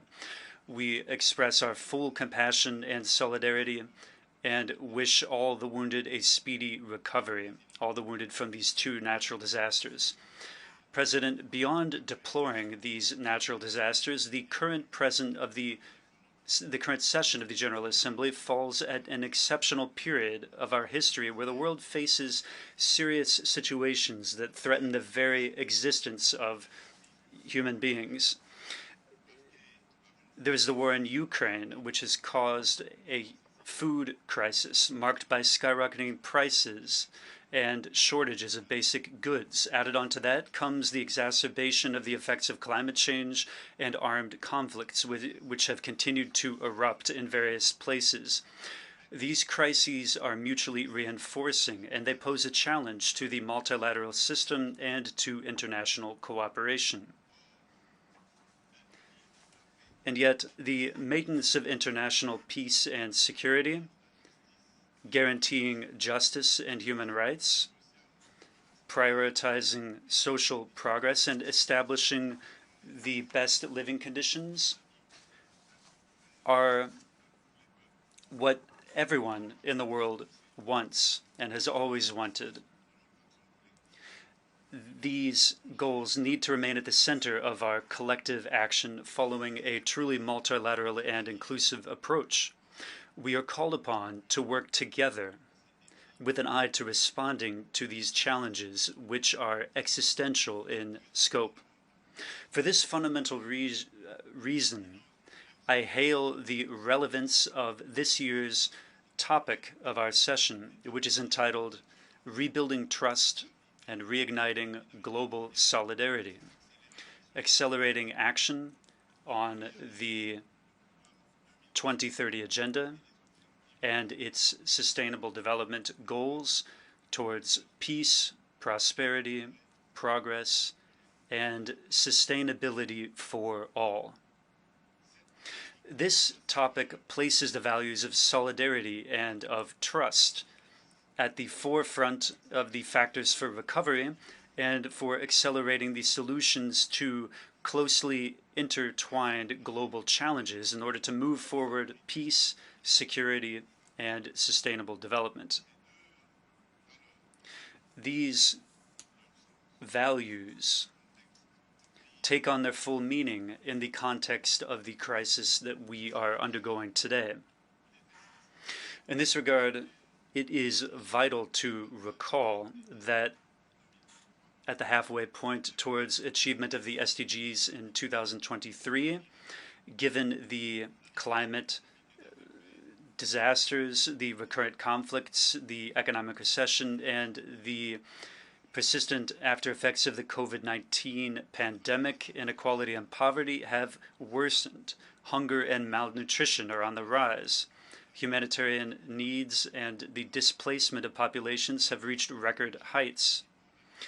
Climate and environmental disasters have plunged the world into a systemic existential risk, which is very serious.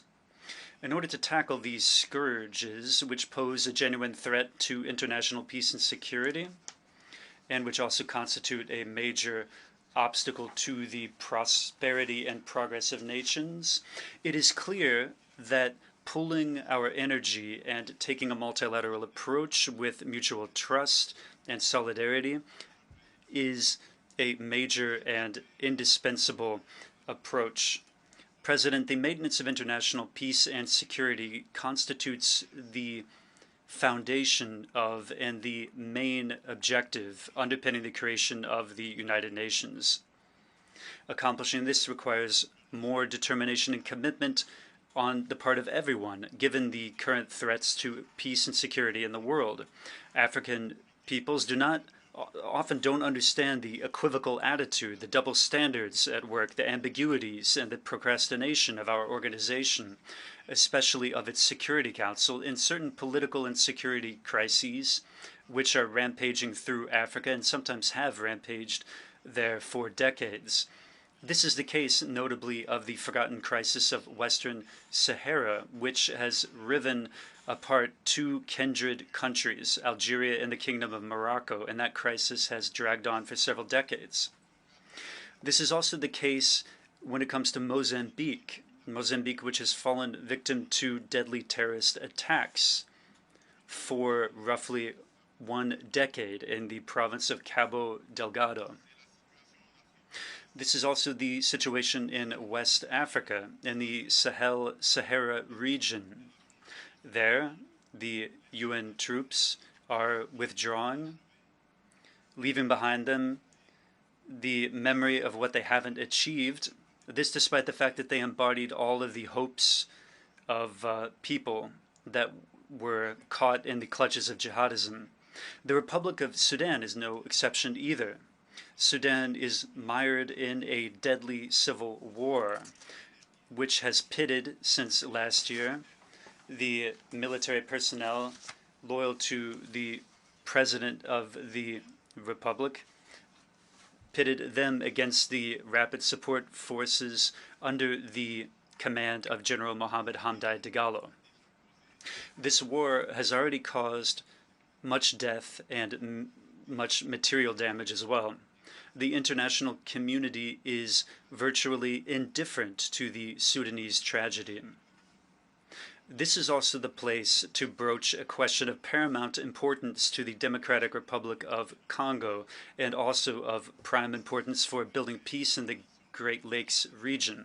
I'm referring to the withdrawal of the United Nations Mission for Stabilization in the Democratic Republic of Congo, MONUSCO, the withdrawal of MONUSCO from our territory. Following a presence of more than 2 decades by the UN, it's time for my country to fully take its destiny in hand and to become the main protagonist of its own stability. We are grateful to the international community and to the United Nations for their support and their partnership. But we are also aware that the phased withdrawal of MONUSCO is a necessary stage to consolidate progress that we have already achieved.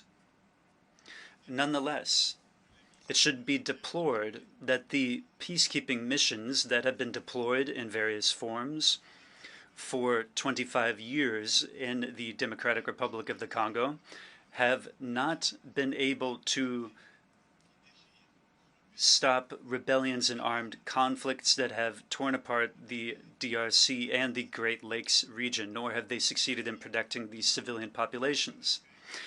Therefore, the phased, responsible, and sustainable withdrawal of MONUSCO, which was announced in 2018 and whose transition plan was adopted in 2021, is that planned withdrawal an anachronism given the changes in the political, security, and current social contingencies? It is thus illusory and counterproductive to continue to cling to maintaining MONUSCO to reestablish peace in the Democratic Republic of the Congo and to stabilize it. Furthermore, the accelerated withdrawal of MONUSCO is absolutely necessary to ease the tensions between MONUSCO and our citizens. It is the time to explore new avenues for strategic collaboration with the United Nations, mechanisms that are more in lockstep with our current realities. This is why, in my capacity as guarantor of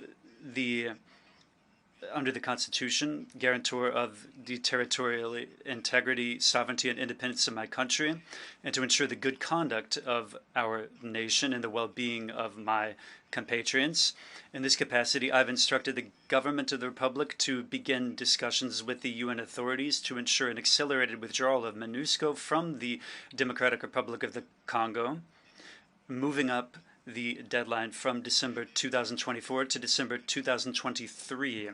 This is the meaning behind the step of our government, which addressed a letter to the President of the Security Council of the United Nations dated 1 September 2023, asking for the accelerated withdrawal of MONUSCO.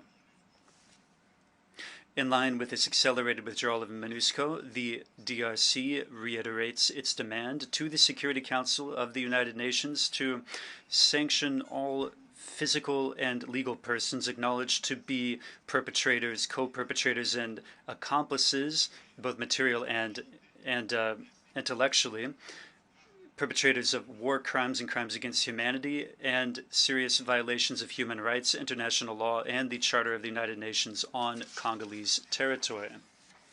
It is unjust and unacceptable for persons deemed to be responsible for the serious crimes mentioned in various reports of UN experts themselves on the security situation in the DRC. It is unacceptable for these persons to remain to continue to enjoy impunity with the complete silence of our organization and its member states, which have placed the combating impunity as among their main priorities when it comes to internal and external governance.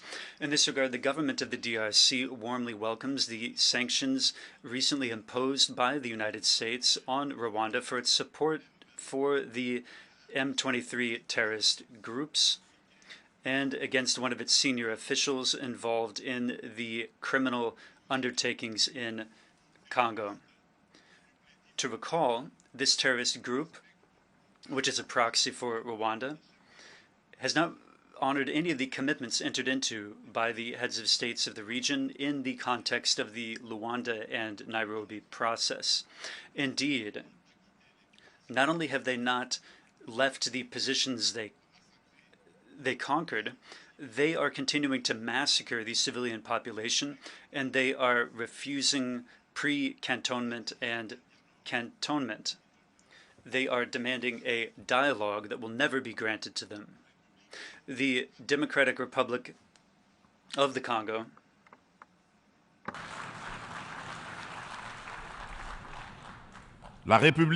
The Democratic Republic of the Congo hopes that the other states will follow this good example set by the United States of America in order to support the common struggle against impunity, to ensure the triumph of the ideals of justice and solidarity among peoples.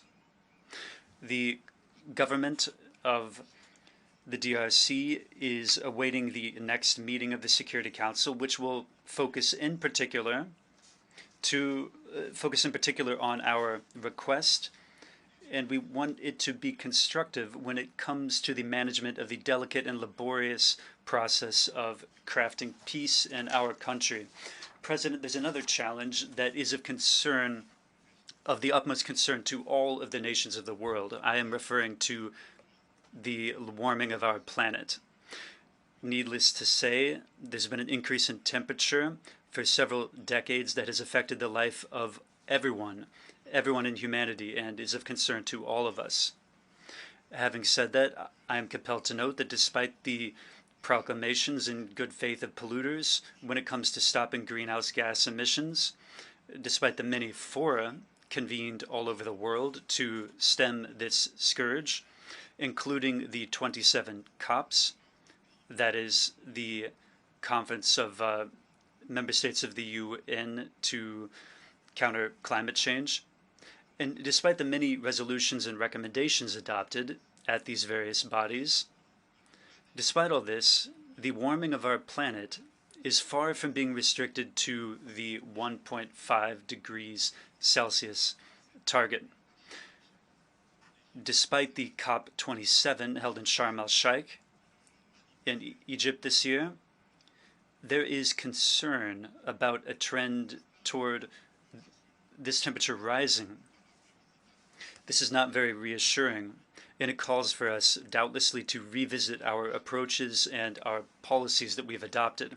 In this context, the African Climate Summit, which will be held in Nairobi in Kenya under the joint leadership of the African Union and the Republic of Kenya from the 4th to the 7th of September of this year, that summit was a welcome initiative and an opportune initiative which shows the determination of Africa to participate actively in addressing this vital question and now to act as a heavyweight when it comes to providing solutions to global warming and to ensuring future economies that are more green and more responsibility.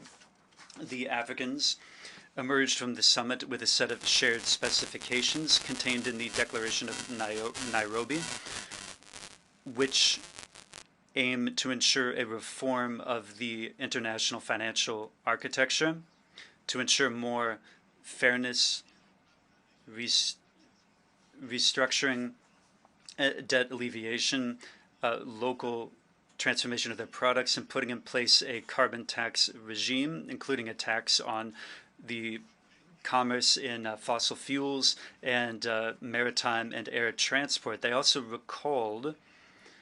reminded the rich polluters of the commitments that they took on in 2009 but have yet to honor. That is to provide $100 billion in climate financing. The Democratic Republic of the Congo calls upon the United Nations and upon the entire international community to pay particular attention to the legitimate claims of Africa.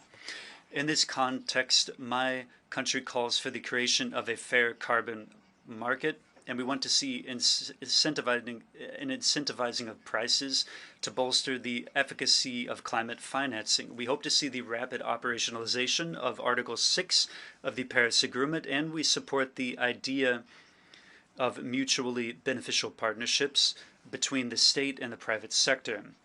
In the same vein, the Democratic Republic of the Congo reiterates its full readiness to cooperate with all stakeholders, public and private alike, in order to make the most of its strategic minerals, in order to achieve its environmental transition, and to take on bold commitments, notably the commitment of dedicating 30% of its national territory to the preservation of biodiversity, and to aim at a nationally determined contribution,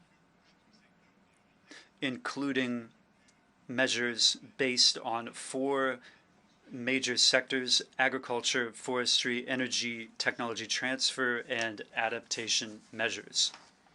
President, multilateralism and the respect for a global rules-based system has underpinned peace, security, health, and prosperity in large swaths of the world for the last 78 years.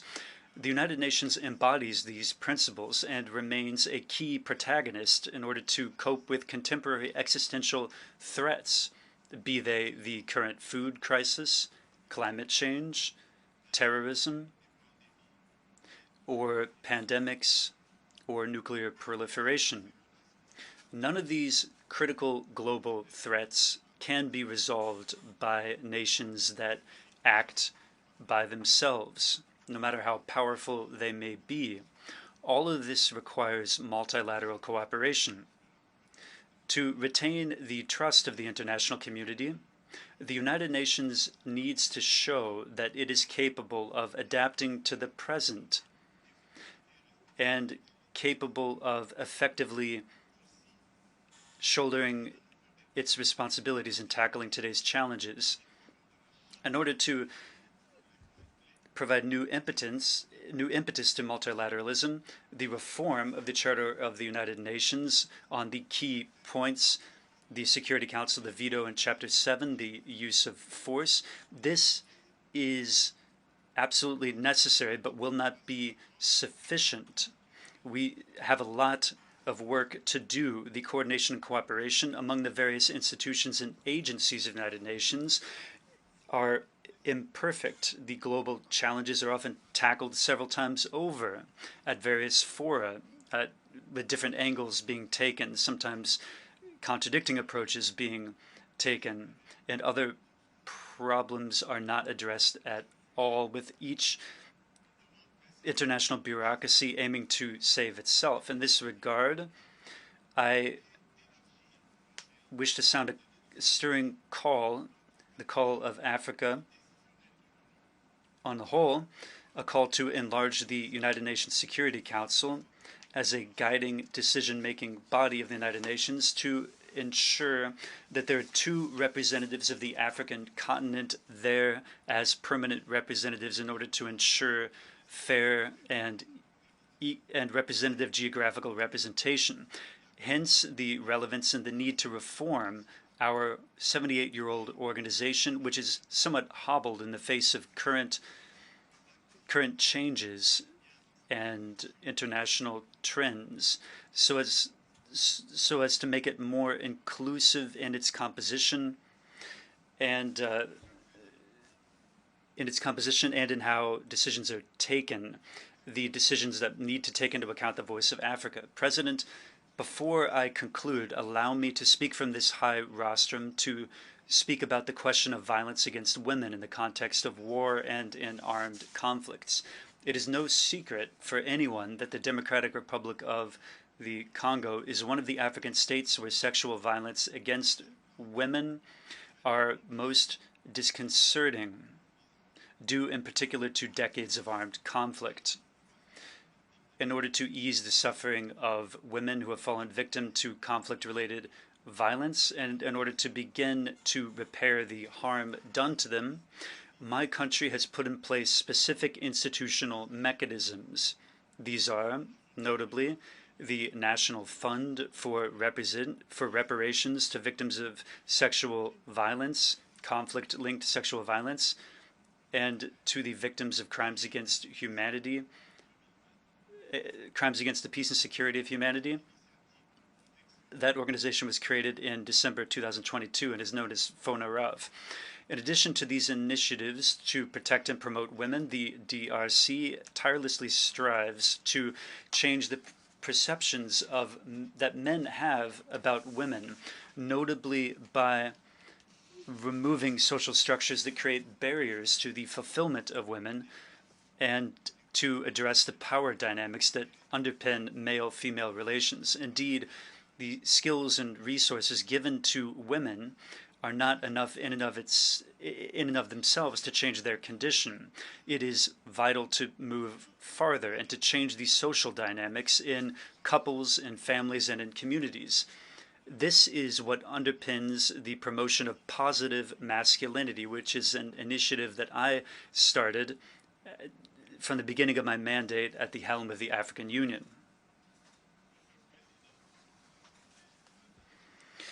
President of the General Assembly of the United Nations, heads of state and government, Secretary General of the United Nations, heads of delegations.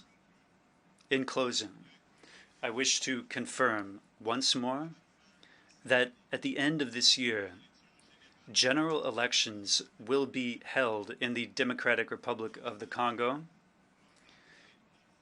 and this will happen in institutions with an electoral mandate down to the level of the communes. In order to ensure those elections are a success, all parties involved are actively working. The Independent National Electoral Commission, the CENI, has already convened the Electoral Corps and published lists of candidates for national and provincial, legislative, and municipal elections. Provisions are being put in place in order to ensure transparency, inclusivity, equal opportunities, and credibility of these upcoming elections. Invitations have already been sent out to international institutions and international organizations, to NGOs that specialize in this area, in order to mandate their electoral observation missions to accompany the process and to help the Congolese state consolidate its young democracy. The UN is also invited to play a major role via its specialized institutions. The Congolese government thanks already those institutions and NGOs that have been invited that are already hard at work. The Democratic Republic of the Congo remains convinced that the United Nations remains the most appropriate fora to discuss the future of our planet and of the relations both among peoples and among states. Following the holding of the peaceful democratic elections in Zimbabwe, I wish to sound a clarion call here at the United Nations, calling for everything to be done to ensure the immediate lifting of these sanctions against the Republic of Zimbabwe and against its people. Nonetheless, to effectively discharge its important and delicate mission and to deserve the confidence of everyone, the UN needs to embody the values of justice, equity, and solidarity. The UN must be representative of everyone in all our cultural, political, economic, and social diversity. This is the full meaning behind the reform. This is what underpins the reform that the Africans have often reiterated in the fight that we must all participate in. I thank you. On behalf of the Assembly, I wish to thank the President of the Democratic Republic of the Congo for the statement just made and request protocol to escort His Excellency. The Assembly will hear an address by His Majesty King Mswati III, Head of State of the Kingdom of Eswatini. I request protocol to escort His Majesty.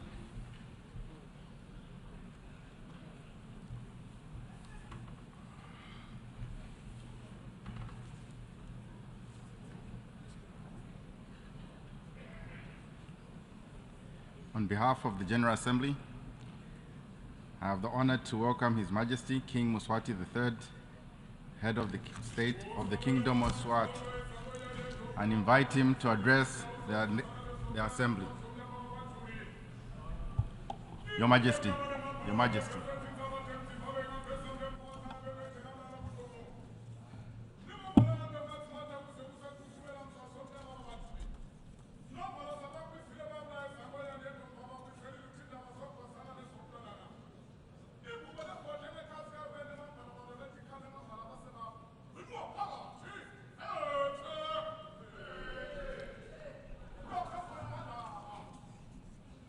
Mr. President, Your Majesties, Your Excellencies, Heads of State and Government, the United Nations Secretary General, distinguished delegates, ladies and gentlemen, it is a great honor for me to address this 78th General Assembly under the theme Rebuilding Trust and Reigniting Global Solidarity, accelerating action on the 2030 Agenda and its sustainable development goals towards peace, prosperity, progress, and sustainability for all.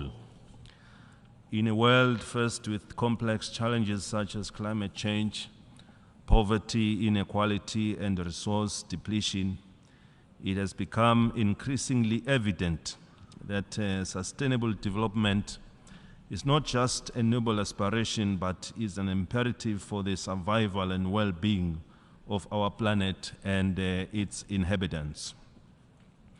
For 78 years, the United Nations has stood for the great ideal of building an international system of collaboration, solidarity, and common purpose.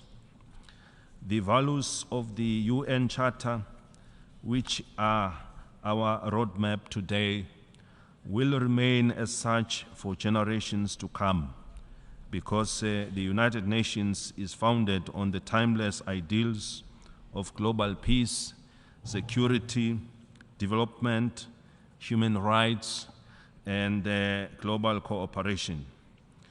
Today, we need unity in our organization more than ever before. Among the multiple crises we are experiencing are the impact of the COVID-19 pandemic, geopolitical conflicts and wars, and the climate change catastrophe. These have undermined our resilience and increased vulnerability to shocks and significantly slowed the progress to achieve the SDG by 2030. Just as the founders of the UN once united to address the challenges of their time for the benefit of all, it is now our responsibility to stand together and to confront those we face today, rebuild trust, and take swift action to achieve the Sustainable Development Goals and the African Agenda 2063. Of great concern are the conflicts around the world, the coups and the unconstitutional change of governments in several African states, which are negating the gains towards attaining our AU goals. We have also witnessed natural disasters in the form of floods and earthquakes that have claimed thousands of lives in Libya and Morocco, among others. We wish to extend our sympathies and condolences to those who have lost their loved ones.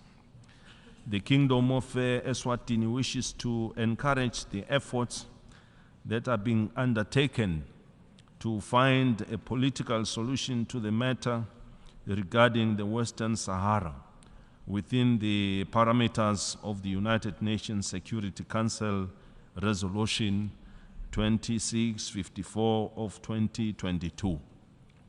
We command the United Nations Secretary General and his personal envoy to progress dialogue as means to reaching a sustainable solution to the impasse. To attain this, we need to actively practice tolerance and promote peace in all areas. We owe it to ourselves to reignite global solidarity to achieve economic and social advancement for all our peoples. Mr. President, the Kingdom of Eswatini embraces multilateral cooperation and prioritizes adherence to international laws when looking to address the challenges posed by conflicts and wars. We therefore support the global call for silencing of guns which affect the most vulnerable groups. We remain steadfast in our call for peaceful resolution of conflicts and the continual improvement of democratic and inclusive governance. The Kingdom of Eswatini therefore commends the UN Secretary General for facilitating the new agenda for peace, which promotes the principles of trust and solidarity that are foundations of the UN Charter. Eswatini supports women empowerment and youth participation in decision-making for conflict prevention and development. We should work to advance gender equality and end violence against women. Our focus is on building accountable, effective, and inclusive institutions aligned with SDG 16. We have established a legal aid office to enhance access to justice and the rule of law, especially for vulnerable and marginalized groups. We have also developed an implementation plan for the Universal Periodic Review on Human Rights and strengthen national institutions of monitoring and reporting frameworks to promote and protect human rights for all Emaswati. Like all other member states, Eswatini's implementation of the SDG has been impacted by the multiple shocks, both at global and national levels. Notwithstanding these challenges, as a country, we remain steadfast in our commitment to achieve these targets.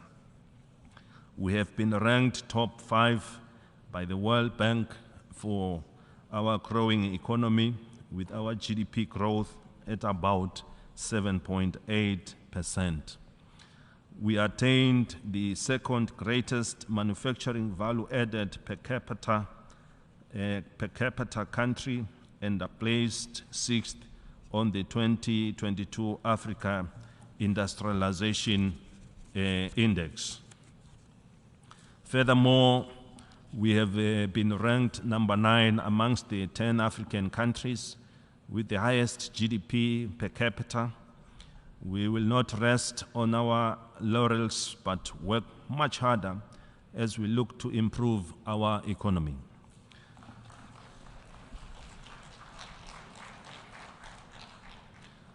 Mr. President, the recent global challenges had negative impacts on our ability to provide social services, including health and education.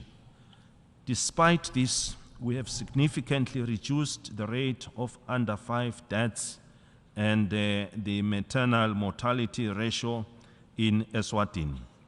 The HIV prevalence amongst adults aged 15 to 49 has also dropped.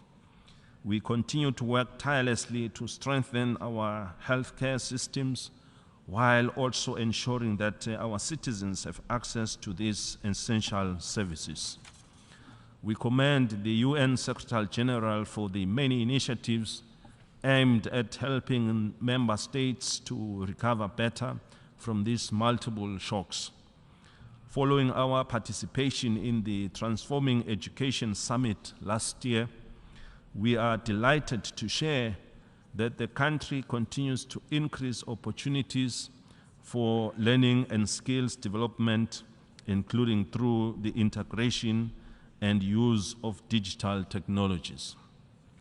Significant strides have been made by the Kingdom of Eswatini in increasing access to electricity since adoption of the 2030 agenda.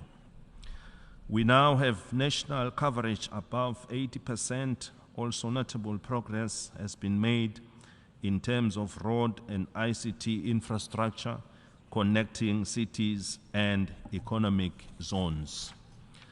When it comes to access to basic water services, 69% of the population now enjoy this necessity, and access to basic sanitation services has reached 58% of our people. The literacy rate among adults aged 15 and above has improved from 79% in 2000 to 87%. The gross enrollment ratio for primary education has increased from 97% in 2000 to 104%.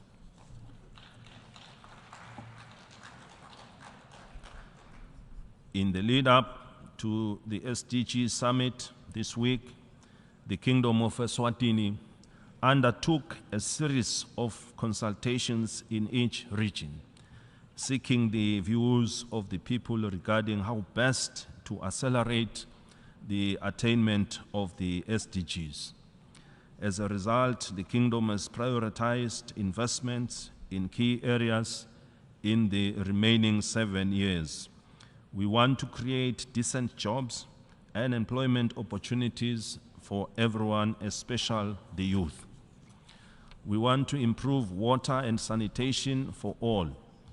We are convinced that this will help secure maximum progress across all 17 SDGs. Mr. President, Eswatini has continued to cherish a homegrown and unique model of a people-driven democratic governance. Like many other democracies, our constitution recognizes the role of the monarchy as well as a bicameral parliament, separation of powers, fundamental human rights, and the rule of law. It takes into account our rich cultural heritage and traditional African values in that it is grounded in respect, consensus, and community support through traditional structures.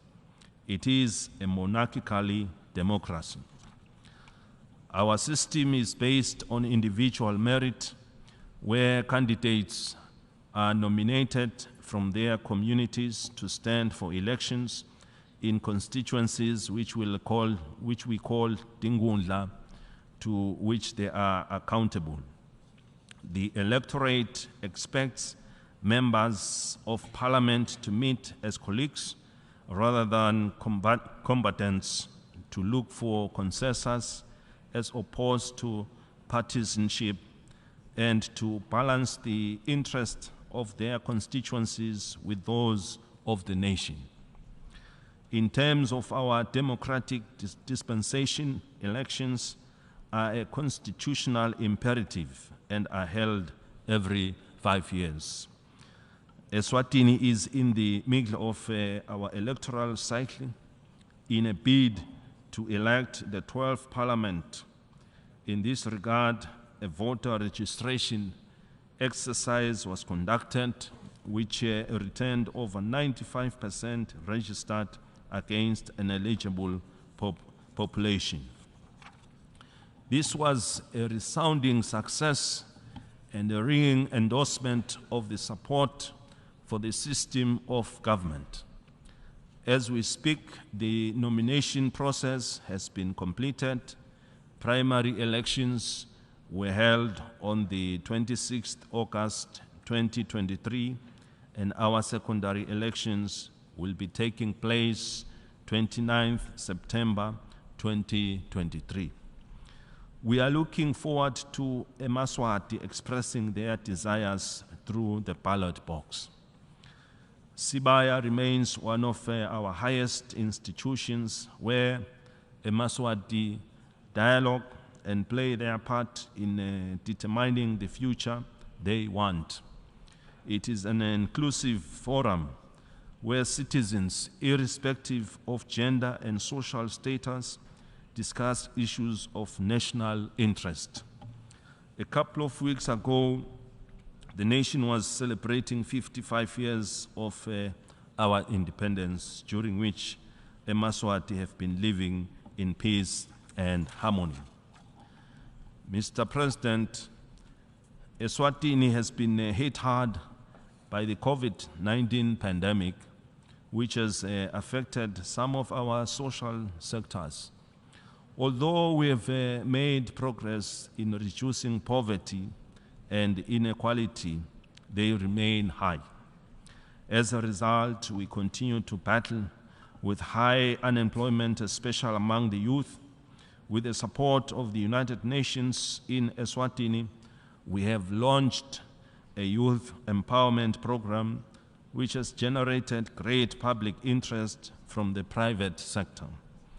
We hope to enroll at least 4,000 young people into the program to increase their chances of employment, help them start their own businesses, and with access to finance. The European Union has also pledged to support youth empowerment initiatives to mitigate the unemployment situation. Eswatini is highly dependent on external sources of income, such as regional trade, remittances, and transfers from the Southern African Customs Union. We continue to implement structural reforms to improve our business environment, diversify our economy, and foster inclusive growth. We have recently launched our national implementation strategy for the Africa Continental Free Trade Agreement. 2 days ago, on the sidelines of the United Nations General Assembly, we had a resource mobilization session to introduce the Africa Strategic Investment Alliance. This will support This will support the program of the AE-Trade, which seeks to create a digital marketing platform for all African countries to promote trading through technologies. We are also looking at the advancement. We are also looking at the advanced countries to share their experiences so that Africa will not be left behind. We urge member states and financial institutions to support the AE-Trade initiative. We wish to commend the private sector that participated at this forum and further committed itself to pledges towards this noble objective. This will help us take full advantage of the opportunities for intra-Africa trade, increase national productivity, and promote regional integration in the world's largest free trade area that connects 1.3 billion people across 55 countries with a combined gross domestic product valued at 3.4 trillion US dollars. Eswatini is embracing the leave no one behind principle, which is the central promise of the 2030 Agenda for Sustainable Development and its goals. As we work towards achieving these targets, it is crucial to re-evaluate the global financial architecture. We must address interest rates in a way that is fair and beneficial for both the least and developing nations. This will ensure eradication of poverty in all its forms and improved living conditions for the poorest of the poor. Sustaining the SDG will require that member states develop innovative financing strategies to ensure that implementation reaches the most left behind. At this critical juncture, including Taiwan is an essential next step if we are to successfully achieve the 2030 Agenda for the Sustainable Development. We call for Taiwan's inclusion in the United Nations system, which encompasses participation in meetings, mechanisms, and activities that pertain to the implementation of the Sustainable Development Goals. This would not only strengthen global cooperation and partnership, but also emphasize the principle of ensuring that no one is left behind. In conclusion, Mr. President, the remaining 7 years, Eswatini will continue to prioritize the implementation of the SDGs and ensure that they remain the core agenda behind our development. We are optimistic that a wide range of actors will be mobilized and that capacities will be strengthened to ensure achievement of the goals by 2030. The SDGs will continue to be a guiding light that shapes national policies, budgets, institutions, governments, and sector strategies. The Kingdom stands with the rest of the world in committing to accelerating progress in the implementation of the UN targets in the remaining 7 years. The year 2030, the year 2023 is a turning point for the country as we hope to break through to a better future for all. Mr. President, let me take this opportunity to wish you all successful deliberations. I thank you. May Almighty God bless us all. Siyabonga.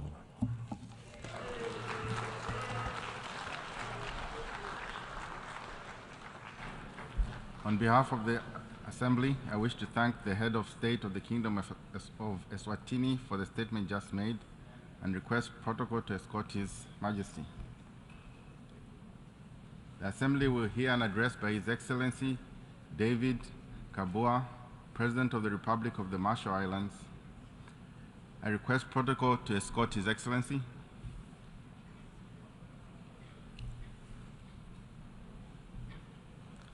On behalf of the General Assembly, I have the honor to welcome His Excellency David Kabua, President of the Republic of Marshall Islands, and to invite him to address the Assembly. Your Excellency.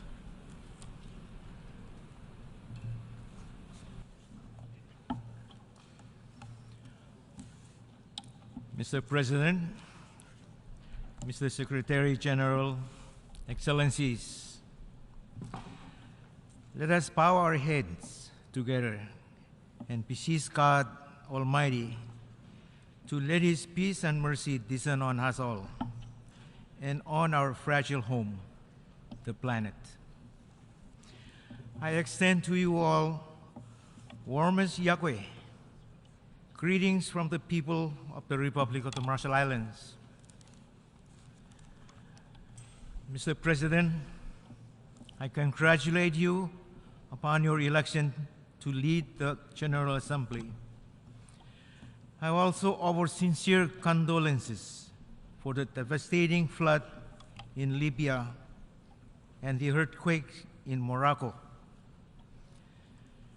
Mr. President, a strong and effective United Nations is needed now, more than ever. Together, we now face economic shock, growing global tension, and intensified climate impacts. Our United Nations was forged to help maintain peace, reduce threats and conflict, and address the economic and social challenges facing humanity. It has also served a useful purpose as a key platform for dialogue between nations, and we acknowledge the strong efforts of the UN system in humanitarian relief and assistance with development goals. Yet, the world is at an hour when, more than ever before, we are falling well short of what the world needs and deserves. Mr. President, the world is now vastly different from that of 78 years ago. The remarkable advances in all spheres of human life has been phenomenal and unrivaled. New advances have facilitated people-to-people connectivity and helped to shrink our planet into a small global village. Yet, we are feeling an intense rise of the very global tensions, if not the threat of wider conflict, which the founding members sought to avert. Politics must never blind the need for accountability, not only in Russia's illegal and immoral invasion of Ukraine, but everywhere without exception. Mr. President, every nation in this room, including my own, has more to do to deliver on our human rights records. Far greater understanding and direct assistance is needed to better address complex rights situations. Every nation gathered in this hall bears a vital responsibility to protect, not overstep, the voices of the most vulnerable. As a candidate country for election to the Human Rights Council in the term 2025 to 2027, we are firmly committed to strong and credible action and also to listen closely to all perspectives. And we are proud to call attention to the recent endorsement of our candidacy by the foreign ministers of the Pacific Island Forum. Mr. President, the Pacific Small Island Developing States are truly large ocean nations. Before we are small island developing states. Oceans are not a distant notion. They are our lifeblood, our economic future, our food security, and our culture. And much of the rest of the world has used oceans as dumping grounds or resource basket for which to take at will without consequence. And now the tide is changing. Pacific Island nations help to set the mark in global tuna markets and affect a transition to sustainability. Our partners are helping us set up with resources, partnerships, and real-time technology to better monitor and patrol our vast EEZs. The UN has now adopted a new high seas conservation treaty addressing biodiversity beyond national jurisdiction. And at a time when nations are increasingly challenged to work together on the basics, it is a testament to political will and diplomatic skill, in which we have come together to cut across silos and define specific action and obligation to try to better ensure future generations see the same ocean benefits we know today. It is our challenge to the world to bring this treaty into force and effect before the 2025 UN Oceans Conference. And today, you have my signature of that treaty to add to the growing chorus. Mr. President, the world's equilibrium has been upset by humanity's insatiable greed for the accumulation of materialistic wealth and possessions. Today, the Marshall Islands is encountering insurmountable challenges in coping with sea level rise, erosion of shorelines, flooding caused by high tides, coral bleaching, intrusion of seawater into taro and croplands, and the rapid deterioration of the ocean ecosystem. Moreover, the warming of the ocean has affected coastal sustainable fisheries and posed a direct negative impact on our way of life. In some, our islands, our culture, our way of life, and our very existence as a people and nation is threatened.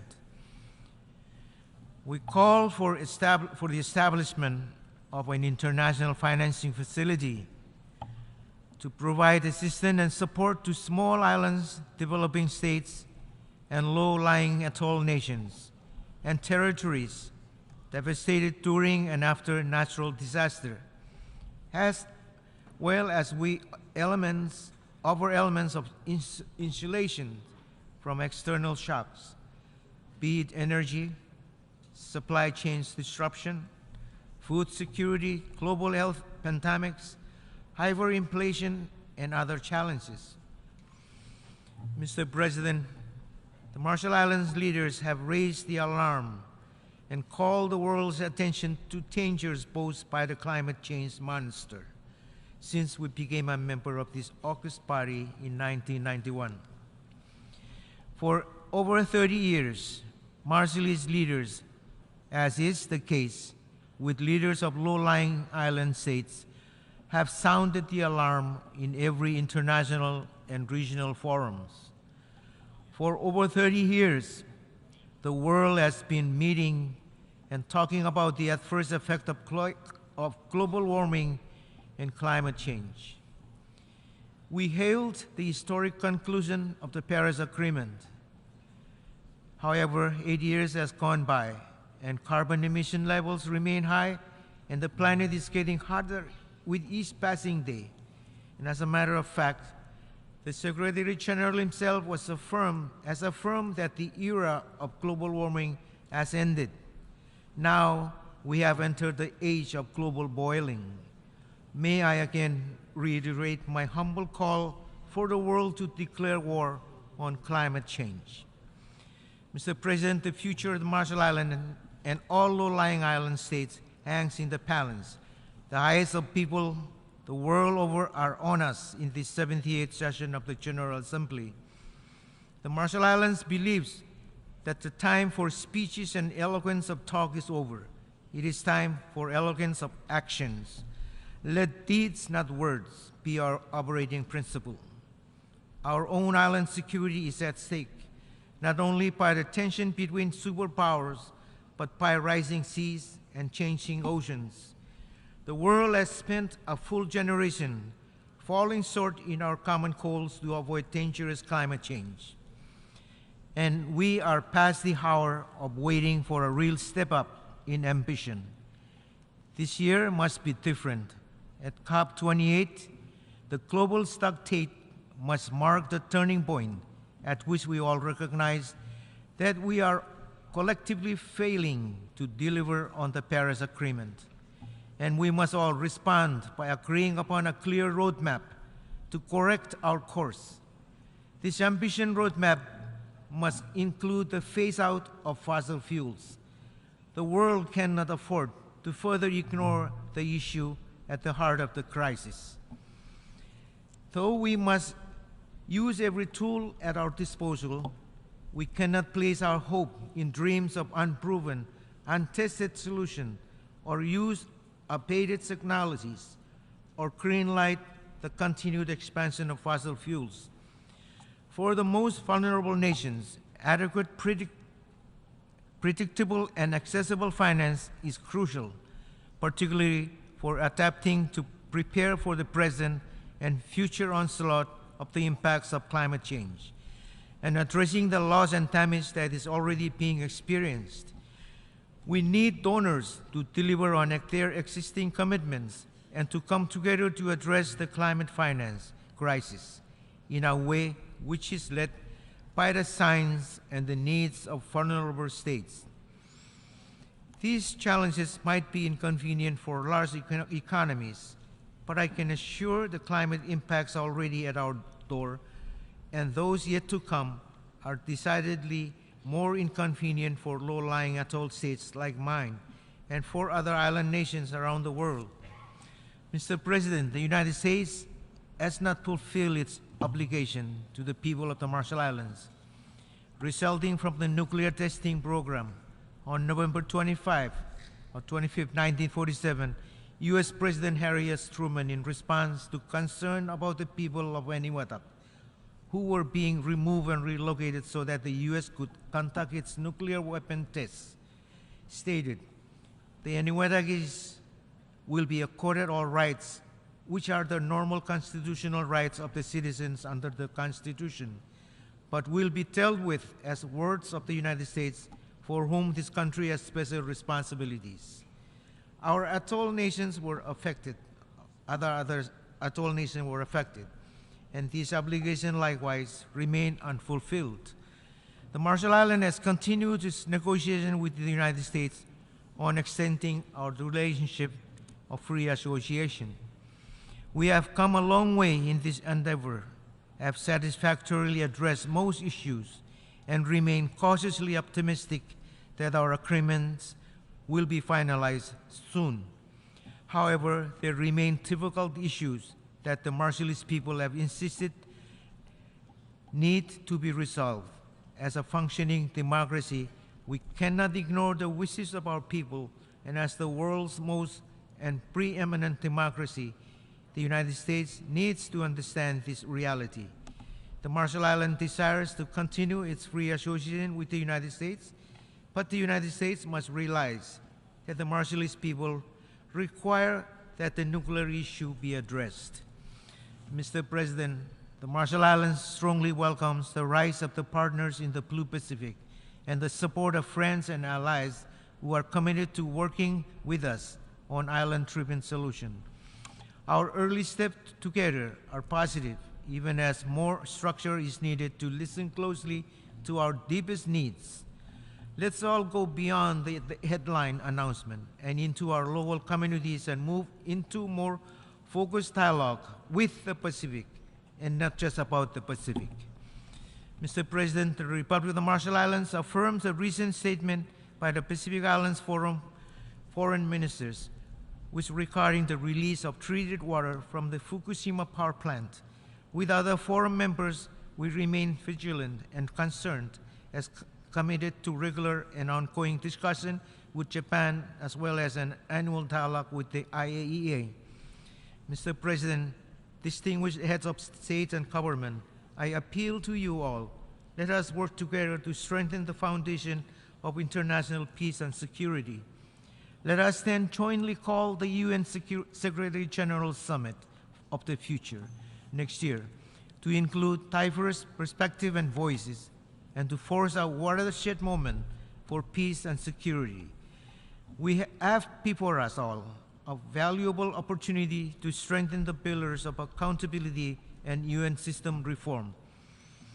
Together, we can all help ensure the UN is truly fit for the purpose and better aligned with contemporary challenges. The fourth UN SIDS meeting in Antigua and Barbuda next year likewise is a spotlight moment for island-driven solutions and strategies. Mr. President, there remains a visible crack in the UN. Our United Nations will never be whole and complete without the meaningful participation of the 23 million people of Taiwan in the specialized agencies of the UN system, as well as in meetings and mechanisms which supports the SDGs. Difficult indeed it would be for our UN family to build further trust and prosperity between us, while also closing the doors of our organization to Taiwanese journalists and public visitors.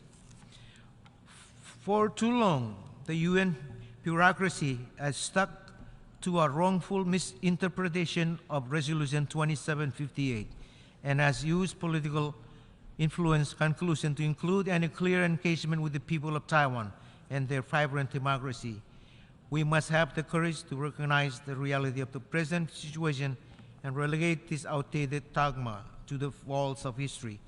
Today, the UN can no longer look the other way and ignore the need to actively facilitate peace, stability, and security across the Taiwan Strait and within the region. We commend the Secretary General's commitment for the UN to do its utmost ease tension in the Strait and prevent escalation by involving all stakeholders and by logic and common sense. We believe this must include Taiwan. Mr. President, is it possible for us to wage peace instead of war? Is it too much to ask that the United Nations declare war on climate change and global boiling, poverty, racism, injustices, and unequal distribution of wealth, the wide gulf between the haves and the have-nots, exploitation of the planet's finite resources? We must help hasten the peace foretold by Isaiah when they say, shall beat their sword into plowshares and their spears into plunging hooks. Nation shall not lift up sword against the nation, neither shall they learn war anymore. Thank you, and Komol Dada.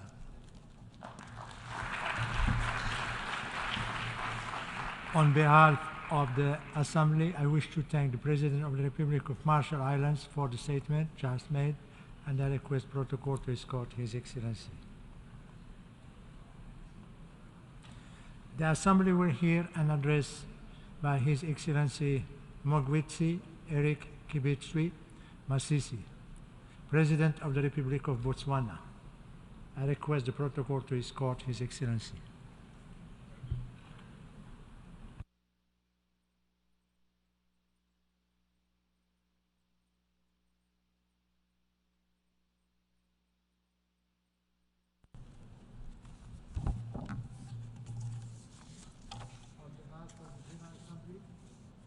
On behalf of the General Assembly, I have the honor to welcome His Excellency Mogwitsi Eric Kibitswi Masisi, President of the Republic of Botswana, and to invite him to address the Assembly. Your Excellency. Mr. President, I join previous speakers in extending my sincere congratulations to you on your election as the President of the 78th session of the United Nations General Assembly. You can count on my delegation's full support as you steer the work of this august body. Mr. President, I could not agree more with you that the multilateral system needs to rebuild trust and reignite global solidarity to accelerate action on the Agenda 2030 and its Sustainable Development Goals in order to realize peace, prosperity, progress, and sustainability. As we convene this week, the world is in the age of polycrisis, facing a plethora of persisting global challenges, among them the war in Ukraine and its associated geopolitical tensions and impact on the global economy, the challenges relating to climate change, and the lingering effects of the COVID-19 pandemic. Of critical importance is the distressing reality that the implementation of the 2030 Agenda and its Sustainable Development Goals is off track. From the 2023 SDG Progress Report, half of the targets of the SDGs are experiencing inadequate progress, while 30% of the targets have come to a halt. This lack of progress is exacerbated by the multifaceted global crisis, which compounds the already dire situation we find ourselves in. Illustratively, whereas SDG 5, which expresses the need for gender equality and empowerment of women and girls, and picks representation in positions of power and leadership as one of the indicators, the United Nations in this regard has not done badly, except for the Secretary General position. Would you not agree with me that the time is now to have a female Secretary General? The gravity of challenges faced by the SDGs demands that we transcend the business-as-usual approach to addressing these. This will obligate a robust political commitment from all of us. It is therefore imperative for the United Nations system, international financiers, the private sector, and civil society to forge a collective front and refocus our efforts to swiftly propel the SDGs back on track. To this end, the recent SDG Summit and its political declaration could not have come at a better time. Mr. President, over the past few years, we have witnessed and continue to endure the profound and devastating impact of the COVID-19 pandemic. The consequences have been felt across nations, but the extent of its devastation have varied greatly depending on factors such as level of development and geographical location. Whether one resides in the global south or north, a landlocked developing country or small island developing state, these distinctions have played a crucial role in determining the severity of the pandemic's effects. It is therefore imperative that we will wholeheartedly embrace the ongoing discussions regarding pandemic prevention, preparedness, and response. Mr. President, Botswana's key priority in these discussions is to ensure an international instrument that addresses equity during a pandemic. To this end, the main issues to be addressed from this perspective include timely and equitable access and sharing of benefits, strengthening of regulations to ensure developed countries and those with the resources do not hoard medical products during a pandemic, building capacity for stronger health systems, investment in research and development to build local and regional manufacturing vaccines, including sharing of intellectual property and establishing sustainable, predictable, and flexible financing mechanisms. I am pleased to inform the General Assembly that Botswana is making her contribution to build capacity to manufacture vaccines for both humans and animals. We have made remarkable progress in terms of HIV diagnosis, and on the 28th of August 2023, our National HIV Reference Laboratory was designated a World Health Organization Collaborating Center of Excellence. This epitomized, in part, the crowning of our national laboratory competence and success in carrying out genomic sequencing on levels equivalent to those of the best, as demonstrated by being the first to discover the Omicron variant. By the time these discussions reach their conclusion, it is essential that we establish robust systems that leave no room for the repetition of such calamity, ensuring that the survival and well-being of our people are never again contingent upon their location, in the global south or north. More importantly, our hope is that the resultant of these discussions will culminate into a treaty. Mr. President, climate change remains an urgent and critical challenge of our time, with a huge threat to the existence of our planet.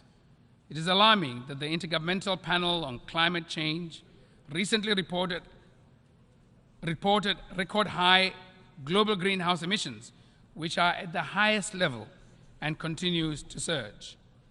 To effectively address climate change, it is crucial that we prioritize international cooperation and partnerships. This global effort requires a comprehensive approach that goes beyond reducing emissions, encompassing various aspects of our lives, be it energy production, agriculture, transportation, and industry. Our efforts must also include accelerating the uptake of renewable energy sources and investing in clean technologies. This necessitates sufficient funding to support mitigation and adaptation, particularly for developing countries. In this context, we endorse the appeal for developed countries to fulfill their pledge of providing $100 billion annually in climate finance to developing countries. This also includes fully replenishing the Green Climate Fund. My government welcomes the Secretary General's acceleration agenda, which urges the fast tracking of climate action in all countries and sectors. It is imperative that both developed and developing countries comply with their targets. As for Botswana, we reaffirm our commitment to achieving a 15% reduction in carbon emissions by 2030. Mr. President, it has been more than a year since the beginning of the Russia-Ukraine war. The war's destructive consequences have been experienced not only in the region, but also globally, as the international economy has suffered from food and energy crisis. Botswana strongly urges an immediate cessation of hostilities and advocates for a diplomatic resolution to the conflict. In this regard, Botswana welcomes the recent engagement between African and Russian Ukraine leaders, and we hope that these efforts, along with similar initiatives elsewhere, will encourage the conflicting parties to return to the negotiating table.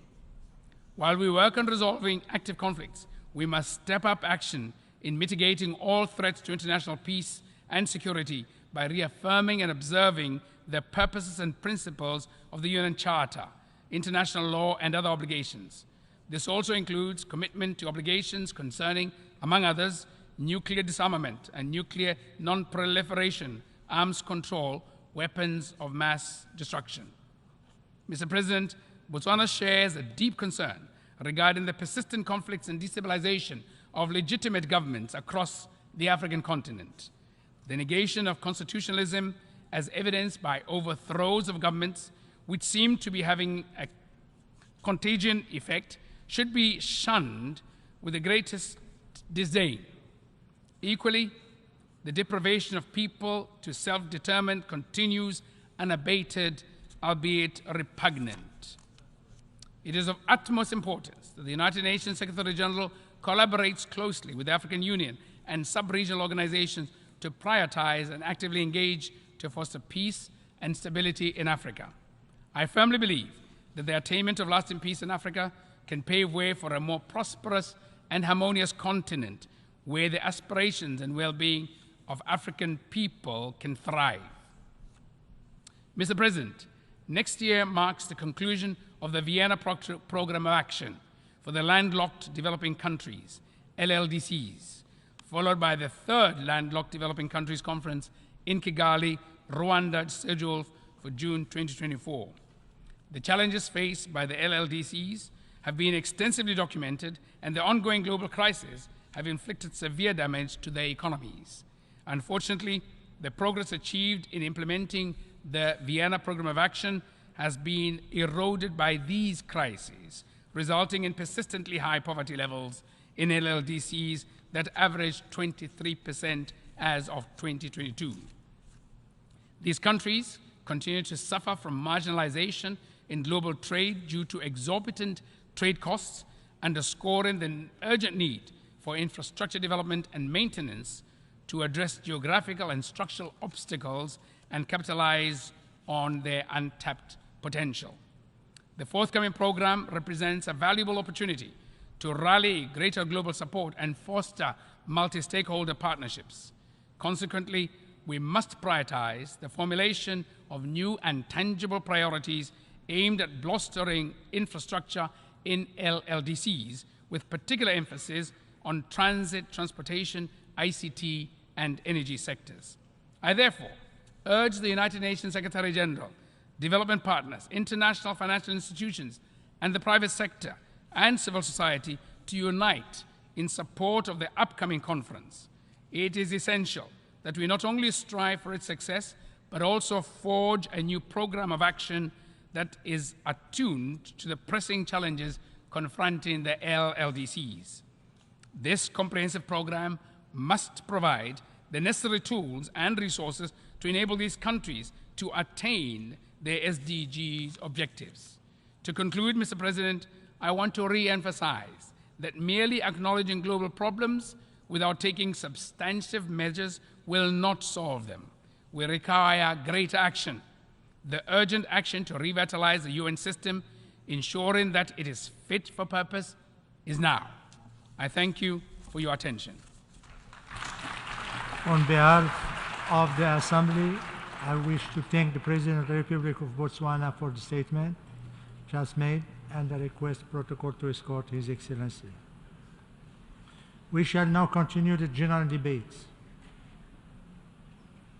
The Assembly will hear an address by Excellency Giorgia Meloni, President of the Council of Ministers of the Republic of Italy. I request the protocol to escort Her Excellency.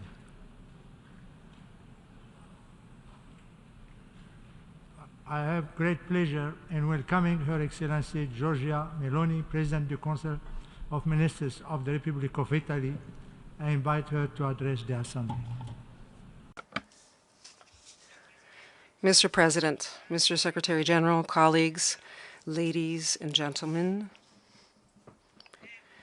it is an honor for me to represent Italy before this General Assembly of the United Nations, an honor that is, however, not light like privilege, but heavy, like the weight of responsibility.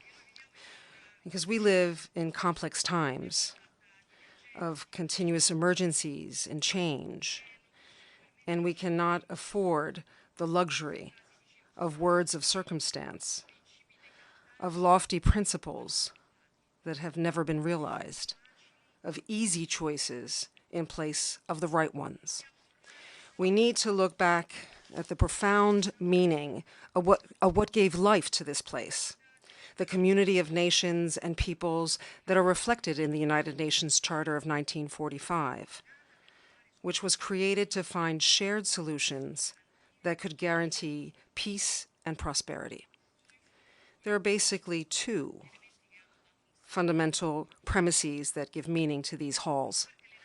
On one hand, there are nations that exist because they reflect humankind's innate need to feel a sense of belonging to a community, to a certain people, and to be able to share with others the same historical memory, the same laws, the same customs and traditions, in a word, one's identity. On the other hand, there is the aspiration of these nations that are different from each other to find a place where to resolve international disputes through an instrument that may be more difficult to use, but is definitely more effective than resorting to force, that is, the instrument of reason. If these two premises, the nation and reason, are still the foundation of our action, then we must reject the utopistic and self-serving narrative of those who say that a world without nations, without borders, and without identity would be a world without war and conflict. And just as fiercely, we must thwart the return to the use of force as a tool to resolve international conflict. Russia's war of invasion of Ukraine tells us precisely this, that against those who want to take us back to a world of dominion neo-imperial wars, which we thought we had done away with in the past century, reason can still prevail. And the love of country, the value of the nation, can still be safeguarded beyond the unimaginable. It's up to us, each and every one of us, to decide on what side of history we want to stand in good conscience.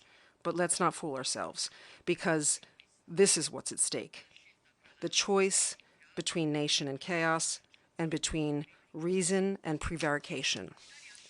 Italy made a clear choice as to where it stands. It did so out of a sense of justice, and because it is aware of how difficult it would be to govern a world in which the upper hand is given to those who bombard civilian infrastructure, hoping to bring a people to its knees with cold and darkness, to those who weaponize energy and blackmail developing nations, blocking exports of grain, the raw material needed to feed millions of people.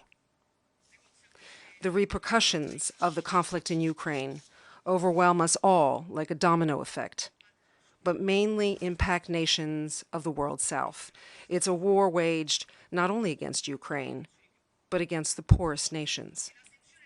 Italy's attention is particularly focused on Africa, where nations already beleaguered by long periods of drought and by the effects of climate change are now faced with a situation compounded by food insecurity, making them more vulnerable to instability and easier prey for terrorism and fundamentalism. And this is a choice: to create chaos and spread it.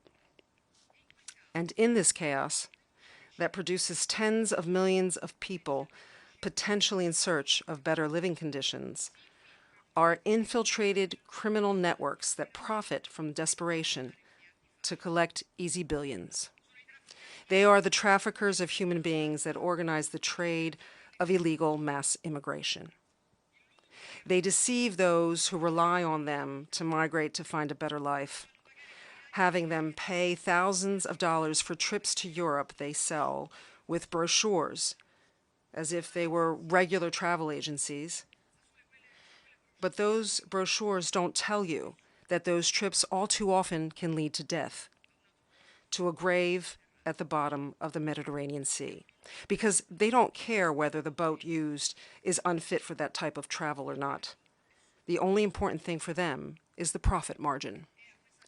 These are the people who, owing to a certain hypocritical approach to the issue of immigration, have become rich beyond measure.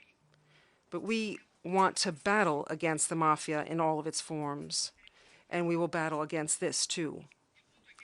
The fact is that the fight against organized crime should be an objective that unites us all, and that also invests the United Nations and this place. Can an organization like this, which reaffirms in its founding act faith in the dignity and worth of the human person, can it turn a blind eye to this tragedy? Can we really pretend to not see that no other criminal activity in the world today is more lucrative than the trafficking of migrants, when it is the UN reports themselves that have shown how this business has reached, by volume of money, the same level of drug trafficking and has largely surpassed that of arms trafficking? Can this assembly of the United Nations, which in other times was fundamental to definitively eradicating the universal crime of slavery, can it today tolerate its comeback under other forms, that the commercialization of human life continue, that there are women brought to Europe, forced into prostitution to repay the enormous debt they incur with their traffickers, or that there are men thrust into the hands of organized crime? Can we really say that this is solidarity, to receive as a priority not those who truly are entitled and have need, but those who can afford to pay these traffickers, to allow these criminals to establish who has the right to be saved and who doesn't? I don't think so. I believe it is the duty of this organization to reject any hypocritical approach to this issue and wage a global war without mercy against traffickers of human beings. And to do so, we need to work together at every level. Italy plans to be on the front line on this issue. With the Rome process launched in July with the Conference on Migration and Development, we have engaged Mediterranean and various African nations in a process that follows two main paths: defeat the slave traders of the third millennium on the one side, and at the same time tackle the root causes of migration with the objective of guaranteeing the first of rights, that is, the right of not having to emigrate, of not being forced to leave one's home, one's family, to cut off one's roots, and being able to find in one's own land the conditions necessary to achieve one's own fulfillment. Here, too, we must have the courage to tell it like it is. Africa is not a poor continent.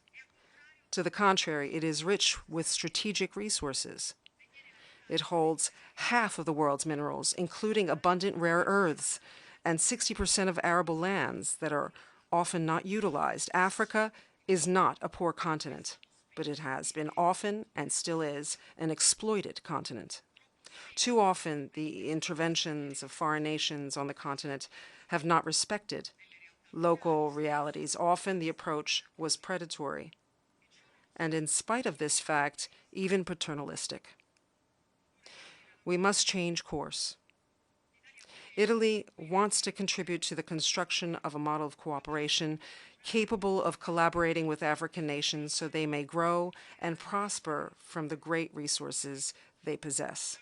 A cooperation from equal to equal, because Africa needs no charity, but to be put in the condition to compete on an equal footing on strategic investments that can tie our futures together with mutually beneficial projects. In this way, we can offer a serious alternative to the phenomenon of mass migration, an alternative that is work, training, opportunities for nations of origin, and pathways for legal and agreed migration, and thus integratable. We will be the first to set a good example through the Mattei Plan for Africa, a development cooperation plan named after Enrico Mattei, a great Italian who knew how to balance Italy's national interests with the rights of partner states to witness their own moment of development and progress.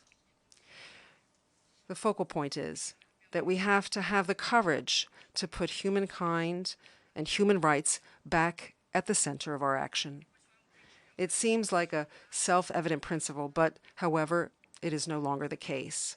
Not now. Countries are invaded.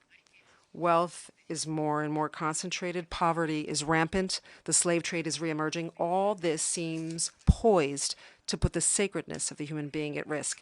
Even what would seem at a superficial glance a tool that could improve the well-being of humanity, at a closer look, can turn out to be a risk. Just think of artificial intelligence. The applications of this new technology may offer great opportunities in many fields, but we cannot pretend to not understand its enormous inherent risks. I'm not sure if we are adequately aware of the implications of technological development whose pace is much faster than our capacity to manage its effects. We were used to progress that aimed to optimize human capacities, while today we are dealing with progress that risks replacing human capacities. Because if in the past this replacement focused on physical tasks so that humans could dedicate themselves to intellectual and organizational work, today the human intellect risks being replaced with consequences that could be devastating, particularly for the job market. More and more people will no longer be necessary in a world ever dominated by disparities, by the concentration of power and wealth in the hands of the few. This is not the world we want. And so I think we should not mistake this dominion for a free zone without rules. We need global governance mechanisms that ensure that these technologies respect ethical boundaries, that technological evolution is put to the service of humanity and not vice versa. We must guarantee the practical application of the concept of algorithmics, that is, ethics for algorithms. There are some of the major themes that Italy plans to put at the center of the G7 in 2024, but these are mainly issues that are the responsibility of the United Nations. These are enormous challenges that we will not be able to tackle if we do not also acknowledge our limitations as nations and as part of the multilateral system. For this reason, Italy supports the need for a reform of the Security Council that will make it more representative, transparent, and effective. A council that can guarantee a fair geographical distribution of seats and that can strengthen regional representation as well, that emerges from an order frozen in time established by outcomes of a conflict that ended 80 years ago, in another century, in another millennium, so that everyone has the opportunity to demonstrate their worth at the present time. On these and many other issues, we will be tested in our capacities to govern our times and in our ability to do what here in this Assembly Hall on the 2nd of October, 1979, a great man, a saint and statesman like Pope John Paul II recalled. That is, that political activity, whether national or international, comes from the human being. It is practiced by the human being, and it is meant for the human being. Thank you all for your attention. On behalf of the Assembly, I wish to thank the President of the Council of Ministers of the Republic of Italy for the statement she just made. The Assembly will hear an address by His Excellency Pedro Sanchez Perez Castejon, President of the Government of Spain. I request protocol to escort His Excellency.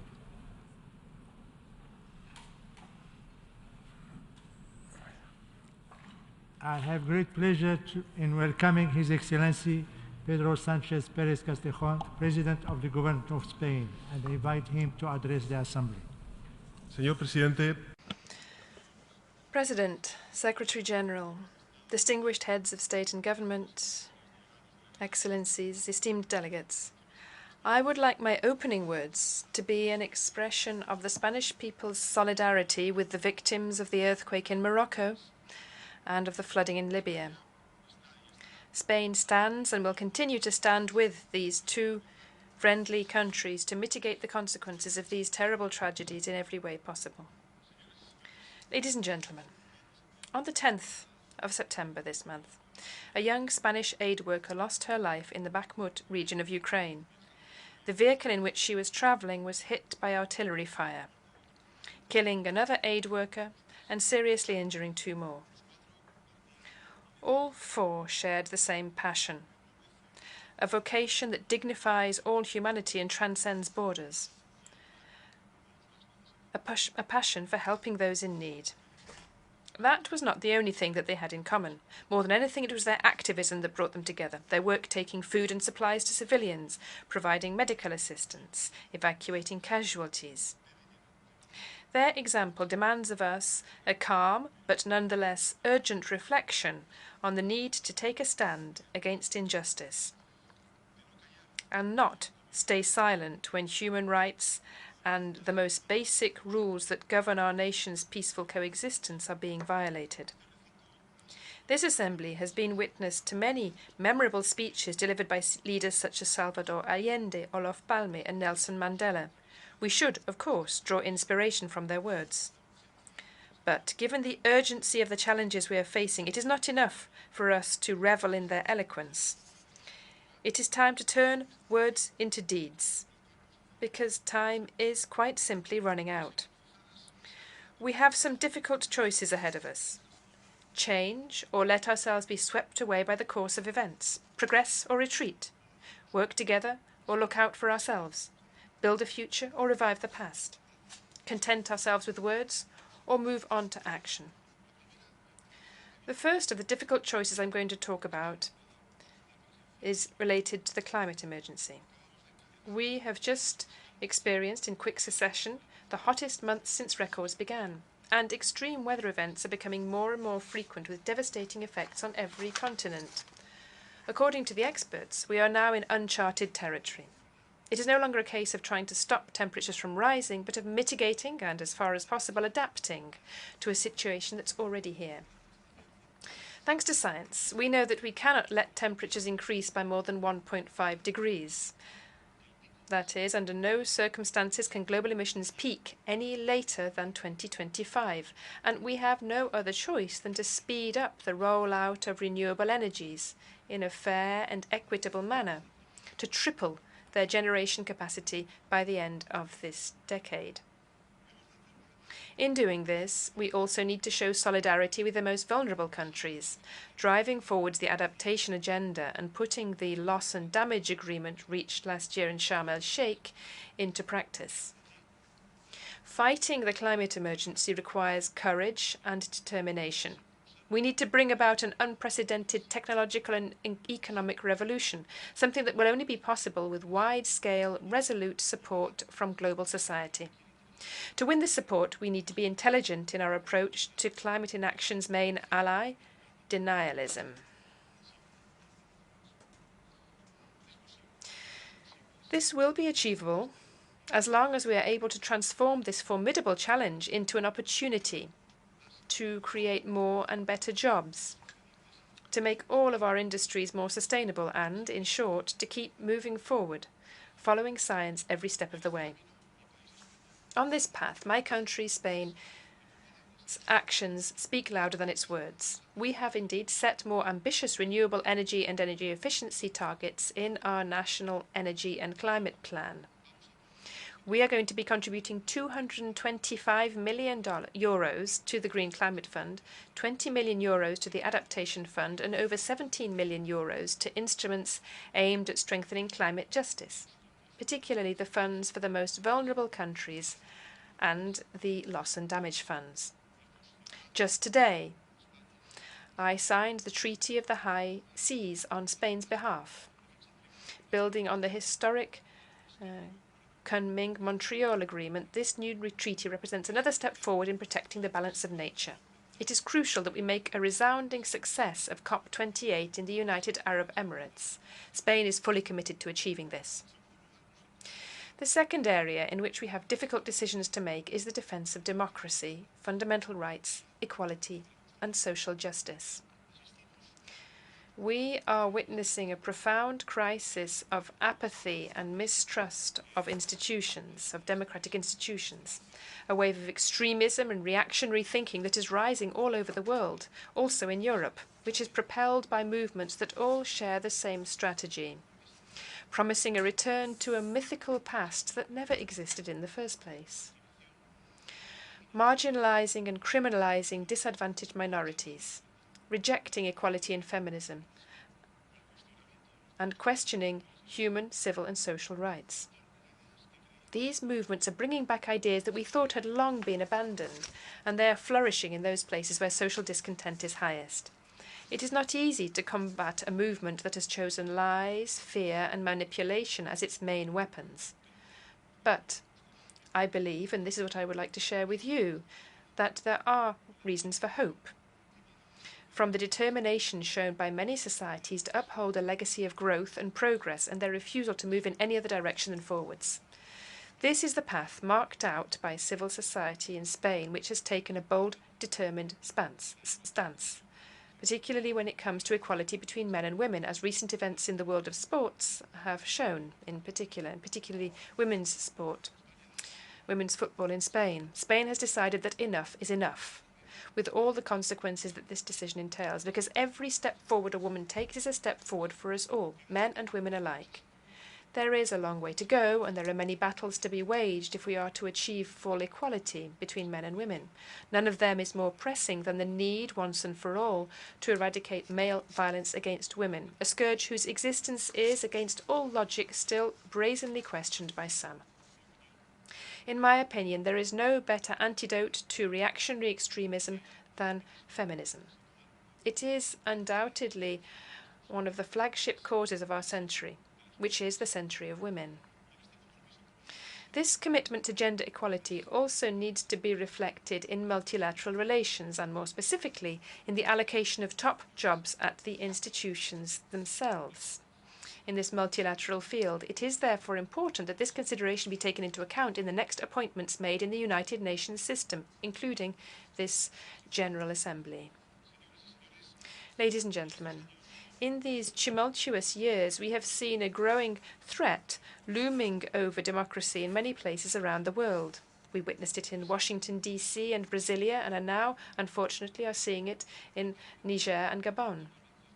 We have, unfortunately, learnt not to take for granted the facts, the rights and freedoms for which past generations fought so valiantly will be forever. The 26th of July coup in Niger has serious implications because, together with that of Mauritania, Niger was one of the only countries in the Sahel with a democratically elected government. Weakened by years of decline, the region risks becoming a series of failed states, and this instability could spread to neighbouring regions such as the Gulf of Guinea, already suffering at the hands of terrorists. It is crucial that we find a peaceful way out without resorting to military force. I would like to take this opportunity to reiterate our support for the mediation efforts of the Economic Community of West African States. Spain has and always will be a committed partner in the process of strengthening democracy, not only in the context of fair elections, the very essence of the principle of democracy, but also in terms of the entire institutional mechanism that makes it possible for people to enjoy the full use of their fundamental rights, particularly with regard to wealth distribution and development. In this area, we are working closely with our Latin American partners, with whom we share values and networks and principles to strengthen alliances and also to pool our experiences. One good example of this is the transitional justice work that Colombia has been doing on the way towards total peace. It is a laudable achievement, and Spain intends to continue giving support wherever it is needed in order to bring the ongoing peace talks to a conclusion. The constitutional reform in Chile is another example of a bold commitment to institutional reform, and Chile too can count on Spain's support. Spain also reiterates its commitment to seeing democracy return to Venezuela, so that Venezuelan people can once again look forward to an opportunity-filled future. The third and final challenge I would like to bring up is the defense of multilateralism and a rule-based international order. The United Nations system is the embodiment of a determination to work together to find global solutions to our shared challenges and to resolve differences through diplomacy, dialogue, and cooperation. We are now faced with the challenge of demonstrating that the system works for everybody. Otherwise, inequality will provide fertile ground in which seeds of rhetoric can be planted by the enemies of multilateralism. It is crucial that we step up to defend the 2030 agenda. We need to stand up with all the courage of our convictions to those who use lies and manipulation to cast doubt upon this enormous collective effort. The summit held these past days must serve as an opportunity to renew our commitment to the Sustainable Development Goals. Unfortunately, we're not making good progress towards achieving the 17 Sustainable Development Goals. If we continue down this path, in 2030, 575 million people will still be living in extreme poverty, and 84 million children will still not be attending school. And at this rate, we will need another 300 years to close the gender gap. This failure is morally unacceptable, and I repeat, now is not the time for words, but for deeds. We need to commit to spending more on official development assistance. Spain has just passed a new Cooperation Act, pledging to allocate 0.7% of its gross national income to official development assistance by 2030. And we intend to continue to prioritise key issues, contributing €120 million to the SDG Fund and another €20 million to replenish the International Fund for Agricultural Development over the next 3 years. But we cannot stop there. We need the right resources and tools if we are to advance towards sustainable development between now and 2030. It will not be easy to mobilise the financing required to tackle the climate emergency and make the long-term investments that vulnerable countries need. if they are to achieve the Sustainable Development Goals. But it has to happen, and with arrangements that reflect today's needs and realities, with the courage needed to stop thinking of sustainable development financing in billions of dollars and start measuring it in trillions of dollars. Spain advocates strengthening existing mechanisms, making sure that countries can access the funding they need, whatever their income level. But we are also in favour of reforming those mechanisms and of innovating by setting up new instruments. We need to maximise and optimise the financing capacity of multilateral development banks and explore ways of making the international financial architecture more effective, inclusive, transparent, and ultimately more democratic. We need to adapt international taxation to the world we live in today and ensure that private investment is aligned with the achievement of the SDGs. And I believe that the United Nations has to be the main setting for these conversations, as it is the only forum capable of bringing all countries' voices together on an equal footing. Spain wishes to make an active contribution to this pressing debate. I therefore announce our intention to host the 4th International Conference on Financing for Development in 2025, with the hope that its impact will be truly transformative. Ladies and gentlemen, the harmonious coexistence of nations, lasting peace, and the defence of international security are not just a pipe dream. The preamble to the United Nations Charter can serve as our guide in pursuing this ambition, a commitment that links our generation with those to come. Peace is the essential prerequisite for economic development and the expansion of human rights, which is particularly significant this year as we celebrate the 75th anniversary of the Universal Declaration. Many conflicts still rage around the world, and others have reached a deadlock. I would therefore like to reiterate the Spanish government's emphatic support for the work of the Secretary-General's Special Envoys for the Middle East peace process in Syria and Libya. Regarding the Western Sahara, Spain supports a mutually acceptable political solution within the framework of the United Nations Charter and the Security Council resolutions. The work of the personal envoy of the United Nations Secretary-General is crucial in this respect and has our full backing from the Government of Spain. Likewise, we will continue to support the Sahrawi population in camps, as we have always done, and carry on our role as Western Sahara's leading international donor of humanitarian aid.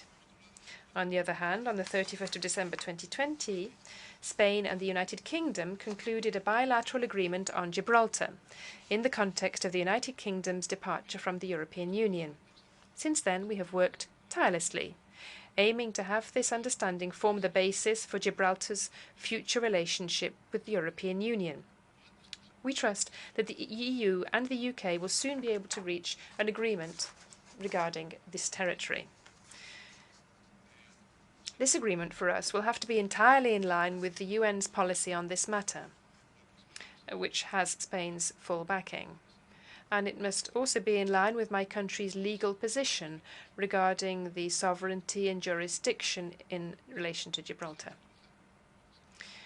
Our goal is the development of a prosperous social and economic area encompassing the whole of Gibraltar, as well as the Campo de Gibraltar area.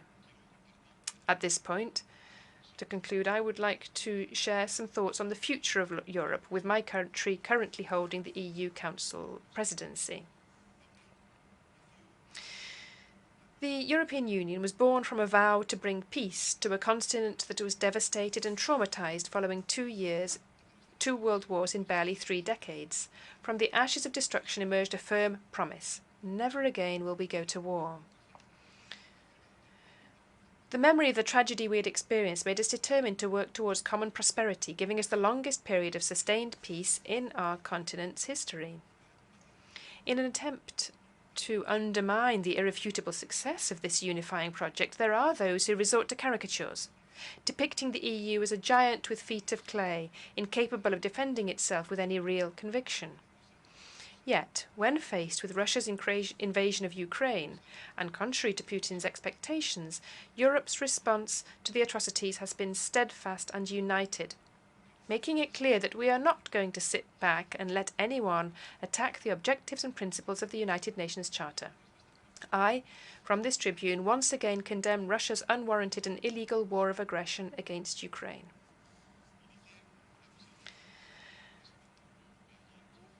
Indeed, as a show of our support to Ukraine, I launched our EU presidency from Kiev on the 1st of July. Spain has been standing by Ukraine and will continue to do so for as long as it takes. But we will also be playing an active role in working towards a fair and lasting peace that restores Ukraine's sovereignty, independence and territorial integrity and gives the Ukrainian people the freedom to determine their own fate.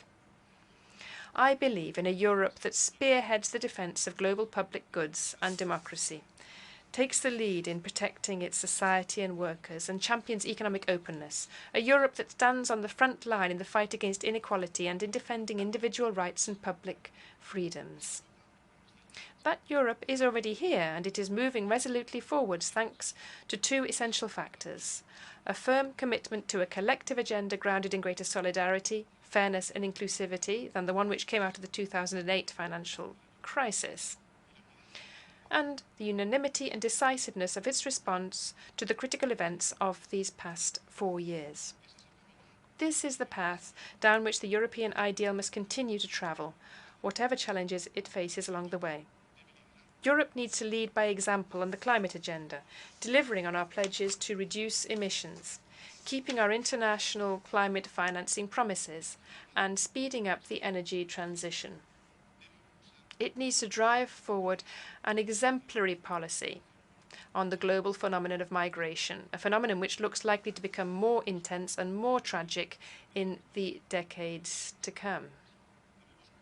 We need to control irregular immigration and provide routes for orderly, regular migration, which is, there is no doubt about it, something that Europe does need. And Europe also has the responsibility of ensuring a more person-centered and rights-oriented digital transformation. We need to lay the groundwork for the regulation of artificial intelligence, a field whose vast possibilities do not outweigh the barely concealed risks. In this regard, Spain is committed to supporting the Secretary-General's envoy on technology, providing resources and know-how in the development of multilateral governance in this area. We would like to host the headquarters of the future International Artificial Intelligence Agency. Ultimately, Europe needs to perform this role without shutting itself off from the rest of the world. Nothing would be more profoundly anti-European than an isolated EU. That is why we need to strengthen our transatlantic alliances with countries such as the United States and Canada, and also our Asian, African and Latin American partnerships. Spain has always placed particular emphasis on boosting relations between the EU and the countries of Latin America and the Caribbean, with a new agenda that provides the framework for a strategic relationship with the region. And I am confident that the EU CELAC summit will represent a real turning point and have a lasting impact. Ladies and gentlemen, by way of conclusion, at the beginning of this speech I spoke of the brave woman, a brave woman who lost her life in Bakhmut in Ukraine while transporting humanitarian aid. Her name was Emma Igual. She was 32 years old. Emma was the granddaughter of a Holocaust survivor who lost most of her family during the Nazi era. She came to Spain from Austria and was adopted by a family from Barcelona. The life of the grandmother and the senseless killing of her granddaughter Emma were shaped by the kind of events which, in essence, led to the founding of this institution and gave it a meaning, a desire to preserve humanity from the scourge of war and to reaffirm our faith in the dignity and value of humanity. If there is one place where Emma deserves to have her story told, it is, without a doubt, here, before the United Nations General Assembly. Let her example, and the example set every day by thousands of aid workers around the world, inspire us to take the difficult decisions required of us in these momentous times, to let our actions and achievements speak for themselves, and to turn our words into deeds. Let this be the way in which we honour the memory of those who, just like Emma, gave everything they had to defend the values that inspire this noble organisation. Thank you very much.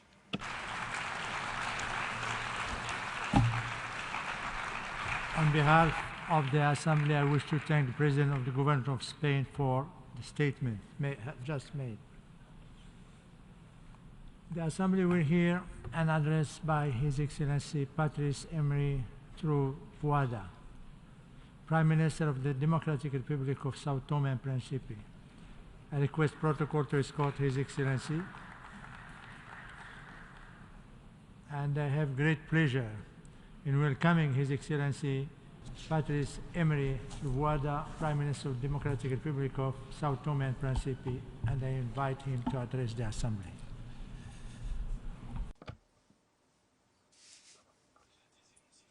Mr. President of the United Nations General Assembly, Mr. Secretary General of the United Nations, ladies and gentlemen, heads of state and government, ladies and gentlemen, representatives of member states, in an international context marked by growing divisions, rising tensions, and diminishing trust, it is with a great sense of responsibility that I take the floor in this great assembly, as Prime Minister and Head of Government representing the Democratic Republic of Sao Tome and Principe. I would like to honor the memory of the victims of the recent earthquake in Morocco and the floods in Libya. Allow me to take advantage of the 78th session of the General Debate to congratulate Ambassador Denis Francis on his election and to express our full support for him throughout his mandate. We also thank the outgoing President, Mr. Korosi, for his commitment in conducting the work of the previous session, particularly in face of the complexity created by new conflicts and the world of food crisis. Mr. President, Excellencies, ladies and gentlemen, heads of state and government, the theme chosen for this session, Unleashing the Power of Gender Equality, which we applaud, is highly relevant at a time when humanity is going through the greatest of threats, reversing progress in human development and widening inequalities in our respective states. The Protocol on the Rights of Women in Africa, known as the Maputo Protocol, is celebrating its 20th anniversary.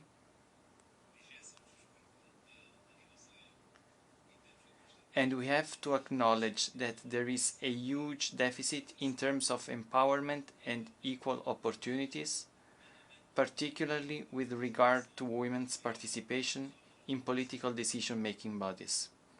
However, we could also refer to the Istanbul Convention, which, despite being binding for the signatory states, has done little to translate the will of the Council of Europe into results.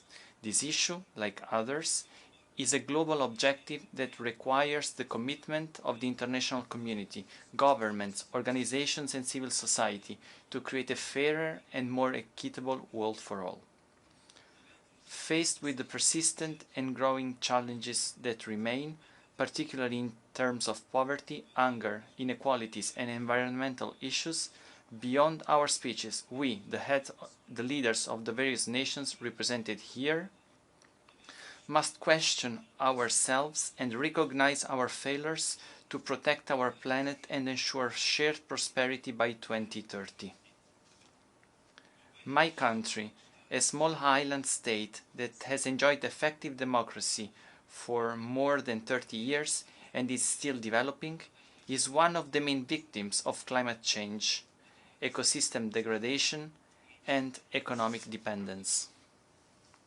My country is experiencing a situation of real economic and financial urgency in the short term, well known to our main partners, while at the same time going through a complex process of transition to the middle stage of development and pursuing a policy adapted to its reality, respecting multicultural diversity and human rights. We have tried with some success to adopt the codes, recommendations and good attitudes aimed at achieving the 17 Sustainable Development Goals, but structural problems, asymmetries of all kinds and a lack of confidence in the democratic institutions on the part of our populations are increasing. We should not hesitate to point the finger at those responsible for climate disruption within the G20 or at the global economic governing bodies that continue to ignore our social and environmental objectives, notably by denying us access to financial resources in reasonable quantities and conditions.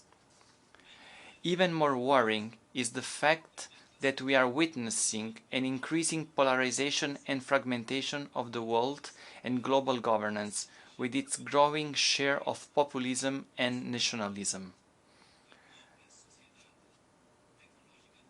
The digital technology society itself, which could have been the accelerator for the development of our countries and citizenship worldwide, is becoming a new source of inequality, concentration of wealth and domination. Inequality, lack of respect and lack of inclusion can only lead to even greater fractures and setbacks. Coup d'etat and attempts to overthrow the constitutional orders are becoming more and more frequent, while at the same time long-standing conflicts such as those in Palestine and Cuba persist, and those in Yemen, Syria, Sudan and Libya follow the same path. Armed conflicts in violation of international law, whatever they may be, are also treated differently. Our condemnation of Russian invasion of Ukraine was clear and without hesitation, because we respect international law and the UN Charter. Unfortunately, refugees and the dead are not equal in rights and dignity in a world that calls itself civilized. Nowadays, it seems that only global pandemics are capable of uniting and mobilizing us. We are slow to react in order to impose peace in the face of the latent conflict in the Great Lakes region, while the list of deaths, displaced people and destruction of all kinds continues to grow, and international peace missions are showing their limits due to the lack of clear and effective commitments in favor of the populations who are the first victims. Excellencies, ladies and gentlemen, it may be too late, but indifference and hypocrisy are unacceptable. Our problems as poor countries tend to become the problems of rich countries too. Demographic disparity, economic disparity, climate deregulation, loss of institutional trust, among others. And there is still hope of finding new impetus if we resolutely commit to reforming our institutions, starting with the United Nations and the Bretton Woods institutions, towards a reinvented and more supportive multilateralism. It is our duty as leaders to cultivate an art capable of articulating the hoped-for solutions that can enlighten so many human beings whose experience is nothing more than a journey of suffering and uncertainty. True leadership means finding the necessary compromises. It means having the ability to make peace and promote progress. Excellencies, as the saying goes, nature abhors a vacuum, and our rhetoric, our appeals at summit after summit, sounds empty. We are convinced that peaceful, equitable and sustainable societies with educated and trained young people in good health are in the general interest, and that we must therefore use common sense to avoid major and unpredictable disruptions, and we still have the technical, financial and human resources to reform the international political system. Rich countries have a responsibility, but ours cannot be excluded either. We reaffirm the firm commitment of the Democratic Republic of São Tomé and Príncipe to actively collaborate with its regional and international partners in all initiatives aimed at eradicating all acts that are inhuman, degrading to human beings and the environment, and detrimental to humanist values and freedom.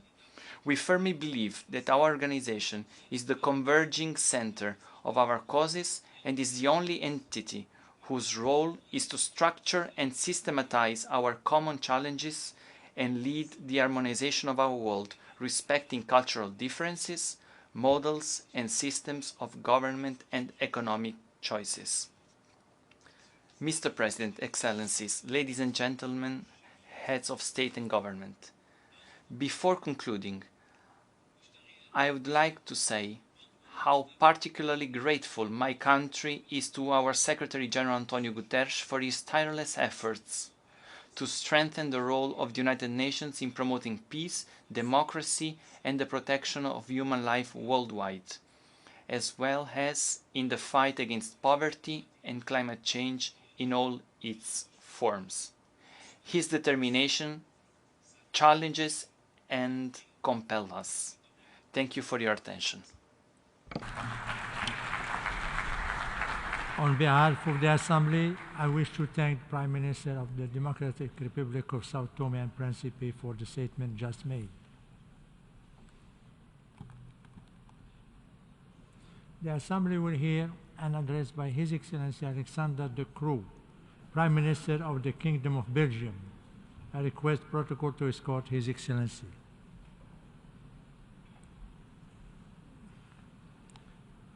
I have great pleasure in welcoming His Excellency Alexander De Croo, Prime Minister of the Kingdom of Belgium, and I invite him to address the Assembly.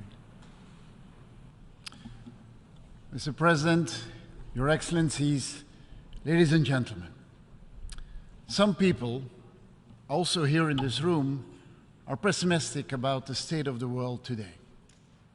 I beg to differ. There are good reasons for optimism. Since the start of the new millennium, we have made tremendous progress in the Sustainable Development Goals. Today, there is more universal access to education than ever. 85% of young children worldwide are in primary education. Since the start of the century, an additional 2 billion people have access to safe drinking water. It shows that if we put our mind to it, and promises are followed by investments, we can make global progress. Of course, the picture is not rosy across the board. Our changing climate is reason for concern. We witnessed some extreme climate events this year. Forest fires in Greece, in Spain, in Canada, and in Hawaii. Floods in Libya and in Hong Kong. Long periods of drought and water stress in my own country. But also here, let's look at the trends rather than the events. Let us look at our recent climate track record. And then we will see that there is a reason for grounded optimism. A record-breaking 340 billion euro have been invested in renewable energy globally this year. Prices of renewables keep on going down year after year.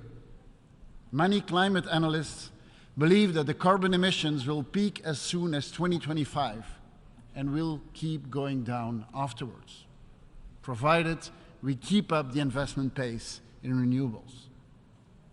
The chair of the International Energy Agency called it the beginning of the end of the fossil fuel era.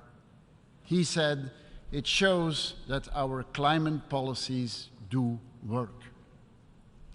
So we should stop listening to the alarmists who proclaim that all is lost, that we are on the road to nowhere. How can we expect public opinion to rally behind the climate cause with such blatant defeatism? We should not despair. We should organize. We should speed up the green transition instead of talking ourselves down. And in order to do this, we need to include our industry through a new industrial deal. We will not build a climate paradise on an industrial wasteland. We need our industry for their innovation capacity to come up with tomorrow's climate solutions. That is why Europe should not only be a continent of industrial innovation, but should remain a continent of industrial production. Clean tech, for sure, but also green chemistry, green steel production, and green construction sites. All are needed to build our net zero future. This new industrial deal will be one of the big priorities of the Belgian presidency of the European Union starting on January 1st. But to make this industrial deal a success, we should look beyond Europe. We need partnerships, especially between Europe and Africa. The foundation stones, they are there. Belgium has partnered up with countries such as Namibia, Morocco, and Egypt to accelerate the green transition. In wind, in solar, in hydrogen, investments are pouring in, creating local employment, building up local expertise, soon exporting clean molecules from the shores of Africa to our North Sea ports. And we work at home as well. Together with Germany, France, Netherlands, Luxembourg, Denmark, Norway, Ireland, and the United Kingdom, we are turning the North Sea into a big green power plant for Europe. By 2030, we will reach 120 gigawatts of wind energy at sea, the equivalent of more than 50 nuclear plants, enough to provide more than 100 million households with clean, affordable energy. We're making progress on the nuclear front as well. Belgium has reached an agreement with its nuclear operator to prolong the lifespan of its two biggest power plants. We will remain a nuclear nation, and we will seek renewed close cooperation with other nuclear nations. Because to achieve climate neutrality, we will need both renewables and nuclear. Ladies and gentlemen, it is vital to win the fight against climate change, since it is the single biggest disruptor of our societies today. It causes young people to flee their home country en masse. This increased irregular migration deprives the South of their most important economic resource, their most vital potential, young people. At the same time, the host countries in Europe are faced with an influx they can barely handle. We are facing an uphill battle to accommodate all migrants and integrate them into our society. The heart of the problem is that migration as we know it today depends on sheer luck. The current model gives all the control and the power to human smugglers. They decide on life or death. They decide on who enters a country and who does not. This is simply unacceptable, unsustainable, and immoral. It is a lose-lose for everyone involved. We need to rebuild the current migration model.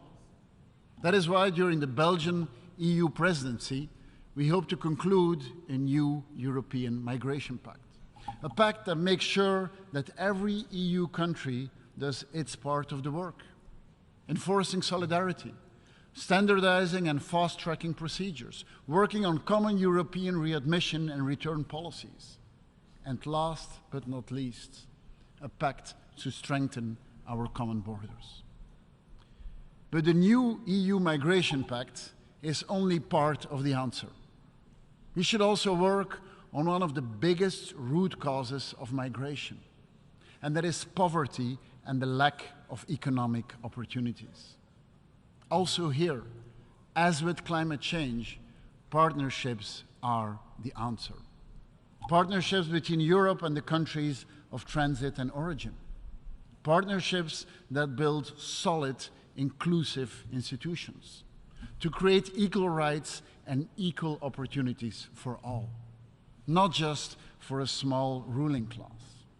And yes, fixing migration also means creating legal channels to Europe, to education and talent programs, to strengthen the societies in the home countries, turning a lose-lose situation into a win-win, so that young Africans can pursue the African dream and not have to risk their lives at sea for the European dream or the American dream.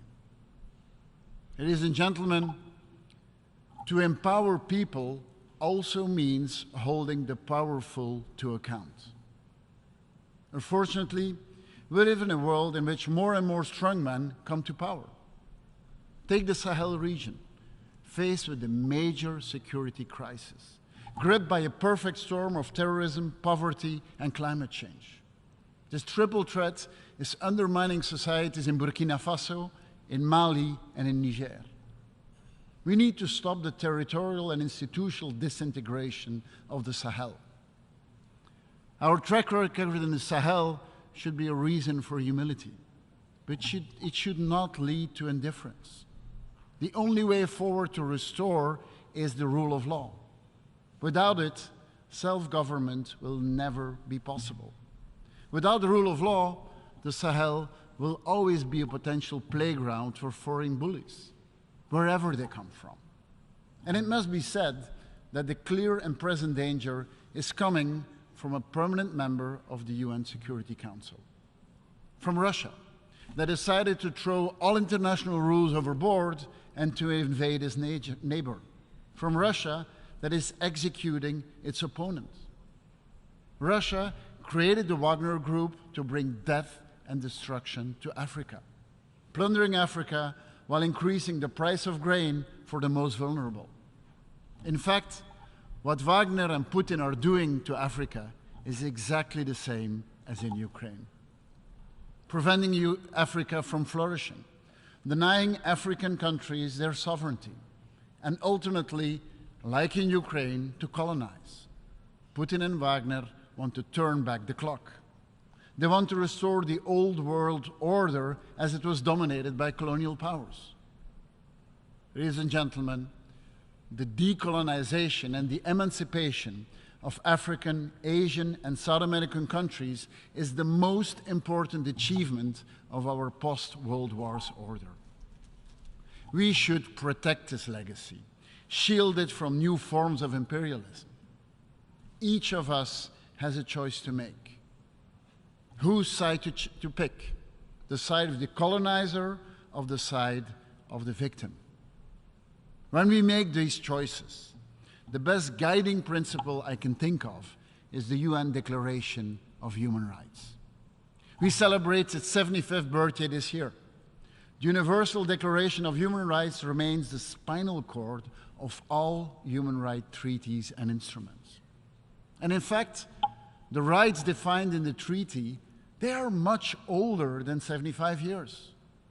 The West African Mandinka nation, in what is nowadays Mali, had a constitution as early as 1200 AD. It spoke of the sanctity of human life, of women's rights, of the right to an education, food security, and even to self-expression. When the freed slaves of Haiti at the start of the 19th century finally had the freedom to choose their own destiny, they defined living in dignity as living in liberty and equality. So let's remember these stories and recognize the true universality of the Universal Declaration of Human Rights. Let's also remember that the progress we have made as a common humanity, and that when we look back on our achievements, know that they were always the result of hard work and of collaboration. More than ever, we need the UN and the world to come together to secure progress that works for everyone. I thank you. On behalf of the Assembly, I wish to thank the Prime Minister of the Kingdom of Belgium for the statement just made. And now I have the pleasure to announce that the Assembly will hear an address by His Excellency Najib Mikati, President of the Council of Ministers of the Lebanese Republic. I request the protocol to escort His Excellency, and I have great pleasure in welcoming His Excellency Najib Mikati President of the Council de Ministres of the Lebanese Republic, and invite him to address the Assembly. Please.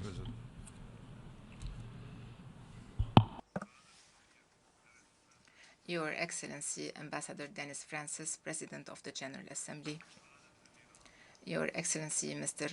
Antonio Guterres, ladies and gentlemen,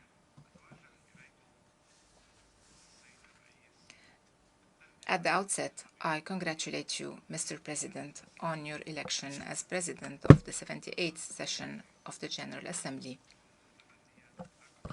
I wish you success in this mission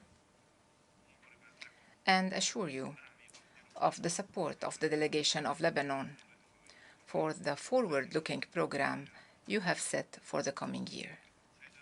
Mr. President, this year marks the 80th anniversary of Lebanon's independence, 8 decades during which Lebanon has been striving to deserve its place among the peace and welfare-loving nations. Lebanon was one of the founding fathers of this organization, and it had a remarkable contribution in the drafting of the Universal Declaration of Human Rights. But it hasn't always been an easy journey.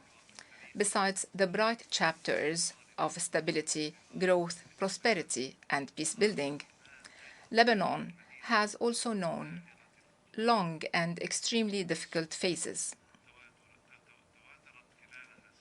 with frequent conflicts on its territories, in the neighboring countries, and wars of aggression against it.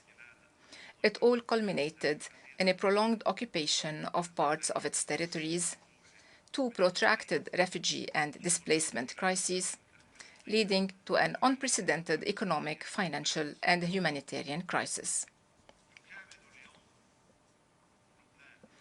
Lebanon is today facing numerous overlapping crises against the backdrop of a weakened international system and a regional climate full of tensions and challenges.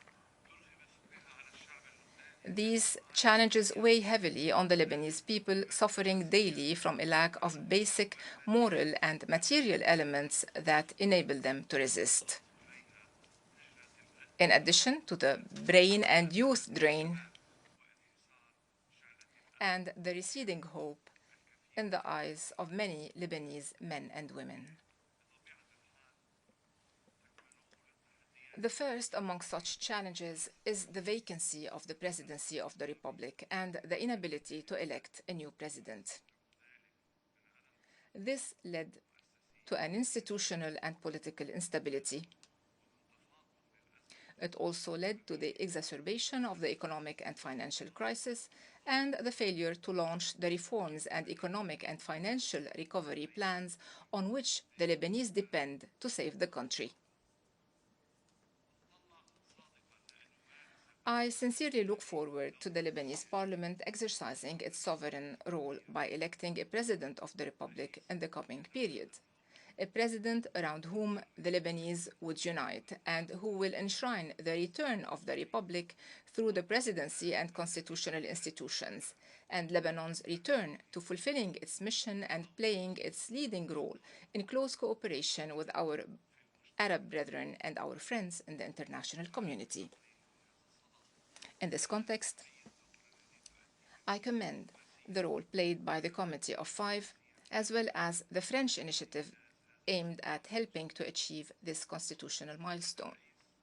Mr. President, 12 years into the Syrian crisis, Lebanon is still bearing the burden of successive waves of displacement, with far-reaching economic and social repercussions on all aspects of life, thus threatening Lebanon's very existence. Although we have already voiced our concerns in all international fora, and in particular in this forum, the international community's response to this humanitarian tragedy is still timid and falls short of an effective, sustainable solution. From this rostrum, I warn once again against the negative repercussions of displacement, which deepens Lebanon's crisis. But Lebanon will not be the only victim. I repeat, Lebanon will not be the only victim. I reiterate the call for the development of a roadmap in cooperation with all the international stakeholders to find sustainable solutions to the Syrian displacement crisis before its repercussions spiral out of control. In this regard, I would like to mention a positive development. Lebanon has reached an agreement with UNHCR on the exchange of information pertaining to the Syrian presence in Lebanon. This agreement reflects our attachment to deepening cooperation with international and UN organizations as part of the sustainable solution we seek.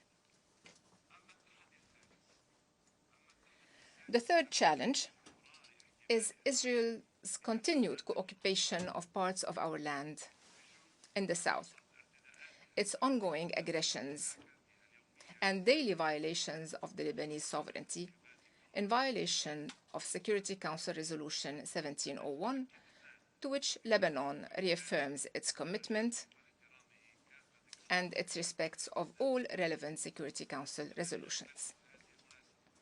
I take this opportunity to thank all the troop contributing countries to UNIFIL. UNIFIL's mandate was renewed by the Security Council at the end of August. However, the mission entrusted to the UN force is not complete without close cooperation and permanent coordination with the Lebanese army. This would contribute to consolidating peace and security in the region and would restore the authority of the Lebanese state over its entire territories within our internationally recognized borders. Lebanon welcomes the start of the oil and gas exploration in its territorial waters and looks forward to playing a constructive role in the future in the Mediterranean basin in areas such as energy. Mr. President, parts of the Middle East are witnessing concerning levels of political and security instability, casting a shadow over the countries of the region and their peoples. It is worth noting, however, that there are remarkable exceptions of stability, development, and growth in the Arab Gulf countries. These countries and their people are dear to our hearts. Lebanon and its people owe them a lot of gratitude and appreciation. In this context, we welcome the return of the Syrian Arab Republic to exercise its membership in the League of Arab States, and we welcome the Saudi-Iranian agreement. On the other hand, the brotherly Palestinian people continues to languish under occupation and to struggle for their inalienable human rights. As the need to alleviate the suffering of the Palestinian people increases, we reaffirm our attachment to a just and comprehensive peace based on the two-state solution and on international references, mainly Security Council Resolutions 242 and 338. I seize the opportunity today to recall the Arab Peace Initiative adopted by the Beirut Summit in 2002, which laid the foundations for the desired peace. In this context, and as a country that has hosted hundreds of thousands of Palestinian refugees since 1948, Lebanon would like to remind the international community again of its humanitarian and moral responsibility towards the refugees of Palestine and calls for a full support to UNRWA to enable it to continue carrying out its mission pending the final solution. Mr. President, we have always said that the world is witnessing cross-border challenges, which require greater coordination and cooperation between countries, from climate change to viral pandemics to security, food security, cybersecurity, illegal migration, extremism, and terrorism, to name but a few. There are many challenges of a global nature that can only be met through concerted efforts between governments, international organizations, and civil society organizations. I would like here to express our solidarity with the Libyan and Moroccan peoples in the aftermath of the natural disasters which ravaged the two countries. International cooperation based on the principles of partnership and inclusiveness is a sine qua non for the security, safety, and well-being of peoples. The UN and its specialized agencies are at the heart of this international effort, guiding and supporting it with standards and tools. In light of the challenges Lebanon is experiencing at the national level, and despite the regional tensions and their adverse effects in various areas, Lebanon is keen to continue playing the role expected of him at the regional and international levels. Despite the current situation, Lebanon continues to implement the 2030 Sustainable Development Goals and the Paris Climate Agreement. Lebanon has also participated in the COP27 in Sharm el-Sheikh, Egypt, and looks forward to the same level of active participation in the COP28 in Dubai, the UAE, wishing the host country and the conference full success. Ladies and gentlemen, Mr. President, I would like to take this opportunity to stress the importance of a sovereign and independent Lebanese state, a strong, able, and inclusive state cooperating with the international community and friendly and brotherly countries, a Lebanese state that protects the parliamentary democratic system and public and private freedoms, that engages in structural reforms and in strengthening the rule of law, citizenship, accountability, and justice, a Lebanese state that believes in tolerance and brotherly relations, that adopts a policy of dissociation and stays away from the policy of axis, a Lebanese state which has an urgent need for security, peace, stability, and prosperity in the region. And the best way for all of us to keep pace with changes and mitigate negative repercussions, building the future and facing the challenges of poverty, unemployment, brain drain, extremism, and terrorism, thus avoiding the unknown. In conclusion, allow me, Mr. President, to conclude by recalling the pillars you have laid for your vision to lead the General Assembly in its current session. Peace, prosperity, progress, and sustainability summarize indeed the aspirations of all our countries and peoples. There can be no secure and prosperous future for us all without upholding these pillars, which in turn shall not be achieved without solidarity and collective action to avoid further wars, conflicts, challenges, human tragedies, and material and environmental losses. Thank you, Mr. President. On behalf of the Assembly, I wish to thank the head of government of the Lebanese Republic for the statement just made. I now give the floor to His Excellency Fathallah F. Al-Zouni, Minister of Youth of Libya.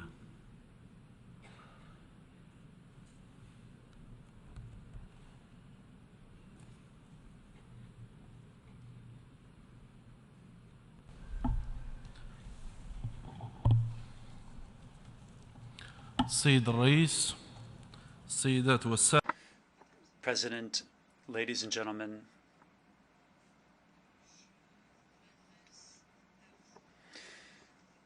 I am speaking to you on behalf of the President of the Council, on behalf of the Presidency of Libya, Mr. Mohammed Al-Hanfi, who was unable to attend. This is due to the disaster that Libya is currently undergoing. In the name of God, the compassionate, the merciful. Excellencies, Your Excellency Dennis Francis, President of the General Assembly, ladies and gentlemen, I wish to begin by expressing my condolences to the people of Libya. I wish to do so personally. I convey my full sympathy and my deepest condolences to the families of the victims of the flooding and torrential rains in the region of Jabal Akbar, especially in the villages, in the towns of Derna, Baida, and Susa. I also wish to convey my condolences to the people of Morocco and to His Majesty the King and to the government of Morocco following the earthquake in several Moroccan cities. I ask God to speed the recovery of the injured, God who is omnipotent. Ladies and gentlemen, I am speaking to you, conveying the voice of Libya. Libya, which is in the throes of a disastrous tragedy. I'm speaking on behalf of the Libyan people with heavy hearts, weighed down with sadness. And on the 10th of September, the Libyans and the entire world saw a terrible spectacle. This was a disaster that hit the city of Derna, and it struck us, especially after the tragedy that befell the villages in the east of the country. This is a tragedy that claimed thousands of lives in this city, in this region. People are still missing or dead. The costs will run into the millions, and the torrential rains carried away a quarter of the city. The government has gone, the national government, the National Unity Government has gone to great effort, so has the army, so has the entire country, to cope with this disaster, to evacuate the people, to extract those who are still covered up by the rubble, to bury the dead, to address the health situation in the city. The scale of the disaster has fully surpassed all local capacity. I want to briefly address the kindred countries and the friendly countries that have provided their assistance. I wish to convey my gratitude to those countries who have sent us rescue teams, who have provided us with medical and logistical assistance. I therefore thank everyone who responded to our call among the kindred and friendly countries. I thank all of the heads of state, those that conveyed their condolences to us. Speaking from this high rostrum, I call upon the world to live up to its responsibility to Libya in order to help cope with the aftermath of this disaster. In particular, to take the necessary health measures to protect the survivors in the city of Derna and the adjoining cities in order to avert a health disasters that experts are warning about.